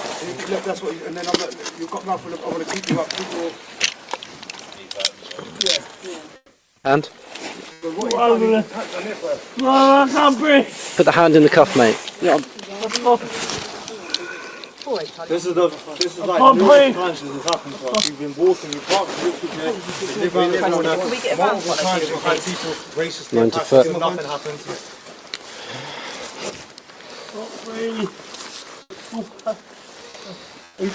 He's saying he's been stabbed, so Where let's is it just you check think you've him. been stabbed? In the face? Oh no, but we have to check, don't we? No. In the face? Just get these back off, get their details on that, and I'll keep hold of him. Please, brother, I can't breathe. Should we No, keep you on your side, mate. You better retrieve then. Saying to him, keeping him on his side. We were set up when we had him here, but he didn't like it. What's your name, mate? At the moment, you are under arrest. That's for assault, so you do not have to say anything. May harm in defence if you do not mention when questioned. It's up to which you later line of court. Anything you do say may be given in evidence, alright? You'll be sick, I think.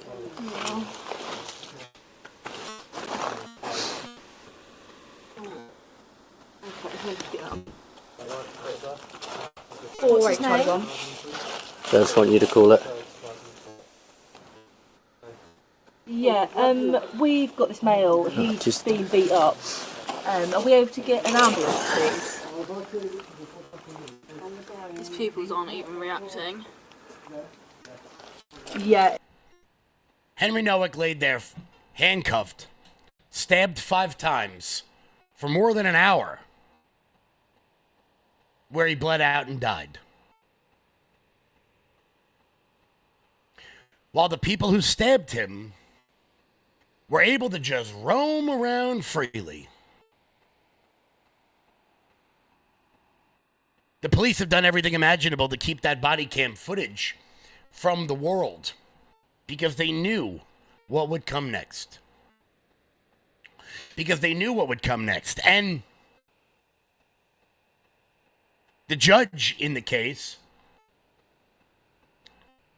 found there to be no evidence whatsoever of any racially motivated attack.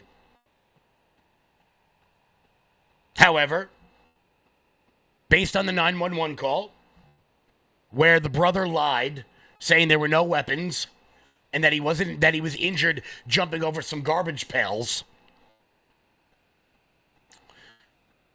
the police go on their little radios and they casually ask for an ambulance. They take no precautions whatsoever while he's yelling or muttering a phrase. I can't breathe. Does that sound familiar to anybody? But the police didn't care. They did no due diligence whatsoever. As a matter of fact, the assailant, the murderer, when he was arrested, was not handcuffed. His brother, who made the false accusation, was not arrested. When they took the assailant into custody, they made sure that he had culturally sensitive meals on him. They made sure that he had every single possible accommodation, because we wouldn't want to be culturally insensitive when a British Sikh man stabs a white kid to death with a ceremonial Sikh knife.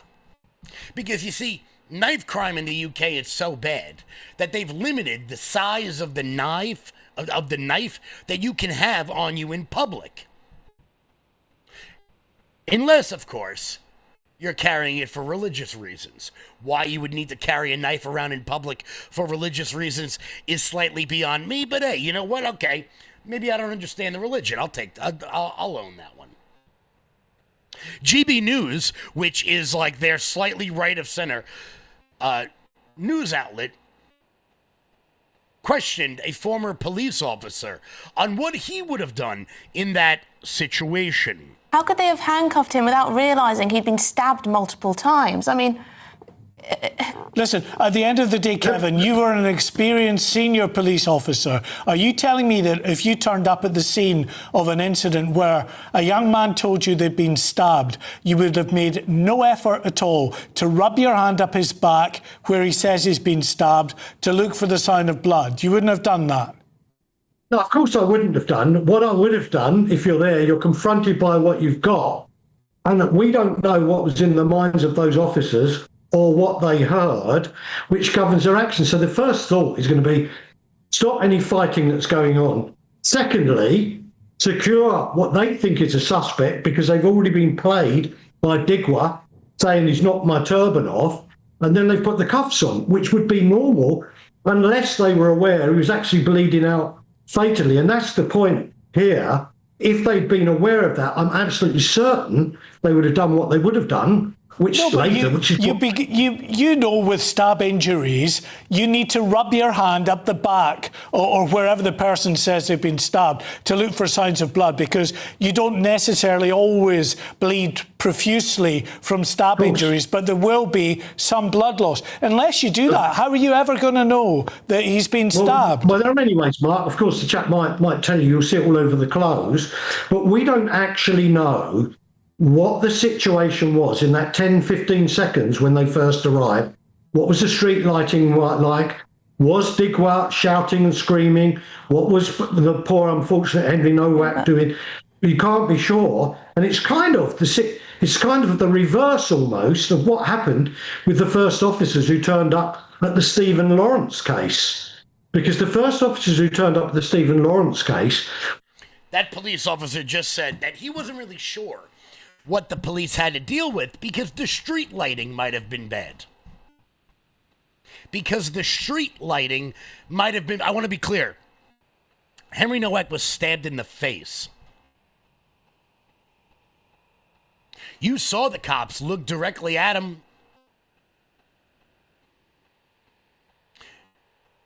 They didn't care. We'll get to why they didn't care in just a second, as Nigel Farage, future Prime Minister, hopefully, of the UK, points out. Now, to be clear, this murderer was sentenced to life in prison with a minimum of 21 years. I don't think that's enough, but, you know, okay.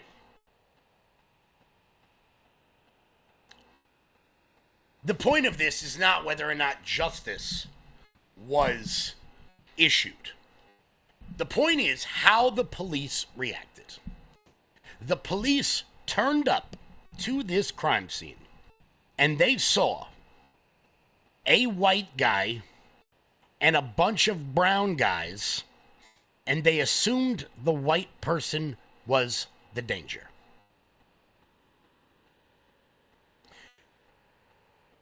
I fear what's going to happen following this. Now, Henry Nowak's family showed poise and grace in a way that I just don't understand following the guilty verdict outside of the courthouse. I am Henry Nowak's father. To my left is my daughter Olivia Nowak, Henry's older sister, and to her left is Lucy Ross, Henry Nowak's mother. The jury confirmed what we've always known. Henry's life was taken from him unlawfully, violently, and without justification. Henry was 18 years old. He was kind, ambitious, loved, and full of promise. He had his whole life ahead of him, a degree to finish, places to see, and a future to build. That future was stolen from him, and no verdict or sentence will ever give it back. Henry did nothing wrong. He was one of the kindest, friendliest, and most inclusive people you could ever hope to meet. He was amazing in every way. On the 3rd of December last year, Henry was walking home from a night out with his university football teammates when he encountered Vikram Digwa, a man openly carrying a large knife on the streets of Britain. That knife was used to take Henry's life. He should have been safe walking home. Instead, he became another young life lost to the brutal reality of knife crime in this country. Henry had been stabbed multiple times, and as his chest filled with blood, he tried to escape. He was chased, abused, and filmed by Vikram Digwa and others. When police arrived, Henry was lying on the floor, barely able to sit up and plainly in severe medical distress. With his final words, he told officers that he could not breathe. He told them he had been stabbed. In fact, Henry told officers that he could not breathe 9 times. He told them he had been stabbed 4 times. The response from one officer was, "I don't think you have, mate." The police have said they were misled by the murderer and that the scene when they arrived was complex. Unfortunately, it seems to us the truth is much simpler. The police were told by our son himself and by a member of the public who called 999 that they heard someone shout that they had been stabbed. But the police did not believe them.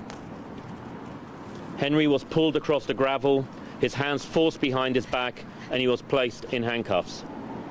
Instead of being treated as a dying victim, police formally arrested Henry for assault and read him his rights. That was the last thing he heard. Henry did not die with dignity. He did not die with the care he deserved. He lost consciousness before anyone believed him. Let me be absolutely clear. We hold Vikram Digwa solely and 100% responsible for the brutal murder of our son. But Henry should not have died on the streets of Southampton in police custody. The way he was treated was inhumane and degrading. His murderer, however, was afforded decency. He was believed. He was not handcuffed when arrested. He was not handcuffed when transported to the police station. As far as we understand, he was never handcuffed at all. And, as Vikram Digwa himself told the court, whilst under arrest for Henry's murder, police even took him to the kitchen so he could choose his food.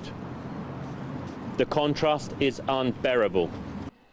The contrast is unbearable. Now that man handled that with a grace and poise that I don't have. I don't have that. I would be rip roaring mad. I would be incensed. The police said that the scene was complex. Well, you just watched the scene. Did it seem complex to you?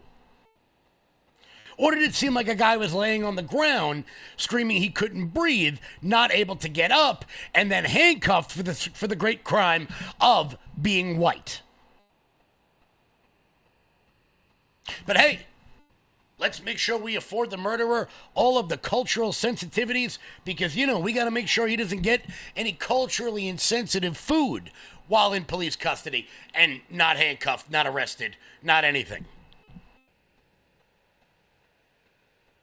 Now, let's take the contrast, because as you heard me say, you may have heard some of those words before. I can't breathe. I can't breathe. Well, here's how Keir Starmer, the Prime Minister of the UK, reacted. I've seen the body cam footage. It's harrowing.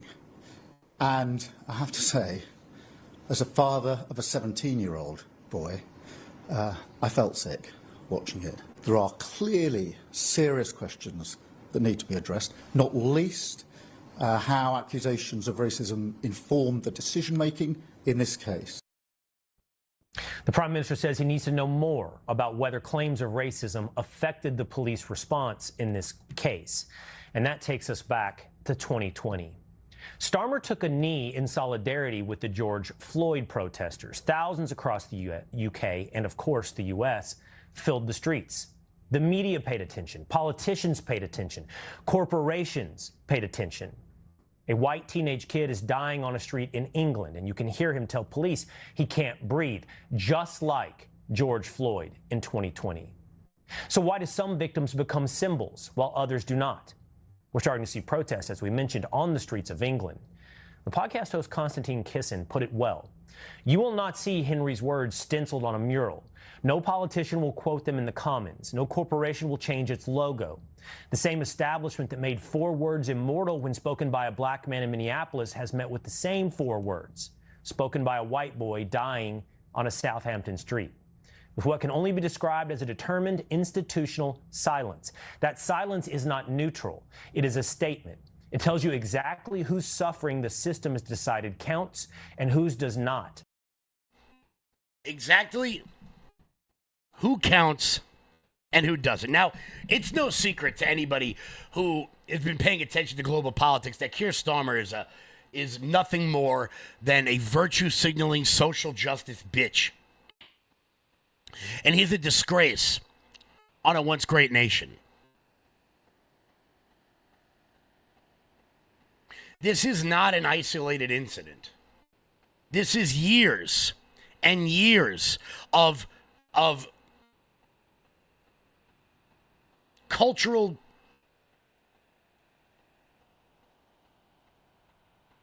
preconditioning that when you come upon a scene and there are 2 people of different races involved, that you are to assume that the white person is guilty. And I for anybody who's going to cut this up and want to say this is some sort of victimhood shit, no, it isn't. Because you just watched someone lay in a driveway for more than an hour, bleeding to death, while the police didn't care. They didn't care. Why didn't they care? Because those police were preconditioned by 20, 30, 40 years of bullshit, liberal, social justice nonsense, of white privilege and collective guilt. Now, some people in the UK are rightly mad because this is not the first time we've seen things like this happen in the United Kingdom. It's not the first time we've seen it happen in places like America, where we showed you yesterday that Austin Metcalf's killer in Frisco, Texas,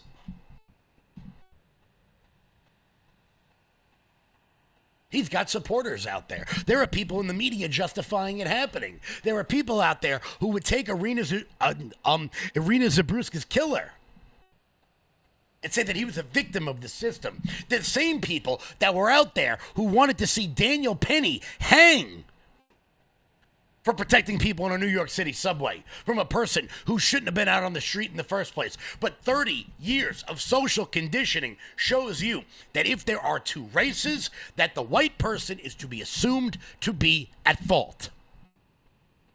How many examples do you need? If you are seen as the cultural minority in some way, you are immediately assumed to be in the right. The same people justifying Charlie Kirk's murder because the person who shot him was a member of the LGBTQ community, and therefore there's some sort of moral justification into blowing somebody's head off in front of the entire world, are the same people who made the excuses for the guy that died at the hands of Daniel Penny. Are the same people making the excuses for the guy who killed Irina Zabruska. This is not an isolated incident. This is social conditioning And if it does not stop, if we do not begin as a society to treat people as equals, regardless of race, you're going to see more of this. And you're going to see more reactions like this. And I want to be clear, I do not want to see reactions like this. But I do not blame people when it happens. Here was future Prime Minister Nigel Farage. Think of this. The biggest fear a police officer now has going about his or her duty on the street is the fear of being reported for having acted in a way that was racially biased. That fear, now greater than dealing with a dying man living on the ground. Henry's family have responded to this in just the most extraordinarily dignified way. But I suggest the rest of us respond to this with pure, cold rage. This is wrong.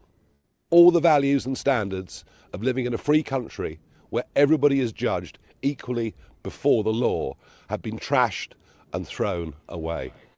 He is absolutely correct. Those officers showed up, and their concern was not for the situation at hand, but rather for the possibility of being called racist. And because of that, Henry Novak is dead.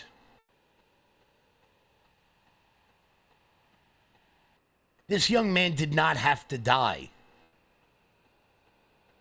But self-loathing, urban white people who have never faced a single challenge in their damn lives, university professors, media institutions, anchors, pundits, reporters, journalists, celebrities. 30 years of this led to this moment. Now, future Prime, I'm going to keep saying future Prime Minister Nigel Farage handled it very well, I think. And he's right. There should be rage because of this. And oh, there was. Oh, there was. Here was Tommy Robinson. Well done for not remaining silent. Well done for coming out. Henry's murder I've spoke about this for 20 years. I said you'll be a victim of a race gang, i.e. Pakistani Muslims, will be beating up a white kid. The police will turn up, they jump on the white kid. Every time, I've seen it my whole life. They jump on the white kid. What the whole world has now seen in Henry's video is what we all know anyway. It's a different treatment for white people compared to non-whites. And we've seen this spread through every single institution in our country. I can't breathe. The crying, the pleading. Do you know what's insane right now? Is you see that scumbag's brother who should be charged for perverting the course of justice. He fucking lied. And the father. And a message to anyone who wants to claim representative communities, get that fucking family out of Southampton. Yes, get them off! The fact that his family might go shopping in this city next week and walk past that scumbag's brother who facilitated and accommodated the murder of Henry is an absolute... The fact he's walking the streets is insane. Get him gone! Get them gone! Get them gone! Get them gone! Get them gone! I've got a video of him walking the streets this morning. He's walking these streets this morning. That's the brother who facilitated. And when people talk Get them out! When people talk about justice, unless the police officers are prosecuted, which must happen. I heard one of the arresting officers just resigned. We don't want him to resign. Disgusting. We want him imprisoned. Easy route out. Fucking easy route out. Lock him up. Not one single police officer was prosecuted for allowing the rape of a generation of our daughters. Not one. None of them have faced prosecution. They've all left with their fucking pensions. Every one of them have left with their pensions. Exactly the same as this. He'll resign with full bloody pension. It's not good enough. We know, every one of you watching this know, if Henry wasn't white, he wouldn't have been handcuffed. So although I heard someone say this isn't about race, this is about race. Yes, it is. He was murdered because he was white. Yeah. He was handcuffed. Do you know the murderer? He didn't get handcuffed. Even after they found out he'd stabbed him 5 times, he still didn't get fucking handcuffed. He wasn't handcuffed in the police car. He wasn't handcuffed at the police station. They took him in the police station to choose what bloody meal he wanted. That is the executive treatment given to non-whites. The white boy who done nothing was handcuffed. The murderer in possession of a knife who stabbed someone 5 times wasn't even handcuffed. It's there for the entire world to see. This isn't just about Henry. Henry could have been your son. Henry could be your son. This has gone on for so fucking long in every town and city across our country, where as white people we're treated as second-rate citizens by our own government, by our own police force. And you have to look at the policing, at their policy and their teachings. This is indoctrination into the police force. It puts up here the accusation of racism, the microaggressions, white privilege. This is all in Hampshire Police Training Guide. White privilege. Does Henry fucking know it looked like he had white privilege on the floor? I just wanted to come here as a spectator in the demonstration. The lads have done a great job. They've been organising these demonstrations in this city for a very long time, yeah? Thank you, Tommy. And as Tommy Robinson said there, he's absolutely correct. This is how people are taught. This is how, after 30 years of microaggression training and anti-racist bullshit, this is how they're taught. And as Tommy Robinson said there, just like all the cops who allowed the rape of Britain for fears of racism, the police officer who showed up on the scene and handcuffed a guy while he was bleeding to death after being stabbed, he resigned. Well, some breaking news from Hampshire Police in the last few moments regarding this case. We have heard that one of the case officers in the Henry Novak case has resigned. 3 of the officers, we're told, are still serving, but 1 officer has resigned. The statement saying, quite simply, as the IOPC has confirmed, they are all being treated as witnesses, so not subject to any current restrictions. So 1 officer involved in this case has resigned from Hampshire Police. Resigned with a full pension. Is that justice? I don't think it is. I don't think it is. And you shouldn't be shocked when the community, after 30, 40 years of this sort of thing, and I've covered the rape scandals in Britain. I've covered it plenty of times. We had Tommy Robinson on this show a couple of years ago talking about it, just after he was released from prison for the great crime of recording outside of a police station. Maybe Tommy Robinson has to record outside of a police station because in a time where Elon Musk didn't own X, this story, just like the Pakistani grooming gangs in the UK, would have died. No one would have known about it. Thank God. Thank God Elon Musk bought X. Thank God he did. And the people of the UK, oh, they're getting pissed. Oh, they're getting mad.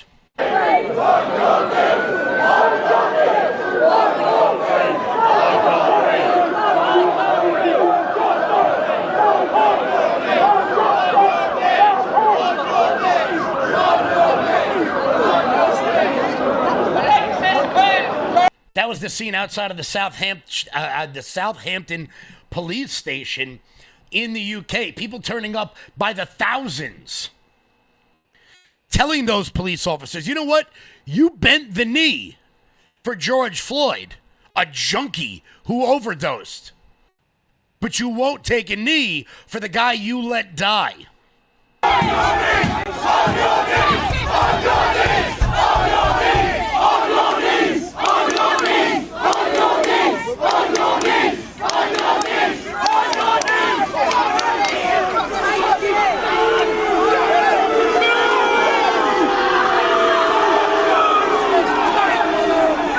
locals are furious. I don't blame them. I don't blame them at all. Like Tommy Robinson said, these police need to be punished for negligence. I'm not exactly sure what the laws are in the United Kingdom, but something has to be done. The same way we in America here prosecute negligence in law enforcement, like you saw in Uvalde, when those police failed to do their job, failed to allow people to go help those kids. They were prosecuted, and they should have been. And they should have been. And the scene in the UK is getting wild tonight.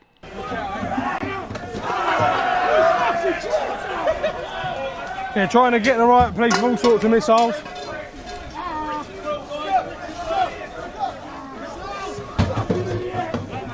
Even the locals are giving them a mouthful.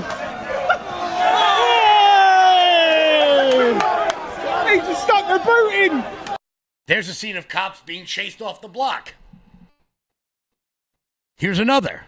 Shamed in it. Oh, here's another one of just some, and here's this video I find to be the most telling. Why? Here you have a black British man getting in the face of a police officer, a white police officer. Watch him not do anything. I bet you if it was Tommy Robinson getting in that cop's face, the outcome might be different. Shamed in it. Not all bad now when people do stuff like this, are you? Disgusting. It's disgusting. But see how you all stood here? Take the knee and pay your respect for Henry. Your officers assisted in that man's death. I've drove 4.5 hours to get here. Half the people have, mate. We're fucking tired of you, him, and every police officer in the force. Your left ideology is woke and it is ruining the country. We're sick of it. It's disgusting. All you do is just stand and there. You just stand there. Say nothing. You're horrible. You're vile. You don't care. Why don't you say something? Look at all of these people who have come to show their respect for Henry. To the Independent Office of Police Conduct, that is all I'm going to say. That don't mean shit. That don't mean nothing to us. He'll get off with it in 2-3 weeks. Sweep it under the carpet like Labour government always do. Keir Starmer should have been gone by now. We don't care. He brushes it all off. Muppets, mate.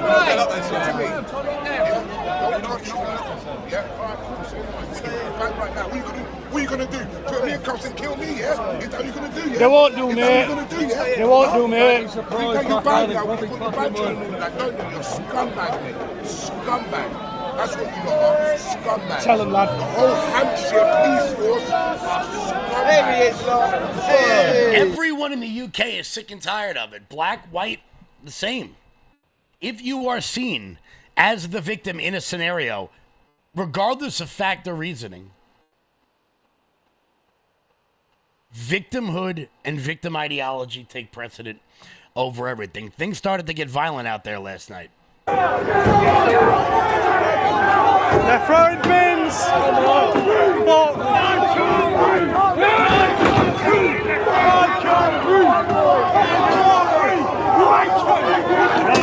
Me and young Bob are here. How you doing? Mental. Yeah, I don't actually endorse violence.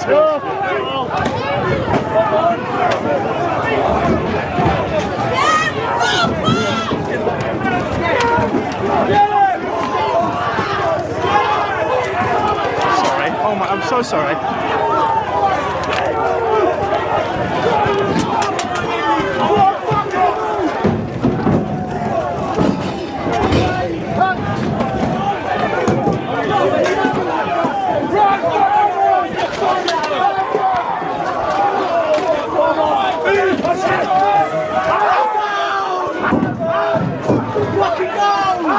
Run, you fucking pussy! Run! Run, you cowards!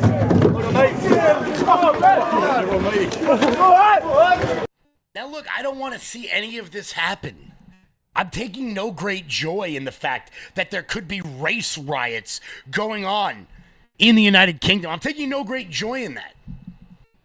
But this happened because for 30 years,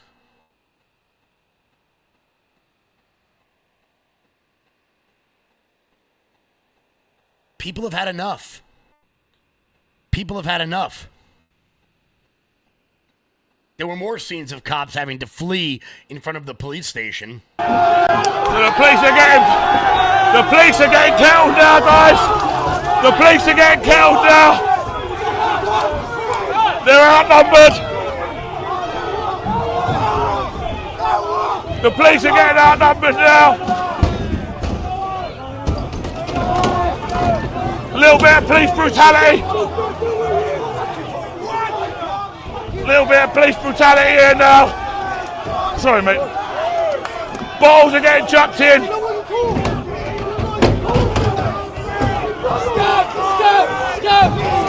They're chucking the stuff away over the people's gardens. As I said, I take no great joy in the fact that this is happening, because when these things happen, obviously the police are going to fight back. And when the police fight back, it's only going to make things worse. Here were scenes of riot police going back after the protesters.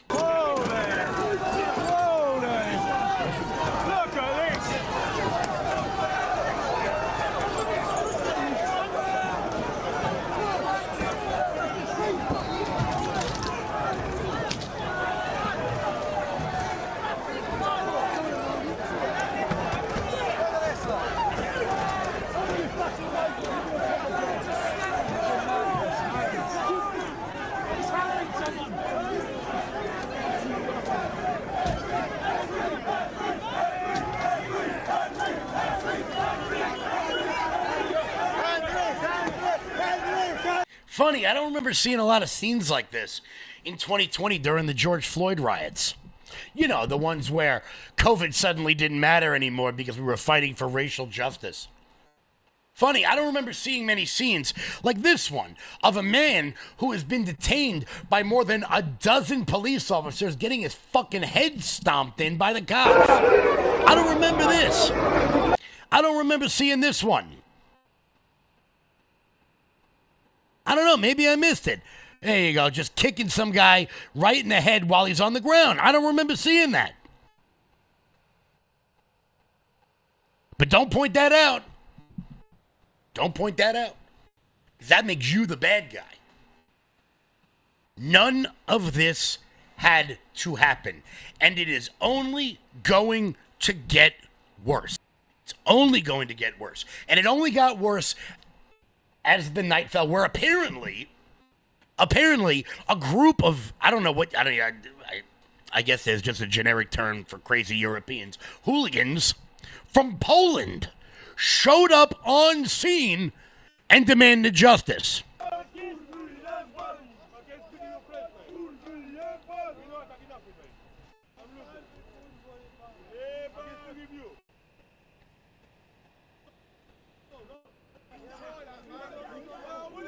Shields again. Watch out, Bob, yeah, because this one's a bit trigger happy. Those guys came all the way from Poland for this.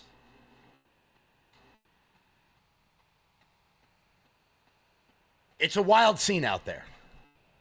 And there's dozens more. Here was more of it.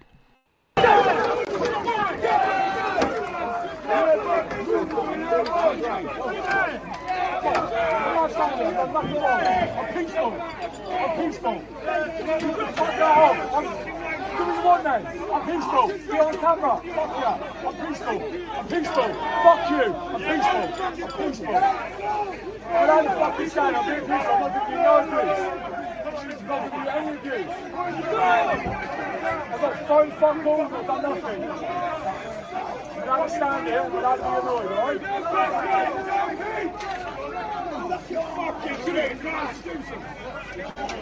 Justice for Henry! Justice for Henry! Justice for Henry! Justice for Henry! Justice for Henry! You don't give a fuck! Remember that, that's all boy. Going to the hold fire. I brought you how you lot fucking should not be criminal. Remember that? Remember that. Your lot that caused it. Not us lot, your lot. Remember that. Things are only going to get worse before they get better. And the worst part of the whole thing is that when things like this happen in a cultural atmosphere, it takes leadership. It takes somebody at the top to quell the violence. to have everyone relax. But the UK doesn't have that. You have the leading activist in the country who's more mad than I could even describe, and he's absolutely right to. You have the future prime minister who is just as pissed off because this is a cultural symptom in the West. The irony of the entire thing is that there are some people out there who are fighting for justice for Henry, who is actually going to spin their bullshit racial narrative on themselves. Here's a guy who we're telling all the white people in the crowd to stand a black guy, to stand behind him because he knows that the police aren't going to do a damn thing to him.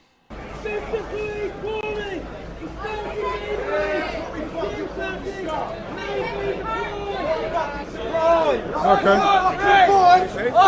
Dispersal order. What does that mean? They're coming forward? No. Dispersal order.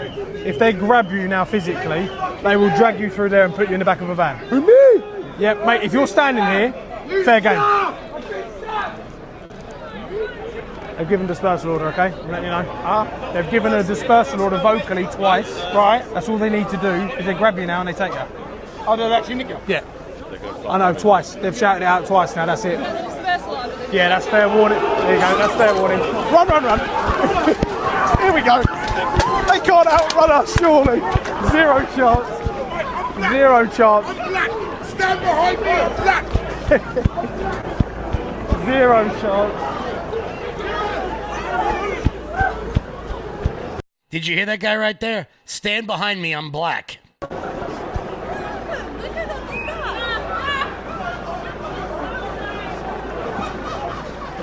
Oh, dear me.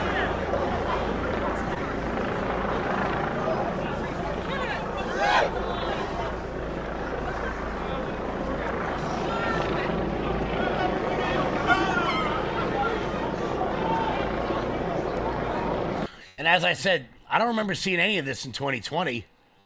I remember seeing everybody and their mother taking a knee for what they felt was racial injustice, but now you got the police out there once again stomping some dude's head in while they're already holding him on the ground. But don't point it out, because remember, if you point it out, you're the bad guy. You're the problem. If we do not get a handle on this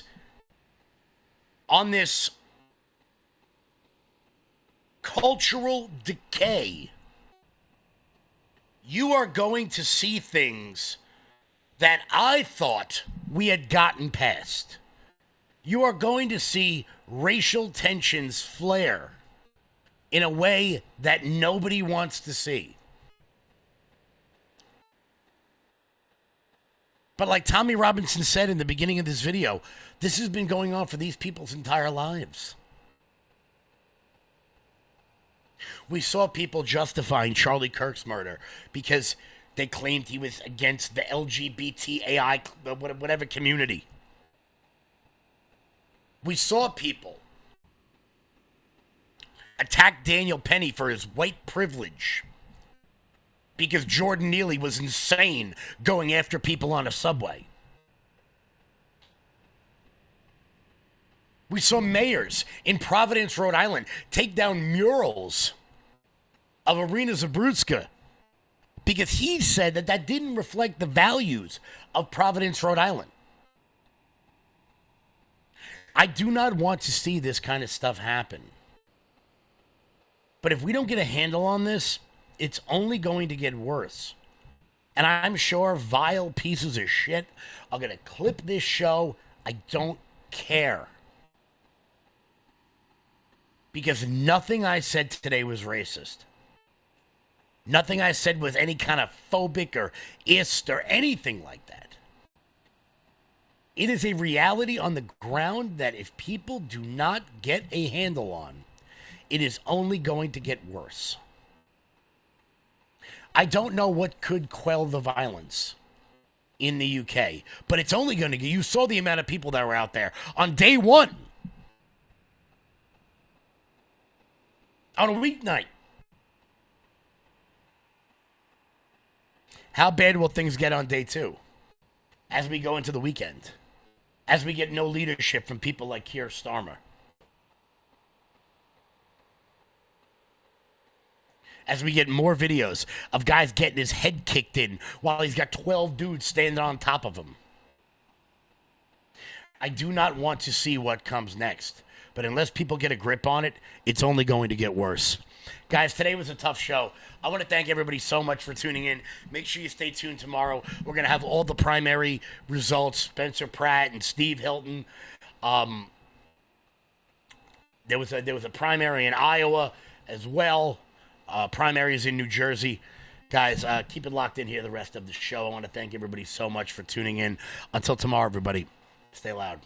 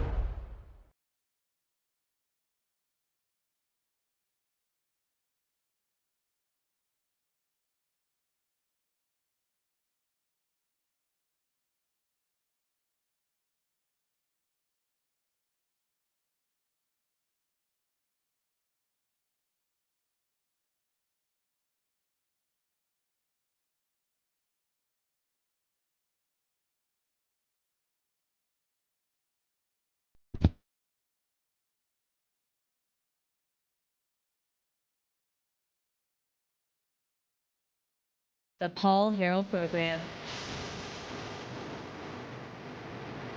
All right, so I told you about this a little earlier at the top of the show, that the fact that we have Iran is all, it's all in the news, obviously. A lot of people are speculating what's going to happen this weekend.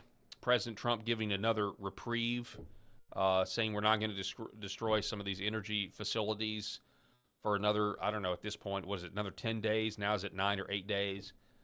And so I got the opportunity. I think this is kind of one of those things where it works out perfectly, where Annie Cyrus has a new book out called The Architecture of Jihad. And it just came out this week. So if you guys want to go check it out, I know it would certainly help.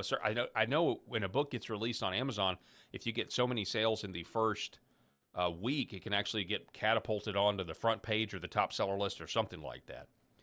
And so I just want to welcome Annie to the program, and I want to say, Annie, congratulations on your new book, The Architecture of Jihad. Welcome to the show. Thank you so much on the congratulations, and it is great to be on your show. It's been a while. Yes, we've known each other. We've worked together for a while, and it's good that I finally made it on camera with you. Absolutely. So I'm really excited. I'm excited for your perspective, your point of view. But the first thing I'd like to talk about is what made you, first of all, how long you've been working on this book, and what made you want to write this, want to get this pen to paper? Sure. So the idea hit me last year after the 12 Days War. And then I've been pretty much working on it since then, which would be early July of 25. It is a self-published book. It was the fact of, well, good luck getting most publishing companies to want to touch such a controversial topic. So that added to the whole process of getting the book out, but I'm glad it's out. The reason was the 12 Days War. Well, more like the celebration that I witnessed in America after the ceasefire of 12 Days War. As an Iranian American, I was very disappointed when the ceasefire was announced. And then I looked around like, why are my fellow Americans so happy about this? There shouldn't be a ceasefire.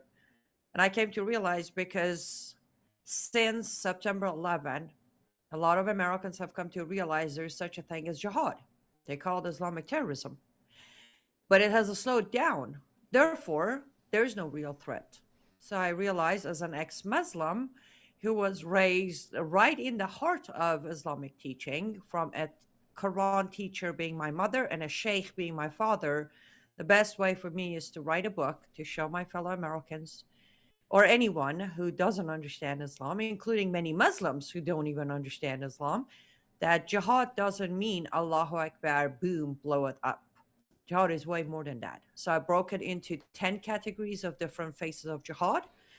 In the book, we go over the actual text from Islamic teaching to time of Muhammad, to historic expansion of that specific jihad into our modern day, using real life cases that we have tried on our courts, from Germany to Canada to US to UK to France, you name it. I have those cases in the book. And I conclude each chapter with a practical countermeasure section where a lot of people know and they're like, okay, now what do I do? So this book will tell you exactly what to do without necessarily relying on your lawmakers to reverse this damage and take our country back when it comes to the conquer of Islam. So it's fascinating because, everybody is watching what's going on in New York with Mondani, and, you see these videos coming out about, the Muslim prayer calls and things like that. I'm actually, we did a whole segment on it, or at least I can't shut up about the video of Mondani in the mayoral office, and I know there's a lot of Muslims there, and they're doing prayer, or they're eating or whatever. And what struck me, Annie, was the lack of furniture. There's a lot of, and so it got me kind of on this deep dive of, wow, furniture. Like you never really think. I never really thought of furniture being a kind of a Western. And I'm not saying there's not non-Western countries that have furniture or don't have furniture. I know, but I just couldn't get over the fact that there was no furniture in the room, and it just struck me in a way that I'm having trouble describing. But do you understand what I mean? I absolutely understand what you're saying. You're referring to the video that came out recently. It was a conclusion of Ramadan for Muslims. It was a day or two before the end of Ramadan, and they all gathered there per invitation, mainly Muslims, to join to, celebrate the end of Ramadan. And what you saw, it's not a Western concept to them. So in Islam, part of jihad, which a lot of Muslims will tell you, jihad word itself means a struggle, inner struggle, which is accurate. Part of that struggle is to stay humble and not have fancy homes, cars, technology, furniture, bed. All of that comes with the practice. So you have so much of nothing, the cliche of you'll have nothing and you'll be happy. Yeah, that really applies. That literally applies to Islam.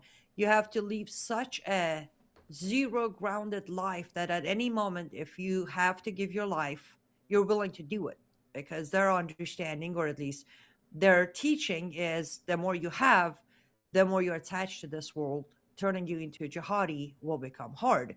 Let's go to Iran, for example. In Islamic Republic of Iran, there are mansions, there are families with full furniture, fancy furniture, average furniture. Some can't afford it, so they have less fancy. But if you go to any of the leaders' homes, you'll notice there's no furniture. There's no bed. If there's a bed, it's a very small, full-size metal bed with a thin mattress. It's part of the training. It's part of, they call it living a humble life, just like they call hijab a symbol of modesty. But technically the underlying part is, if you are a true Muslim, you live life to bare minimum. You don't do anything. So it's more of a kafir or non-believer aspect to them than Western culture, which at the end of the day, Westerners are the highest level of, enemy to Islam. So it makes sense. Can you tell me a little bit about, I have so many questions, and so I'm going to start here. So what was it like? You lived in Iran until you're 15. So can you please just explain to us, first of all, what it was like? And you say you've left Islam. Did that happen? Because I know there are Christians in Iran, or at least that's what we hear. Obviously, they can't be public about it. But can you tell us a little bit about what happened? What was it like? I know this is a loaded question, but what was it like living in Iran up until you're 15, and then you eventually get here? Can you just tell us your story, I guess? Of course. So, yes, to answer your questions, there are millions of Christians inside Iran and thousands of underground churches, but yes, all in secret, because the punishment can be anything from life in prison to execution. If you preach your Christianity, then you will be killed. That's for that part.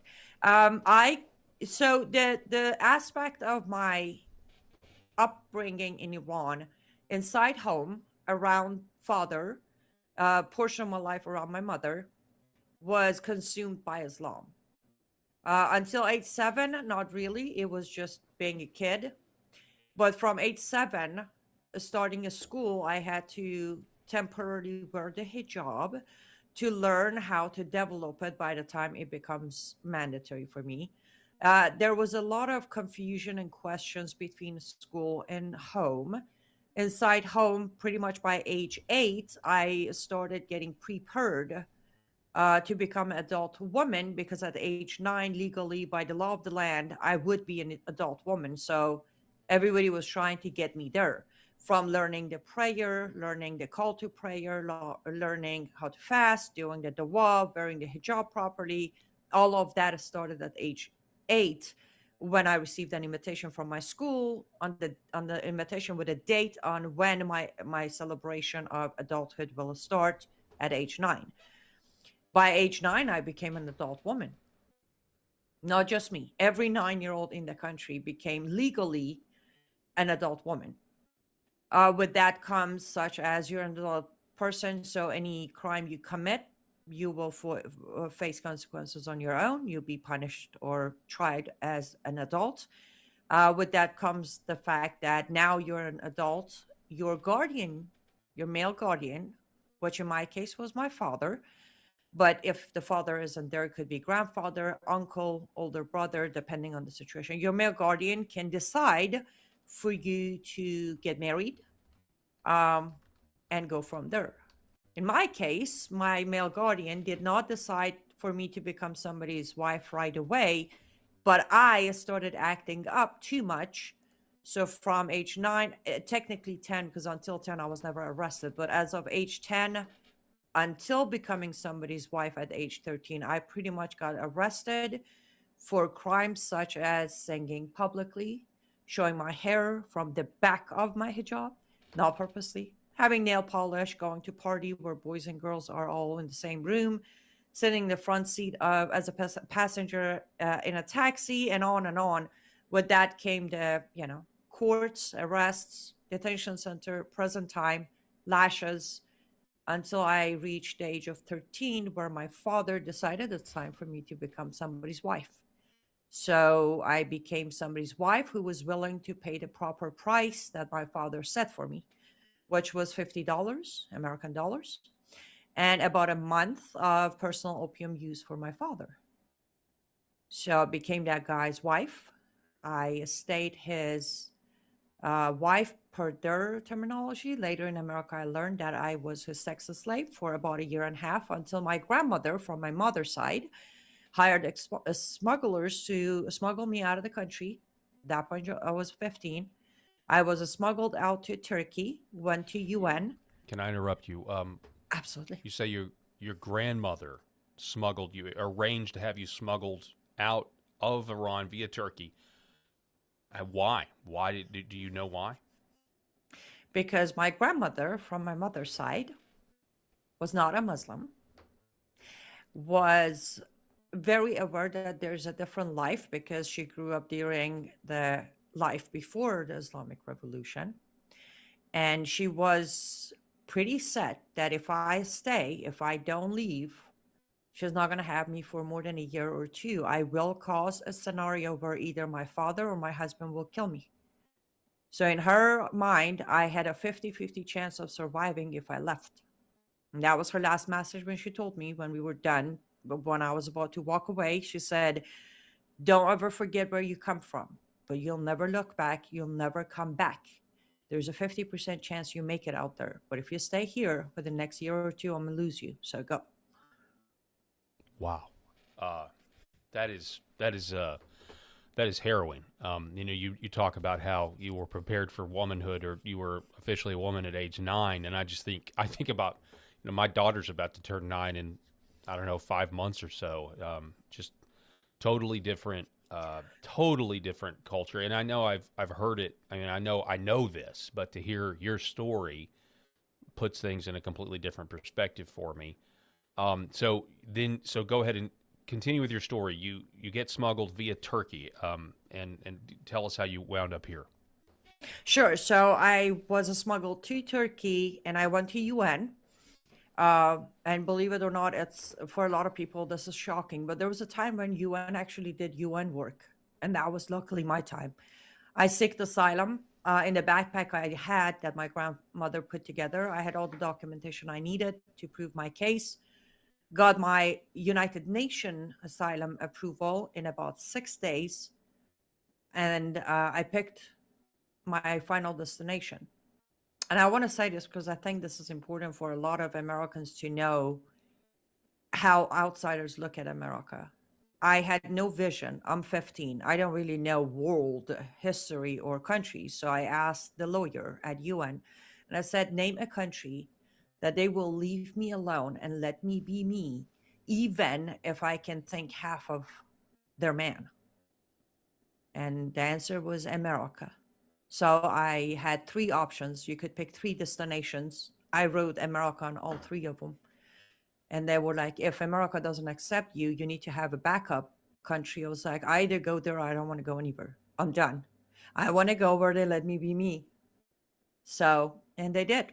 There were delays for me coming. I spent over 3 years in Turkey as a refugee. Number 1 reason was I was an underage kid with no guardian, and U.S. was not allowing me in the country until I turn 18 or until I find a family in America who's willing to adopt me. Which second case came to. After I turned 18, they contacted me and they said my flight has been issued. The second reason, of course, I was the second batch of Middle Eastern refugees to come to America after September 11th. When I finished my first interview at the embassy, September 11th happened. So there was a gap there as well. But I went through embassy, 2 interviews, medical testing, all of that. When I received my I-94 visa, which is an asylum seeker visa that never expires, I got my Welcome to the United States of America package, got on my flight, flew from Istanbul, Turkey to Frankfurt, Germany to Miami, Florida to Chicago, where my story in America started. And I was 18 at that point. Okay, so you get to America. What's your first impression? So that's and feel free to take it wherever you want to go. And then I'm curious, when did you reject Islam, or when did you leave? I guess technically you could say you started to leave when you literally left Iran, but when did you say, okay, Islam is not for me? So, funny story. I rejected Islam at age 9. In order to be a full adult Muslim, you have to say the Shahada. On the day I referred to, where there was a ceremony for all 9-year-olds across the country to receive our certification of adulthood, in the room, I did not repeat the Shahada after the Imam. I didn't.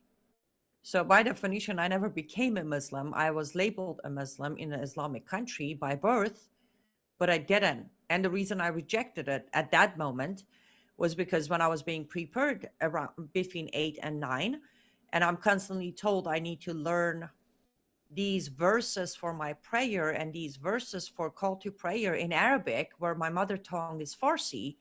And at some point I turn, I'm like, wait, if this guy created me, why is he not bilingual? And why do I have to become bilingual? And the answer I received was all I needed, even as a kid, to realize something is off. And the answer was basically, I got hit in the face, followed by, you don't question Allah. I was like, oh, okay. So I barely can read and write my own mother tongue, and you expect me to learn a secondary language now. And it was frustrating because I would mispronounce and I would get frustrated, and then my dad would be very mad at me, and his hands were a little loose on the slapping. So I never said the Shahada. So I know I'm not even an ex-Muslim, but I'm labeled an ex-Muslim because I was born in a country that everybody born is a stamped Muslim. Now, as a more of a figure of realizing this thing is not even a religion, was probably about a year or so before my escape, when everything formed in my head, when I faced it all. When my father was selling me, I asked him, why would you do that? And I even tried to make threats, like, I'm going to go to the police. And he opened the Quran and he read me from Quran chapter 4, verse 3, said, look, if he can afford the proper price for you, he can have you. And from there, I was like, wait, so I'm an adult at 9. This country lashed me under name of Quran, telling me that everything I committed is punishable by lashing or present time. Now my father's selling me, telling me you were given lashes, correct? Yes.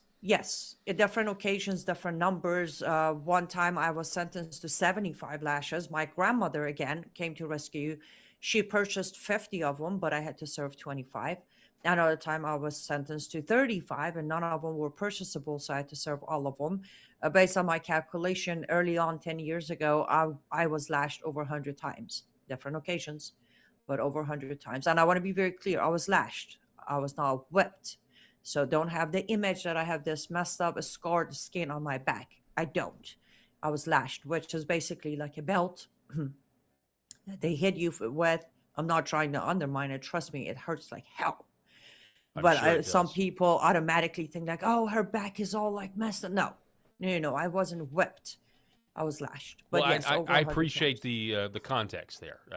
I think that's good. Okay, so you get to Miami, and what was your impression? The Miami moment, honestly, the only thing I can remember, it was about 8 or so hours inside the airport. First thing, they put us all, very respectfully, they put us all in a room when we landed from Germany. And an immigration officer walked in and said, one by one, they're going to take us. We're going to do a final interview. We're going to have to go through some process. And my process was just a verification or identification, my flight process, and then they did a fingerprint, handprint, footprint, eye laser scan, and confirm my identity, who I am and everything. And 2 officers, because it was my connection flight. I was flying to my final destination, Chicago, next morning. And they walked me to a motel very close to the airport. I was locked in the motel room that night. When I say locked, yes, the door was actually locked. And it wasn't they were mistreating me. They wanted to make sure they're not losing an 18-year-old who hasn't made it to her final destination to be handed over. The only thing I remember was am I here? During that 8 hours or so, am I going to make it out of that door? Are they going to deport me? Did some Muslim kill somebody yesterday? Now they're going to deport all of us. And when I finally made it out of that door, I stepped back and I said, it's like a sauna out there. It was August. Oh, wow. I was like, it's like a sauna out there. So they actually gave me a bottle of water, and then I stepped out again. And to be honest, I was lost between excitement and absolute terrifying thought of, okay, we made it, but now what? That was my very first impression in Miami. But I did crash pretty good that night. I fell asleep like a baby. They had to wake me up in the morning so I wouldn't miss my flight. They actually knocked at my door, the agents. They're like, ma'am, we got to get you to your flight. And I was like, I have no idea what they're saying, but I guess I need to wake up. I should probably say I landed in Miami knowing the following words. America, mispronounced as America. I knew dollar because I was purchased through dollar. And hello, I did know how to say hello. So when did you think, you said you came here, you picked here from the UN because you were under the impression that America will let you be you or be free. When did you think, okay, yeah, that's right, I'm going to be able to be myself? Like, was there a moment when you realized I made the right choice? Yes, it was. It was. That moment was far from my arrival. But that moment happened early, I want to say October of 2015. In early October 2015, I was walking to work. My work was very close to my home, so I was walking. And I grabbed my phone and I recorded a video. Back then, Facebook didn't have live streaming yet. You had to record and post. While walking to work, I recorded a video, very upset. And I told I said, those who are watching, I need to correct Hussein Obama. The morning of that day, Obama went to a mosque and he said, let me be very clear, Islam is part of America. And I was so heavily triggered with that video that I made my own video saying, Islam cannot be part of anything. It will start as being part of it and then it will consume it. I stopped recording, posted it, went to work. And when I left work, I came to realize that video has gone viral with over 5 million views, and my friend request is blowing up, and my messenger is blowing up, and my boss called me saying, you have to make a decision. I was like, what do you mean? It's like, you either come back to work tomorrow or you're going to have to continue the fight you just started this morning. Wow. And that moment was when I realized, wait, you came to America for this very reason, not for the fight, but for the chance to pick the fight. So I thanked him for understanding. I resigned immediately, and 11 years later, here we are. Wow. That was the moment I realized, yes, I can be labeled and I can carry bounties, but I can still be the outspoken survivor of Sharia to warn my fellow Americans inside America. And the government is not going to arrest me, and the government is not going to torture me, and the government most certainly isn't going to hang me at 5 a.m. tomorrow morning. Wow. It's an incredible story. Last question about your background. Do you still keep in contact with your grandmother or your mother or your father? Do you know where they are or if they're doing okay? Grandmother. She died of natural causes in 2008. Father. I like to refer to him as my male guardian because he doesn't deserve the word father. He passed away about 7 months or so after I arrived in America. So that would have been early March of 2003.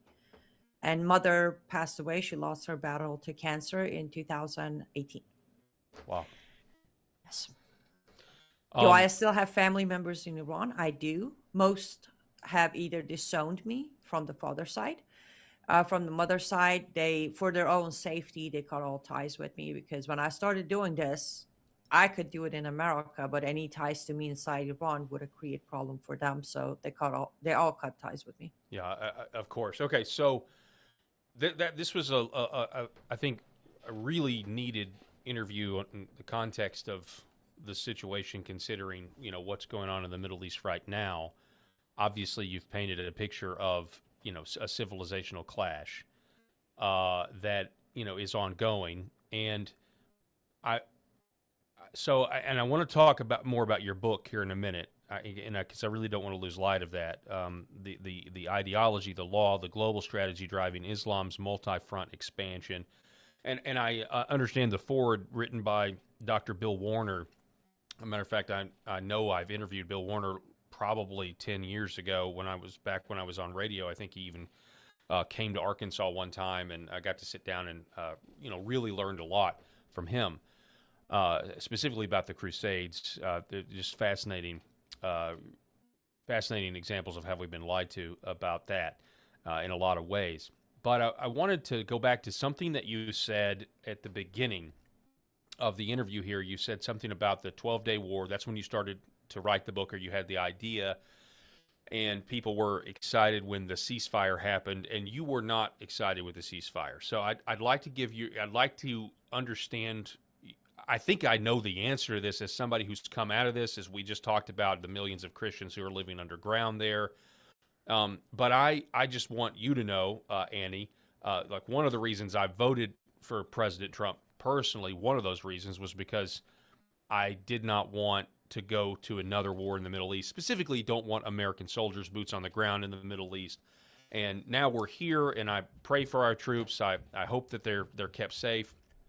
And I That's kind of where I'm coming from on it. That's my hesitancy with all of this. But I want to get your perspective because obviously the audience just heard your entire story, your entire testimony. And so you may have a totally different point of view or a slightly different point of view. So tell us, go ahead and talk about the 12-day war, but talk about what's going on now. Like, what's your position on this? Let me start by saying I am with you on that 100%. Last year during 12 Days War, this year, my stance has been we need to stay out of it. Not because this is not our fight. I want to be very clear. Islam has been at war with humanity for 1400 years. And I have documented that in my book. So this is not my bad experiences with Islam. This is documentation. Islamic Republic of Iran's regime has been at war with America for 47 years. Again, where did we start with Iran? They took our citizens, our employees from our embassy inside Tehran, held them hostages for 444 days. Some testified later that they were tortured, they were starved, they faced mocked executions. They picked this war with us from day one. This happened in 1979. The hostages were released early 1980. So they started this war with America. So when I said we need to stay out of it, it's not because I'm in some denial bubble saying this isn't our fight. No, it is. But the reason I said we need to stay out of it, two reasons. Number one, Israel was handling it perfectly. They were doing just fine. They had a plan. They worked on their plan for years. They have Mossad agents who know the streets and alleys and back alleys inside Iran and Tehran. We didn't need to go in. But I agree with you. Now we're there every day. I pray for our troops. I pray for President Trump. I pray for Pete Hegseth to make the right call, right decision. All of that matters. But I want to make sure you understand that I did not want America involved either. Number two, the second reason, respectfully, I love America, and I will fight for America to my last breath. However, American foreign policy has always been a disaster in the Middle East. Yes. That's the second reason I said we should stay out of it. This isn't about President Trump. This is about American foreign policy. Even if we go to war with Iran, the outcome might possibly be a disaster. So let's just stay out of it. All that being said, the 12 Days War, all 12 days, as I was reporting, I kept saying, we need to stay out of it. We need to stay out of it. And every time I was asked why regarding 12 Days War, I said, if we get involved, we're going to go for a ceasefire. And look what we have achieved with Gaza and Hamas during all of these ceasefires. Absolutely nothing. Every time we got a ceasefire between Israel and Hamas, we ended up buying time for Hamas. They went back, regrouped, came back stronger until we reached October 7th. We're going to play the same pattern with the regime. And we kind of are, because we got them a ceasefire last year, and we're kind of negotiating with them now. And if this negotiation ends up with another ceasefire, we just recreated the failed pattern with Hamas. We just recreated that with Hamas's grandpa, which is IRGC. And I'm worried that all of these ceasefires are going to finally achieve the American October 7th that IRGC has been talking about for almost 7 years now. I'm sorry, 6 years now. You're talking about another 9/11 Black Swan type event. That's what you're worried about here on American soil? Yes, but way larger and bigger. From what I've been tracking through IRGC, we're not talking about one attack, and I'm not undermining what happened on September 11 at all. But the coordination based on the number they have inside America, there's a potential for 75 attacks of 7-man groups across America at the same time. And we can all thank Biden for this one for sure. Absolutely for sure. But the confirmed number of sleeper cells of IRGC, now I want your audience to understand, when we say Hamas, we say Houthis, we say Hezbollah, they're all IRGC. That's where they get their funding. That's where they get their training. That's where they get their weapons. And I also want you to pay attention that it is confirmed that IRGC has had a deal with the Mexican cartel for not a year or two, but again, over 10 years of collaboration and partnership. That's for anyone who thinks, why did I say thanks to Biden? That border cartel, IRGC, a sleeper cells slipped in. That's the connection. But yes, that is what I'm concerned, that if we keep allowing the Islamic regime and IRGC to breathe, we will end up where Israel did on October 7th. Well, so there's a lot there. I just wonder about. Well, let me ask you this, because I've had a different. I don't know if it's a different theory, but I've often wondered in a theocracy like Iran, and again, you grew up there. You were there until you were 15. In a theocracy like Iran, I've often wondered if the people at the top really believe what it is they preach to keep the masses in line and in control. And I'd like to get your opinion on that. And what I mean by that is, does self-preservation factor in to the leaders of Iran? And I know right now, we've had the Ayatollah's been killed, and the next Ayatollah's been killed, and I understand that, but just in terms of, well, let's just take the nuclear narrative, the narrative that if Iran did get a nuke, they would use it, which would mean the total end of their civilization, one way or another, their entire civilization, their standard of living, which I'm sure is quite nice if they want it to be, right? If they don't want to, just sleep on a metal bed like you were saying earlier. So I guess my question is, because we are told that they are a theocracy, which they are, but that they are crazy, okay? Like, they're not just evil, but they're also crazy and, wanting to bring about the end of the world. And I certainly know that is taught, but do you think the leaders at the top really believe that the way we're told here in America? They do, yes.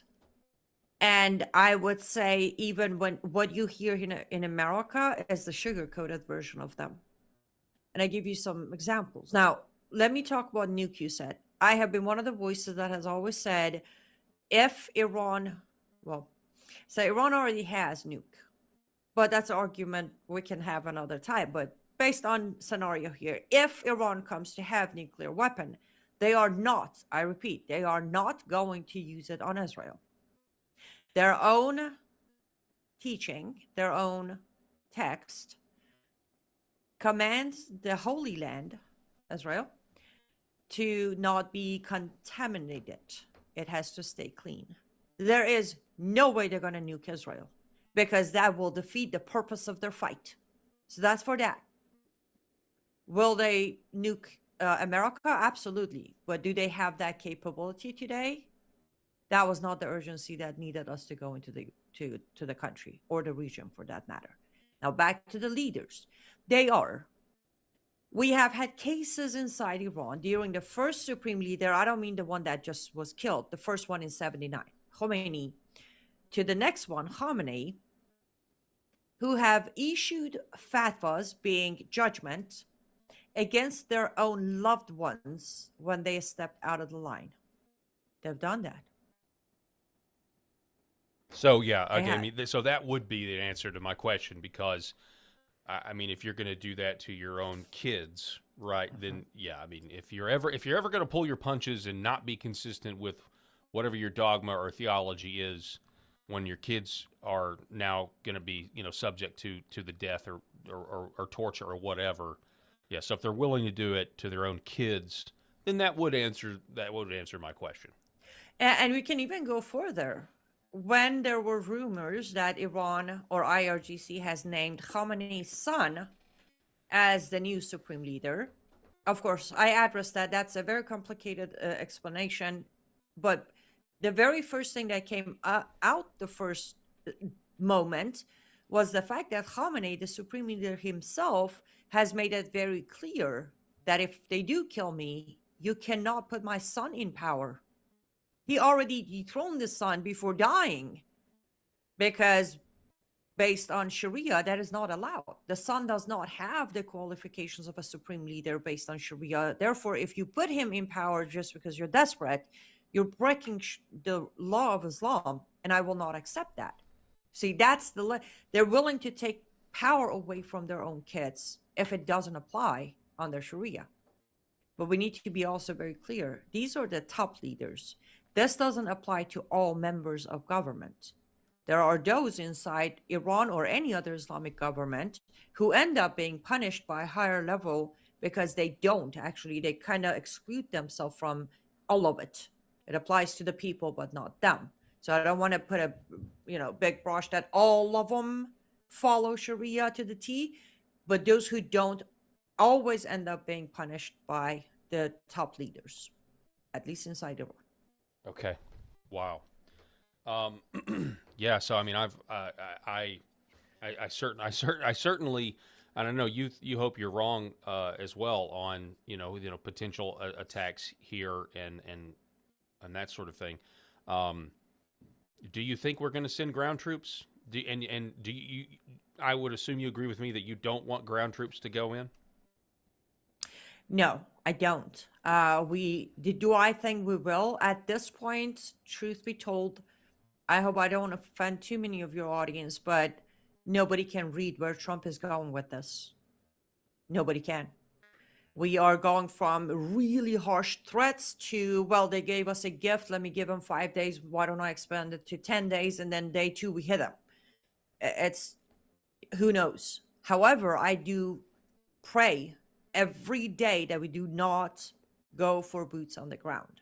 Let me tell you, yes, number one, I don't want our soldiers to have to face what they're going to face if they step into Iran. I don't know if you covered it. I don't know if your audience have heard it, but this is not a new thing. But IRGC just renewed an old order of Iran-Iraq war that now they're drafting boys as young as 12 and up to fight. Our soldiers are going to have to face kids as soldiers. The trauma of Iraq and Afghanistan is plenty for them. I don't want them to have to face that. Now, on the Iranian side of me, I'm concerned because, one, I know why IRGC did this. They're hoping the Iranian people who are against IRGC are going to be forced to fight for IRGC in place of their kids, which is even worse because then I have to watch my fellow Iranians and fellow Americans fight each other over something that doesn't need to happen. We do not need to go inside. There is no need for boots on the ground. There isn't. I still say we've done a great job. We've done an amazing job.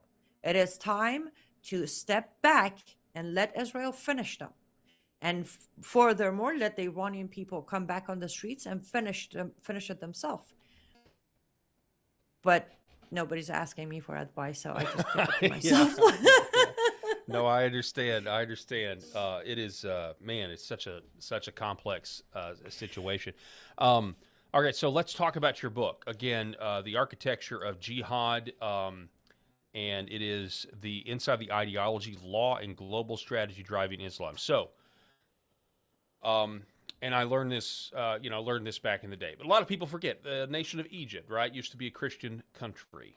And via immigration, it now no longer is, or it's certainly not what it once was. So what are your thoughts on this? Immigration's a big part of this, right? I've been told a lot of people like to think that America has magic soil. Or they don't say it like this, but this is how I would describe it, that anybody can be an American. And I know this, and I know, you're from Iran, you're now an American, and you've obviously, assimilated in that sort of thing, and that's good. But not everybody does that, Annie. And we're in a situation, if we just look at New York, okay, this is a conquered country. It's a conquered nation.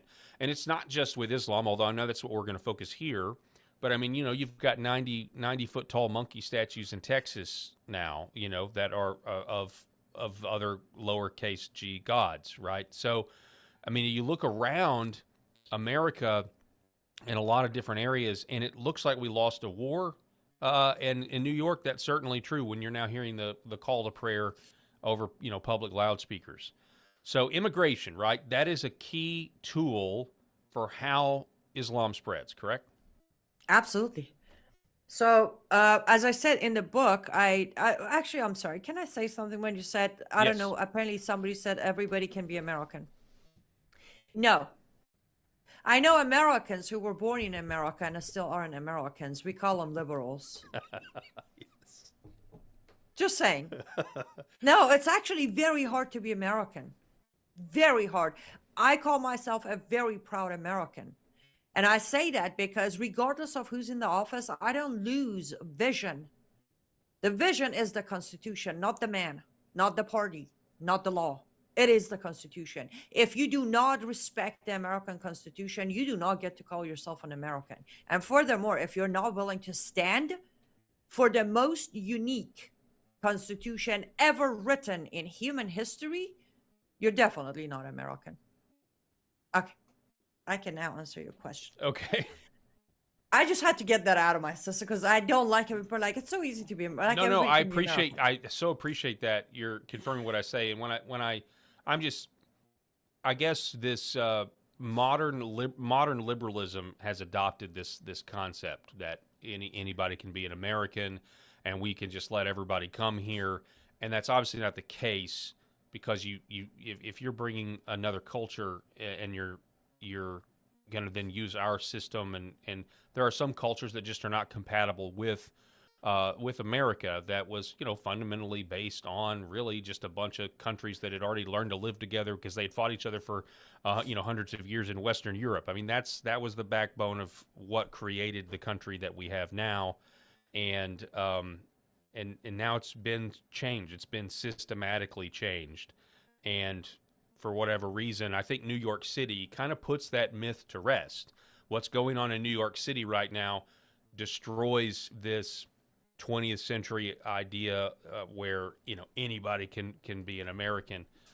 That's obviously not the case. So, absolutely, yes, and let's not forget Dearborn, Michigan. or Minnesota. Yeah, absolutely. Exactly. But to answer your question, yes, immigration. Jihad, which the phrase used by Islam is hijrah, is absolutely one of the main players. So the way I broke this in the book, we have two main categories, which is the classical jihad, and then you have the modern jihad. Now, just because we call them modern doesn't mean they're not rooted in Islam and Muhammad didn't practice them. It's just that they have found their modern way of practicing rather than the old way of practicing. And migration jihad is under the classical jihad. Historically, well, let's start with the text itself. In the text in the Quran, you find where it says, migrate to spread Islam. I'm giving you the short version of the verse, but it's there. And then there's Muhammad, who migrated from Mecca to Medina because he was failing Mecca and he didn't have the power. So he migrated to Medina. Now, this is where it might be interesting for anyone who still thinks these ceasefires have a meaning, or even Abraham Accords have any meanings. Muhammad migrated from Mecca to Medina, not as a refugee, not as someone who was escaping persecution. No, he made a deal with the government of Medina. In return, they would give him safe haven and his people in Medina. When he arrived in Medina, he broke every promise, every agreement, built his first mosque ever, and built his military inside it. We call it hudna. In translation of English, is deception during time of war. A Muslim is allowed to shake your hand as a kafir, agree to all your terms for as long as they need to regroup and become strong enough to come back and take you out. That's another form of jihad. where they will sign any peace deal you put in front of them. And that's what we've been experiencing also with Hamas. But yes, Mohammed has started migration from there. Historically, migration has conquered plenty of lands. And today in America, I would say second most applied jihad is migration. The first one is political jihad. The first major jihad we're facing in America is political jihad. Okay, where, expand on that. What do you mean by that, political jihad? So political jihad is when you enforce, well, the modern day of it is Hussein Obama, Rashida Tlaib, Ilhan Omar, Keith Allison, Zohran Mamdani. When a Sharia... Isn't John Brennan a Muslim now too? Yes, he is. Yes, he is. Okay, so I'm just throwing him in there as well. Oh, no, if you want to name names, it's a long list. As we speak right now, before we head to midterm, as we speak, over 280 Sharia-obeying Muslim are in offices in America from local, state, and federal. 280 plus of them. And that is political jihad. When you start with smaller numbers, you start coming in, you infiltrate enough seats, local, state, or federal, enough seats to be taken by you until you become majority in numbers. Then you don't call for peace anymore. You just flip all the laws and start obeying Sharia, or at least enforcing Sharia, that is. So that's the major one we're facing since 2018. So Obama did what Obama did. And that's a topic we can talk about I can talk about Obama Islamization of America for a good 48 hours. Maybe I should write a book about it. But anyhow, after Obama from 2018, they started testing it with Ilhan and Rashida, trained and mentored by Keith Allison. Now, let me remind your audience, Keith Allison was not born a Muslim. Keith Allison is a convert to Islam. And the reason I bring this up is there is no difference. When you accept the system of Islam, it doesn't matter if you converted to it, if you were born and raised in it, if you came to it at age 60, the system dictates the same behavior. You see the same behavior from Keith Allison that you saw from Hussein Obama, that you see from Ilhan Omar. So right now we're facing, but so far based on my putting together, we are facing about another 30 to 35 candidates hitting us on midterm. So right now that's the number one jihad, political jihad, as they try to conquer our offices, local, state, and federal. And the second one is migration jihad.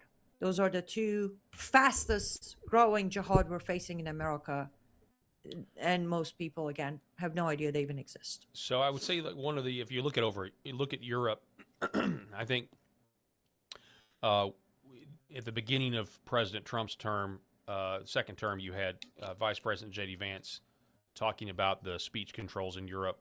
Then I think Marco Rubio, a month or two ago, did the same thing at a speech in Europe. So this coming, I guess the first laws are going to be, or you feel free to respond, but would that be accurate? Like maybe their first political goals would be to start limiting speech? Absolutely. We already have Ilhan Omar, who pushed the bill or introduced the bill of anti-Islamophobia, global anti-Islamophobia. She pushed it on the floor in 2021. The moment there is enough majority of them to vote it in, what do you think they're going to do? Immediately, anti-Islamophobia bill is going to become a law. Just like it happened in Canada. I was invited in 2017 to an event in Canada to speak on motion, what was motion M103 back then, anti-Islamophobia in Canada. We did what we could to help them understand, but it ended up being a law. In Canada right now, there's a law that stops you. Like if I'm banned from entering Canada. I can go to visit, but I'm not allowed to attend any events in Canada because I'm labeled the anti-Sharia speaker. It is illegal for me to go to Canada, even as an American. It's not allowed for me to go to Canada and say the things I'm saying right now on your show. Wow. Mm-hmm.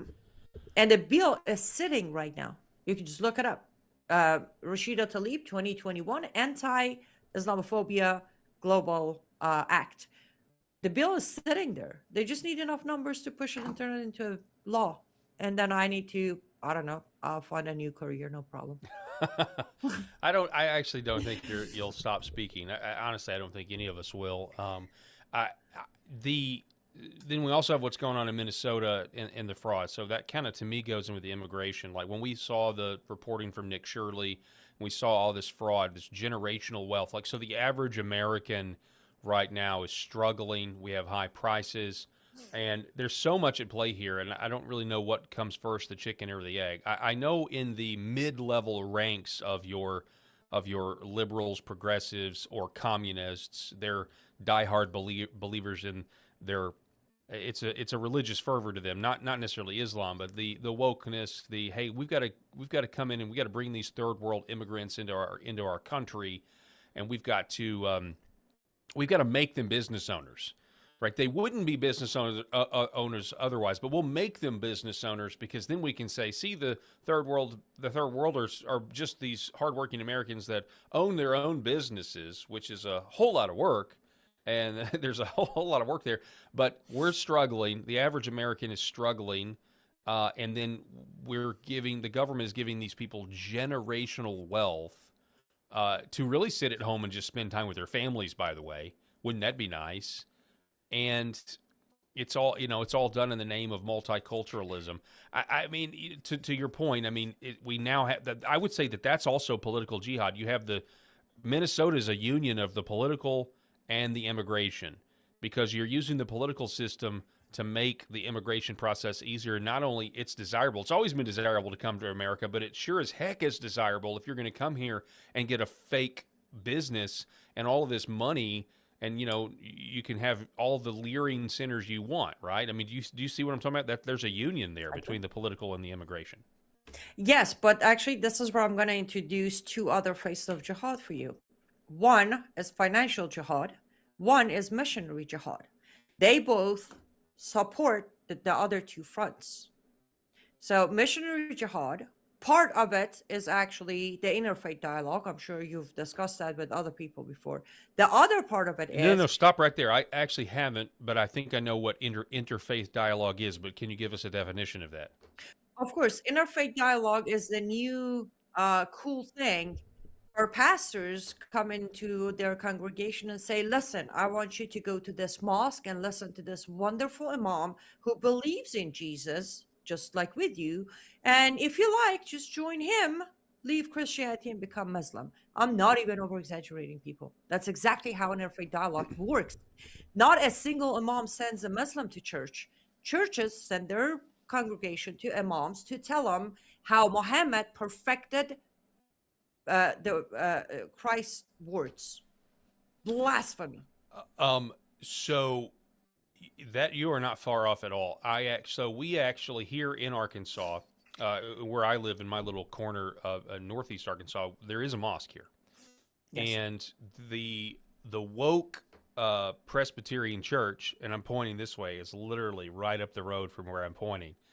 I knew a guy who was, and I am Presbyterian, but I'm not a part of that particular denomination. I'm a part of another one that is conservative confessional. But anyway, what I'm saying is he actually left that church. He was giving it, they are already kind of woke in a lot of ways, but he was very, very, this guy, he's since passed away, bless his heart, but he was very attuned with the dangers of Islam, the infiltration of it, very, very engaged in that. And the pastor had a joint service with the mosque, and they all went to the mosque. So this is happening all over. And that was a bridge too far for him, and he left and he went and joined a church that doesn't believe that is good, right? So to your point, it is happening. This interfaith nonsense and it's really just universalism, and it'll send you to hell. So be careful of that. They also call it Chrislam. The new name for it apparently is Chrislam. It's been growing for a while. I've been covering it for over a decade, but now openly Chrislam is growing, which again, a different topic for another time, but I suggest if you are a follower of Christ, read the Quran. If you don't want to do that, if you don't mind me plugging my Substack, I wrote a Substack titled Jesus of Nazareth versus Jesus of Islam. I give you all of it. It's almost, I think, 12 pages, print, 12 pages of Substack. I gave you word what's your by word. Substack? Go ahead and tell people what it is. liveuptofreedom.substack.com. Okay. Yes. Well, on that, I know we're talking about your book and everything, but I think, well, this would be a great. I don't think I ever got a full answer to the question. And so, are you a believer? Are you Christian now? Absolutely. I was saved by him 9 years ago on a stage at Praise a the Stone Lord. Church in Chicago. Okay. Yes. Can you expand on that a little bit? Like, how were you drawn to Christ, or how did Christ draw you to Himself? That was a very fun story. I shouldn't laugh. I'm not even proud of it. But because of that Substack, the Jesus of Nazareth versus Jesus of Islam, I grew up knowing Jesus, right? We call him Isa. I grew up knowing this guy. And I hate him just as much as I hate Muhammad. I don't want to have anything to do with Isa. I come to America. I should tell you this first. I'm agnostic. I didn't come to Islam, and I'm done with Islam, but I don't really know what I'm doing until I get a phone call shortly after I arrive saying, your father died. And I'm like, how did he die? They're like, in his sleep. I hung up the phone. I'm like, there's no God. We're done. Let's go atheism. Because that man could not die peacefully in his sleep. So I go down the path of atheism first for a while, but then my logic keeps kicking in of, you don't really believe in this, do you? Like big bang, poof, something happened? No. So I went back to being agnostic. And Lord puts the first true Christian in my life as my boss, Dr. Jamie Glazov, the editor of Front Page Mag and the host of the Glazov Gang. And he hires me as his producer. And we start seeing each other once a week to do the show, all that. He starts telling me about Jesus. And I'm like, Face was answering him. He's very patient. He continues. It's like, maybe you want to hear about his love. I'm like, no, thanks. Then he buys me a gift and he just gives it to me. He's like, do what you want to do with it. I come home, open the gift. It's the New Testament. I throw it on my desk. I'm like, oh, these Christians are worse than Muslims. They just want to convert you. I'm sorry. I don't know better back then. And then Lord puts the next person in my life, a female, who is now my mama bear. She's amazing. I've grown to literally adore her like a mother. And once in a while I'm talking or I finish something. She's like, you're a Christian. You just don't know it yet. I'm like, oh, here we go again. I kept denying. I kept running. And this goes on for a good probably 5 years. And Will Johnson, who's great friend, calls me one day and say, hey, Annie, I'm putting together this, rally in Sacramento. Do you want to be one of the speakers? Tell your story. I'm like, sure. So we go to Sacramento. I get behind the microphone. I get like 15 minutes. We talk. It's 118 degrees. We're all melting over there. Finish the speech. And somebody screams in the middle of my speech saying, burn down all the mosques. And I'm like, no, don't burn them down. This is America. We don't burn things down. We build things up. Get in there and have a conversation with them. I step off the stage and one of the security guys comes to me and said, you're a follower, aren't you? I'm like, I'm a what? No, what? Follower of what? It's like, you're a Christian, right? I'm like, no, sir, I'm not. It's like, what you just said up there, that's a Christian word. You could have go with the crowd and say, yeah, let's go burn them down. I'm like, okay, you all need to stop telling me I'm a Christian. Next event happens at a Stone Church. I get on a stage, I start talking to the room. I get to the sentence of my father sold me for this much and go for a crack a joke of how much did he love me? $50, that is. And as I said that sentence, I physically felt a hand grabbing my heart, slowing down my heartbeat enough for me not to hear it anymore. And then in my left ear, I heard, that's okay. Your Heavenly Father loves you. That was not something I could fight anymore, Paul. Wow. I couldn't fight that anymore. That was it. I'm like, you got me. Fine, I won't fight you. I won't run from you. But that you're saying that happened while you were giving the speech. You had this experience where you knew that there was a God in heaven who loves you while you're giving a speech. What was that like? And what did you do after that realization? After you got off the stage, did you go to somebody? Did you talk to somebody? Not immediately, and that's the beauty of it. That video, that speech, was recorded and given to me, and I posted that on YouTube, and it became my very first ever viral video with like 1.6 million views, including many comments from Muslims listening to that speech and going, again, it's all him, right? I didn't know. I finished the speech. I stepped off the stage. I went outside, and I knew he got me, but I was still trying to see if I can find anything to turn that into a delusion. Maybe I'm tired. I'm hearing, like, can I find something that's not what I think it is? Took me about a week. It's that's interesting, and the answer is no. I couldn't. And I tried for a week. Yep. I couldn't. It's been called irresistible grace, or you could just say, well, God, God's not a punk. He the sheep hear his voice. But go ahead, continue. Yes. Now, it took me a week, and I reached out to a dear friend who also, though I knew him for a very short period of time, but he came to be the closest thing I ever had to a father on earth, the late Phil Haney. I called him. So, Phil, this happened. I don't know what's happening, but something happened. And he talked to me. He talked to me. He didn't explain it. He carried me over from resisting to accepting by mainly telling me don't worry, he's not expecting you to. My translation was, okay, now I have this God, he's going to expect me to do things. What are those things? Because I don't want to be a slave again. I don't want to be half a human again. I don't want any of that. So Phil explained to me that he's not going to ask you to do anything. You just surrender to him. And from there, my mama bear bought me my very first copy of Bible, taught me how to study the Bible. My other, Michael Lauber. Michael bought me a Christmas gift, a Farsi Bible, where he knew I'm struggling to fully understand the English Bible. So he bought me a Farsi Bible. And from there, I read and I learned, and I found me a great home church. And yeah, life's great.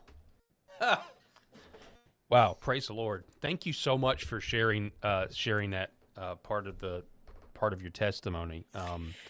So we're going to have to make this is going to definitely just need to be a standalone video. I'm certainly going to cut it that way because I've really enjoyed hearing your story from Iran, and from Iran, from Islam to Christianity, and now you're being used to warn our country about political Islam, immigration, all of that stuff. I know you have to go because I know we've gone over the hour that we had scheduled you to be here, but I do want to make sure that you get the last word on your book, and I want people to go buy it if they want to read further. And I feel like this interview is going to do what it's designed to do, which is pique people's interest in your book. But did we not cover anything that you wanted to cover? I just want to make sure that we've covered what you want to cover, Ani.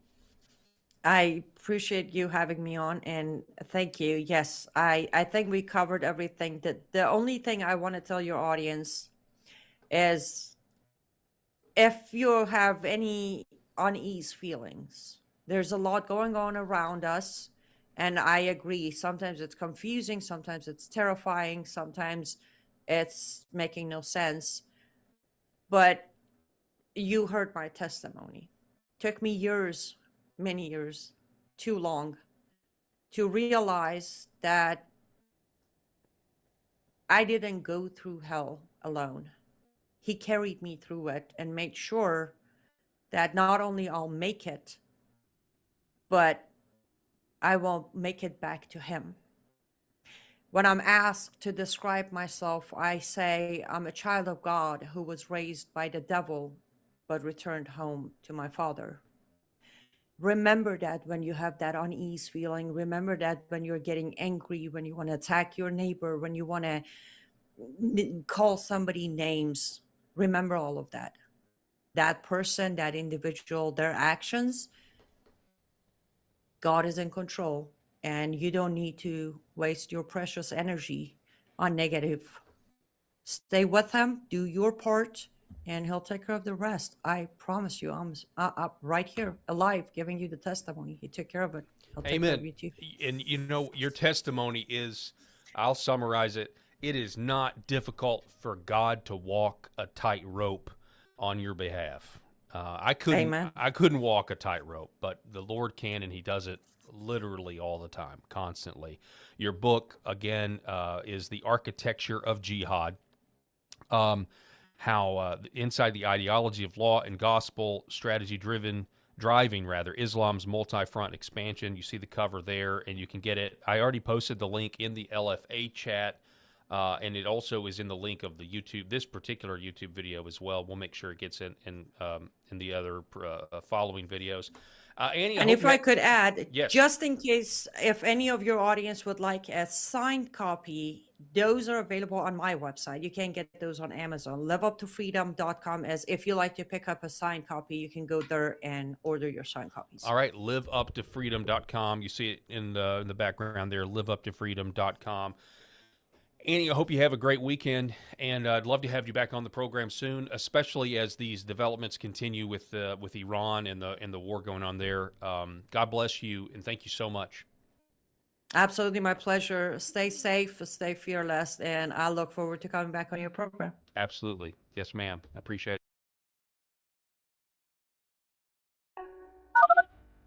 Why is Red Vibe different? What sets it apart? What sets us apart from the standard red light panels? This is a medical grade device, and what that means is the red light bulbs and the near infrared bulbs have very specific wavelengths. If you think about the wavelength as the medicine, the 635, the 670, the 810, the 850, those were specifically chosen because those are the most powerful effectors of the cells. So those specific wavelengths, when they get into our body, when they affect our tissue, they spike energy production, they help with nerve pain control, they increase stem cell counts. There's very specific mechanisms that those specific wavelengths work at, and that's the medicine. So if you think of, say, medicine as an Advil or a specific steroid or a blood pressure medication, the wavelength is the medication. The other part of that, whenever you take a medication, is dose, right? So you have the medication. So if you take 1 milligram of Advil, and the average dose of an Advil is 200 milligrams to 800 milligrams, it's not going to work. That doesn't mean the medicine's bad. It just means you didn't take enough. Right? And so even if you have the right wavelengths, first you have to have the right medicine, and then you have to have the right dose. And to have the right dose, you have, in light therapy, you have to have enough energy.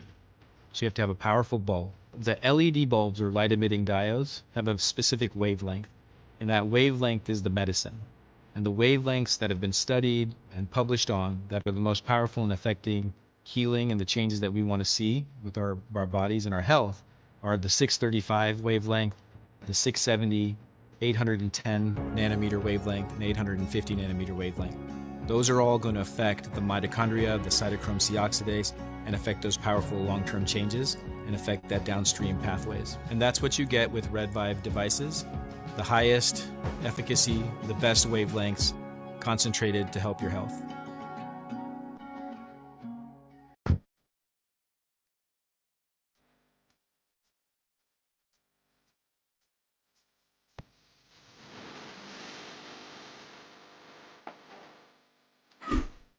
The Paul Herrell Program.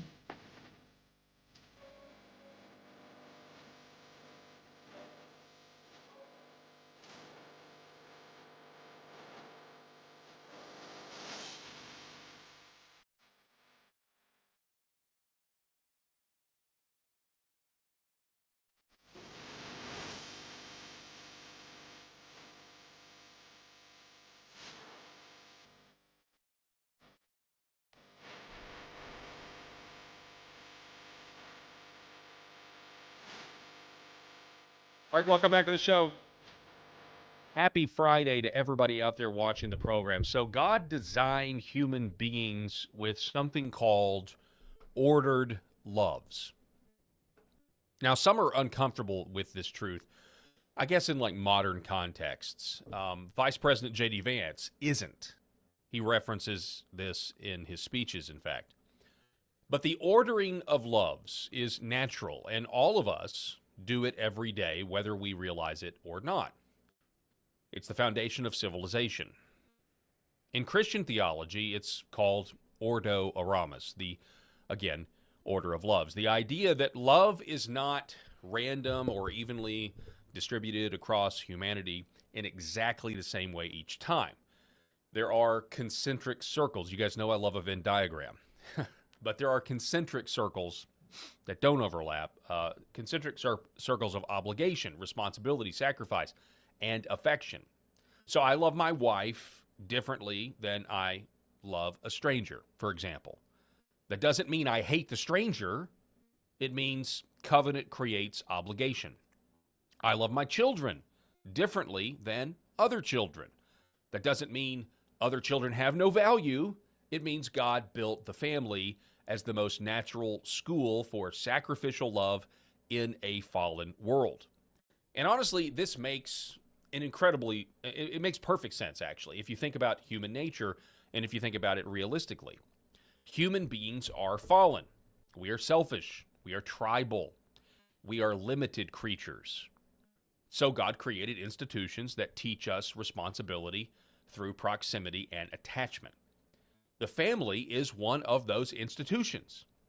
It is easier for a man to sacrifice for his wife than for a random woman across town.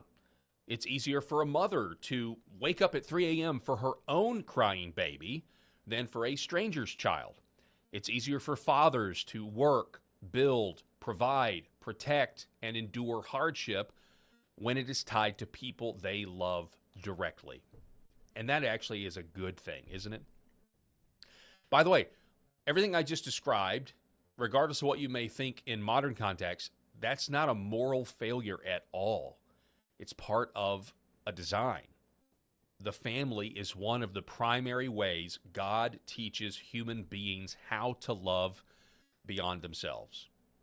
It is the training ground for duty, sacrifice, inheritance, continuity.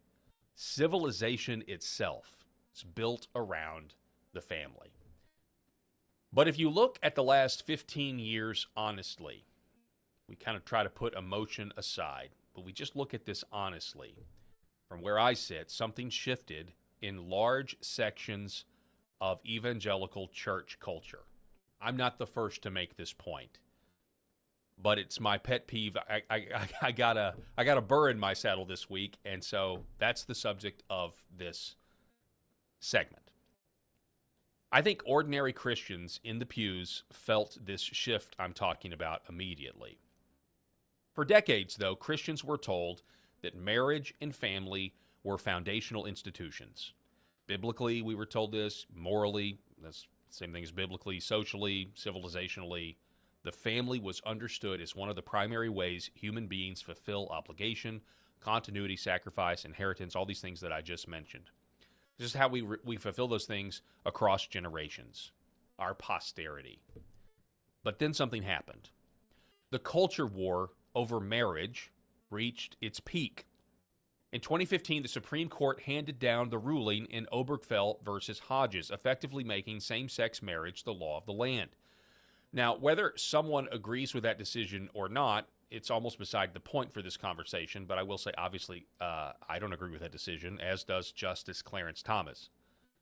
But the point is this: millions of church-going Christians believed they were watching one of the most important moral and civilizational institutions in society, marriage, the family, being fundamentally redefined, deconstructed, in fact. And they expected strong biblical clarity from major Christian voices. Instead, something strange happened.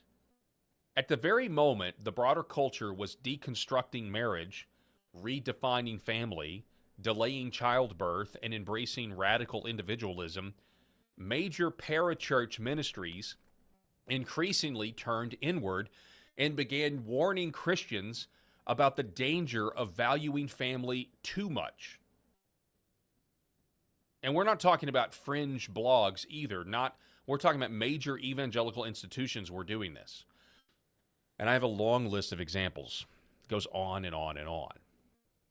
In 2017, John Piper's website, Desiring God, published this, quote, "Has marriage become my idol?" In 2019, Desiring God, "Stop loving your spouse too much." In 2024, "Love her less to love her more," with a subheadline on that one that reads, "The Dangers of Idolizing a Wife." Sorry. Then back in 2013, there was this headline from Desiring God, "The Idols of a Mother's Heart." And in 2016, "Is my dating relationship idolatrous?" Then we move on to the Gospel Coalition. They ran this in 2012, "Worshiping at the Altar of Family." In 2018, "Are we really in danger of making an idol of the family?" Okay, that one thankfully sounds a little bit skeptical, but how about this one from 2018? "Beware the idol of parenting success." The Christian publishing giant Crossway wrote these two headlines back in 2022, "When Marriage and Motherhood Become Idols." Also this one, "Is motherhood a woman's highest calling?" So you read all those, you're like, what in the world is going on? One of the most interesting parts of this entire conversation when I started diving into it is that the marriage/family as an idol language did not just emerge from arguably progressive Christian spaces. It emerged inside institutions that had historically been some of the strongest defenders of traditional marriage and family in general in America. Maybe no organization illustrates that tension better than Focus on the Family. We all know about Focus on the Family. For decades, Focus on the Family under James Dobson was synonymous with the broader family values movement in American evangelicalism. The organization fought publicly against same-sex marriage, pornography, abortion, fatherlessness, sexual libertinism, and the breakdown of the nuclear family. So when parts of the Focus ecosystem later began adopting the language of marriage becoming an idol or children are idols or whatever, it marked a very significant rhetorical shift. The key vehicle for this shift was Boundless. Okay, that's Boundless, Boundless. That's Focus on the Family's young adult ministry aimed primarily at millennials and Gen Z singles. So Boundless focused heavily on singleness, dating, emotional health, vocation, relationships, identity, and navigating modern culture as a young Christian adult. And beginning into the 2010s and early 2020s, the language coming from Boundless increasingly reflected the broader evangelical trend, and boy, is it a trend. We literally just demonstrated that for you. The broader evangelical trend towards warning against deriving your identity from marriage or over-attachment to family roles and viewing marriage as ultimate fulfillment. The clearest example of that was in 2021 from the Focus on the Family Boundless article, quote, "When Marriage Becomes an Idol." So what makes this historically fascinating to me, I don't know about you, is the timing of all of this. The same organizational ecosystem that spent decades warning America about the collapse of marriage, declining family structures, and the dangers of the sexual revolution was simultaneously participating in a newer evangelical movement, warning Christians, and you might not be able to call it a movement, but I mean, the articles are everywhere, warning newer evangelicals, they're warning Christians, rather, not to overvalue marriage and family identity. And for many ordinary church-going Christians, that created a strange tension. Maybe it was unnamed, maybe you couldn't quite put your finger on it. The culture was abandoning family formation while Christian institutions warned believers not to center on family too much. Sounds crazy. That overlap is a major reason this conversation has become so charged inside modern evangelicalism. It's worth pointing out, by the way, that Focus on the Family's young adult ministry, Boundless, they actually ceased operations as of January 2026 to refocus on its core ministry. Good for them. But the list of Christian ministries that parroted the family could be an idol warning is exhaustive. I mean, someone named Dr. Carroll Ministries wrote, Throwing Down the Idols of Marriage, Singleness, and Parenthood. Or you've got this ministry, Eternal Perspective Ministries, wrote, How to Avoid Making an Idol of Your Marriage and Spouse. Somebody named Bob Blakely at the Compass Bible Church wrote an article, When Our Kids Are Our Idols. Over and over and over again. If you do a search on this, it will be absolutely exhaustive. And I'm going to be fair here. The truth is there is truth inside this theological principle of warning about idols. You know, Christians are not supposed to worship our family. We worship God. We're not supposed to worship our spouses. We worship God. Or our children, right? I mean, anything can become an idol. Anything can become an order. I mean, it's kind of human being specialty, right? I'm not discounting that that's not possible. Just, I'm really suspicious about the timing of all this. Because here is the uncomfortable question.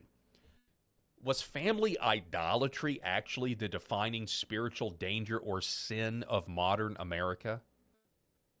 Because the surrounding culture was not exactly drowning in excessive devotion to marriage. I mean, look around you, man. Come on.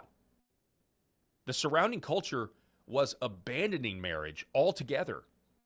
And that distinction matters massively. While Christian institutions were publishing article after article warning believers not to make family an idol, the actual civilization was entering demographic freefall. The numbers are absolutely staggering. According to the CDC, the U.S. fertility rate has now fallen to roughly 1.6 births per woman, far below the 2.1 replacement level needed to sustain population stability. That's according to publichealth.jhu.edu. The fertility decline has been ongoing for nearly 20 years. CDC data shows the fertility rate has fallen more than 20% since its 2007 peak. Marriage has collapsed alongside it, not surprisingly. The U.S. Census Bureau reported that fewer than half of American households are now married couple households, only 47% in 2025 compared to 66% 50 years ago. The Barna Group reports that only about half of American adults are married today compared to roughly two-thirds in 1950. IBIS World reports the marriage rate continues falling, with record numbers of adults having never married at all. Another way to grasp the scale of this collapse is to look at how many Americans were married by age 30 over the last 50 years. We talked about this in a show earlier this week. There was a graph about it. The decline is breathtaking. According to the data, in 1975, 91% of women and 81% of men were married by age 30. By 1995, that had already fallen to 64% of women and 54% of men. By 2015, it collapsed further to 37% of women and just 27% of men. And by 2025, only 25% of women and 16% of men are married by the age of 30 years old. Think about that for a minute. Think about what that means. Think about what that means culturally. In 1975, marriage by age 30 was still considered the norm for the overwhelming majority of adults. Today, by age 30, marriage has become the exception, especially for men. That is not a minor lifestyle shift. That is a civilizational, transformational happening, and it's happening within 2 generations. And this matters because marriage is not just a romantic institution. Marriage historically functioned as one of the primary stabilizing structures of civilization. Childbearing, child rearing, economic cooperation, again with the inheritance, social continuity, community stability, intergenerational responsibility. When marriage rates collapse, this dramatically, it affects everything downstream. Household formation, church life, local communities, economic stability, and eventually demographic survival. And this isn't just America, folks. China, this is happening all over the world right now. We were told for years, overpopulation is the danger. It was never the danger. We were lied to. China's marriages have collapsed to the lowest levels in a decade, while the country's population declines for the fourth straight year, according to Reuters. South Korea's fertility rate dropped below 1.0. It's below 1.0. Japan is literally watching towns disappear. Entire advanced civilizations are now confronting population contraction. So again, I ask, at the exact moment marriage, fertility, and family formation were collapsing, why did so much Christian energy shift towards warning believers not to value family too highly? Be careful, it could be an idol. I think many ordinary Christians experience this as a profound bait and switch. They believed the culture was dismantling biblical and civilizational norms surrounding marriage and family. That was happening. But instead of confidently defending those norms, many parachurch ministries began reframing the conversations around family idolatry. And whether intentional or not, it often felt like an escape hatch. Let me explain what I mean by escape hatch. A softer, safer, more culturally acceptable posture. Because notice what happened rhetorically here. It became easier to critique conservative family culture or family-centered Christianity or the outrage over the gay marriage decision among Christians. It's easier to critique motherhood identity or traditional gender expectations.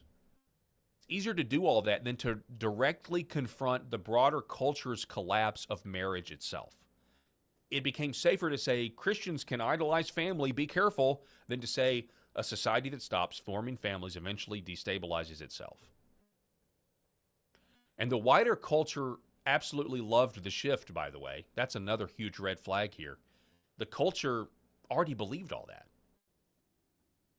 The culture already believed marriage should not define you or adulthood, or children are optional.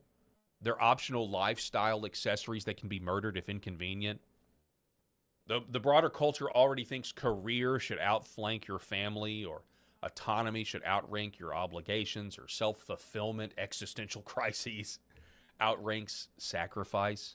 So when Christian institutions began echoing softer versions of don't center your identity around family, it harmonized perfectly with the surrounding culture. Meanwhile, the actual demographic reality kept getting worse. Young people delayed adulthood indefinitely. You can be on your parents' insurance till you're 26. Birth rates have cratered. Marriage rates have cratered. Loneliness. They've now got psychosis because they're talking to AI too much. Communities are weakened. And now even economists, by the way, major economists, corporations, supply chain analysts, they're beginning to tell you the truth. Because modern civilization is not self-sustaining right now. They did a press conference earlier this week in the Oval Office about it. It's a little secret. The grocery store, we go, it doesn't just, all those things on the shelf, they don't just happen by magic. The electrical grid isn't maintained by magic. The trucking network is not magic. Global supply chains require millions upon millions of functional human beings, mechanics, engineers, farmers, refinery workers, electricians, cargo ships and the crews, software engineers, nurses, welders, construction workers, truck drivers, you name it. Civilization depends on replacement generations. We need people to do those things, but we got the AI. We got the data centers. Increasingly, experts are warning that demographic collapse threatens the long-term stability of those systems. McKinsey & Company now openly warns about dependency and depopulation. Supply chain analysts are discussing labor shortages as structural threats to global logistics. China is already confronting fears that it may eventually lose enough working-age population to undermine its role as the manufacturing center of the world. So this is no longer fringe. I'm not doom posting here. This is mainstream economic concern happening right now, which means the core problem facing modern civilization is not excessive devotion to your family. It is the collapse of family formation itself. It's a huge problem. And I think history may eventually judge this era very harshly, because while civilization was experiencing collapsing marriage, collapsing fertility, collapsing continuity between generations, and growing social atomization, large segments of the church conversation became preoccupied with warning Christians not to love your family too much. Again, there was truth inside the warning. Again, anything can become an idol. We can pervert anything. But the emphasis was catastrophically mismatched to the sin of our age, the sin of our time. And I actually think it was there to tamp down political organization that could result from the Christians in the pews being organized and going out and doing something. Instead, no, maybe you're idolizing the family too much. You're upset about gay marriage and the family being destroyed. Maybe you're idolizing family too much. So it's a way to turn the criticism inward and cause people to sit on their hands and not do anything about it. And there was plenty of woke pastors that did this to their congregations, by the way. The defining temptation of modern America was not family worship, though. That's ridiculous. But it was said in article after article after article. It was actually radical individualism, teaching generations of people that freedom meant avoiding obligation, that adulthood meant self-optimization, that sacrifice was oppression, that permanence was somehow backwards or restrictive, that children were obstacles when they're our best gift from God. That commitment should always remain negotiable. That was another one. Let's negotiate our commitments. Also, civilizations cannot survive that mentality. We know that. At some point, somebody has to build families. At some point, somebody has to raise children. At some point, somebody has to continue the civilization. And if a society loses the desire to do that long enough, eventually consequences arrive all at once, like we may be experiencing. Could be labor shortages, aging populations, economic stagnation, institutional fragility, collapsing communities, loneliness. I keep coming back to how lonely I think a lot of these people are.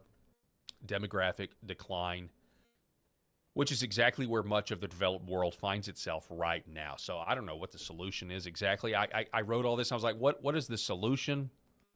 Prayer, repentance. The broad Christian church needs some kind of post-mortem here, and I don't mean to say that it's dead, because that's impossible.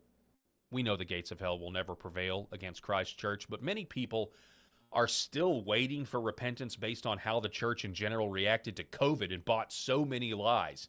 Knowing now the collective reaction to declining marriage rates and the rise of the leftist woke sex religion, which came before COVID, we really shouldn't be surprised it all went down the way it did. That's all I got, though. Repentance and prayer. And maybe let's focus on the family. Maybe we should focus on our local churches, local congregations, and their preeminence instead of celebrity pastors and celebrity blog sites amplifying parachurch ministries. Tell me what you think about this, folks.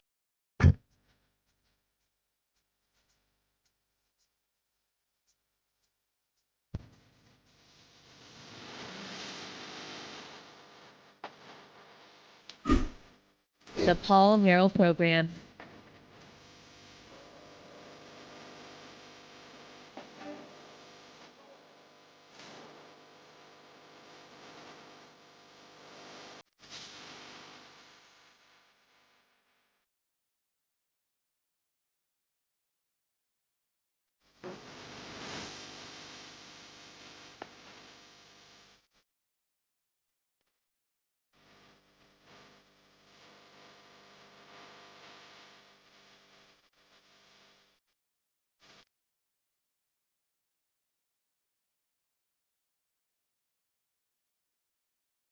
The other day, I happened upon a tweet, and it was a post by a guy by the name of David Green, aka, if you follow him over on X, at GreenMan6, and it was a fascinating post to me.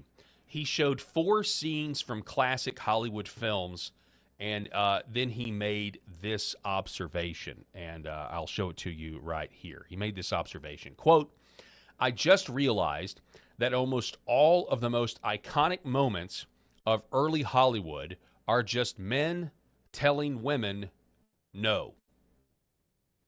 You see the you may not recognize some of the, obviously you got to recognize Gone with the Wind, Casablanca, Citizen Kane is bottom left, and then the Maltese Falcon is the bottom right image there.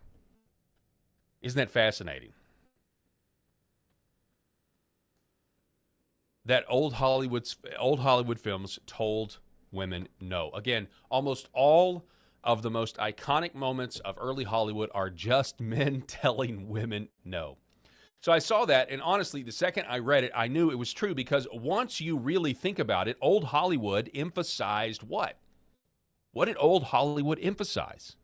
Male headship and masculinity. That's what they emphasized. And they weren't afraid to tell stories that reflect a baseline reality of life. And you know what that is? It's the self-evident truth that men, good men, know how to exercise restraint, duty, sacrifice, self-control, moral limits. Back in the day, the hero wasn't usually the person chasing fulfillment like it is today. The hero back in the day was often the person denying himself something he desperately wanted. He would say, no, I can't have it. I've got to do what's right. And that's radically different, ladies and gentlemen, from modern storytelling. Modern movies are often built around existential rebellion. The message now is break free, reject expectations, follow your truth, escape responsibility. And you know what? If you really want to know, like, what most captures that, like modern movies in the last, I don't know how old Frozen is, 15 years, but it's Frozen. Look at Frozen. Disney's Frozen for kids. The emotional centerpiece of the entire movie is what? Let it go. Let it go. A song about abandoning restraint, fleeing responsibility, and embracing unchecked self-expression, and the audience is taught to celebrate it. Or you want to go live action? And there's plenty of examples here, but forgive me, it was just May 4th. May the 4th be with you earlier this week. You can look at Star Wars, specifically The Last Jedi, which was a terrible movie written by a man by the name of Rian Johnson, who I don't even understand how he has a career left. It was so bad. They took Luke Skywalker, a character whose entire identity was built around hope, sacrifice, discipline, and faith, and turned him into a bitter old man who throws away his lightsaber and then abandons the whole concept of being a Jedi in the Jedi Order. So that would have been unthinkable in the classic Hollywood, movie-making business, because older storytelling traditions often treated civilization as fragile and dependent, again, on good men doing the right thing, even though they didn't want to. So older storytelling traditions, they treated civilization as fragile, and that civilization depended on men of moral character to do the right thing when it mattered most. Meaning mattered. Duty mattered. Self-denial mattered. And once you notice that difference, these old films stand out as very conspicuous. Telling a woman no, telling a hysterical, manipulative woman no. It hits so much different in 2026 today because it's unthinkable according to modern standards. The most famous ending in Hollywood history. What is it? The most famous ending in Hollywood history. Well, frankly, my dear, I don't give a damn. You guys remember this? Red! Red! You go. Where shall I go? What shall I do? Frankly, my dear, I don't give a damn. Like a boss. I mean, honestly, that is arguably like the first... That's like the first mic drop moment, if you think about it, right there. The first mic drop moment. Frankly, I don't give a damn. That's the most famous, arguably one of the most famous lines in Hollywood history. Rhett Butler finally walking away from Scarlett after years of obsession, manipulation, chaos, drama, and the defining moment is rejection of the woman. Not reconciliation, not affirmation. Rhett is done. And you know what? The audience, They remembered this. They remembered this line for almost a century, and we're remembering it right now. We're remembering it right now today. Then, again, back to that tweet by Mr. Green, then you can move to the movie Casablanca. And again, same pattern. You have Humphrey Bogart, who loves the lady. She loves, is it Ingrid Bergman, I think? Humphrey Bogart loves her. She loves him. The audience obviously wants them together. But what's the iconic scene? It's him refusing her. Matter of fact, we have that clip for you as well. Let's.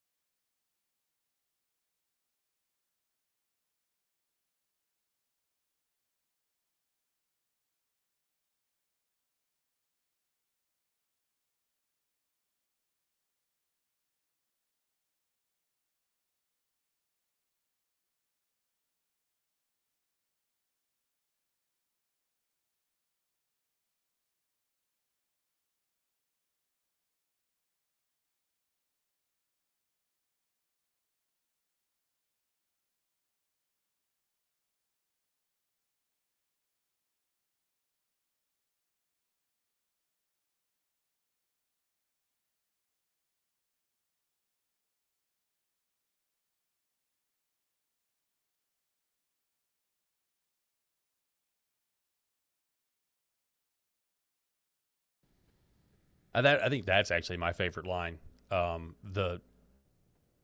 It doesn't take much to see the three of our problems. They don't amount to a hill of beans. Like, I think that may be my favorite line in the whole movie. You know, I know everyone's like, you know, maybe not today, maybe not tomorrow, but someday and soon and for the rest of your life. I think it's that perspective. It's that perspective that he has. What makes that scene powerful is that he does not choose personal happiness. Instead, Humphrey Bogart, in that scene, he sacrifices it like a man, like many of you men do and have done for your families over the course of your entire life. You sacrifice what you want for what your family needs or what your wife needs. In this case, he's sacrificing a love interest for what the greater good, which is civilization. He sacrifices it. Modern storytelling doesn't do that. Modern storytelling would say, follow your heart no matter what. Old Hollywood, though, they said, no. Sometimes civilization itself depends on self-control. And then you get to the third, in that tweet that we saw at the very beginning of the segment, you get to the third clip, which may be a little less notable, but it's from Citizen Kane. Now, this scene is a little different. It kind of flips the idea of men standing up to women into something a little darker, if you've seen Citizen Kane. This one isn't as noble, or maybe not noble at all. It's about control. It's about ego. And you've got the man here, the character here, he's refusing to let a woman do what she wants, which in this case is stop singing opera and having to read bad reviews. Because his identity depends on controlling the narrative. Okay, so we're going to play this clip next from Citizen Kane. Tell me what you think about this. This is telling the hysterical woman no for sure. Awful funny, aren't you? Well, I can tell you one thing you're not going to keep on being funny about, and that's my singing. I'm through. I never wanted to in the first place. You'll continue with your singing, Susan. I don't propose to have myself made ridiculous. You don't propose to have yourself made ridiculous. What about me? I'm the one that's got to do the singing. I'm the one that gets the raspberries. Why don't you let me alone? My reasons satisfy me, Susan. You seem unable to understand them. Well, I'll tell them to you again. My reasons satisfy me, Susan. You seem unable to understand them, and I will not tell them to you again. So that's quite the line. They don't make them like they used to, folks. Imagine what you just heard there in a modern day movie. The only way that movie gets made today is if the man winds up tortured to death in some excruciating agony at the hands of the oppressed woman who wanted to quit. Like, this is the only way they'd even put something like that on screen today, is if the man met some terrible, untimely imprison the guy in an attic and don't let him starve to death or something. The scene is fascinating, though, because Cain isn't sacrificing himself. He's sacrificing her. He can't admit failure. He can't accept reality. And the audience is supposed to understand that back in the day. An obsession with control destroys both of the characters. This is what filmmaking used to be. Not anymore. Then you get to the Maltese Falcon, the dark crime dramas of the 1940s. The Maltese Falcon or Maltese Falcon. Those films might be the purest form of this entire idea because those heroes constantly deny themselves emotionally in the name of a moral code, even when they don't want to. So here is the last clip from the tweet from the Maltese Falcon. I can provide a little more context here after this, but basically, she killed his partner. He now knows it, and she's trying. Here's a man who is interested in her,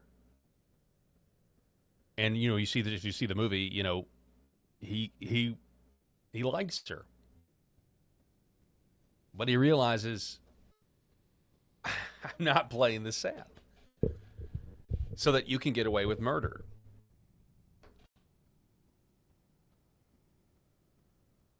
I don't really make movies like that anymore either, do they? Pretty fascinating. Maybe we all need to go back and watch Gone with the Wind, Citizen Kane, Maltese Falcon, and Casablanca. Got a guy here. Seems like he loves her. Loved her at one point in the movie, but at the end he turns her in. Now, why did he do that? Why did the main character in Maltese Falcon turn him in? Why? Because there's something bigger than desire, something bigger than passion, something bigger than what feels good right now.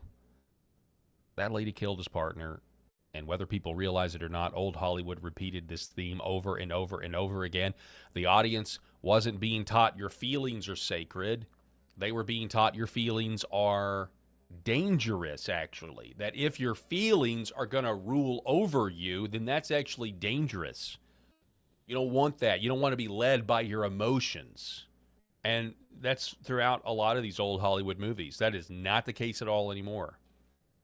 That's why scenes like this, the ones we just saw, this little tour down memory lane, that's why they lasted. That's why they still hit, in my opinion. And they do. Because every one of the men is paying, every one of these men is paying a price that you just saw. Every one of these men paying a price in some way, shape, or form for saying no. Maybe you could say Rhett's not, because he's just, Rhett and Scarlett, he's like, I am out, whatever. But he certainly paid the price, it basically meaning he failed.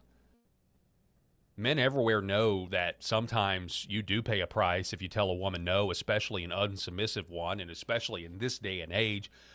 But classic Hollywood storytelling understood that civilization itself is often built on the ability to deny yourself. Compare that to modern feminism, which is infused in all of our movies and all of our governments, and there simply isn't any room for that. There is no room for self-sacrifice when it comes to feminism. It's take, and overtake the patriarchy.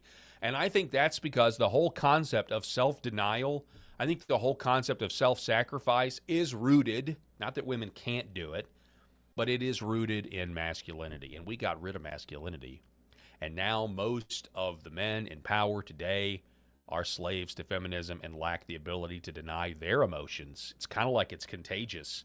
Instead, we are ruled by our emotions more than we would like to admit. I think it's time. Isn't Gone with the Wind like 4 hours long? But I think it's time. I think it's time that we need to go back. We need to watch Gone with the Wind. I haven't seen it since I was real small. And I honestly probably never actually watched all 4 hours. I mean, I know there's an intermission, but I remember my older sister got really into Gone with the Wind. It was one of those things like, oh, I don't want to watch this, but you watch it, you kind of figure out what's going on. But yeah, well, frankly, my dear, I don't give a damn. It's just these iconic moments David Green is onto something here. I saw this and I immediately knew I had to do a segment on it, breaking it down. Almost all of the most iconic moments of early Hollywood are just men telling women no. You could write a book about this. You could write an entire book about this phenomenon and what it symbolizes and what the lack of that, the lack of what we see in movies. Again, if you do have a strong male character telling women no in today's movies, they're going to die, they're going to be punished, they're going to be embarrassed, they're going to be emasculated. But old Hollywood reflected what they knew to be evidently true, that the average man was more like Humphrey Bogart and Rhett Butler, that it was true that the average men, they saw themselves like that. They didn't just see themselves that way. They might not have been, aristocratic or, had a lot of money or whatever, but this is what a man does when he leads his family. They take on some level of self-sacrifice. And I know this just dawned on me. I'm giving this critique on Mother's Day weekend. I'm giving this critique on Mother's Day weekend. I apologize to all the moms out there. I love my mom. I love my wife, the mother of my children. So I get that. Sorry. Sorry, not sorry, I guess. But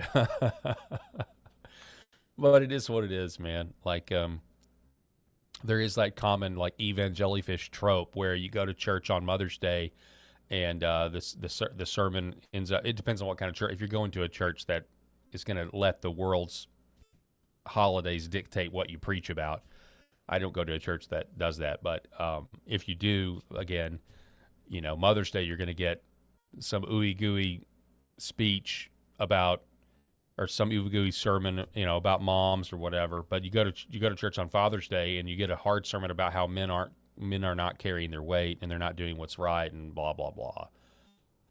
And somebody said the other day that so much of the problem with the American church today is it's a lot easier to feminize the men than it is to tell women no. It's easier to get the women to get the men to become more feminized than it is to get the, and I think it fundamentally, and I'm trying to remember what this tweet said and who said it, but men are naturally going to be, are going to pursue conflict when it's necessary. Now, you can be too quarrelsome. That's absolutely true. But men are naturally going to be confrontational when it's necessary. And the fact of the matter is women don't like confrontations. They don't like confrontations. And so it's easier to tell the men to sit on their hands and be quiet in our society now where, you can't tell a woman that they can't murder their baby. And so, I don't know. I think that's a valid critique that goes along with kind of the feminization. It makes perfect sense. I don't see how you can deny it. You can't deny that our culture has been feminized, so weak churches are also going to adopt the feminization. They're going to be affected by the feminization of the culture. I just think that's like cause and effect 101, man. Cause and effect 101.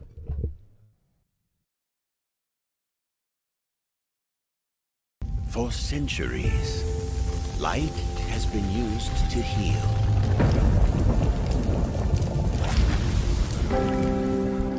Awaken the body with Red 5.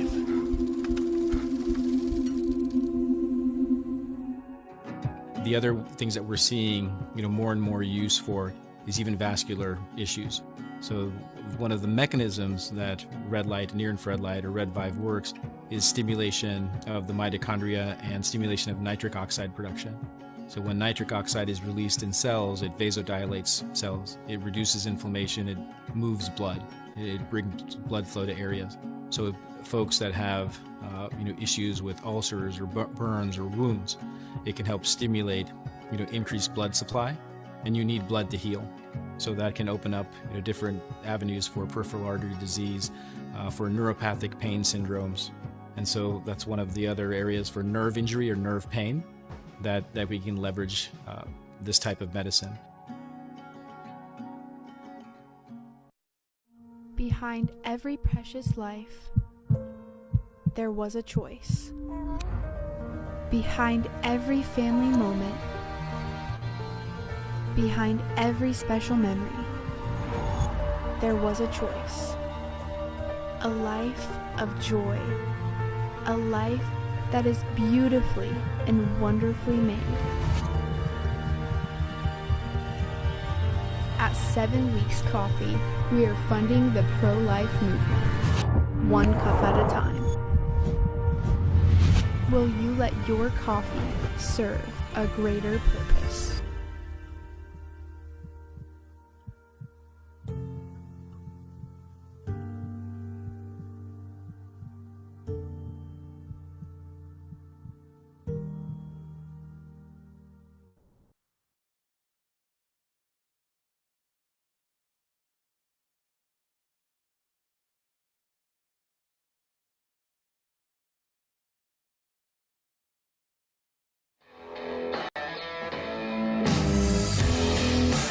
Welcome to Flyover Conservative Podcast with David and Stacy Whited, where we break down current events and examine culture through the lens of conservative Christian values.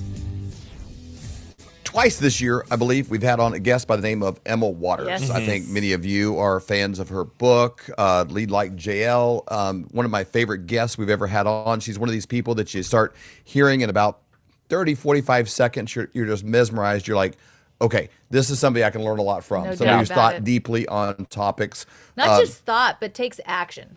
Yes. And thought deeply off, in private. Yeah. And then brings well-formulated, articulated ideas to the front.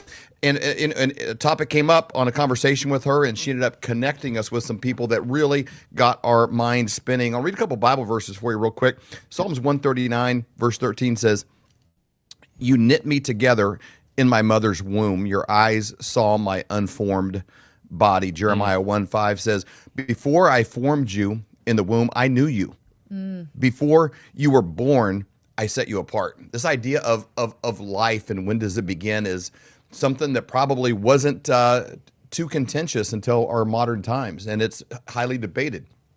When does life begin? What rights does life have, in the womb, outside the womb? It's so politically charged, as is everything. If a mask covering your mouth can become politically charged, then life itself is in ways that are more complex. I have 2 children of my own, and then several grandchildren.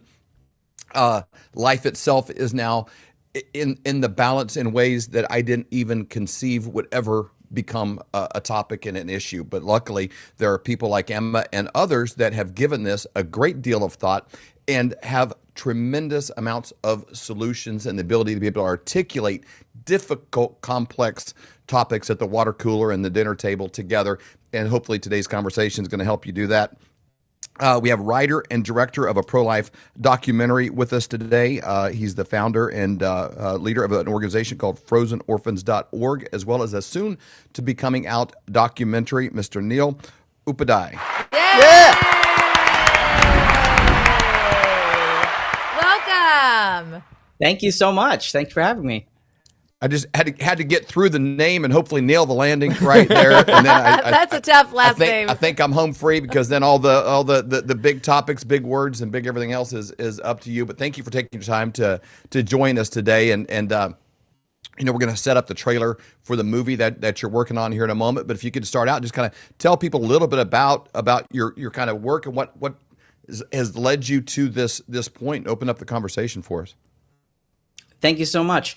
Well, this film is the most personal movie I've ever made. I've worked in the entertainment industry now for 20 years, became a Christian about 10 years ago, and this is by far the most personal project for me.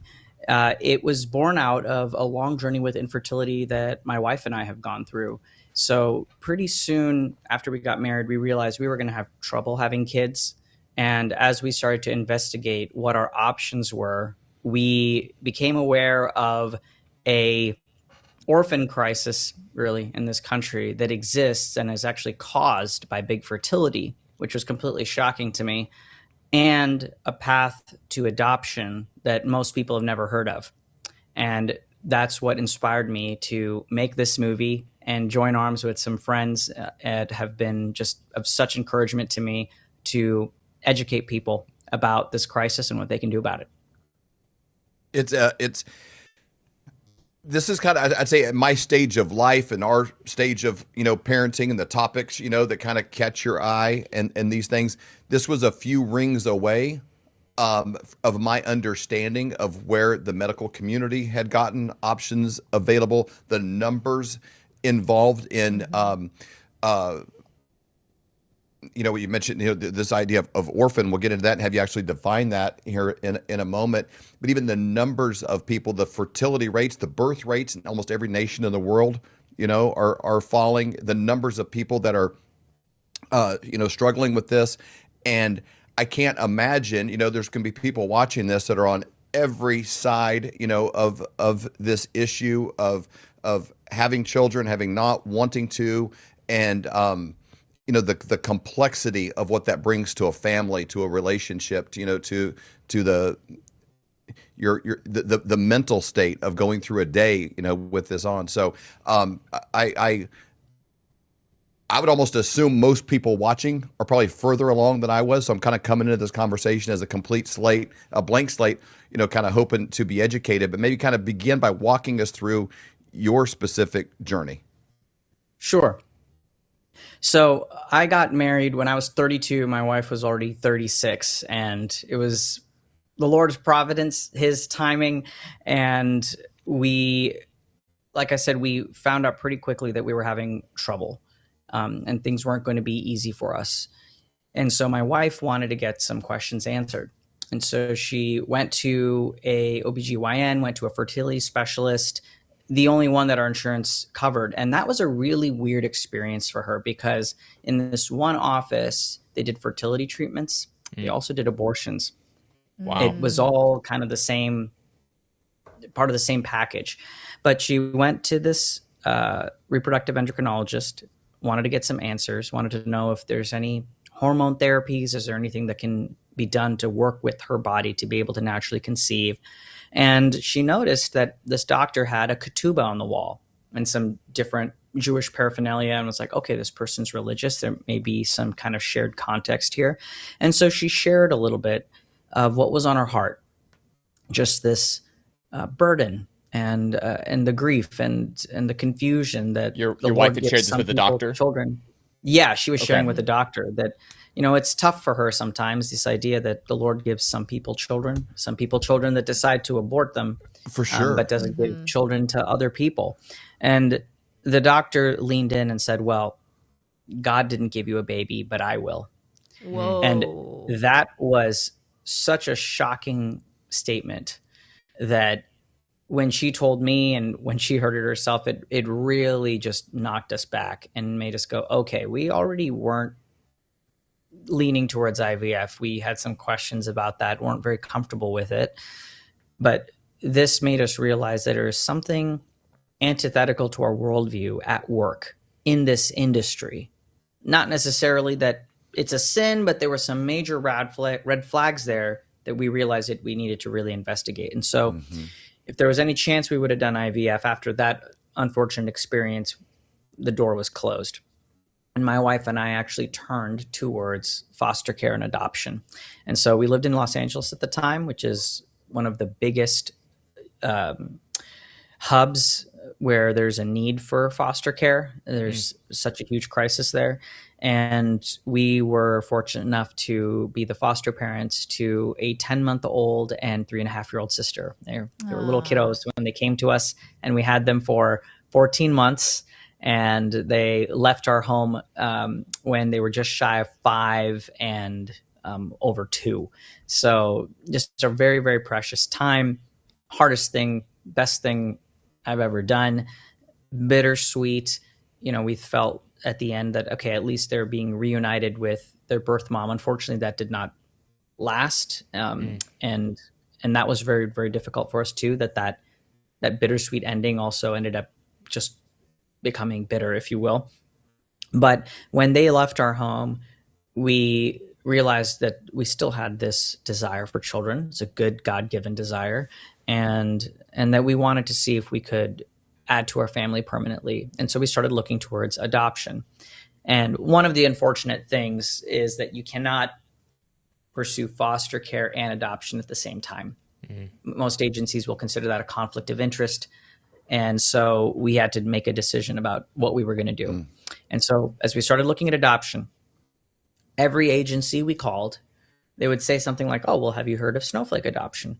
We're like, snowflake adoption? No, never heard of snowflake. We have no idea what that is. And Nope. we had gone to the most pro foster Well, adopt care, a college kid. Exactly. Adopt a college kid. Like, what is that? Adopt Yeah. a blue-haired college kid. We had gone to the most pro foster care and pro adoption churches ever. I mean, everyone had fostered, everyone had adopted, and no one in our community even knew what this was. But it felt like the Lord was really pointing us in this direction, because every single place we called redirected us and asked us this question. So we finally looked into it. And what snowflake adoption or embryo adoption is the adoption of children that have been created by another couple at some point along the way during their fertility journey with IVF, who decided for whatever reason that their family is complete, or that they cannot pursue the live birth of the remaining children that they have already created. And so instead of destroying those additional embryos, donating them to science, which is also destroying them, or putting them in an anonymous donor tank, they are going to put them up for open adoption, place them for open adoption. And then families such as mine can then go through the exact same process that you would for a domestic or international adoption, in terms of being equipped, in terms of being prepared, and then adopt those children. And that's what my wife and I decided to do. And so we started down this journey. We created our profile, just like you would if you can imagine a catalog of family profiles, that if a teenager's pregnant, she might look through them and try and imagine which family she would be comfortable with, right? And right from the beginning, we really placed no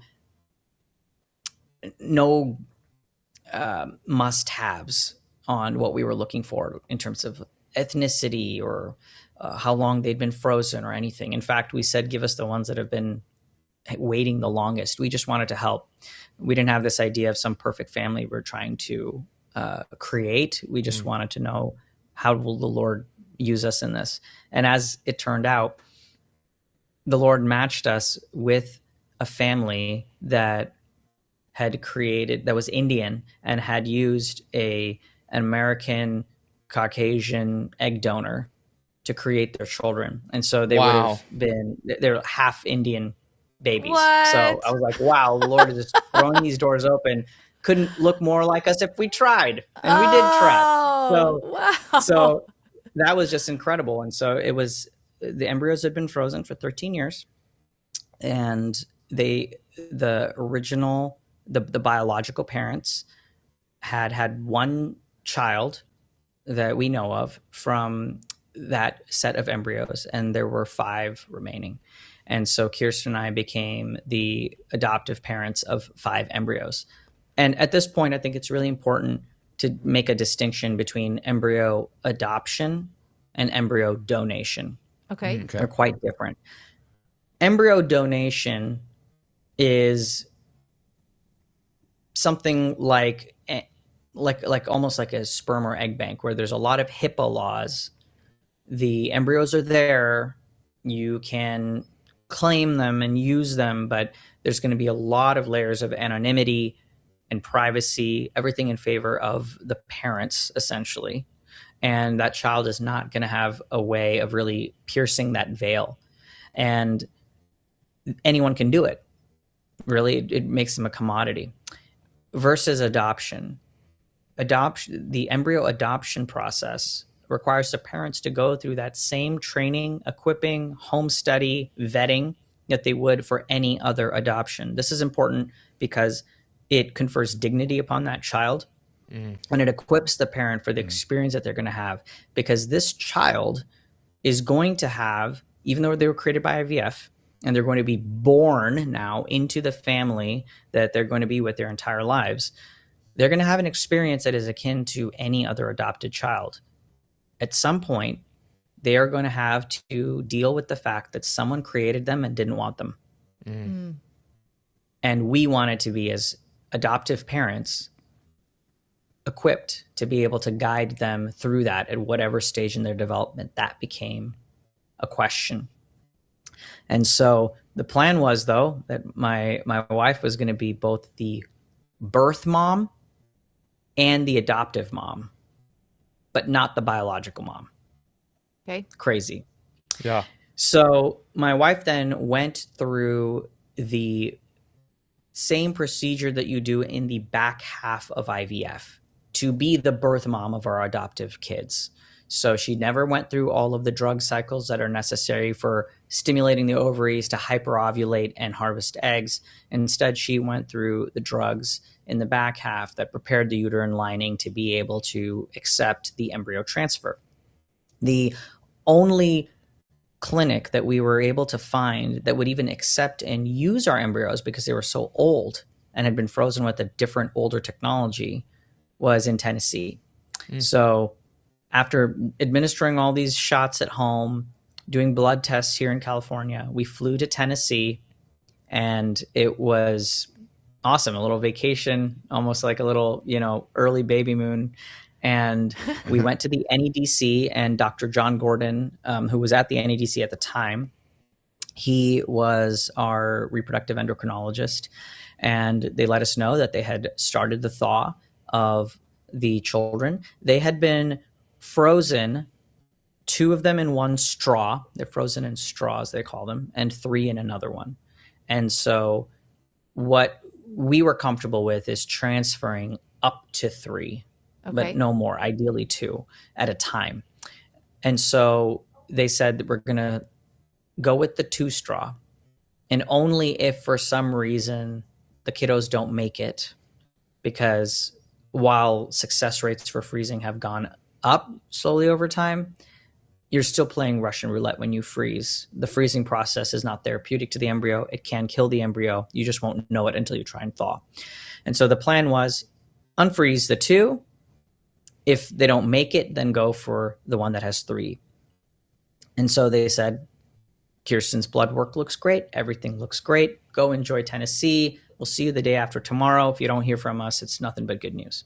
So the next day we're out in Smoky Mountains and having a ball, going on a hike, and my phone rings. So I go, wow, well that can't be good. Right. And it was the clinic, and Dr. Gordon's assistant let us know that they had thawed the embryos and that 3 of them had already perished, and 2 of them had 2 cells remaining alive and 1 cell remaining alive, and they weren't expected to last the night.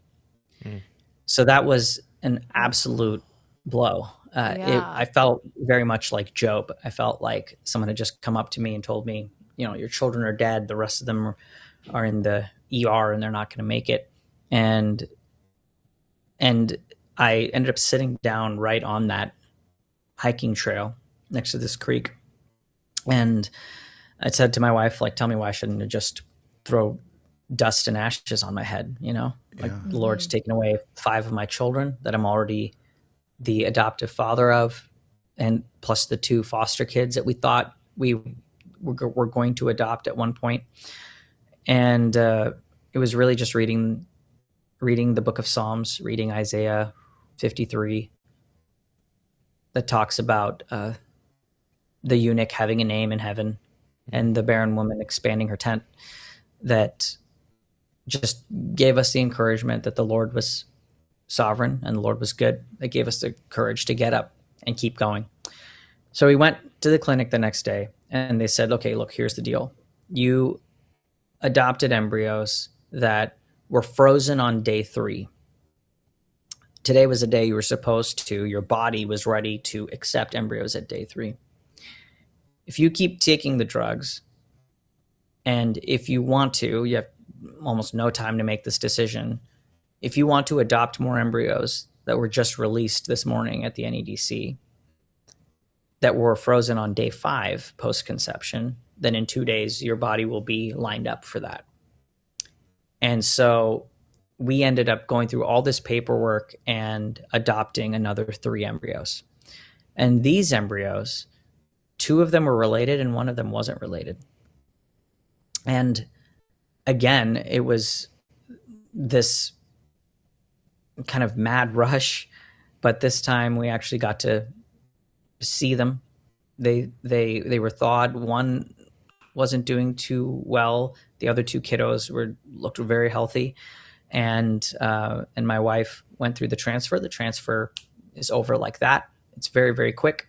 And all of a sudden there were 3 babies that we had adopted that were in my wife's womb. Whoa. And we flew home to California. My wife started to feel symptoms of pregnancy, had little cravings and all sorts of things like that, which was amazing. And of course, like with any pregnancy, you're looking for hormone levels to start doubling, every other day. And so we started going and doing the blood work, and we weren't seeing what we wanted to see. And unfortunately, a few weeks in, my wife miscarried. It was a chemical pregnancy, as they call it. And so we lost all 3 as well. I'm so sorry. And so your that heart was just had to feel like, just oh, tenderized Yes. meat, just Yes. pounded and broken. I can't imagine. Yes. And, and that was a tough, very, very tough for me. That was probably one of the hardest moments for my faith. I'll be honest, but shamefully so. I was very angry at God. Sure. And it took me a while to come back from that. My wife do you mind if I ask you roughly when this was? Like what year this was? Yeah. Roughly? Yeah, this all happened in 2023. Okay. But this is a gut punch after a gut punch after a gut punch. It's not a one isolated. Yes. This was a series that I think if we discuss nothing other than your relationship with God through trial, that alone would be an amazing interview, because I don't think God's our frustration is too big for him. No. And he knows. And you're processing that with him, I think, is, had to create a real depth to your communication with God. Absolutely, it did. It was a period of intense trial, and my wife and I ended up grieving through it in very different ways, and that was a tough part. Is it hit me so immediately that my wife kind of took a turn being the strong one. But then when I was coming out of that grief and had re-centered myself and reestablished myself and trusting the Lord through what he was taking us through and kind of ready to get back on the horse and try again for adoption, my wife was nowhere near ready because she hadn't allowed herself to go through that. In fact, what I didn't realize until much later, and then realized, okay, we need to pump the brakes, is that she had barely finished grieving the loss of our foster kids, let alone what had happened now. And to compound things even more, to give those adopted embryos the best possible chance we could, my wife underwent a surgery to remove some pretty nasty endometriosis that she had. They found endometriomal tissue in her fallopian tubes. And so as a part of that surgery, she woke up sterilized. We had prayed that it wouldn't come to that. We knew that it was a possibility it would come to that. We were comforted in the fact that for the way that she was going to get pregnant, this was actually a good thing, because once the embryos had been transferred, if those fallopian tubes had all of a sudden flushed any necrotic fluid from the endometriomas being flared up, that could kill the children. And so we're like, okay, this is actually a good thing, a worthy sacrifice. We're going to be fine. But then if you can imagine from my wife's perspective, she miscarries, she loses the children, and then the fact that she's been sterilized hits her. Right. So it was absolutely devastating. There's really no way to minimize that loss. But we did eventually get back on the same page. I had to also come around my wife and recognize that, we are a complete family already. We've been a complete family from the moment we got married, and she is my primary relationship. And that I've always said this to her, but you know, I think sometimes it doesn't matter how many times you say it. Sometimes they, like, the woman needs to come to just believe it on her own terms, that it's not her fault. I don't blame her for us not having kids in any way. And that needed to become real for her. And I needed to slow down and wait for her to be okay, to catch up, and allow the Lord to work in her heart and comfort her through that grief, so that she is in a place where we can actually move forward again. And I'm very happy to report that as of last week, my wife and I have been approved for international adoption from India, my home country. And so we're now, I don't know, what is this, like the fourth, fifth time we've gotten back on the horse, but we pray that someday fairly soon we'll be bringing home some children into their forever home from my mother country. Well, we stand with you on that in Jesus' name. One of the trickiest things about being a husband is you're so wired to solve problems Yeah. that I don't care what it is. If it's something in the house or finances or whatever, it's like, I'll fix it. I'll make, just tell me what it is. I'll make it better. Are you cool That's right. now? I got, Right. And when you can't, it's like, when you come to a point in life where like all you can do is like hold each other and cry, it's like that. I don't know that men are wired naturally. You got to really lean into God to say, okay, I'm gonna be here with you and hold you in something that I can't fix. That's I'm sure you've grown a lot just in that process of understanding yourself, understanding God, understanding your wife. Yeah. Yes.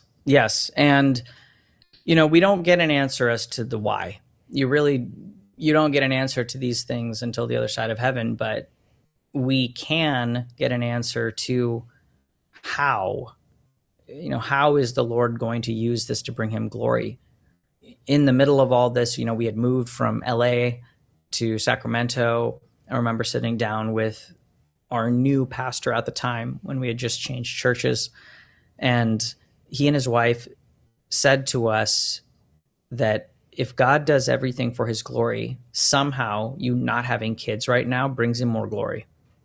And difficult thing to hear, but the layers of truth and implications in that statement are profound. And one of the ways I think that the Lord has brought himself glory through this long trial that we've been in is making us aware of this type of adoption and becoming advocates for it. Not in a sugarcoating kind of way. As you can hear from our story, it didn't work out for us. But there's always risks. There's risks in every type of adoption. There's risks in any type of pregnancy. But these are children that already exist. And there is an untold number of them because fertility clinics don't need to report how many they make or how many they destroy.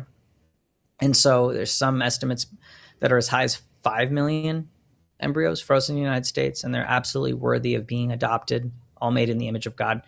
And I wouldn't have known anything about this if we hadn't gone through the journey that we had.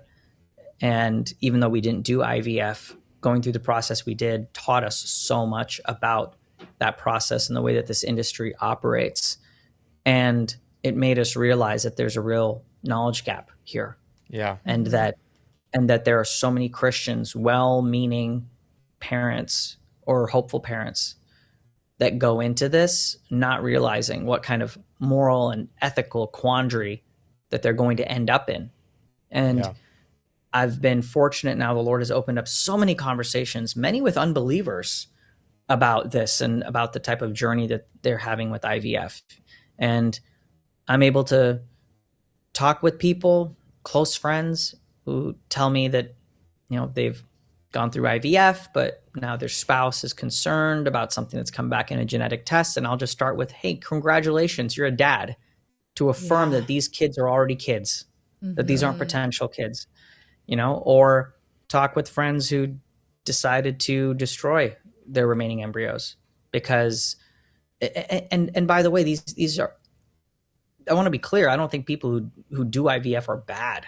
And it's not like if you go into this even knowingly and destroy embryos, that somehow this is an unforgivable sin. You know, my goal with this movie, which follows 3 couples struggling with infertility and then just unpacks the moral and ethical issues simply by following their stories. My goal with it is to equip families. It's to educate people about what is involved in this industry and how they can navigate it through a biblical lens. And so just I want to be clear with that, you know. But the fact remains that anytime you're going to separate conception from sex, you're going to introduce the opportunity for moral risk. Here's an option. Here's a quick example. You say, well, we're not going to throw away any embryos. We are going to give every single one we make a chance at life. So you make a very conservative small number of embryos. You get horrible postpartum depression.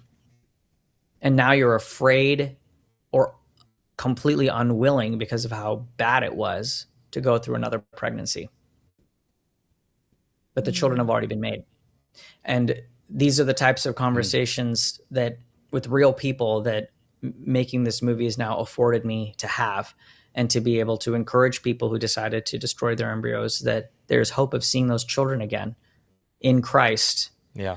That there's grace here, and that we have a Lord who lives, and he is powerful to save and redeem ourselves and every situation. So I'm really grateful to him for the trials that he decided that my family was going to bear, and the ending is still unwritten. That's a fun thing about documentaries, you know, the families that we're following, none of those stories are done. My wife and I are still pursuing adoption. That story's not done. And we'll see what the master architect has in mind. Use the term industry. Got to maybe start with explaining. And you got to be, you know, if you could imagine back, I don't know, your first introduction to this topic, your parents give you, you know, an animated book and sperm and egg, or like your like high school health class or whatever, and like you know, your fallopian tube. Your understanding of both, you know, male and female anatomy and how it all works and stuff is probably a lot further advanced than you ever imagined it was going to be. And this topic. The reason we have all 3 of us on this today, because we're at different stages of parenting. Our children are grown. Our youngest is 30, and we have grandkids, and Colton's in the mix of it. He has a gaggle of them at home, and we were watching them last night, and Stacy caught a fish with them, you know, and you kind of have all, you know, awesome. This process, and you're, you know, like life is just unbelievable. And I think most people, wherever they're at on this topic, they come into this room because they are pro-life. They're wanting to have, you know, children. The IVF industry is like the 180 of the abortion industry, you know. So a lot of these people that are discussing this are very pro-life. That's why it's such an intertwined conversation. But there's a lot. I like the name of your documentaries, Frozen Orphans, because it's this concept that doesn't get discussed very much with this. It's like, hey, we want to have babies, more babies, more babies, more babies. Not, you know, as pro-life as they come. I got 3, and we want more. Like I'm fired up about the baby thing. But man, there are, you know, like you said, it's conservatively over 1 million at this point. Frozen orphans. Those are orphans out there. I mean, that 1 million is a number. Like when you start kind of playing with this concept of separating the love of sex and what's kind of designed for that, and this magical thing that happens when life begins, and you separate that burst of light, and you separate that, it changes things. And so when you start to see what does that create, there's so many different angles of this that you got to think through on the front end of even having some of these conversations. I like that your film dives into these and discusses them. And one thing I want to add too is I think sometimes people don't even know that there are other options, you know, that you see the pain of, hey, you know, a couple finds out, hey, we're struggling having children, and it's like, you know, what are our options? What does that even look like? And where this seems like for me, something that's newer that I had never heard of until these last few years. And now we actually have a couple of friends that have gone through this process of it. And it's absolutely amazing. I mean, it is amazing to see that. Can you, let's go ahead and show the the trailer to your documentary, and then let's come out of it and talk about these options and what people actually have. What are some things that they can do? And kind of explain this industry. I wouldn't have even known the term industry, with this before, but I was all involved in that. So, cryonics is real. For nearly half a century, we've had the technology to put human beings on ice. I spent over 2 years of my life frozen, and I'm not alone.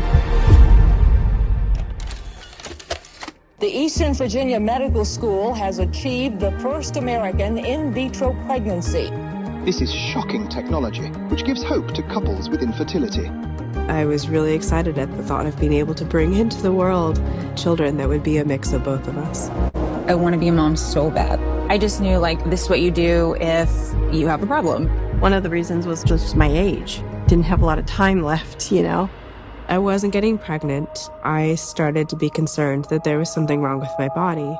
So I went to a doctor. She leaned in and said, "God didn't give you a baby, but I will." There's so many parents who do not realize the ethical quandary that they will be placed in. The whole reason IVF is successful is it's a numbers game. So it worked. It worked the first time.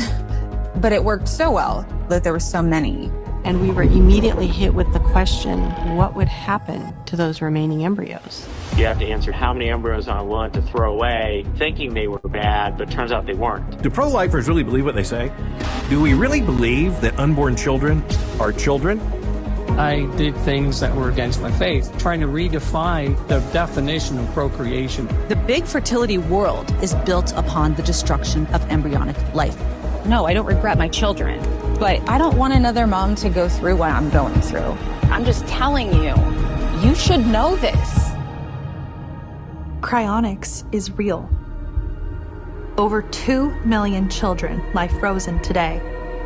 And unlike me, most of them will never wake up.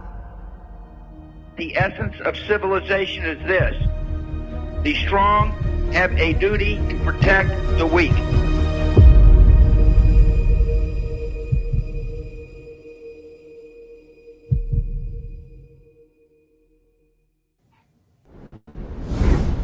So well done. Wow, that Such is a great trailer. So well done. I'm really excited for the full documentary Thank to you. come out.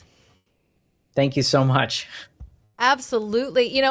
Before we even went into the trailer for the documentary, we were talking about, options, and something that, has been in the news that's huge is this couple out of Tennessee that actually they've adopted the IVF baby that was 1992, and his name is Thad. Can you talk about that?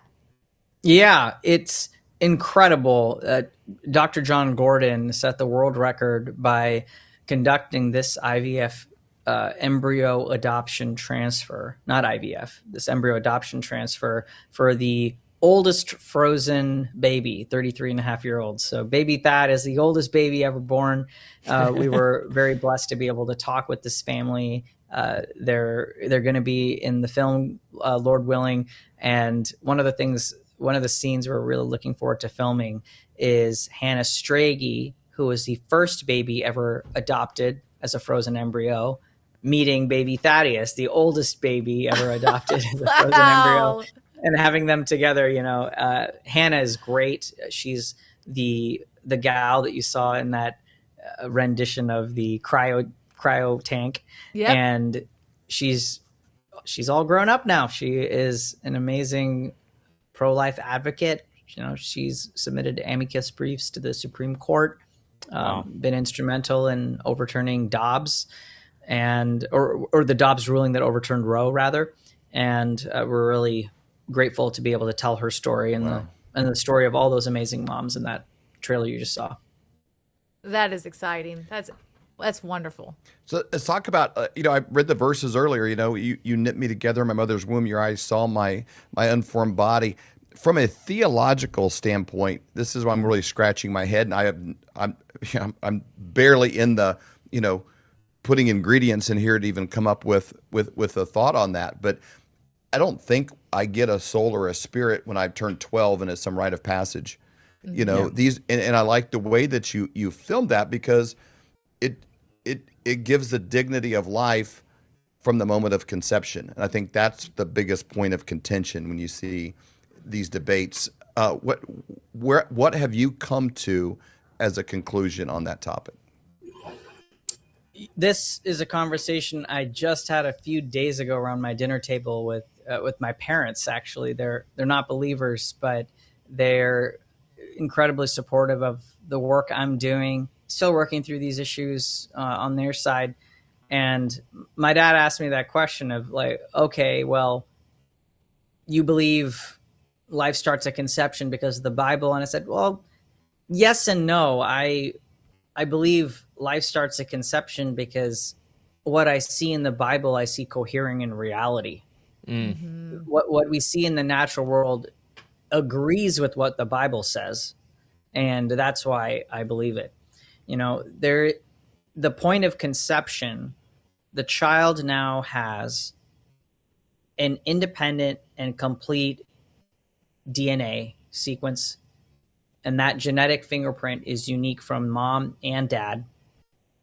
Certainly unique from the mom that's carrying that child, right? It's not part of her in that sense. And there is nothing but putting on weight after that changes. The destiny of that embryo, if it is given food and shelter, is to continue to develop all the way to a live birth, and then as many days as the Lord wills. It's not going to turn into a goldfish. It's not going to turn into broccoli. And there's only one place that it can go if it's not denied food and denied shelter. And so because of that, there's no other clear dividing line that anyone on the other side of the debate has been able to give me that makes any sense as to where life would begin. And I think that the theological aspect of this has to really tie to that. So let's be clear. From the very beginning, the cells are dividing, they're converting mass into energy. It's alive by any scientific definition. As we just discussed. If we found that much life on Mars, we'd be like, we found life on Mars. Yeah, absolutely. Exactly. Yeah, without a doubt. We'd be clicking our heels together. Yeah. And it's certainly, that child is certainly human. It's not going to turn into anything else. So it's alive and it's human, right?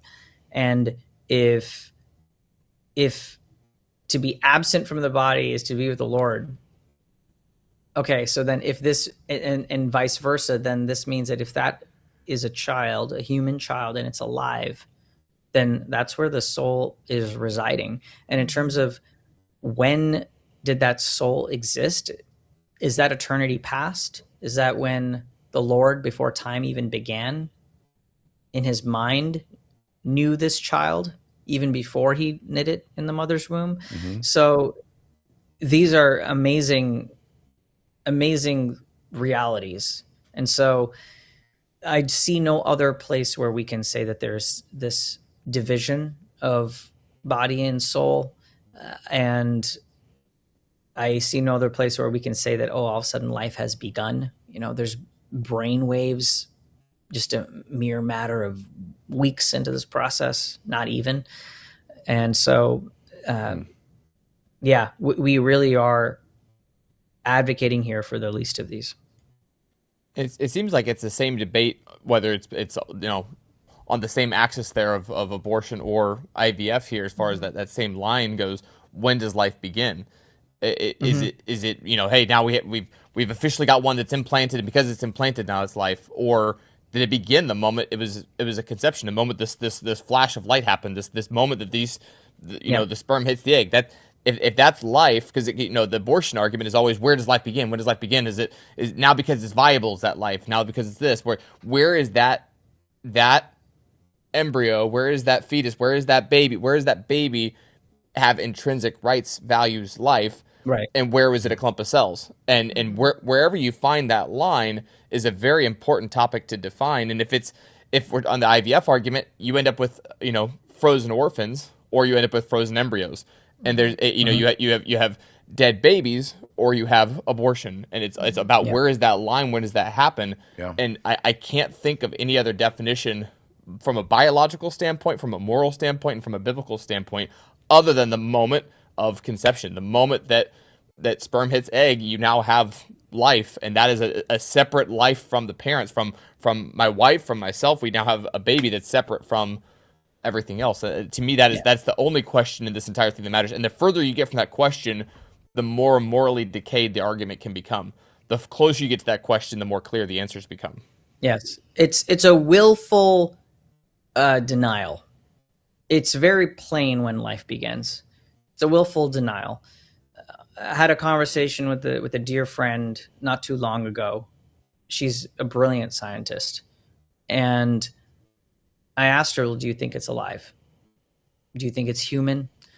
And there was a lot of I don't know that is a little surprising to me, but at the same time not too surprising, because we know why the spirit of this world wants to confuse this issue, right? But I think what is unacceptable is for those of us who know the truth to fall prey to that same lie that it is the adult's preference that determines these things. Right. You said, like, okay, well, is it viability? Is it when it's in the womb? Like, when is it? And right now, I would say the way that this country operates, it's whenever the adult prefers it. Right. So it's an argument of convenience for sure. Absolutely. So if you do IVF and the clinic screws up and implants your embryos in someone else's, well, then they were your children. But if you decide you've had enough kids and we want to destroy the rest of those embryos, then they're not children. Yeah. And so it all comes down to the preference of the adult is what determines whether it's life and whether it's a child, or if it's just a potential child or a potential life, right? And so the audience for this film, in some ways, it is made by someone that is a Christian to stir up and convict Christians in a way. Like my desire is to present all this information so that the Spirit can do what it's going to do and move in the hearts of people that it's going to move, because I think there's a lot of people that would call themselves pro-life that are falling to that same fallacious thinking, that same reasoning that says it's the adult's preference that determines these things. Or you just you don't even know or have the language to articulate the thought, the vocabulary to understand it. And we're doing that in so many areas. I think with AI and some of the scientific things we can do, like CRISPR, going in and changing we're DNA. a little bit like monkeys playing with matches and gasoline. It's like because you can doesn't it's more dangerous than our ability to do it. And I like that you have Erica, former IVF patient, in here, because she's talking about her personal experience. Obviously, the miracle of a baby. I mean, we are so excited that that she had a baby. I mean, that's absolutely amazing. And then she is walking people through the process so that they don't regret maybe some choices that they are making. And also, from my understanding, that working to get the ones that she had left adopted. Is that right? Yes. So that they're not orphan children. What is your call to action? What are you hoping? Let's say that we have listeners here that maybe went through IVF, or listeners here that are wanting to get pregnant and looking for options. What are some solutions that you can give people, some things that could help them as they are walking through this process? First of all, I just want to offer my compassion and my encouragement. My family has walked this long, hard road of infertility. It is a very, very hard road. It is not an easy trial. And there's no little scripture verse or platitude that makes it any easier. So I don't want to pretend that this is an easy thing. At the same time, doing the right thing is not always the easy thing. And the most important thing that a mom or a dad can do is advocate for the life of their child, even at cost to themselves. And that's something that my wife loves to say, and she pulls that from she pulls that from the story of Solomon judging between the two women. And it was the true mother who was willing to give up the child so that the baby might live, right? Yep. And so what I would say is that you have a good desire from the Lord for children, but the Lord does not guarantee us every desire of our heart, but he does promise to be our eternal satisfaction. And that there are steps that you can take in pursuing to have children in your family that are going to be in submission to his will, and there are steps that you can take that are going to quite plainly fall outside of it. It's true that IVF doesn't appear in the Bible, but it would be a mistake to think that the Bible doesn't have a lot to say about IVF. So the first thing I would say is that you ought to be very, very educated. You should educate yourself on all of the component pieces of IVF. How does it actually work? What are all of the options that are going to be put in front of you? Genetic testing that often boils down to eugenics, sex selection, selective reduction, which is the abortion of children in the womb if too many actually take or too many split into natural twins. Awful stuff, right? So you need to be aware of how all of these components of IVF work and understand that some of them are clearly going to be sinful and a Christian ought not to participate in. But there are other ways where perhaps there's a narrow way if your conscience is clear on it. That's one thing. But as you go through and you educate yourself on that, what you'll also understand is that IVF is sold to us as infertility treatment, but it's not an infertility treatment because it actually doesn't do anything to address the underlying issues that cause infertility. And in fact, most people that end up going through with IVF go into it with a diagnosis of unexplained infertility. So there's actually more work that could have been done to get to an answer, but the medical system just isn't curious enough oftentimes to really get to the heart of what it is.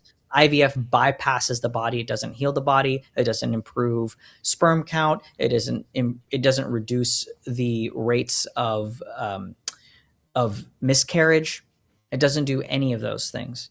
And so back up, take stock. Do you know all of your hormone levels? Have you talked to a reproductive endocrinologist who is a Christian? Have you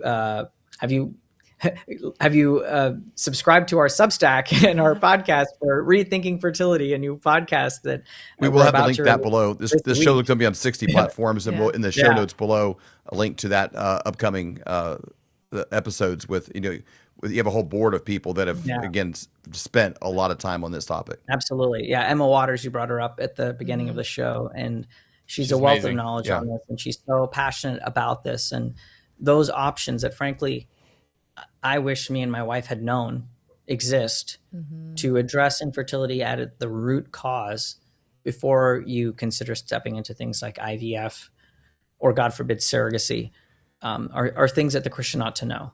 And that is one of the passions, and another one of the things that the nonprofit frozenorphans.org that we've started to make this film is also tackling is a curriculum for churches so that they can counsel their flocks on this issue. Because think about this for a second. We have premarital counseling for couples, hopeful parents, and we will tell them all about which contraceptives they should consider or not consider because of an abortifacient concern, right? We talk to them about a theology behind why they would make decisions to delay their fertility or not, all of these types of things. But do we tell them that they might want to have kids, not be able to have kids, and the world is going to tell them that IVF is a solution? We don't cover that. I am desperate to fill that gap.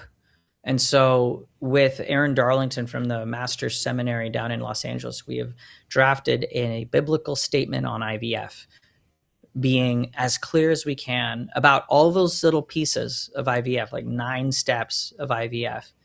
And where does the Bible speak into each of those? But we're also very careful in that document to not go beyond what the Bible says, because I think there is some Christian liberty here. There is some Christian liberty here. I'm not here to tell you that IVF is a sin. I don't think in every case IVF is a sin. Not far from it. But I do think that you ought to approach it with extreme caution. Just because something is not a sin doesn't mean that it's not. Doesn't mean that it's wise. And so this biblical statement on IVF is meant to leave room for the Holy Spirit to move in the heart of Christians where Bible isn't clear, but to make a bold stand on all of the areas where the Bible is explicitly clear.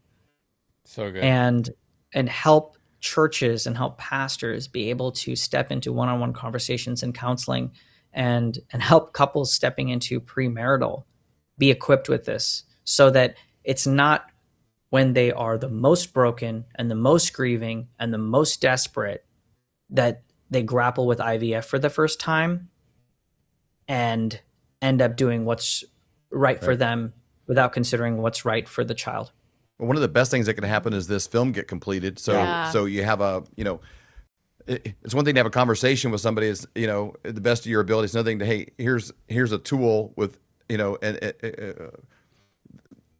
every side of it laid out in a way that's clear. Laid out narratives where you can kind of follow those to out. understand it in a way that's beyond what, the average person could articulate, in any amount of time. And there are people watching this that could just single-handedly probably help get this over the finish line and get you finished. This is completed. So, and there's also a lot of people watching that can say, hey, you know what? I'm going to sow $10 towards this because it's an area that I believe in, and it's something that I am passionate about, or $100 towards this to help get it through there. And again, there's probably, a dozen people watching this that are like, you know what? I have been wanting to make a difference in the world. I'm gonna single-handedly, take that running back and shove him into the end zone and get this thing done. So that is available to donate on there. So you can go to frozenorphans.org to make a donation about this, and then kind of a match made in heaven.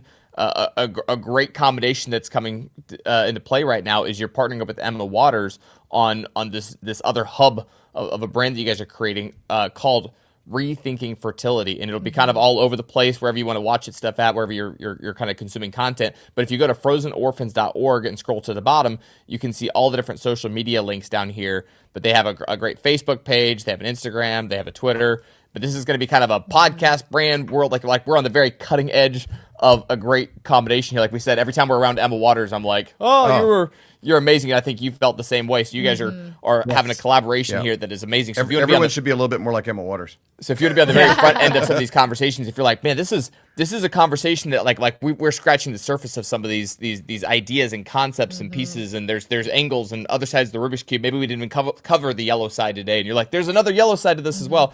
Emma Waters is going to be covering those pieces with you guys on Rethinking Fertility. So follow them everywhere you're at. This is going to be a Substack. This is going to be a podcast. This is going to be a brand that you're going to want to stay close to. So Rethinking Fertility on all the different places you can find content. And you can find that by going to frozenorphans.org, frozenorphans.org. Scroll down to the bottom. You can find all of the places to be able to follow that. So, Neil, this has been such an amazing conversation. Thank you. Thank you for being vulnerable. Thank you for sharing. Thank you for taking your time, your talent, and your treasure to create this documentary to help to educate so many people, as well as the podcast and the Substack. We really do appreciate it. If you had a time machine and you could go back to, say, 1930, and you had 1 ounce of gold or a $20 bill, both of those would buy you a complete men's suit, brand new, the shirt, the tie, the belt. Either one would buy you the whole thing. If you had a time machine and then you brought both of those resources into today, 1 ounce of gold could still buy you a full suit at pretty much any men's store in America. The $20 bill, it probably only gets you a handkerchief or a pair of socks. How do you get the gold and silver?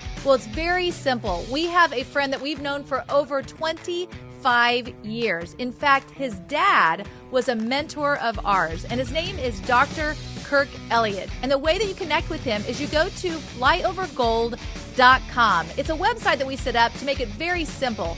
All you do is go there, fill out your information, and someone from Dr. Kirk's team will get a hold of you to answer all of your questions. Whatever you have, they can help you out. Or you can simply call 720-605-3900. Again, 720-605-3900 to set up that free consultation.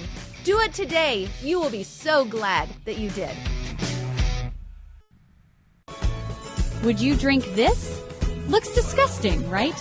What if I told you this muddy mess could turn into crystal clear drinking water in seconds? This is Sentry H2O, the filter that makes dirty, dangerous water 100% safe to drink. Camping, hiking, survival, or just peace of mind? This little beast has your back.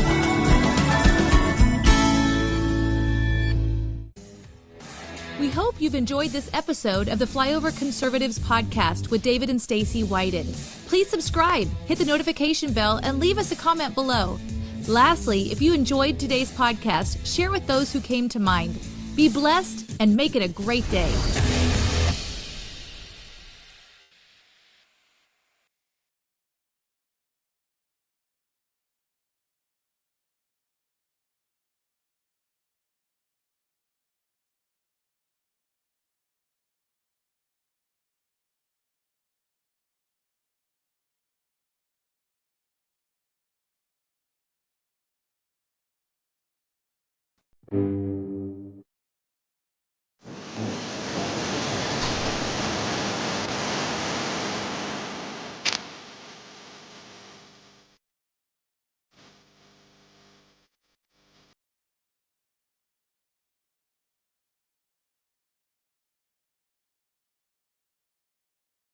This is Secret America.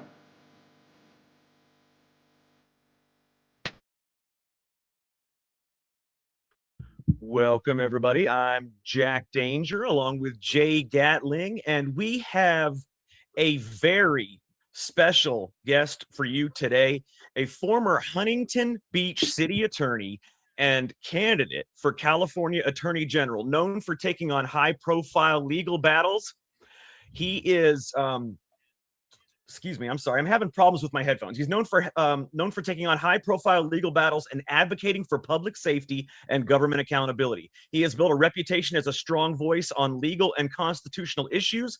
Please join me in welcoming back Michael Gates to the show. He is a wonderful, wonderful candidate for Attorney General. Michael, how are you doing today? Great. I really appreciate you having me. Thank you very much. I'm going to let Jay do the talking for a moment. I got to fix this. All right. Yeah, we're here with Michael. And also, Michael was in the Trump administration with under Harmeet Dillon until, a few months ago when you left, you said, I want to go back home to California and help my home state. Yeah. So I was the city attorney of Huntington Beach for 10 years, elected in 2014, reelected in 18 and then 22. And then in 2025, I took a job with the Trump administration. I worked in Washington, D.C. at the Department of Justice. At the highest level of government you can serve at, actually. It was the Deputy Assistant Attorney General for the U.S. Department of Justice in the Civil Rights Division. So it's the highest level you can serve without being Senate confirmed. It was a privilege of a lifetime. I was there for about a year, but I knew a number of months into it that my heart was back in California. I needed to be back with my family. So when I wrote to Pam Bondi about my resignation at the end of 2025, I basically said to her, I need to go home to be with family and to go back to Huntington Beach to fight for California. So that's when I came home and I jumped in this race for Attorney General because I truly, truly believe that now is the time in California that we can rescue California. As the nation knows, California is suffering. It's been plagued not only by the wildfires we've seen on the news, especially in 2025, but also high gas prices, $2 more per gallon than any other state. Excuse me. High income tax, high homeless rates, and then high crime. And now we're hearing about high corruption, though, waste, fraud, and abuse all over the state of California to the tune of nearly $500 billion. So the California, I say that everybody loves California, but not everybody likes living in California right now because everything just seems to be going downhill. And actually, Californians agree with me on that assessment. 65% of respondents to polls say that California is headed in the wrong direction. And as you know, you can't get to 65% of anything in California unless you have Democrats, Independents, and Republicans all agreeing on something. So what we have here is in California, the public sentiment, the voter sentiment here is we need a change. I represent that change. And that's why in last night's primary election, I did so well. And so many other candidates, common sense candidates, did so well. Yep. Common sense. Well, first of all, congratulations. Jackie, you back. We want to congratulate you. We talked to you on the show probably a few months ago, and now it's official. You're in the final two. So congratulations on that. And before I let Jack get his first question, I just want to ask you one more. What were you feeling when that happened, when it finally you saw that check mark next to your name, and you said, okay, this is it. Now it really begins. Well, jubilant for a lot of reasons. One, it really signified that Californians really went to the polls, they went to the ballot box, and they voted for change. That was reassuring. That's what I had hoped for. That's what I had campaigned for. And to see it on paper, to see the results on the screen was really, really gratifying. The other thing, though, is that I was running with a golden ticket. So I was running with Steve Hilton for governor, Gloria Romero for lieutenant governor, and also Herb Morgan for controller. We all won our races last night. So we are all advancing to the November general, which means while we can't, just as we campaigned as a team for the last 4 or 5 months heading into the primary, now we can campaign as a team again heading into the general. And I think Californians know that the problems are very, very big in California. And so for them to see a team campaigning together and then willing and wanting to work together as a team once we get elected in November, I think that gives them a lot of reassurance, because the problems in California seem so big. I think a lot of voters think it almost takes a team to solve the problem. So just a lot of good positive energy coming out of the election yesterday and the results last night. So we're amped. We've got the wind at our back. We've got the momentum. And I think the opposition is scared. So I'm glad I'm finally got everything situated. That was crazy. When you can't hear, it's terrible. I couldn't imagine could you imagine being deaf, Jay? I mean, you go around, you can't hear. I mean, man, I would go crazy. No. Okay. So did you mention I couldn't hear at the beginning. Did you mention the 40% thing? No, we didn't even get to that yet. But if you want to bring that up, absolutely. So the amazing part, the most amazing part actually about your election results is you are the first Republican in any primary in California history statewide to get at least 40% in the top 2 system that they do. How does that make you feel? You are the first. I mean, when I searched it on Grok, it said the last person that did it was Michael Gates. Before that, there is no history of anybody ever doing it. Yeah, no, it's pretty remarkable. And I think, like I said, this was a significant election, significant results, and it really represents that change is coming to California. Obviously, I'm a compelling candidate. I know your audience may know about my history, but I'm actually a real attorney. I've tried many multi-million-dollar cases, many multi-million-dollar cases in court myself. I'm an experienced trial attorney. I've argued at the Court of Appeals, the Ninth Circuit Court of Appeals. I've even argued, or I'm admitted to the U.S. Supreme Court. So if called upon to argue a case tomorrow in Washington, D.C. before the U.S. Supreme Court, I'm certified to appear before the court and make those arguments. So it's an opportunity for a real attorney to be able to take that office, Attorney General of California, and make real change. So it's very, very exciting. I think in terms of the number itself too, in addition to the 40% you mentioned, so my number right now is about almost 43%. So I'm within about 7.5 percentage points of break even, or prevailing in a 2-way race, right? So if you take the almost 43 and you add 7.5 percentage points, that's in excess of 50%. So I would win in a 2-way race come November. So that's very, very encouraging. That's within striking distance. But the other thing is, I received over 2 million votes statewide last night, and they're still counting. So they're still counting ballots, and the number's only going to go up. Hey guys, check this out. So in addition to the number the record basically that you just indicated that I broke, in addition to that, I am the Republican candidate in this primary who received the most votes. So there's a lot of talk about the governor's race and even the lieutenant governor and the controller, all these other statewide races.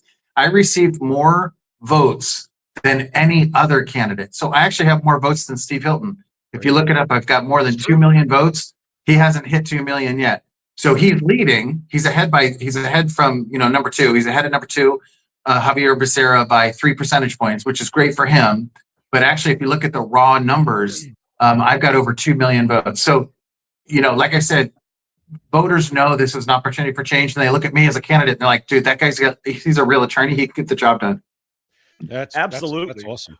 That really speaking is. of the results and continuing, they're still counting. I wanted to ask you something. Even today, right now, it says that Spencer Pratt is in second place and Steve Hilton is in first place. And you would think, based on, the laws of probability and common sense, that they would be advancing, to their runoff elections to, face, the two, just face one person. But what's happening now is it's very strange. Spencer Pratt has actually dropped to third in the odds to win the the LA mayor, runoff in the odds just to be in the top 2. He has actually dropped to 3rd place behind Rahman. Now he's not 3rd place in the election yet, but those are the odds now. It's like 88% chance that he doesn't win. So I wanted to ask you, it's really strange. Last night, I'm going to put this up because I want to show you this. Last night, there was, right now, you can see that this was at 9:19 a.m. This is actually this morning. This was at 9:19 a.m. You can see that Spencer Pratt and Karen Bass, she leads barely by 4% or whatever it is. But then you fast forward to about 3:16, and you see down there where it says 60% and 332,000 votes. Well, you go back to about what is that? About 6 hours ago, 6 hours prior, and it's 3% more, and about 42,000 votes more, because right here you got 290 and 63. It should not go down in percentage points and up in remaining votes as the time goes on. So I wanted to ask you about that, and the fact that even the odds makers are saying, or like the betting odds makers are saying that Spencer Pratt is not going to win, and they're actually saying that Steve Hilton might not even win because of these mail-in ballots being almost exclusively Democratic. Yeah, well, I think there are models out there. There are programs that analyze not only the current returns, but also historical voting patterns. And so they try to make predictions. And that's actually no different than polling. When there's a statewide poll and they sample 1,000 individuals, they also, when the pollsters announce their results, they also base it on a model that says, hey, we expect there to be a 60% turnout in this election, right? Well, in this case, we're actually seeing that turnout is far below 60%, which is why, in many instances, the polls leading up to the election are proving to be wrong. I mean, they weren't that wrong, but they're sort of wrong, right? Like, polls they didn't have been wrong a lot lately, yeah. Yeah, so there's a lot of modeling that goes on, not only in polls and then the way the polls are analyzed and reported, but also in what you're talking about, where they try to anticipate after all the ballots are counted, what are the final results going to be? I can tell you that, look, when you continue to count ballots after Election Day, the trend does tend to favor the Democrats. It's odd, it's true. There's probably 1,000 different explanations for that. A lot of us, that's the kind of thing that causes distrust for some in this election system. Like, I get it, but that modeling also basically sort of anticipates what the voting patterns were and what the final turnout's going to be. And I think in this case, they may have it wrong, and here's why. Because the Democrat enthusiasm, the Democrat voters are incredibly depressed this time. The enthusiasm isn't there because, like I said, 65% of respondents to polls say that California is headed in the wrong direction. So that's Democrats, independents, or Republicans alike are not happy with leadership in government, whether it's in LA or Sacramento. It's everywhere. But then they don't have candidates to get excited about, right? The Democrats don't have candidates to get excited. So if you're in LA and you're a Democrat voter, are you excited to go out and vote for Karen Bass? No. If you are a voter and you're looking at the statewide offices, is anybody excited to vote for Rob Bonta? No. Or Javier Becerra or Steyer? Absolutely not. So there's a depression there.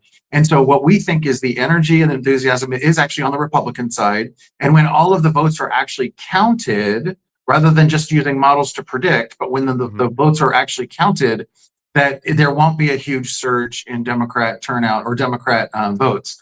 In addition to that, add the fact that a lot of Democrats have told us, whether it's Steve Hilton's campaign or my campaign, that they actually did vote for us. Democrats voting for Republicans because they're that fed up. So I hear you.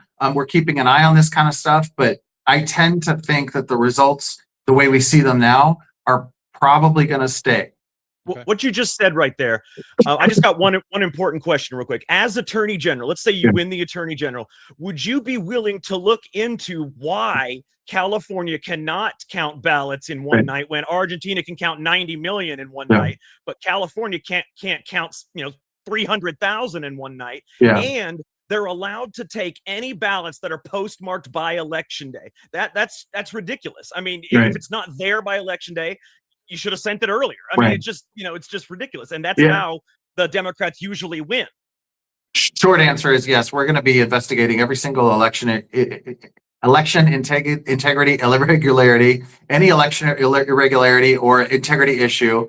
And we're going to be investigating all of that stuff because we want to ensure to the public that we have solid systems and that there is integrity in our system. That's one issue. The other issue is there's a U.S. Supreme Court case that's coming out. The decision should be out probably by the middle of June, so the next couple of weeks here. And that's a case called Watson versus Republican National Committee. It's out of Mississippi, Fifth Circuit, and it was already argued before the U.S. Supreme Court, but the decision has yet to be issued. That issue is on what is Election Day.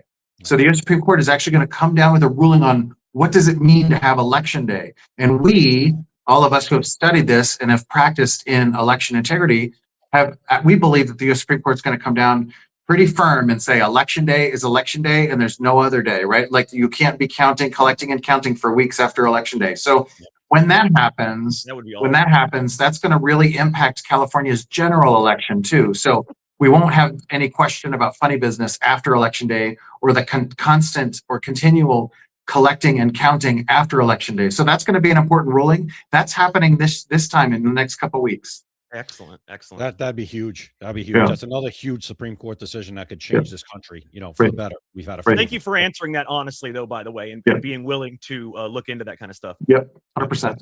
Let's keep it going. So brass tacks, let's get down to it. When you win, first day as AG, what's your plan to clear the streets, the homelessness, the drug use? What's your plan to get people as AG? What can you do to aid in getting these people into treatment? What can you do as the Attorney General? So there's a lot I'm going to do on day one. And so the audience knows too, the Attorney General has a lot of authority in the state of California.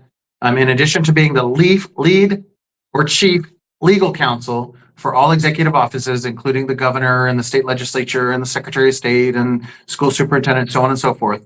I'm also the top law enforcement officer. I'm the top cop. And I have purview over all 58 counties in California. So there's 58 counties throughout the state of California. That means I have direct purview over 58 sheriff's departments and 58 district attorney's offices. So I won't be going to Sacramento and working in some ivory tower detached from the rest of the world, right? I am going to be in Sacramento working with my 58 sheriffs every single day and 58 district attorneys. We are going to be tough on crime throughout the state of California. I know it sounds a little cliche, but let me tell you something. I was the top cop, so to speak, in Huntington Beach, California, which is the 23rd largest city in the state of California, out of nearly 500. When I started cracking down on crime in 2017, we reduced crime in Huntington Beach by double digits in the first year. And then now, since 17, we have made Huntington Beach in the top 10 safest cities in the entire state of California out of nearly 500. How did I do that? There's no magic wand or magic recipe. It quite literally was being tough on crime and enforcing the laws that are on the books. They're the same laws on the books that are available to every other city in the state of California and available to Rob Bonta as the AG. So when I'm Attorney General, we're going to enforce those same laws and we're going to make every city in the state of California as safe as Huntington Beach has been made by my leadership. Compare that to Rob Bonta. He's the top law enforcement officer of the state of California. And California, according to FBI data, is ranked number 6th highest in crime in the nation out of 50 states. It's ranked 6th highest in crime. So we live in one of the most crime-ridden states in the nation because Rob Bonta simply won't enforce the laws that are on the books. So to answer your question, I'm going to enforce the criminal laws on the books on day one. We're going to fight the corruption, the waste, fraud, and abuse also on day one. We're going to prosecute people. They're going to go to jail. I'm going to put people behind bars, and I don't care if they held office or not. We're going to be tough going after the corruption, the waste, fraud, and abuse of taxpayer money. I'm going to put people behind bars, and I'm actually going to use the criminal justice system to claw back that money, and return it to the taxpayer. We're going to protect our young girls in sports by being Title IX compliant up and down the state of California in education and sports programs. We're going to get boys out of girls sports and young men out of young women's sports. We are going to protect our girls. I'm also going to dismiss the newly filed lawsuits by Attorney General Rob Bonta against hospitals, including a children's hospital, to force them to perform trans surgeries on minors. So Rob Bonta is literally suing hospitals, including a children's hospital, to force them to perform trans surgeries. I'm going to dismiss those lawsuits, and I'm going to send a signal to the medical community. If you so much as mutilate a child, I will prosecute you. I will criminally prosecute you. So we're going to be protecting girls. We're going to be protecting children. We're going to be reducing crime, being very proactive in reducing crime throughout the state of California. We can reduce homelessness. I did it in Huntington Beach. We reduced the homeless population by over 60%. How? Again, enforcing the laws that are on the books. We got people up off the streets into our county level services, got them food, shelter, clothing. We got them mental health. We even got them VA services and legal assistance. And oftentimes we got those people back home where they came from in the first place. We can do that throughout the state of California too, because every city has county level services. Even Los Angeles has LA county level services. We can get people off the street into services, get them the help they need, and get them back home. So I have done all of this in Huntington Beach. I did it for over 10 years, and I can do it for the state of California. It's like, Jack, real quick. When President Trump said with immigration, you don't need new laws, you just needed a new president. It's kind of the same thing here. You just need a new attorney general, California. That's all you need. Yeah. And I was actually going to ask him something about that because we recently, well, not recently, but we found out that in order to get people to stop, in order to be able to allow crime to increase, George Soros pumps money into local DAs that get, elected, and then they just don't enforce the laws. I mean, you don't have to change the laws. You just don't enforce them. So if you become AG, which, I'm hoping you do, you're articulate, you're intelligent, and you have the right ideas about everything. So we're hoping that you win. Everybody here's anybody that's in California is going to vote for you. And we have a lot of viewers from California, by the way. But what can you do to force these local DAs to do their job? Yeah, so that's easy. On day one, part of my plan is to send direct, clear, and unambiguous communication to all my 58 district attorneys. And I'm going to set our enforcement priorities and our tough on crime agenda. I will also communicate to them, and imagine under them, so I will have thousands of prosecutors throughout the state of California under my purview, ultimately, thousands of prosecutors. I'm going to communicate to my DAs that if their prosecutors do not have a zero crime agenda in their jurisdiction, meaning if they don't prosecute crime so diligently and so aggressively that they are attempting to reduce crime in their jurisdictions to zero, then they're not doing their job. We want these prosecutors to get their feet off their desk, sit up, roll up their sleeves, and actually, frankly, get into court and prosecute crime. If they don't, I can sidestep the district attorney, reach down and prosecute those cases myself. That's what the Constitution says. So I get the results I want with or without the cooperation of the district attorneys. And I will add this too. The fact that the Los Angeles ever even had a George Gascon, who was the district attorney, or that Chelsea Boudin was the DA of San Francisco. The fact that we ever had those two district attorneys who basically refused to enforce the law in California, the fact that those two ever even existed is Attorney General Rob Bonta's fault, because he allowed them to be soft on crime or absent on crime. I'm not going to allow any of my 58 DAs to be absent on crime or soft on crime. We're going to get to work and we're going to make California safe again. But other than prosecuting, though, what can you do to them, to the specific DAs or prosecutors? Is there a way for you to discipline them in any way?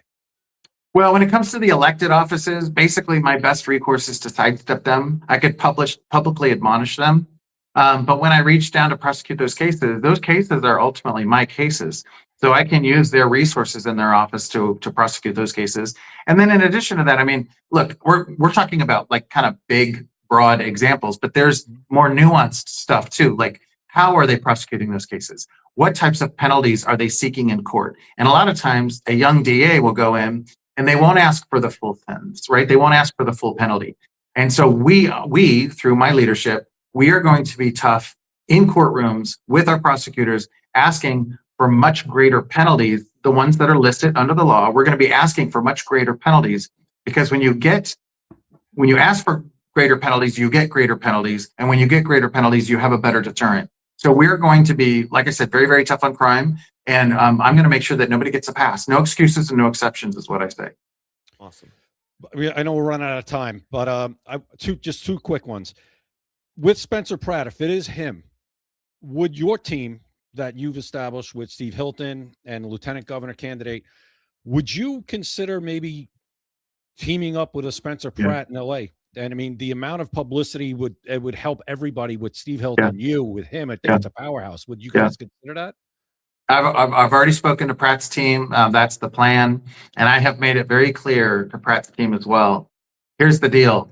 You can talk a big game about being tough on crime and wanting to clean up Los Angeles, but as a mayor, newly elected mayor, especially one who doesn't have experience navigating the bureaucracy and the government forces, you're going to be fighting your city council, and you might be fighting your police department. But what you have, if you have an attorney general, a friendly attorney general who agrees with you on your views of being tough on crime and returning to law and order and cleaning up your streets, what you have is probably the best ally in the world. Why? because again, I have purview over all 58 sheriffs and all 58 district attorneys. I can communicate with my LA sheriff and my LA DA, and I can say, we're going to go in and help Mayor Spencer Pratt clean up Los Angeles. So he has, he has a friend in me, and when we team up together, we are going to be a force to be reckoned with, and we are not going to allow Los Angeles to continue to suffer or live in squalor. We're going to clean it up. We're going to return LA to law and order. And I look forward to working alongside Spencer Pratt, Mayor Spencer Pratt. That's awesome. And one more real quick, and then Jack will finish up. 6 months into your term, what does success look like for you? What would it look like? 6 months in, what are you looking for to say that we're on the right track? So I think that's a good question. I've measured it in weeks. I see cleaner streets up and down the state of California. I see young, minor, female prostitution off of our streets, completely invisible, not existing any longer. So we're going to get rid of prostitution. We're going to get rid of, this whole program to be mutilating our children. We are going to stop all of these lawsuits, these weaponized lawsuits. So there's a whole host of things that people are going to be able to see pretty much on day one, recognize on day one. So I see cleaner streets, safer neighborhoods. Businesses are going to be prospering again, frankly, because of, they're going to be in safer business districts where we don't have smash and grabs anymore. Law and order is going to return to the state of California. I'm going to be protecting constitutional rights. You've heard of this Stop Nick Shirley Act. That kind of stuff's going to die. The Stop Nick Shirley Act, even if it's signed into law, will die on day one when I'm Attorney General, because I'm going to take action against this illegal law that attacks First Amendment. So I think people are going to notice things within weeks, frankly. I think people are going to notice that California's cleaned up within weeks. Having said that, at the 6 month mark, I'm hoping that the office is reorganized, fully reorganized and in place. So where we don't have hundreds of attorneys focused on weaponized cases against entities like charitable organizations, like parents, like school boards. We literally have Rob Bonta suing a school board because the school board's trying to take action to protect their children. All of those cases are going to go away, and all of those attorneys are going to be focused on fighting crime and fighting corruption and making California safe and prosperous again. So the short, you have the short view there, and then the long view of 6 months is a reorganization, a full reorganization where we're completely committed to the priorities of everyday Californians.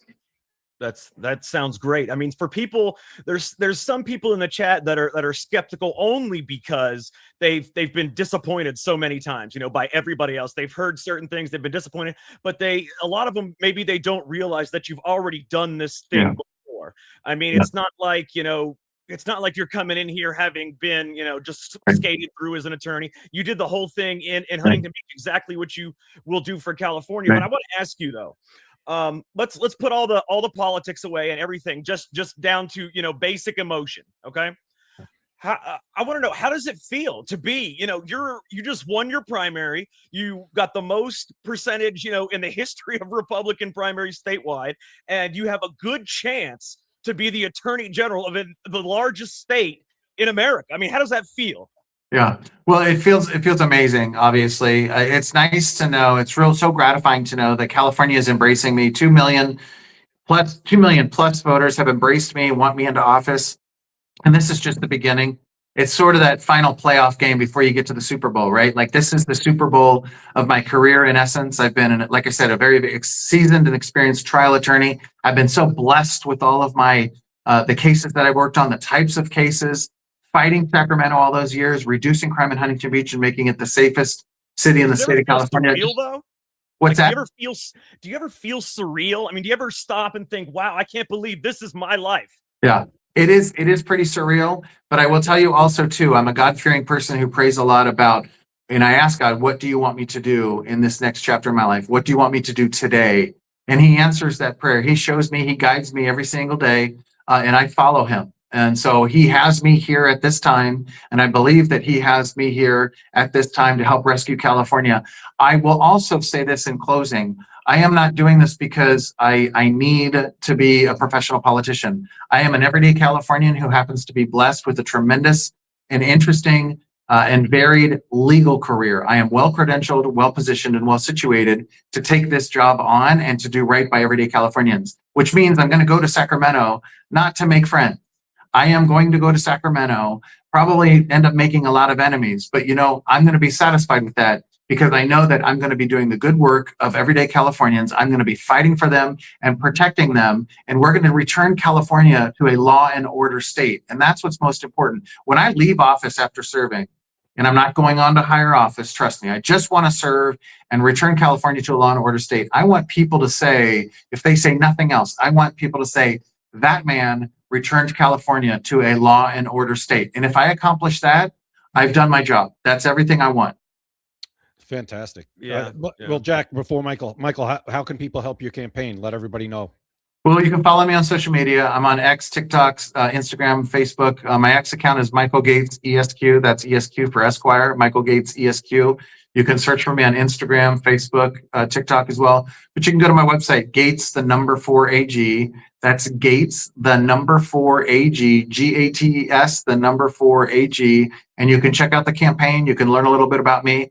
And then in addition to that, if you can make a donation, click on the donation button, make a donation, that would be great. We've already raised $1 million, but we want to raise another $4 million before November. So every dollar counts. And I love you guys. Thank you for allowing me on. We really need the exposure. We need to draw attention to these important issues. Look, the way California goes is the way the nation goes. And the way the nation goes is the way the world goes, right? So California is where it all starts. We can change America by changing California. And with your help and your audience's help, we absolutely can do that. The time is right now.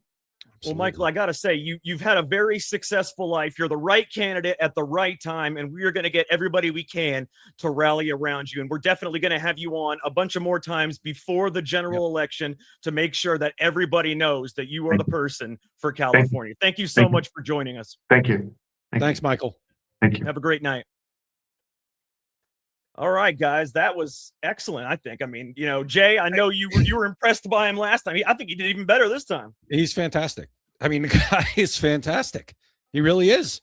And he's not fake. I mean, a lot of we had skeptical people in the comments that would say, I've heard this before, and but see, a lot of times you hear that before from people that haven't done anything prior. He did this. What he said, he did that in Huntington Beach already. Yeah, he did it in Huntington Beach. He reduced crime there by 11.5%. And that's also, that guy's a father of 5. He doesn't need to be doing this. He had a great, the pinnacle of any attorney, really, working in Washington, D.C. in a president's administration under someone like Harmeet Dillon. I mean, how much better was it get than that for an attorney? He said, no, I want to come back home because I want to fix my home state. And that's what he says God told him he wanted him to do.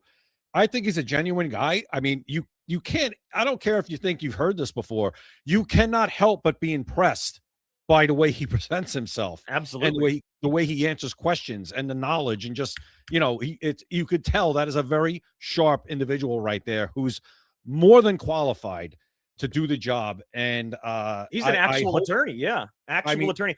And Hope says that he sold the hell out of me and I'm holding back tears. That's what yeah.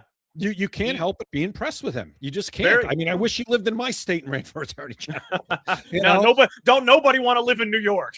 Yeah, well, it's like California. We're praying for somebody like that to come along. California, don't throw away this opportunity. Get out and vote on election day. For nobody else, Michael Gates. And I also think, Jack, that it is important. That's why I wanted to get that Spencer Pratt question in. Mm-hmm. Spencer Pratt is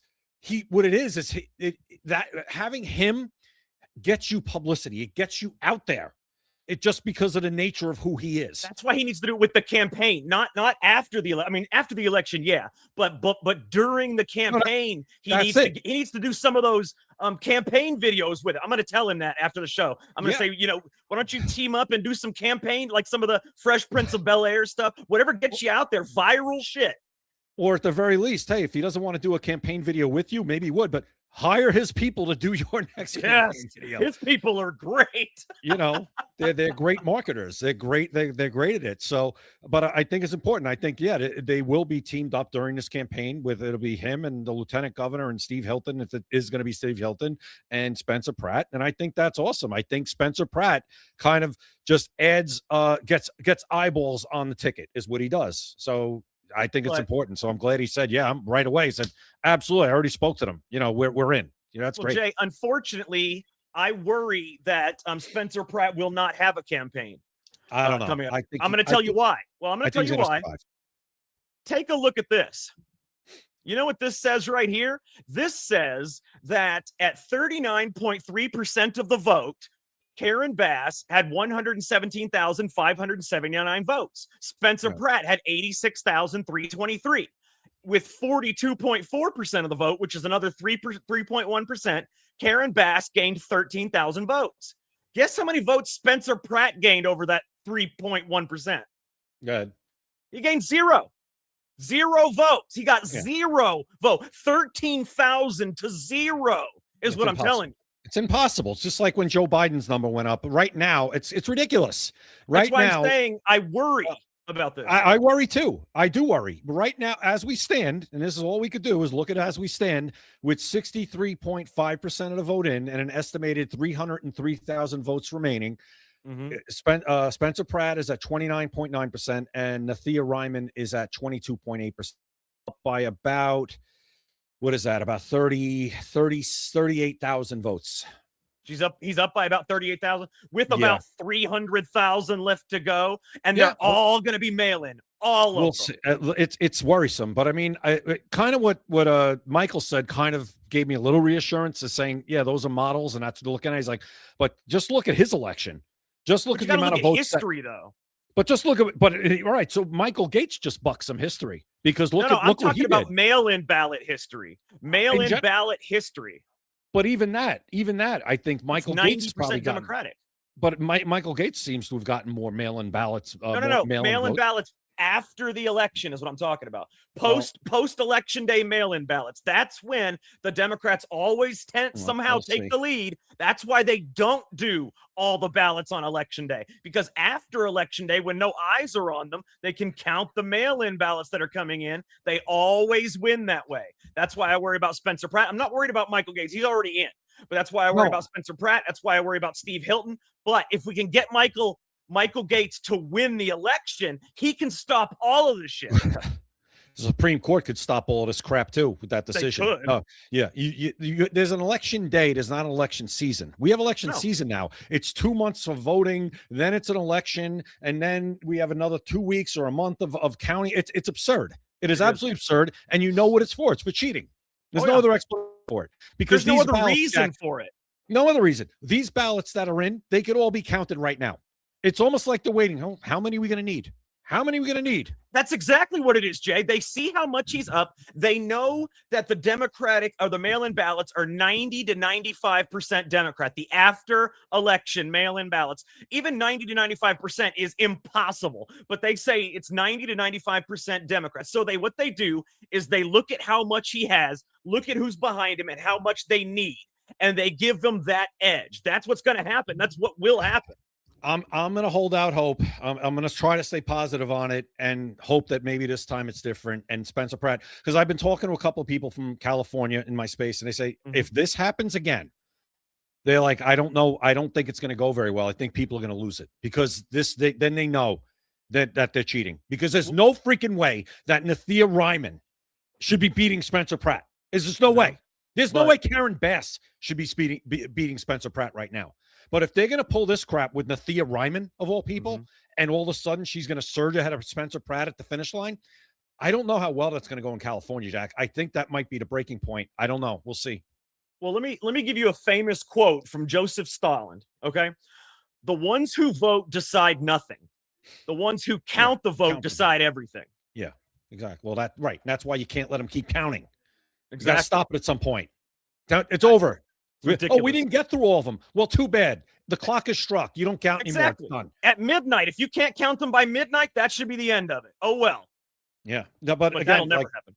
People are saying, G is saying in the comments too. Yeah, that's what friends in California are saying. And if this happens again, if they try to pull this again on, say, Spencer Pratt, I think people are going to lose it. I really do. And I don't freaking blame them, because I'll lose it, and it doesn't even affect me directly, because it's absolutely absurd to even think that Nathia Ryman, who yesterday, Jack, was crying, but so far of how this election is going, that Nathia Ryman, another stone-cold communist, is going to overtake somebody with common sense like Spencer Pratt, and she's not even an incumbent. She's a nobody.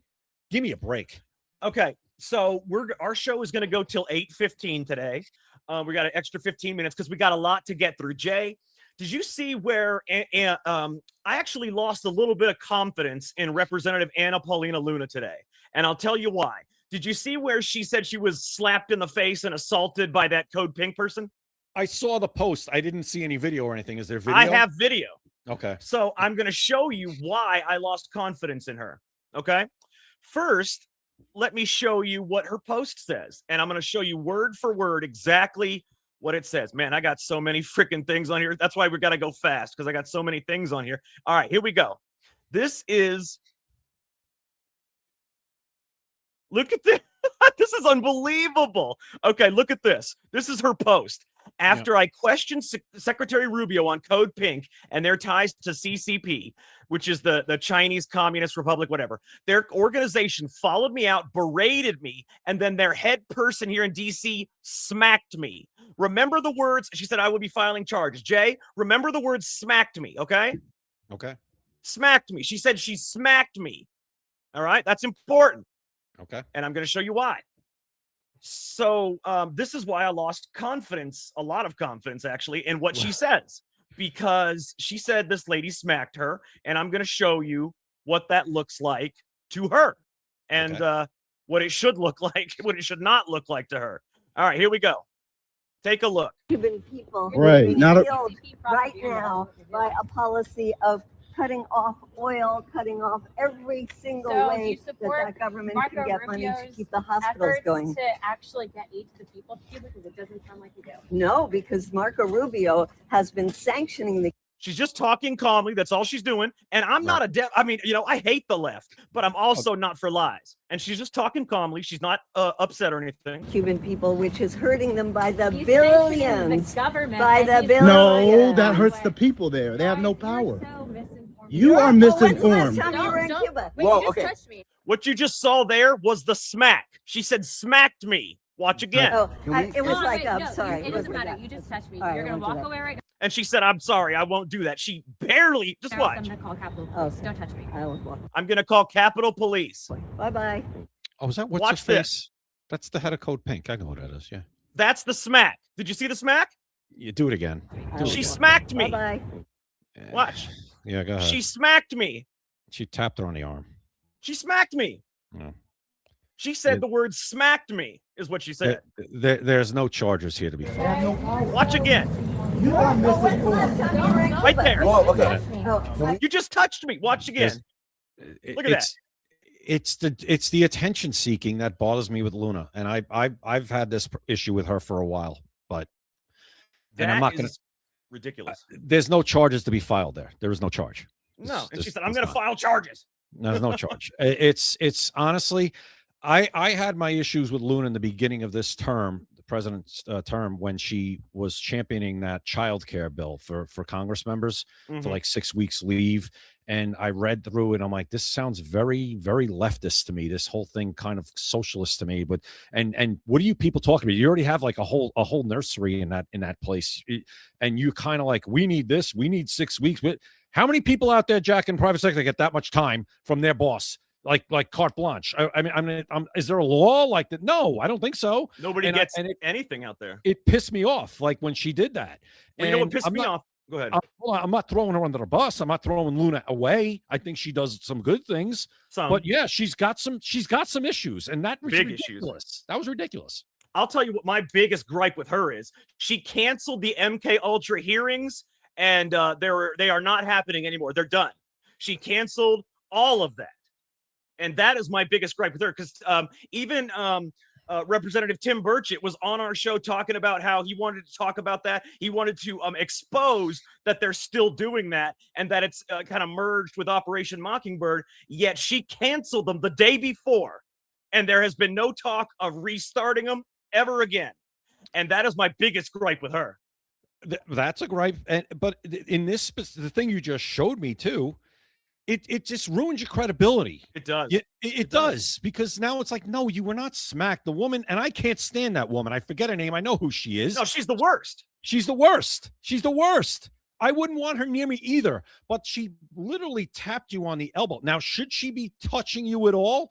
No, fine, okay, but she didn't smack you. It's like rubbing up against her accidentally. Right. She might even have not even meant to have touched you. Her hand might have went too far and she tapped you on the elbow. I mean, give me a break. That's the thing where people say she's a drama queen. She's an attention seeker. And they get the same problems with people like Bobert. A lot of people had a lot of issues like that with Marjorie Taylor Greene.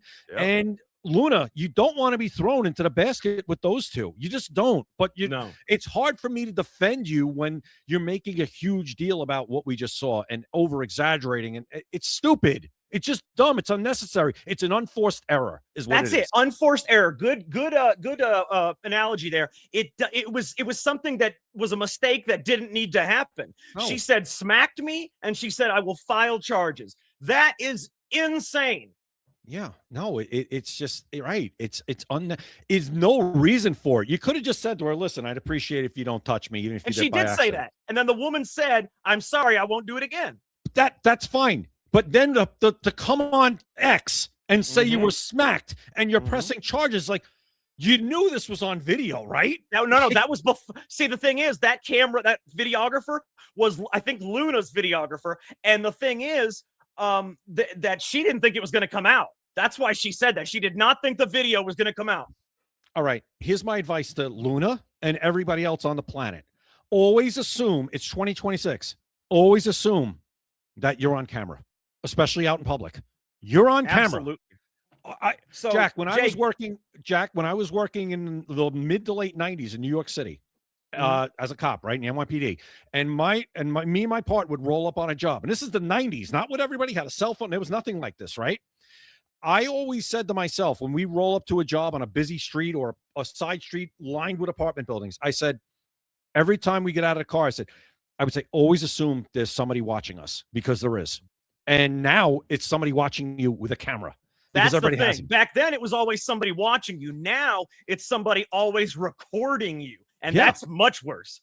Right. It is worse. So, Jay, as you know, both Eric Swalwell and Katie Porter did not even come close to winning. And I wanted to show you something now, because now that Katie Porter did not win, she can go back to focusing on her full-time job of defending Gotham. Okay? Now that she didn't win, she will get to defend Gotham and not have to worry about being the governor of California. Jack, I didn't eat dinner yet, and you're showing me this Katie Porter and the Batgirl. I mean, really? Yeah. First, Jack, I'm upset that Katie Porter didn't make it to the top, because I gotta be honest, it would have been the entertainment would have been off the charts. The memes would have written themselves. I wish it was her going against Steve Hilton or Chad Bianco, but she's not going to make it. She's an awful person, probably the most unlikable, one of the most unlikable people on the planet, but she would have been entertaining. And thank you very much. Now I'm going to have to go settle my stomach before I eat. So, Jay, how would you like to see some news of the stupid? So get this. There's a star wide receiver for the San Francisco 49ers. His name is Brandon Ayuk.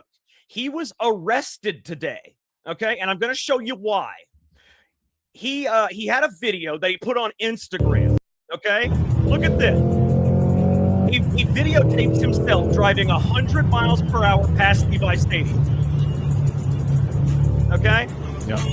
You can see right there, it says 99 miles per hour. He videotapes himself driving 100 miles per hour past Levi Stadium and then posts it on the internet. He records himself committing a crime, a crime that is way above the speed limit. The speed limit there is like 35 miles per hour. So that's triple the speed limit. He records it and then puts it on Instagram, and now there's a warrant for his arrest. Well, Jack, somebody as dumb as this doesn't have to even worry about Ford putting stuff like this in their car, because they're gonna record themselves doing it. Yeah, that's ridiculous.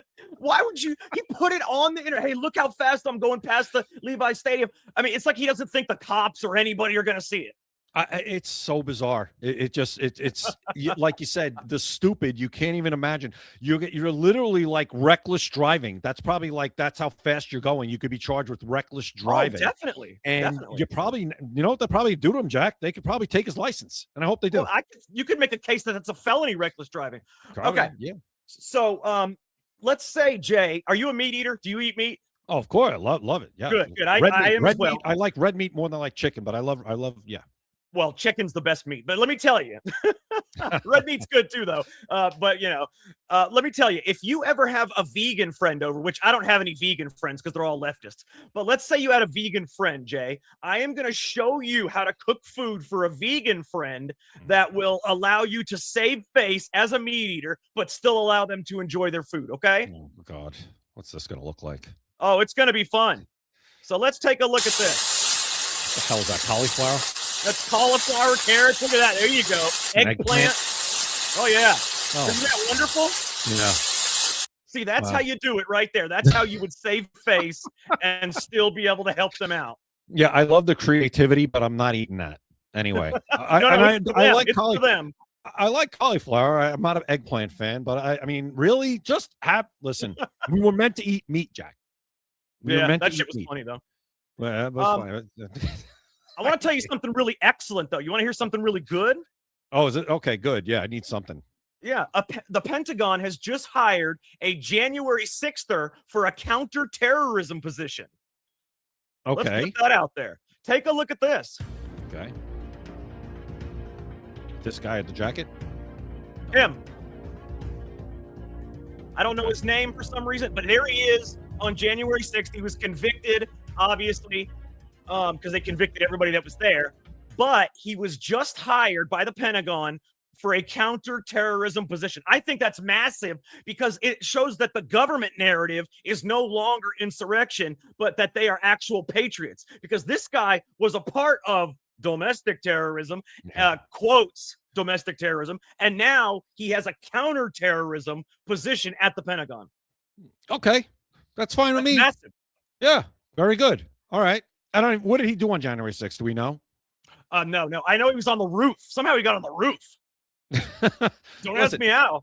I'm glad you brought up January 6th, and it's good for him if he's qualified for the position, and I think it's good for the government and America as a whole. It's changing the narrative.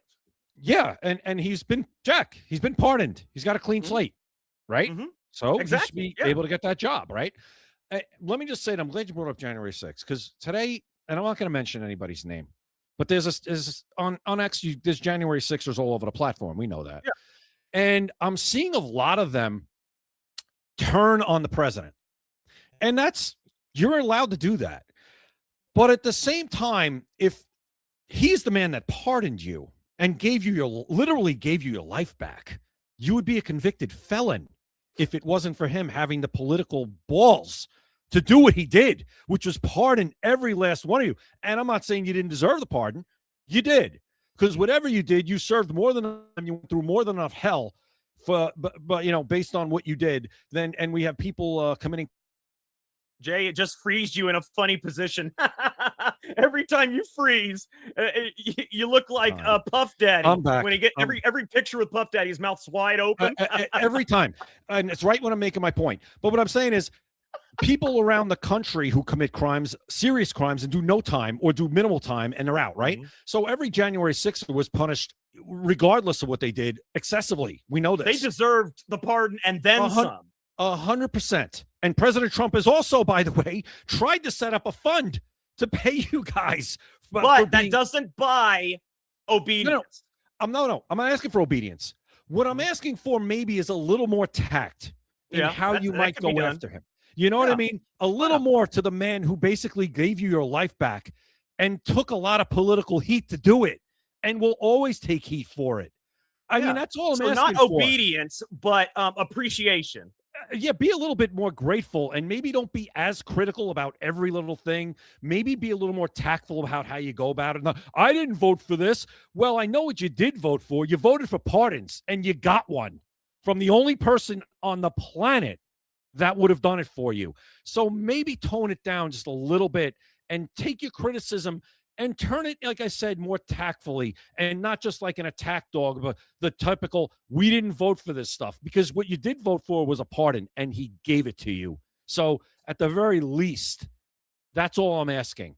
Or just be quiet if you can't do that. That's all I'm saying, Jack. And maybe people are going to say I'm wrong, but it just really kind of rubs me the wrong way when they hear him.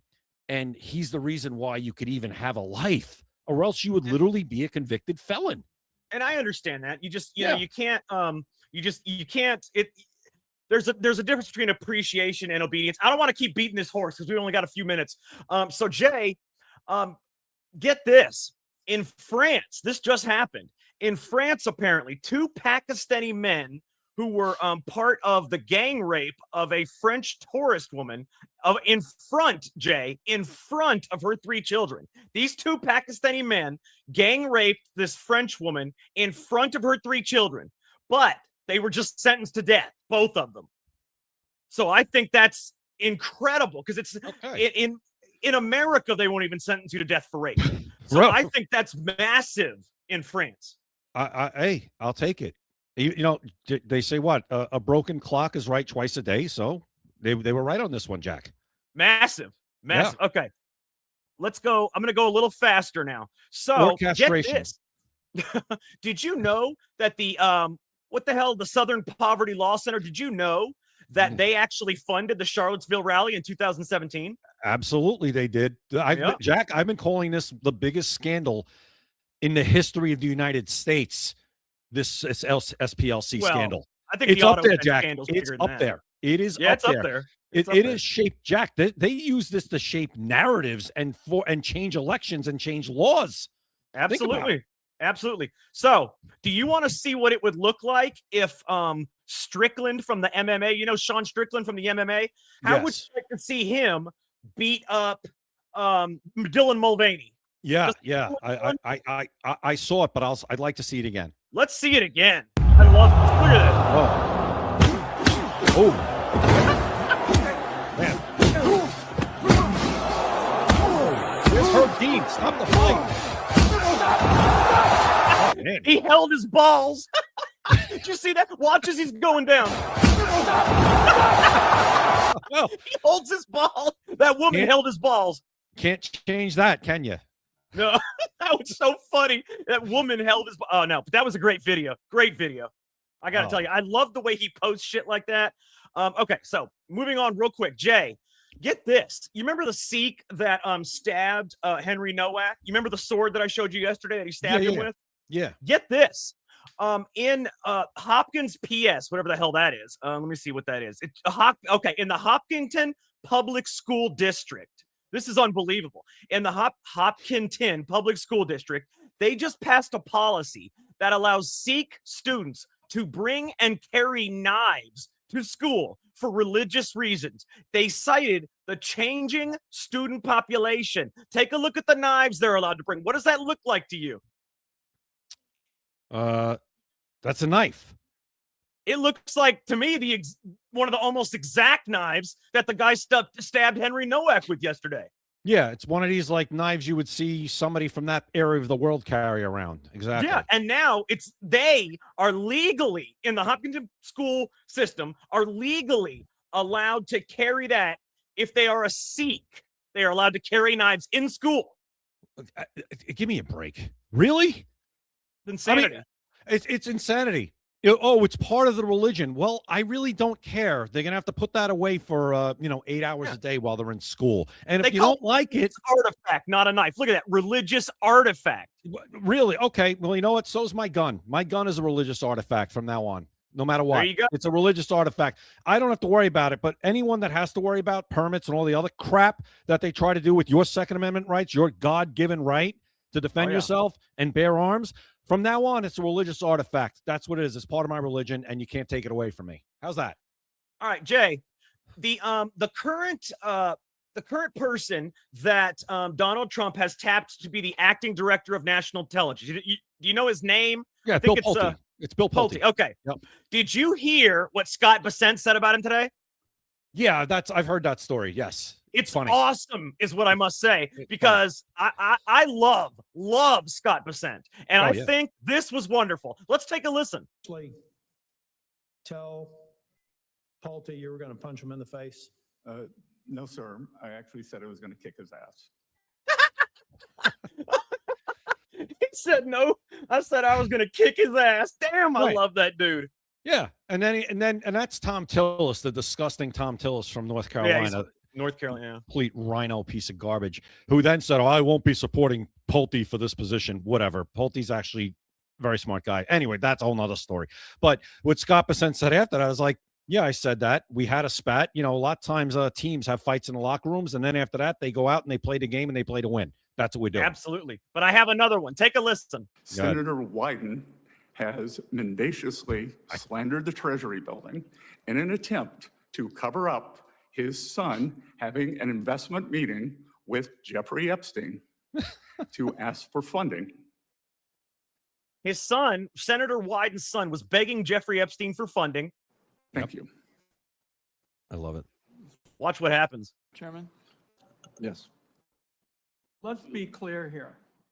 Nobody is interested in the ramblings of a capo in the most corrupt regime in American history. We want to get some facts about this deal. That's what we're here for. Thank you. Well, thank you. And I will ask my questions first today. And we would like to hear what Adam Wyden and Jeffrey Epstein talked about. Your son's largest investment position was Rick's Cabaret. So did your son and Jeffrey Epstein talk about pole dancing as you begged him for money using your limited credibility? Begged him for money using your limited credibility. God, I love Scott Bessent. I love it. And I love it how they are going back at these Democrats now. Ron especially Wyden, Bessent. That guy is. Oh, he's Jack. That guy is honestly, when you could say, and in pretty much any room he walks into, that's the smartest guy in the room right there. Real quick, I want to say something about our sponsor, Jay. MaxAssociates.etsy.com. They are the #1 place for USA Pride gifts and patriotic apparel. Just so everybody knows, our show is not ending right now. It is ending at, we are going to be ending our show at 8:15. But I wanted to talk about our sponsor real quick. They, like I said, they're the #1 place for USA Pride gifts and patriotic apparel. You can scan the QR code in the top right or go to maxassociates.etsy.com. You do not want to miss their deal. You can get patriotic stuff anywhere, but you can get everything that you can get elsewhere. You can get here, but you can get even better stuff, more specific stuff, more stuff that is tailored towards you, plus 20% off and free shipping anywhere in the United States. You can't beat that deal. You can't beat the merchandise. Not going here would be insane. You got Father's Day coming up, 250th anniversary of the United States, and the 2026 midterms. If ever there was a time to show your pride for America, to show where you stand, now is it. Scan the QR code at the top right or go to maxassociates.etsy.com. Thank you very much, Max Associates. All right, guys. Jay, let's run through a few more things really quick. We got about 15 minutes left. So I want to show you something. Did you see how it was proved that that the Delaney Hall protests were paid for? Did you see how it was proved that they were not organic and fake? Did you see the chart? So we all know they weren't, but they proved it. So good. Let's hear it. Check this out. This chart right here shows. You can see at the top right, the trigger event. There was a message sent in Signal by Kosesha, whoever the hell that is, or it's a town, excuse me. But it's a message that was sent from Kosesha, New Jersey, in Signal. It says Kosesha is not mobilizing to Delaney Hall tonight. After that happened, so that was a 6-word Signal message. Okay, well, not really 6 words, but you know what I mean. After that happened, get this. They did 10-day protests the entire time. But after that happened, there was no more activists. There were 200 activists. They were gone. No more gear, no more medics, no more chaos. It all vanished with one Signal message. One. Yep. That's Jack. You see the equipment these people have. Absolutely. All the stuff they have. They're not buying this stuff. It's being paid for them. They're being bussed in. They're staying at hotels. This is all being paid for. Absolutely. Right? There's nothing organic about this. Oh, I'm pissed off about Delaney Hall. They don't even know how to spell Delaney Hall. But somehow they're all out there. And finally, you know, Mikey Sherrell, the stupid governor of New Jersey, decided to put a state police out there to actually do their job and actually crush these people and get them the hell out of there. It's kind of like what we just talked about with Michael Gates. You don't need new laws. You just actually have to enforce the damn laws on the books. And this stuff stops and actually never gets started. So, Jay, you know Walter White from what the hell is it, Breaking Bad? Huh? Breaking Bad. Can you hear me? Yeah. You've seen Walter White from Breaking Bad. How would you like to see Walter Black? Let me show you Walter Black right here, Jay. Take a look at this. So I've been seeing everybody's Kool-Aid pineapple recipe. So let me show you guys how I make mine. First, we start off with the peanut pineapple and the cherry. Let's go ahead and get that up in there. By the way, he's got tons in a washing machine. Now you see that peanut pineapple mixes with that cherry well to make sure that these pineapple slices go in nice and right. Bloop. Let's throw those in there. So as we get that, everybody doesn't like to add that lime and that lemon and get it up in it, but I like to do that because it adds a little twang. See, that's the difference between mine and everybody else's. Okay, you see me going with there with that. Now, I also see people add some sugar, but they don't. This can't whole bag of sugar. Oh, my Say again? God. No, this whole trend can't end fast enough. No, it's ridiculous, and it's getting worse and worse. Don't add enough. Let's go whole bag right there. Okay, now I know what you're thinking. That's not enough lemon or lime. Okay, you guys. Now let's go ahead and get this ice in there right there. Okay, we add that ice in there because we want it nice and cold to make sure we maintain food safety. Make sure we maintain food safety while I'm putting my bare hands in your drink. Jack, the washing machine looks But here in a second, Yeah, it these right does. here are going to absorb all that Kool-Aid, and you guys will literally see my. Okay, so that was Walter Black doing the nigga jar trend, Jay. Can you believe that? That's Walter Black. I get it. Yeah, I get it. Where's Jesse? Where's Jesse? Not what are we gonna call him? Not instead of Jesse Pinkman. We got to come up with a name for him. Where's Yeah. his sidekick? I mean, I don't know. like I said, That's pretty this good, trend- though. It's Jesse Walter Black. This trend can't end fast enough. In fact, we need Hank. Get Hank out to arrest him right now. Yeah. That's absolutely ridiculous, this shit. Okay. We got about 10 minutes left, and we got still a little bit more to go through. So, how would you like to see, and I love this. This is one of my personal favorite things. By the way, Elon Musk earlier today said that, he thinks Derek Chauvin should be released from prison.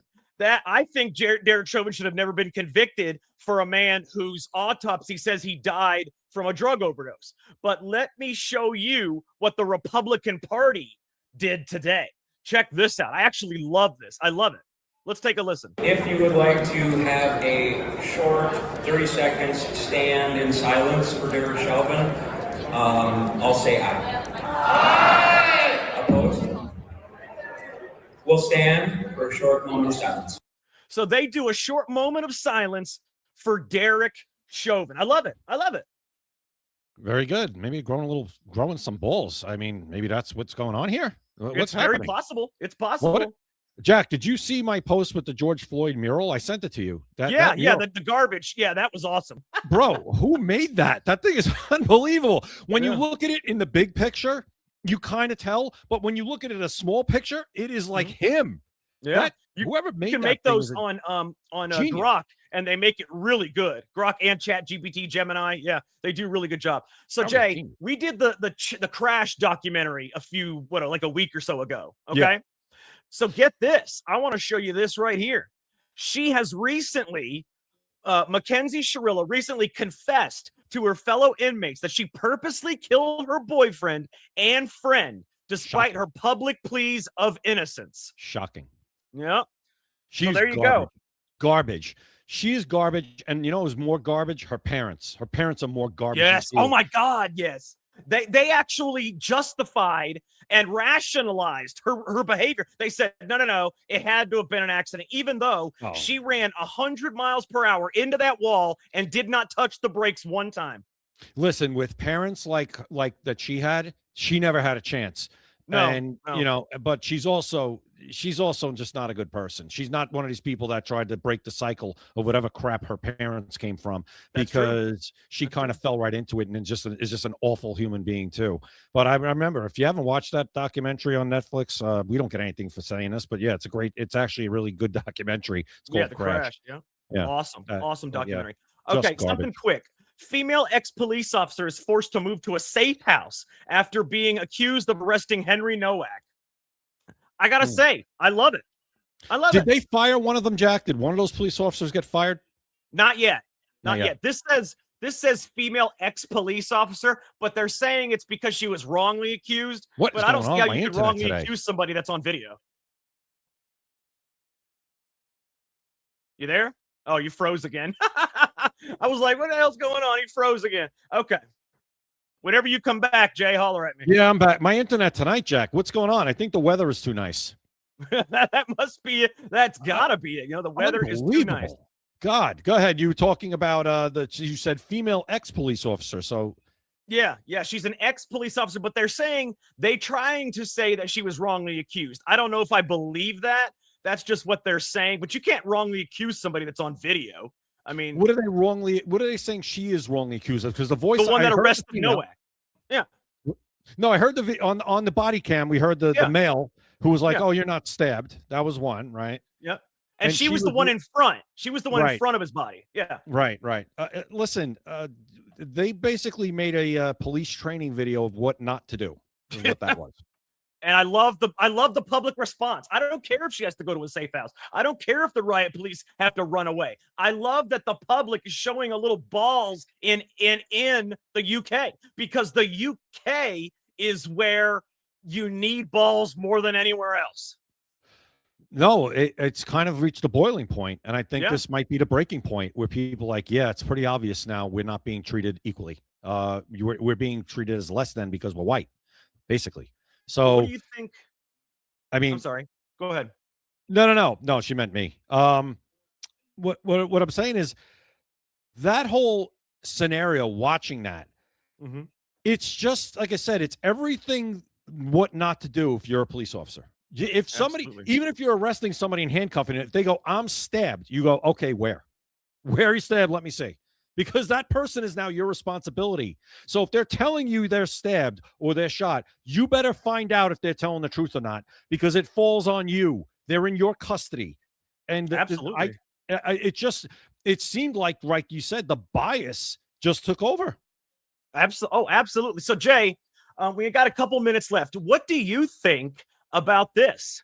What do you think about the House just passed the war powers resolution to limit President Trump's power in Iran? Yeah. Oh, yeah. That to me, Jack, and it's the usual suspects. First of all, that Fitzpatrick guy from Pennsylvania, who's he's absolutely, Jack. He might be the rhino of the rhinoist rhinos of all time. And Thomas Massey, you know, in the House or the Senate, because Thune is really fucking. No, in the House. In the House. He's probably the biggest rhino in the House. And he's up there. And then, of course, Massey, you knew he was going to vote against it, or against President Trump in this case. And then I think you had a couple other guys that decided. And what also happened is I think 3 Republicans maybe were absent, and you had 1 Democrat, the guy from Maine, Golden is his last name. He's usually voted with the president and the Republicans along their lines with the act for the War Powers Act. This time he voted with Democrats. Regardless of what happens, even if this passes goes to the Senate and they pass it, it's going to get vetoed. But what I don't like about it is this: right now he's trying to negotiate. It undermines the process. Just let him. We're not actually in an active hot war right now. There's little skirmishes going on. They're talking. Let it just happen, but they just can't. And that's what bothers me. And it would bother me if he was the other way around, Jack. It would. Because I'm thinking of the country right now. And we don't want this to spiral out of control. We want this to be solved, if it can be, diplomatically. You know what I'm saying? Or you just glass the place. So if he's trying to do it diplomatically, can you just let it play out? It just pisses me off. Yeah, it's irritating, but they want to curb it before it gets to a war, I think is why they're doing it. But at the same time, it's not going to go through, because it's still even if the Senate passes it, he can veto it. Right. And that's one thing I never understood about a war powers resolution. You want to stop the president from doing something, but he can veto it. So what's the point? They would have to get the 2/3 majority to override the veto, and they're not even close to being there yet. The point is, like you said, yes, they might be trying to stop it from going to that point, but it's kind of the same thing. Well, what you're doing is undermining his process, which may then force it to go to that point. Because right now we're not at that point. So just why don't you leave it right now? Nobody even feels like things are about to explode right now. Yeah, you got this going back and forth. It's been like that for weeks now, 8 weeks. Let it just play out. But everybody's got to score political points now. It's so divisive. And like I said, if it was the other way around. Wait. You just said divisive? Yeah, divisive. You said divisive. Is that what I'm hearing? Yeah, that's a real word. Divisive. Yeah, divisive. It's a real word. It's divisive or divisive. You could say it either way. Trust me. You're a tomato guy, aren't you? No, I'm a tomato. I love it. Okay. Real quick, we got 1 minute left. I want to recommend something to everybody. And I'm not getting paid for this. I can promise you that much. Yeah. But I'm excited to see the new Scary Movie on Friday. I loved the original and the second one. Those things were hilarious as hell. It finally came out with another one with the same people in it. I can't wait to see it. Which one is this? Because I loved 1 and 2. I think This 3 is was number okay. 6, but it's got the same people as 1 and 2, though. The same people as number 1 and 2. So that's what I'm excited about. Oh, I should be excited for that because they're probably all as old as me now. They are. I want to real quick before we go. Let me show you. I thought I had a. Well, there was a. Yeah, let me show you real quick the short trailer, real quick. I'll make sure to. How much time we got? You got less than a minute. Less than a minute. Okay, well, never mind then. So, but anyways, yeah, guys, I would check that out. I'm excited about seeing them. And you got the same people that were in 1 and 2, and 1 and 2 were awesome. So I'm going to assume that this one's awesome too, based on the trailer. Hilarious shit. You let me know. Oh, I will. I'm gonna go see it on Friday. The day it comes out, I'm going to see it for sure. All right. Great stuff back then. Okay, real quick, guys, I want to show you Eli, our thumbnail. This was our thumbnail. He always does a great job, as you can see. So I wanted to show you that real quick. Yeah, and let's just hope that the California primaries turn out the way we want them to, the way that they're supposed to. But the way that Democrats do things, and they're allowed to count for weeks, all the way until they change the results. All right, guys, for Jay Gatling, I am Jack Danger. Thank you for watching Secret America. You've been listening to Secret America.